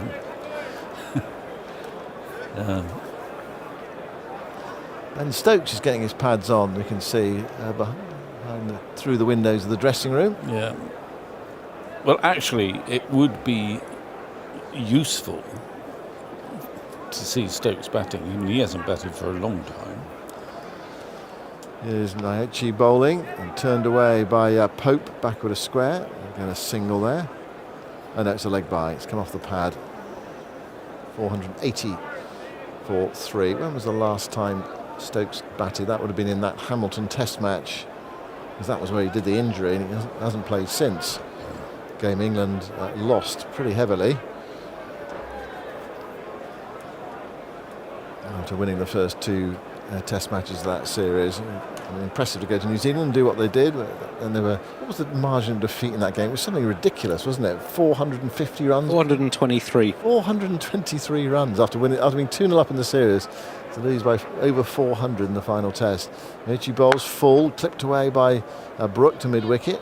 Straight to the fielder, no run. They'd won the previous test by 323 runs, and then the first test they won by 8 wickets. Well, we're in the closing overs of this day's play. 17 minutes left. Enough time for England to get the 500 they've actually seemed on course for throughout the day. It's been, well, Ben Stokes doesn't like the word ruthless, does he? But it has been this relentless, ruthless progress today. Noguchi bowls to Brook, and Brook gets his first run short of the sub-fielder, Razakadze, at cover. So Brook is off the mark, and England 481 for 3. We are switching on for the first time today. Crawley 124, Duckett 140, Pope 161 not out, and Joe Root 34. He didn't look happy as he walked off. Well, he started walking off before it reached the fielder. Such was his disgust. Noguchi bowls to Pope. Pope plays into the onside towards mid-wicket, and there is no run. Well, you've got that hunger, haven't you? A player like him, you just want as many as you possibly can, especially when the day when everyone else has succeeded. That's why I think it's always odd coming in this circumstance where you almost got nothing left to prove. Everyone else has done it. Well, he doesn't have any to prove, and there's probably not time for him to get 100. I mean, what's the point? Pope plays that away into the onside through square leg. Latest delivery from Noguchi. Another run to him. Pope 162. We were looking and discussing one-sided days of Test cricket next door, and obviously that game in Rawalpindi. The thing about the Rawalpindi one, when England made the 500, is because it just felt so different. It didn't. It was one-sided, but it was awesome. Took us by surprise. It was awesome as well, wasn't it? Yeah, It really was, awe-inspiring. As Noguchi drifts onto the pads of Brook, and he clips it down towards fine leg for his second run. 483 for 3. We recall that day in Brisbane when Nasser put Australia into bat, and they made 364 for 2. Yeah, poor old Simon Jones had to leave the field in the morning, never to return. Yeah, that was on that tour. Anyway. One-sided day, and the 300 for no wicket here. Was it just about 300 for no wicket here? Yeah, we looked at that earlier. I think it was 301 for naught. Taylor and Marsh, Jeff Marsh for Australia. 1993? 89. 89. Got quite a nice one here for you. 1924 at Lord's, second day. England scored 503 for 2. Goodness. South Africa on 19 for naught, batting in their second innings. It's another occasion on which England's top 3 all made centuries. Hobbs, Sutcliffe and Woolley. 483 for 3. Brook on strike on 2 to Musrabani, who's another century maker today. One for 105. Goes into bowl to Brook. Brook gets one outside the off-stump, and the lesser spotted leaf is employed. Saw a few of those this morning, actually. Not so much in the last 4 hours, though. No. Crawley left quite a few. Duckett, not so many. How many bowlers have raised their century today? Is it 2? 2, yes. It's a badge of honour today. The best 2 bowlers have just... Well, maybe, yeah. It's a badge of honour for the bowlers, I think. Badge of honour for the bowlers. How many times do you go for 100? Quite a lot, I can tell you. Musrabani to Brook. Brook lets that one go as well. And that's a good carry through from Musrabani. It smacked into the gloves of the wicket-keeper around about head height there. It was 83 miles an hour, but with a bounce. Brook comes down the pitch to do some gardening. Well, so where did that one come from? I mean, there is some reasonable carry on this pitch. It's not as if it's a complete featherbed. I think it'd be interesting when we see Tongue and Atkinson in particular. What handed he? I've just seen the replay, and it wasn't that short either. No. Might quicken up, a little bit of sunshine. 483 for 3. Musrabani bowls to Brook. Brook plays respectfully in defence, back to the bowler, who leaves it. I'd like to point out all of the hundreds I conceded were not in limited overs cricket. There's none in limited overs cricket, but there's one or two who've conceded 100 in a one-day game. Managed to avoid that. Who's the record conceder now in one-day international cricket? Mick Lewis was for a while, wasn't he, in that match in the Wanderers when South Africa chased that mammoth score against Australia, 430 plus, outside the off stump from Muzur Rahmani. Again, no stroke from Brooke. England in danger here of not reaching 500 by the close of play. Brooke determined just to give himself some time in the middle, because he's not played that much this season. No. He's had some time off. And when he did play, I don't think he got a massive score for Yorkshire. 483 for 3. Mick Lewis's record set in 2006 in a game when both sides topped 400. I've got a feeling it's gone now, though, isn't it? It has gone. It has gone, yeah. Muzur Rahmani bowls all very close to off stump. Brooke lets it go by, but with his extra height, he probably can leave on length on this surface. Anyway, through to the keeper. It was tied by Adam Zampa in September of 2023, 0 for 113, also against South Africa, and then beaten by Bas de Leede of the Netherlands in a World Cup game in Delhi in October of 2023, 2 for 115 from his 10. So that's a record in men's ODIs. 2 for 115. Brooke on 2 from 10 balls, faces Muzur Rahmani, and Brooke guides it away down into the gully. He finds Bennett, who bends down to pick up, and there is no run. Well, it's all on you, Ollie, to get England to 500 by the close of play. Because Harry Brooke he's settling in. I mean, he's not batting like a man who's been told England are declaring overnight, so I think we can assume that they will bat on for a bit tomorrow. Yeah.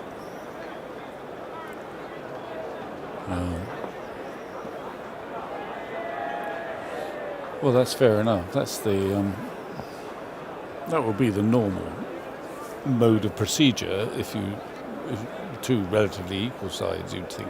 Yeah, you would bat on, wouldn't you? And Get big in the first innings, and you can still bat again if you want to later on if you've bowled them out within the follow-on. But well, you could. I mean, you could see a situation, and there could be a situation where if you do, say Zimbabwe batted for quite a long time, but was still, I don't know, say 250 behind, you could just bat for a couple of hours, couldn't you, and rattle up, 150, set them 400, something like that, 450 plus.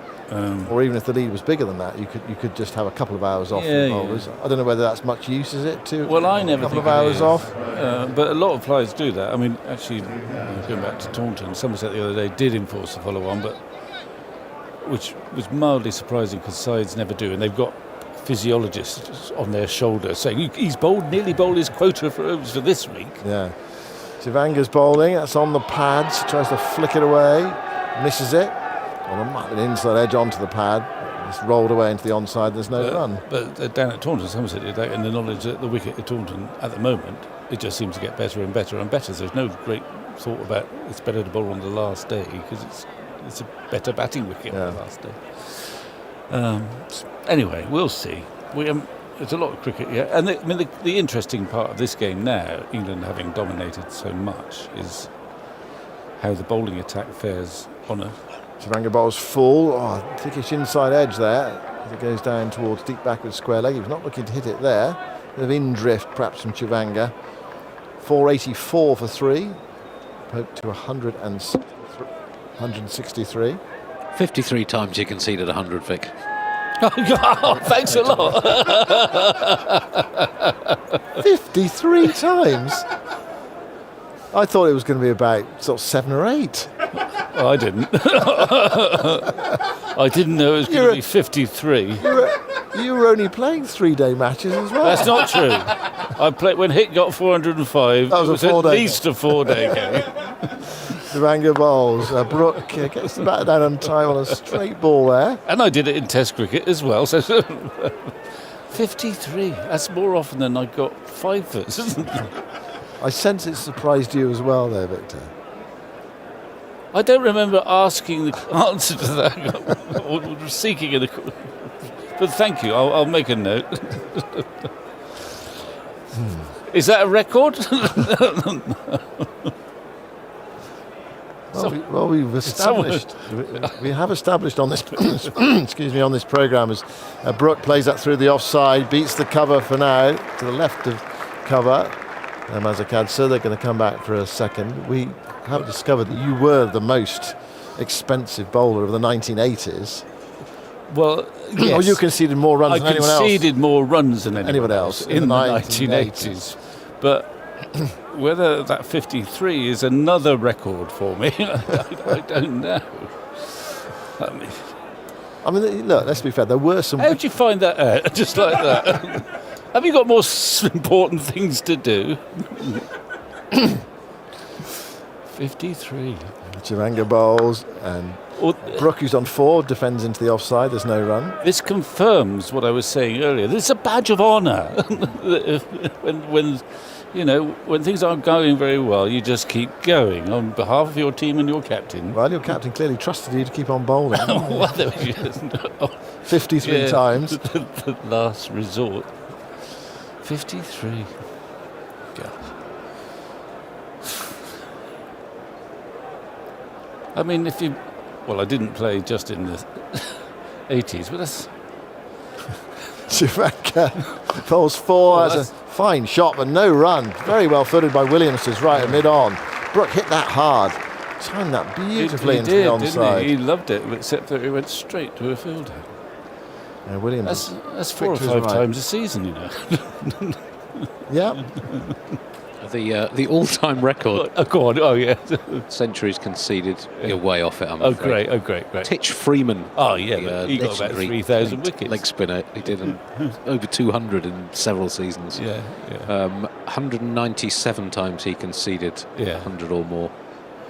But in 101 of those, he took 5 wickets. Well, I daren't ask whether I got 5 wickets.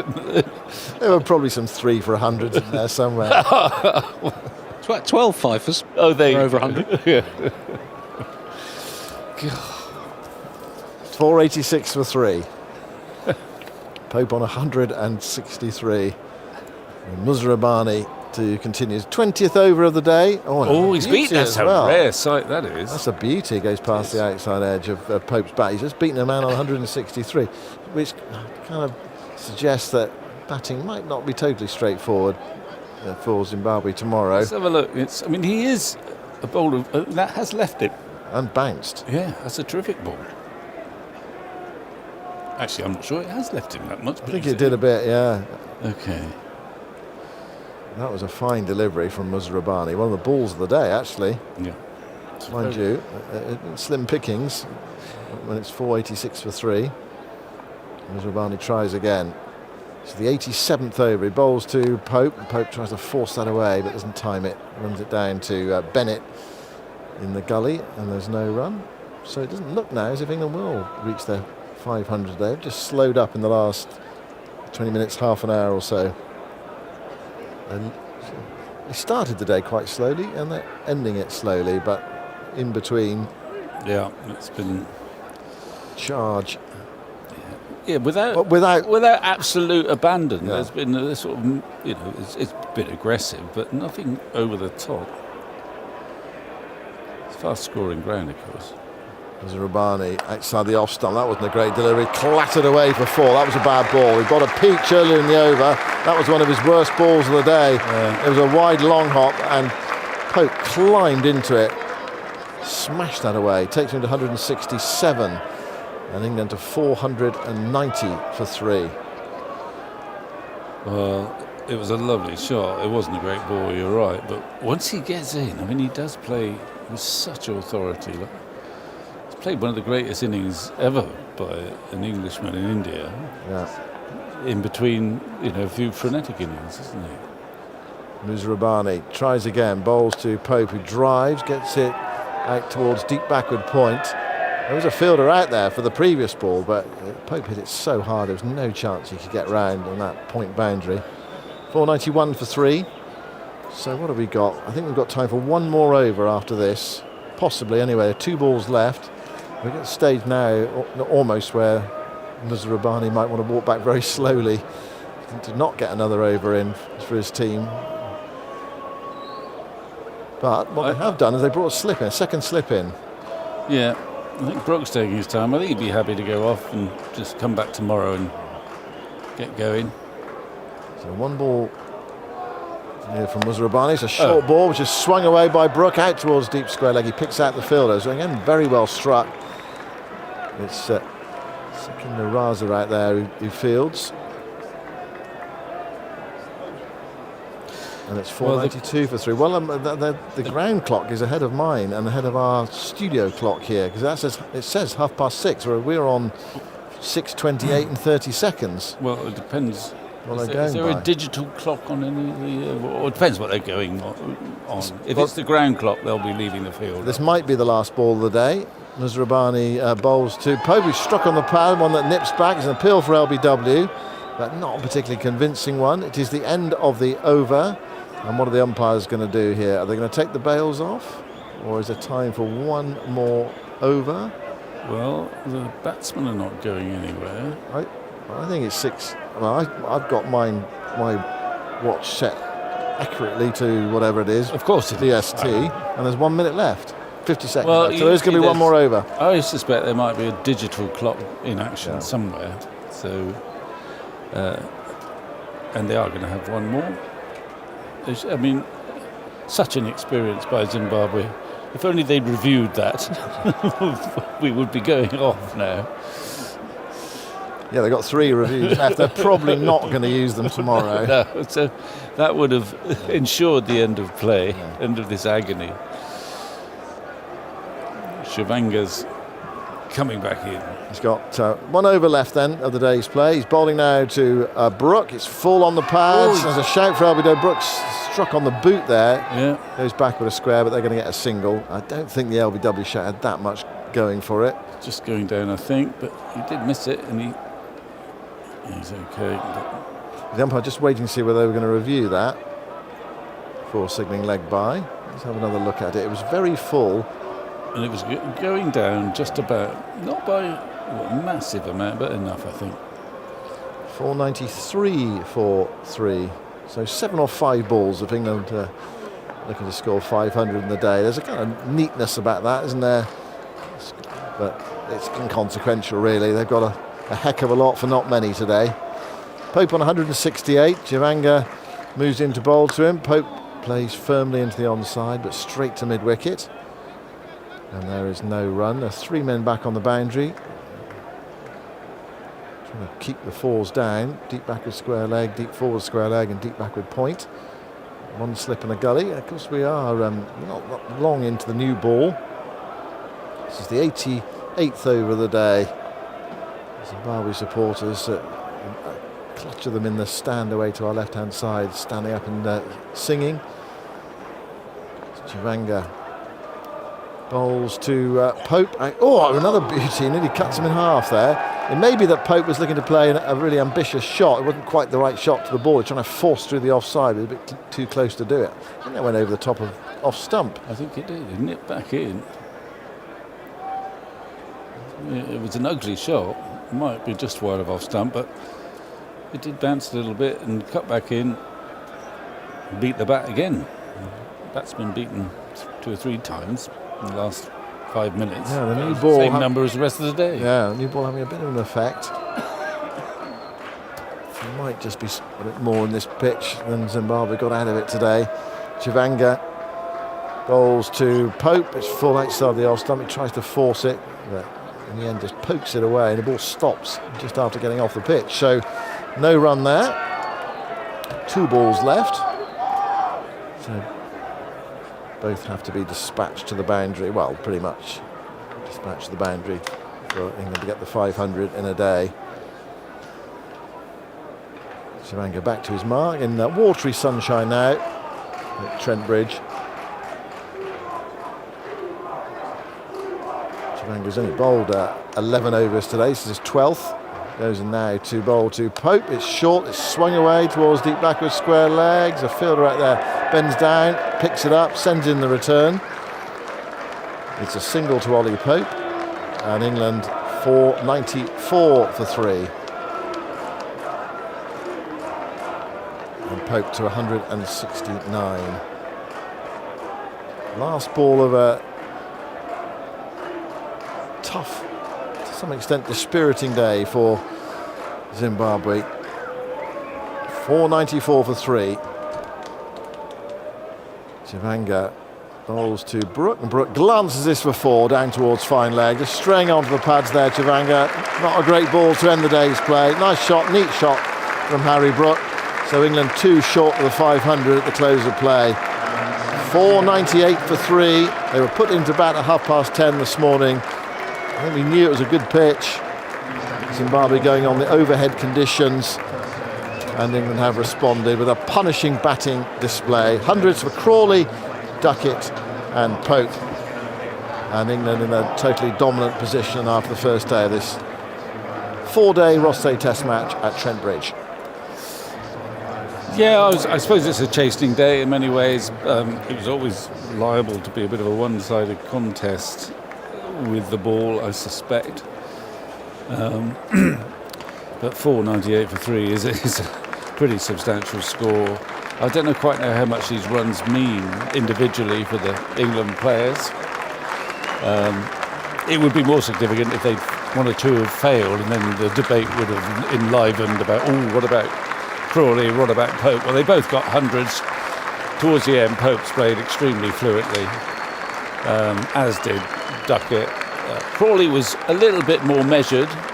Some beautiful cover drives from him, wasn't there? But he did leave a few and was relatively cautious by his standards.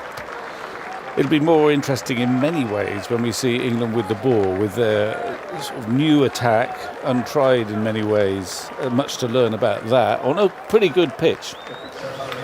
So we'll look forward to that eagerly, probably after England have had a few very quick runs in the morning. Yeah. But it's great to be watching Test cricket again. Yeah. Ahead of a very, very long summer.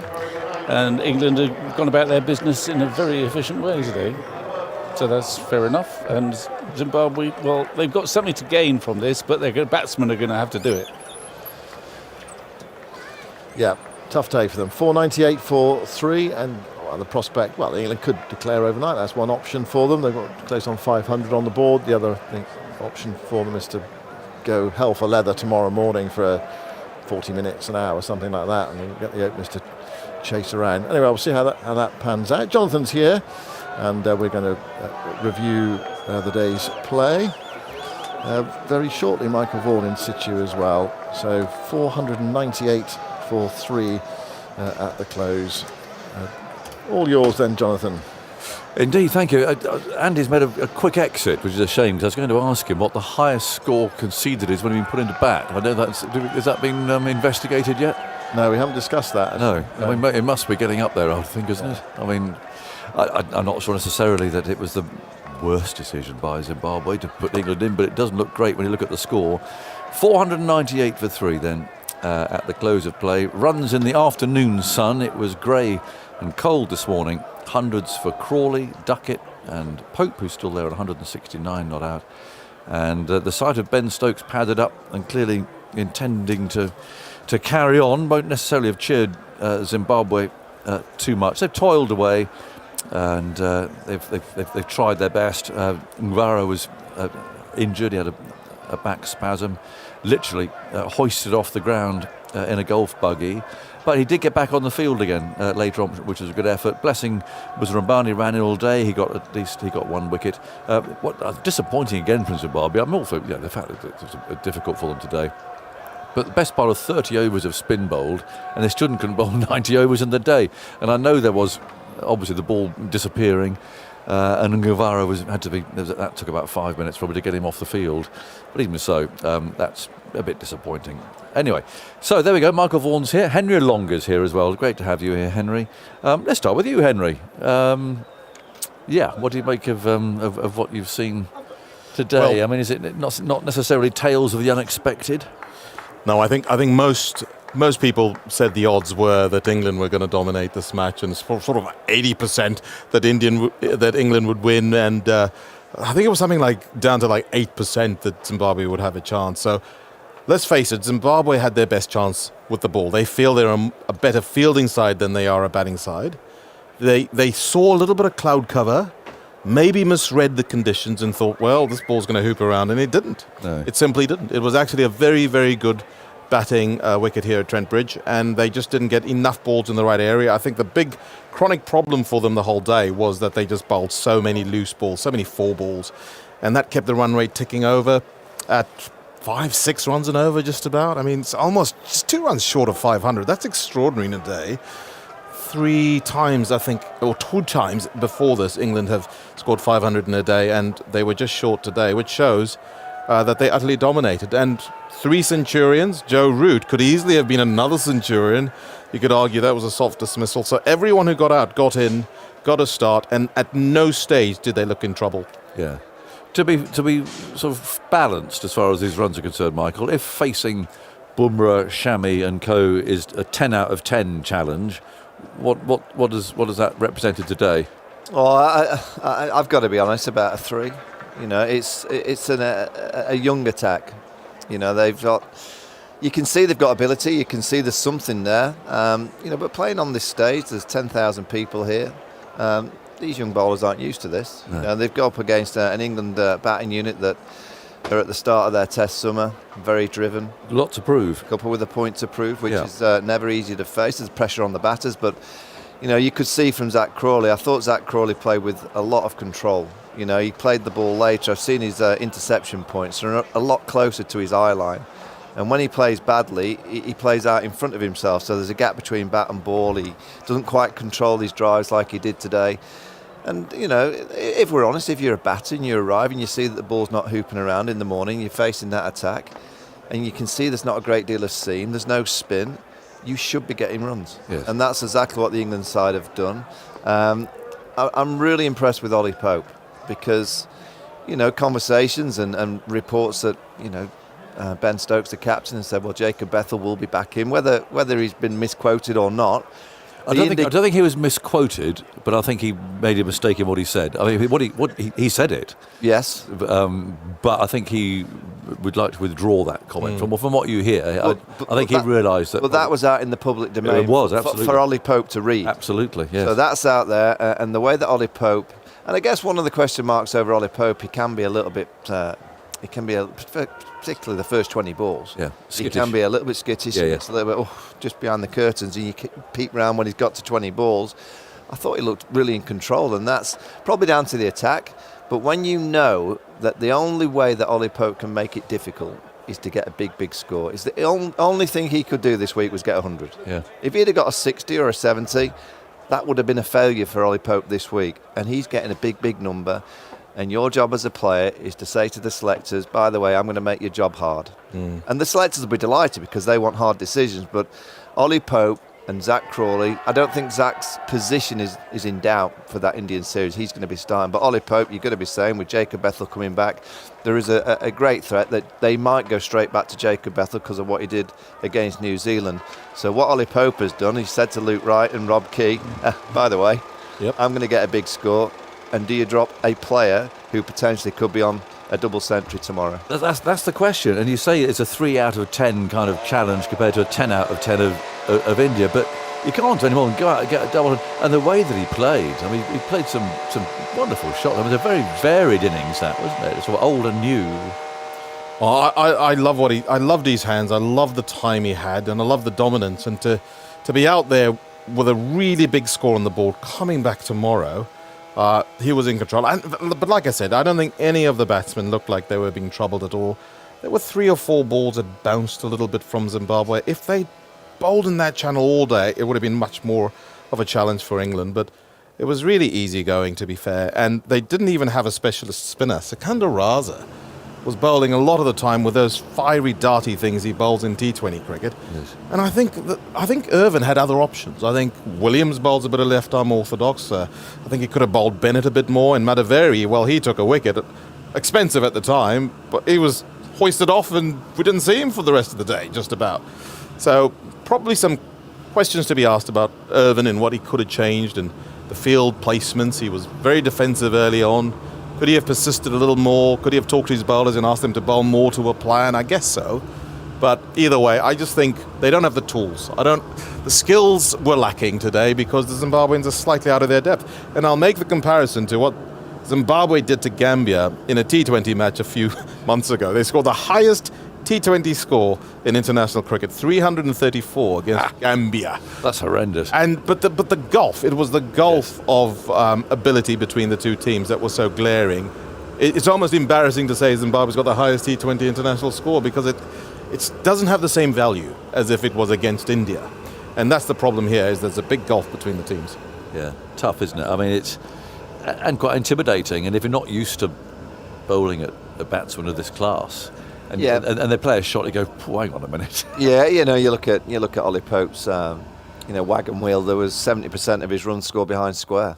37% behind square on the offside, 33% behind square on the leg side. That tells you straight away you bowled 2 straight and 2 short. Yeah. And Ollie Pope utilised particularly that cut shot. He's very clever with that cut shot, though. He can like Robin Smith used to be able to sway back and just flick it. He can flick it fine, or he can flick it over backward points. So the skill sets on both sides is, as Henry said, there's a gulf.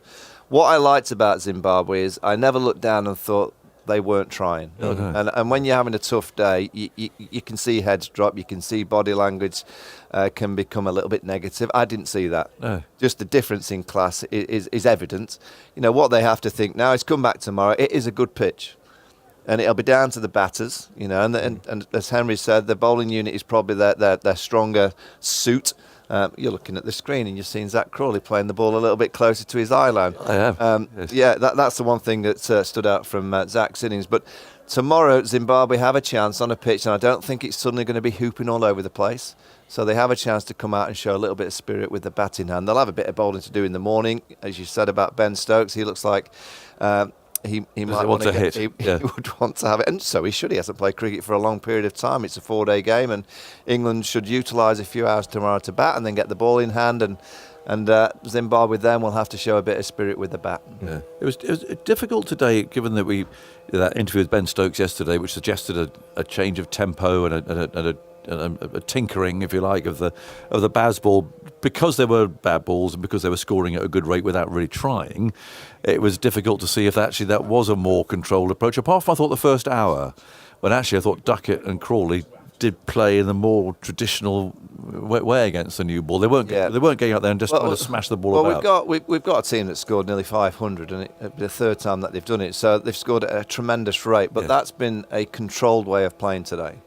If you go back to, I call it Baz ball with cherries on, when it was really at its finest. Cherries on. Dancing down and trying launching it over mid-on and mid-off against the seamers. We haven't seen that today. That's been an England side that goes out there with an intent to score, staring at the ball to score, and they've done it with great control, with just good cricket shots. Either drives down the ground, cut shots, pull shots, and manoeuvring the ball into gaps. Once the captain from Zimbabwe suddenly said, I've got to spread the field a little bit. The best balls were going for one, so the rotation and strike became very, very easy. So that is the way Bazball. I like to see Bazball played in that style of play. And I said to Isha just a second ago, just as our commentary stint came to an end, that it was like they had a Ferrari. They're a Ferrari, England, and they've always got that spare horsepower, and this was good. You might hear me talk about interception points for the first time in a moment, because I'm going to be talking to Zach Crawley down there. I've just seen it on the telly. Hello, Zach. Hello, Agus. How are you? I'm very, very well indeed, and I loved watching you all bat today. Well played. Congratulations. You must be pretty pleased with yourself. No, I appreciate it. No, I'm pleased. Obviously, it's very nice to score a Test 100, and it's been a great day for the team. So, yeah, we're all happy. Sort of tactics-wise, I think Ben Stokes has said that you'd like to have bowled first. So were you a bit wary in that first hour of what might happen out there? Yeah, absolutely. It was overcast, and we knew they had some really nice bowlers, and it was going to swing and seam a little bit, but actually it proved it was a really nice wicket. And once there was a couple of good balls that I got through, I knew that if I concentrated and was disciplined, there was a score there for the taking, and thankfully managed to get that. Yeah. Go on then, interception points. It's a new thing to me. I was a number 11, Zach. So I didn't know what my interception point was, but it is something Michael Vaughan was talking about, and I've just seen it on the telly while you were talking there to Sky. Is that something that you've been working on? And by that, we're talking about stretching a bit ahead of yourself a couple of years ago to now? Is that something that you've been working on?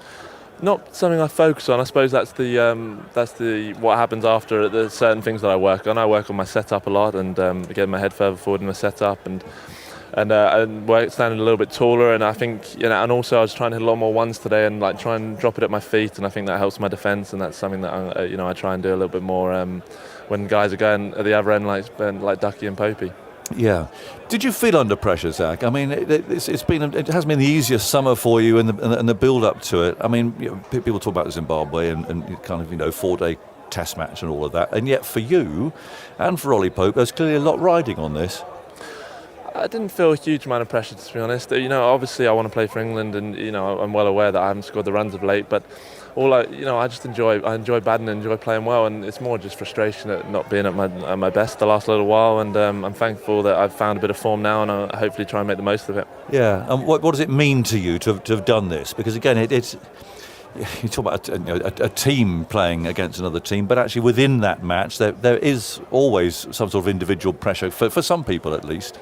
Yeah, absolutely. It means a lot to be part of this team and to play for my country. And your place is never for granted. I never take my place for granted. So to get a score here and and have a Test 100 for my country is an amazing feeling, and it means an awful lot. And how long ahead are you looking, Zach? I mean, there is this incredible run coming up, isn't there? This Test match, and then 5 against India, off to Australia you go. How are you sort of controlling your? How far are you looking? Where are your sights trained, if you like, as far as getting from here through to Sydney are concerned? How far ahead are you looking? Oh, I'm not looking that far ahead at all. I'm looking forward to tomorrow, and that's all we're focused on. We've spoken about this a lot as a team, and we know it's a lot of people can talk about the fixtures we got coming up in the next year, but we got a big game here against Zimbabwe, and we want to put in a good performance, and that's kind of what we're trying to focus on as a team at the moment. Okay, and tactics-wise, I saw Stokes there with his pads on. Have you could carry on for a while tomorrow? I'm not sure, to be honest. I'll leave that to Baz and Stokesy and whoever's in charge of those decisions, but I'd have thought we would get a decent score tomorrow if we can, and then try and get bowling tomorrow afternoon. Lovely. Zach, well played today. We enjoyed it. Appreciate that. Thank you very much. Thank you very much indeed. Zach Crawley there. Victor, interception points. I don't know. I didn't know much about those, but I think we sort of blustered our way through it. But if you look at the screen, actually, it's quite obvious that you know what they mean, really. You do see his bat well in front of his pad. Yeah. A year or so ago, whatever they're showing, and now actually today, right under the nose. Yeah, I mean, I remember I was never as good at batting as all these people, of course, but I remember people saying to me that when I went out of nick, I was out there sort of searching for the ball, where is it, and lunging ahead of yourself. The great players, nearly all the great players, they've got lots of time, but they just wait for it to come to them and don't get too far in front of it. And that's when you get bowled through the gate, when you're way in front, bat's way in front. But you know what interception is, really. Very rarely. Even though I don't suppose you thought about it a great deal when you were at the crease. But if you have an interception point, it means you've intercepted the ball, Victor, and that was a bit of a problem. Where you're hitting it from, where you hit the ball, whether it's in front of your pad or near your pad. Probably. How much are you taking out of England's performance today, and particularly those? Not much. The individuals, I mean, Crawley and Pope particularly. Well, I'm not taking much of that. I think we would have been talking more animatedly about Crawley and Pope if either of them had failed. Oh, headline tomorrow, yeah. But they got runs. But to be blunt, you can't draw too many conclusions about runs here. But we would be drawing some conclusions if both had failed and got out badly. But they will know that if they'd failed, they were the headline tomorrow. So there is that pressure on them to stand up and do it, and they've done that. Yes, they've done that. That's fine. As I say, I do see some sort of parallels with 2005 when England played Bangladesh, and there was someone like Thorpe getting runs, but they dropped him to play Peterson. Yes. There was Ian Bell getting a double 100, I think, against Bangladesh or something like that, who therefore played in the Ashes series and struggled for a while to get any runs in that. So, I think runs here don't mean that much, but it secures their position, probably. I don't know how they're going to juggle it. But how are they going to juggle it? Come on, I mean, it's a tricky situation now, isn't it? Or is it not? These fellas have scored runs. Bethel's not there's here. two He's ways playing they in the can juggle IPL. it. One is they keep the same team. A bizarre one would be, say, Ollie, do you fancy keeping wicket again? Which is not impossible. Yeah. I think they're bound to play in a summer like this. You're bound to play a proper spinner. So there's no guarantee. I can't see any guarantee that Jacob Bethel plays in the first Test match, but we'll wait and see.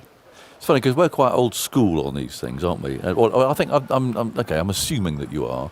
It just seems I know I've said it a couple of times today, but to be in position and been in that position at number 3, to have it in your possession, and you've relinquished it. Whatever the arguments are about the IPL, whatever these deals are with ECB and IPL, BCCI, he didn't have to play. He is England's number 3, or he was. Yeah, I know that. And I just feel that he's made a mistake from his personal perspective.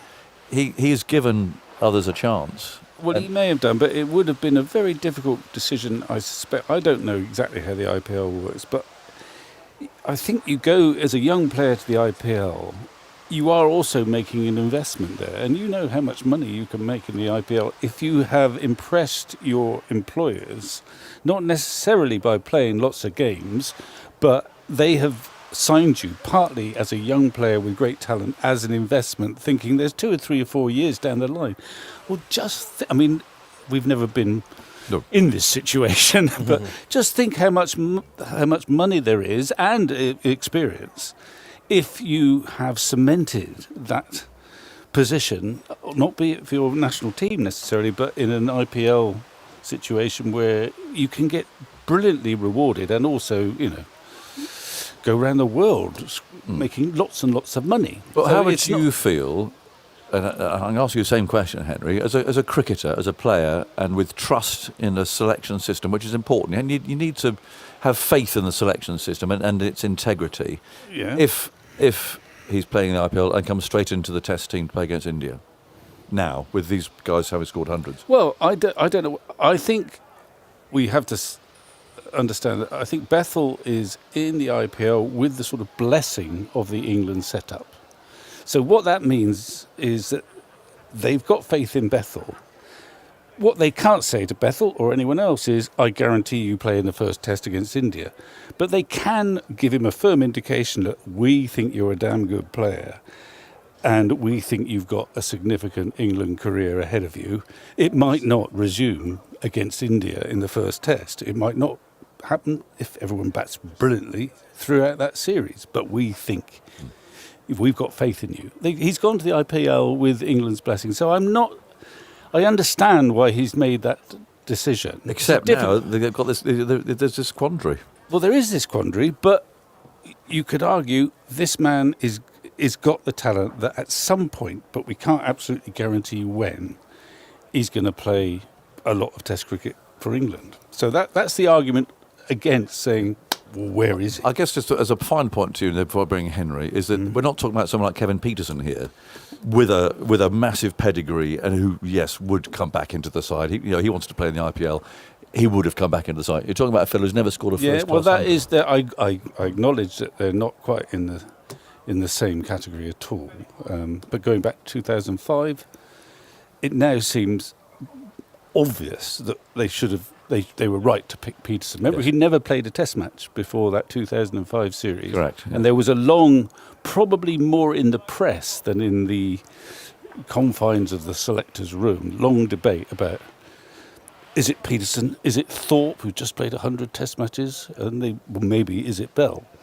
They obviously went for Peterson then. They were right to do so because the bottom line is, in any selection, really, is what's our best team? Yes. Henry, what do you think about this debate? I think, the first thing I'll say is I don't know enough about the situation. Explain it to me like I'm 5 years old. None of us do. So Bethel is a newish player, is that correct? Yes. And he's making his way into international cricket, showing promise, and he'd been picked to play at number 3 and had had some success at number 3. Yeah. Now, Ollie Pope... 3 appearances? In New Zealand, I think. Yes.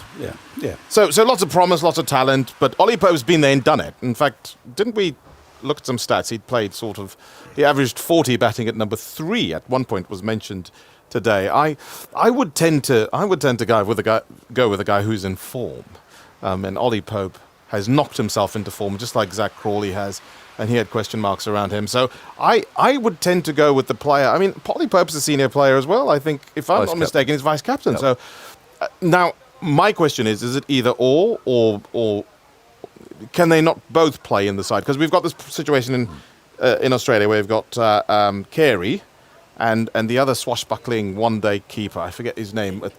Yes, Josh English. Yes. And they play both of them in Sri Lanka. Is it an either or is it just the one, or can they not both play at the same time? Well, they could only play, I think, if Bethel did a bit of spin bowling. Because, Harry Brook seems to be undroppable. Yes. Joe Root is obviously undroppable. Yes. Who else have we got? Stokes is, if fit, yes. Undroppable, yes. That's where the quandary comes in. I'm with you. It's a really different. It's a really interesting situation. I think made worse in a way by Stokes' comment yesterday. Yes. Which I think he is trying to retract, which was basically that this man will walk straight back into the side, and that puts a lot of pressure on Crawley and on Pope, who have read this. And I think that's why Stokes. There was this word today that he wanted actually to withdraw that comment. And the other thing about is that they tried last summer to toss a guy called Lawrence from Surrey into the position of opening bat, because that's where a vacancy emerged. He'd never opened the batting really at any level before, and he had a nightmare. Right.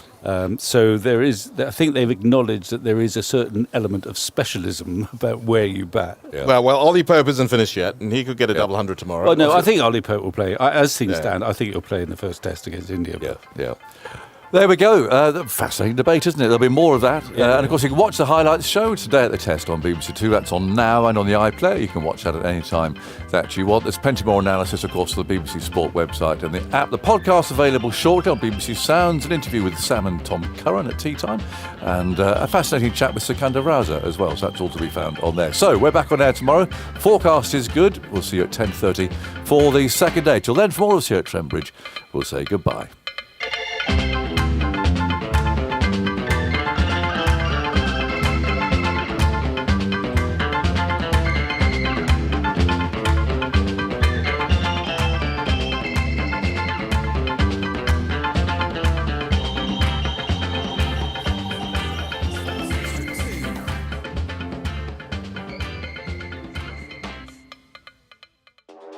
This is 5 Sports Extra, bringing you more ways to listen to your favourite sporting events on BBC Sounds. Balls on edge, caught behind. Just download the BBC Sounds app and click on 5 Sports Extra, Sports Extra 2 or Sports Extra 3 to never miss a moment from the world's greatest sporting events. They go over, it's a try.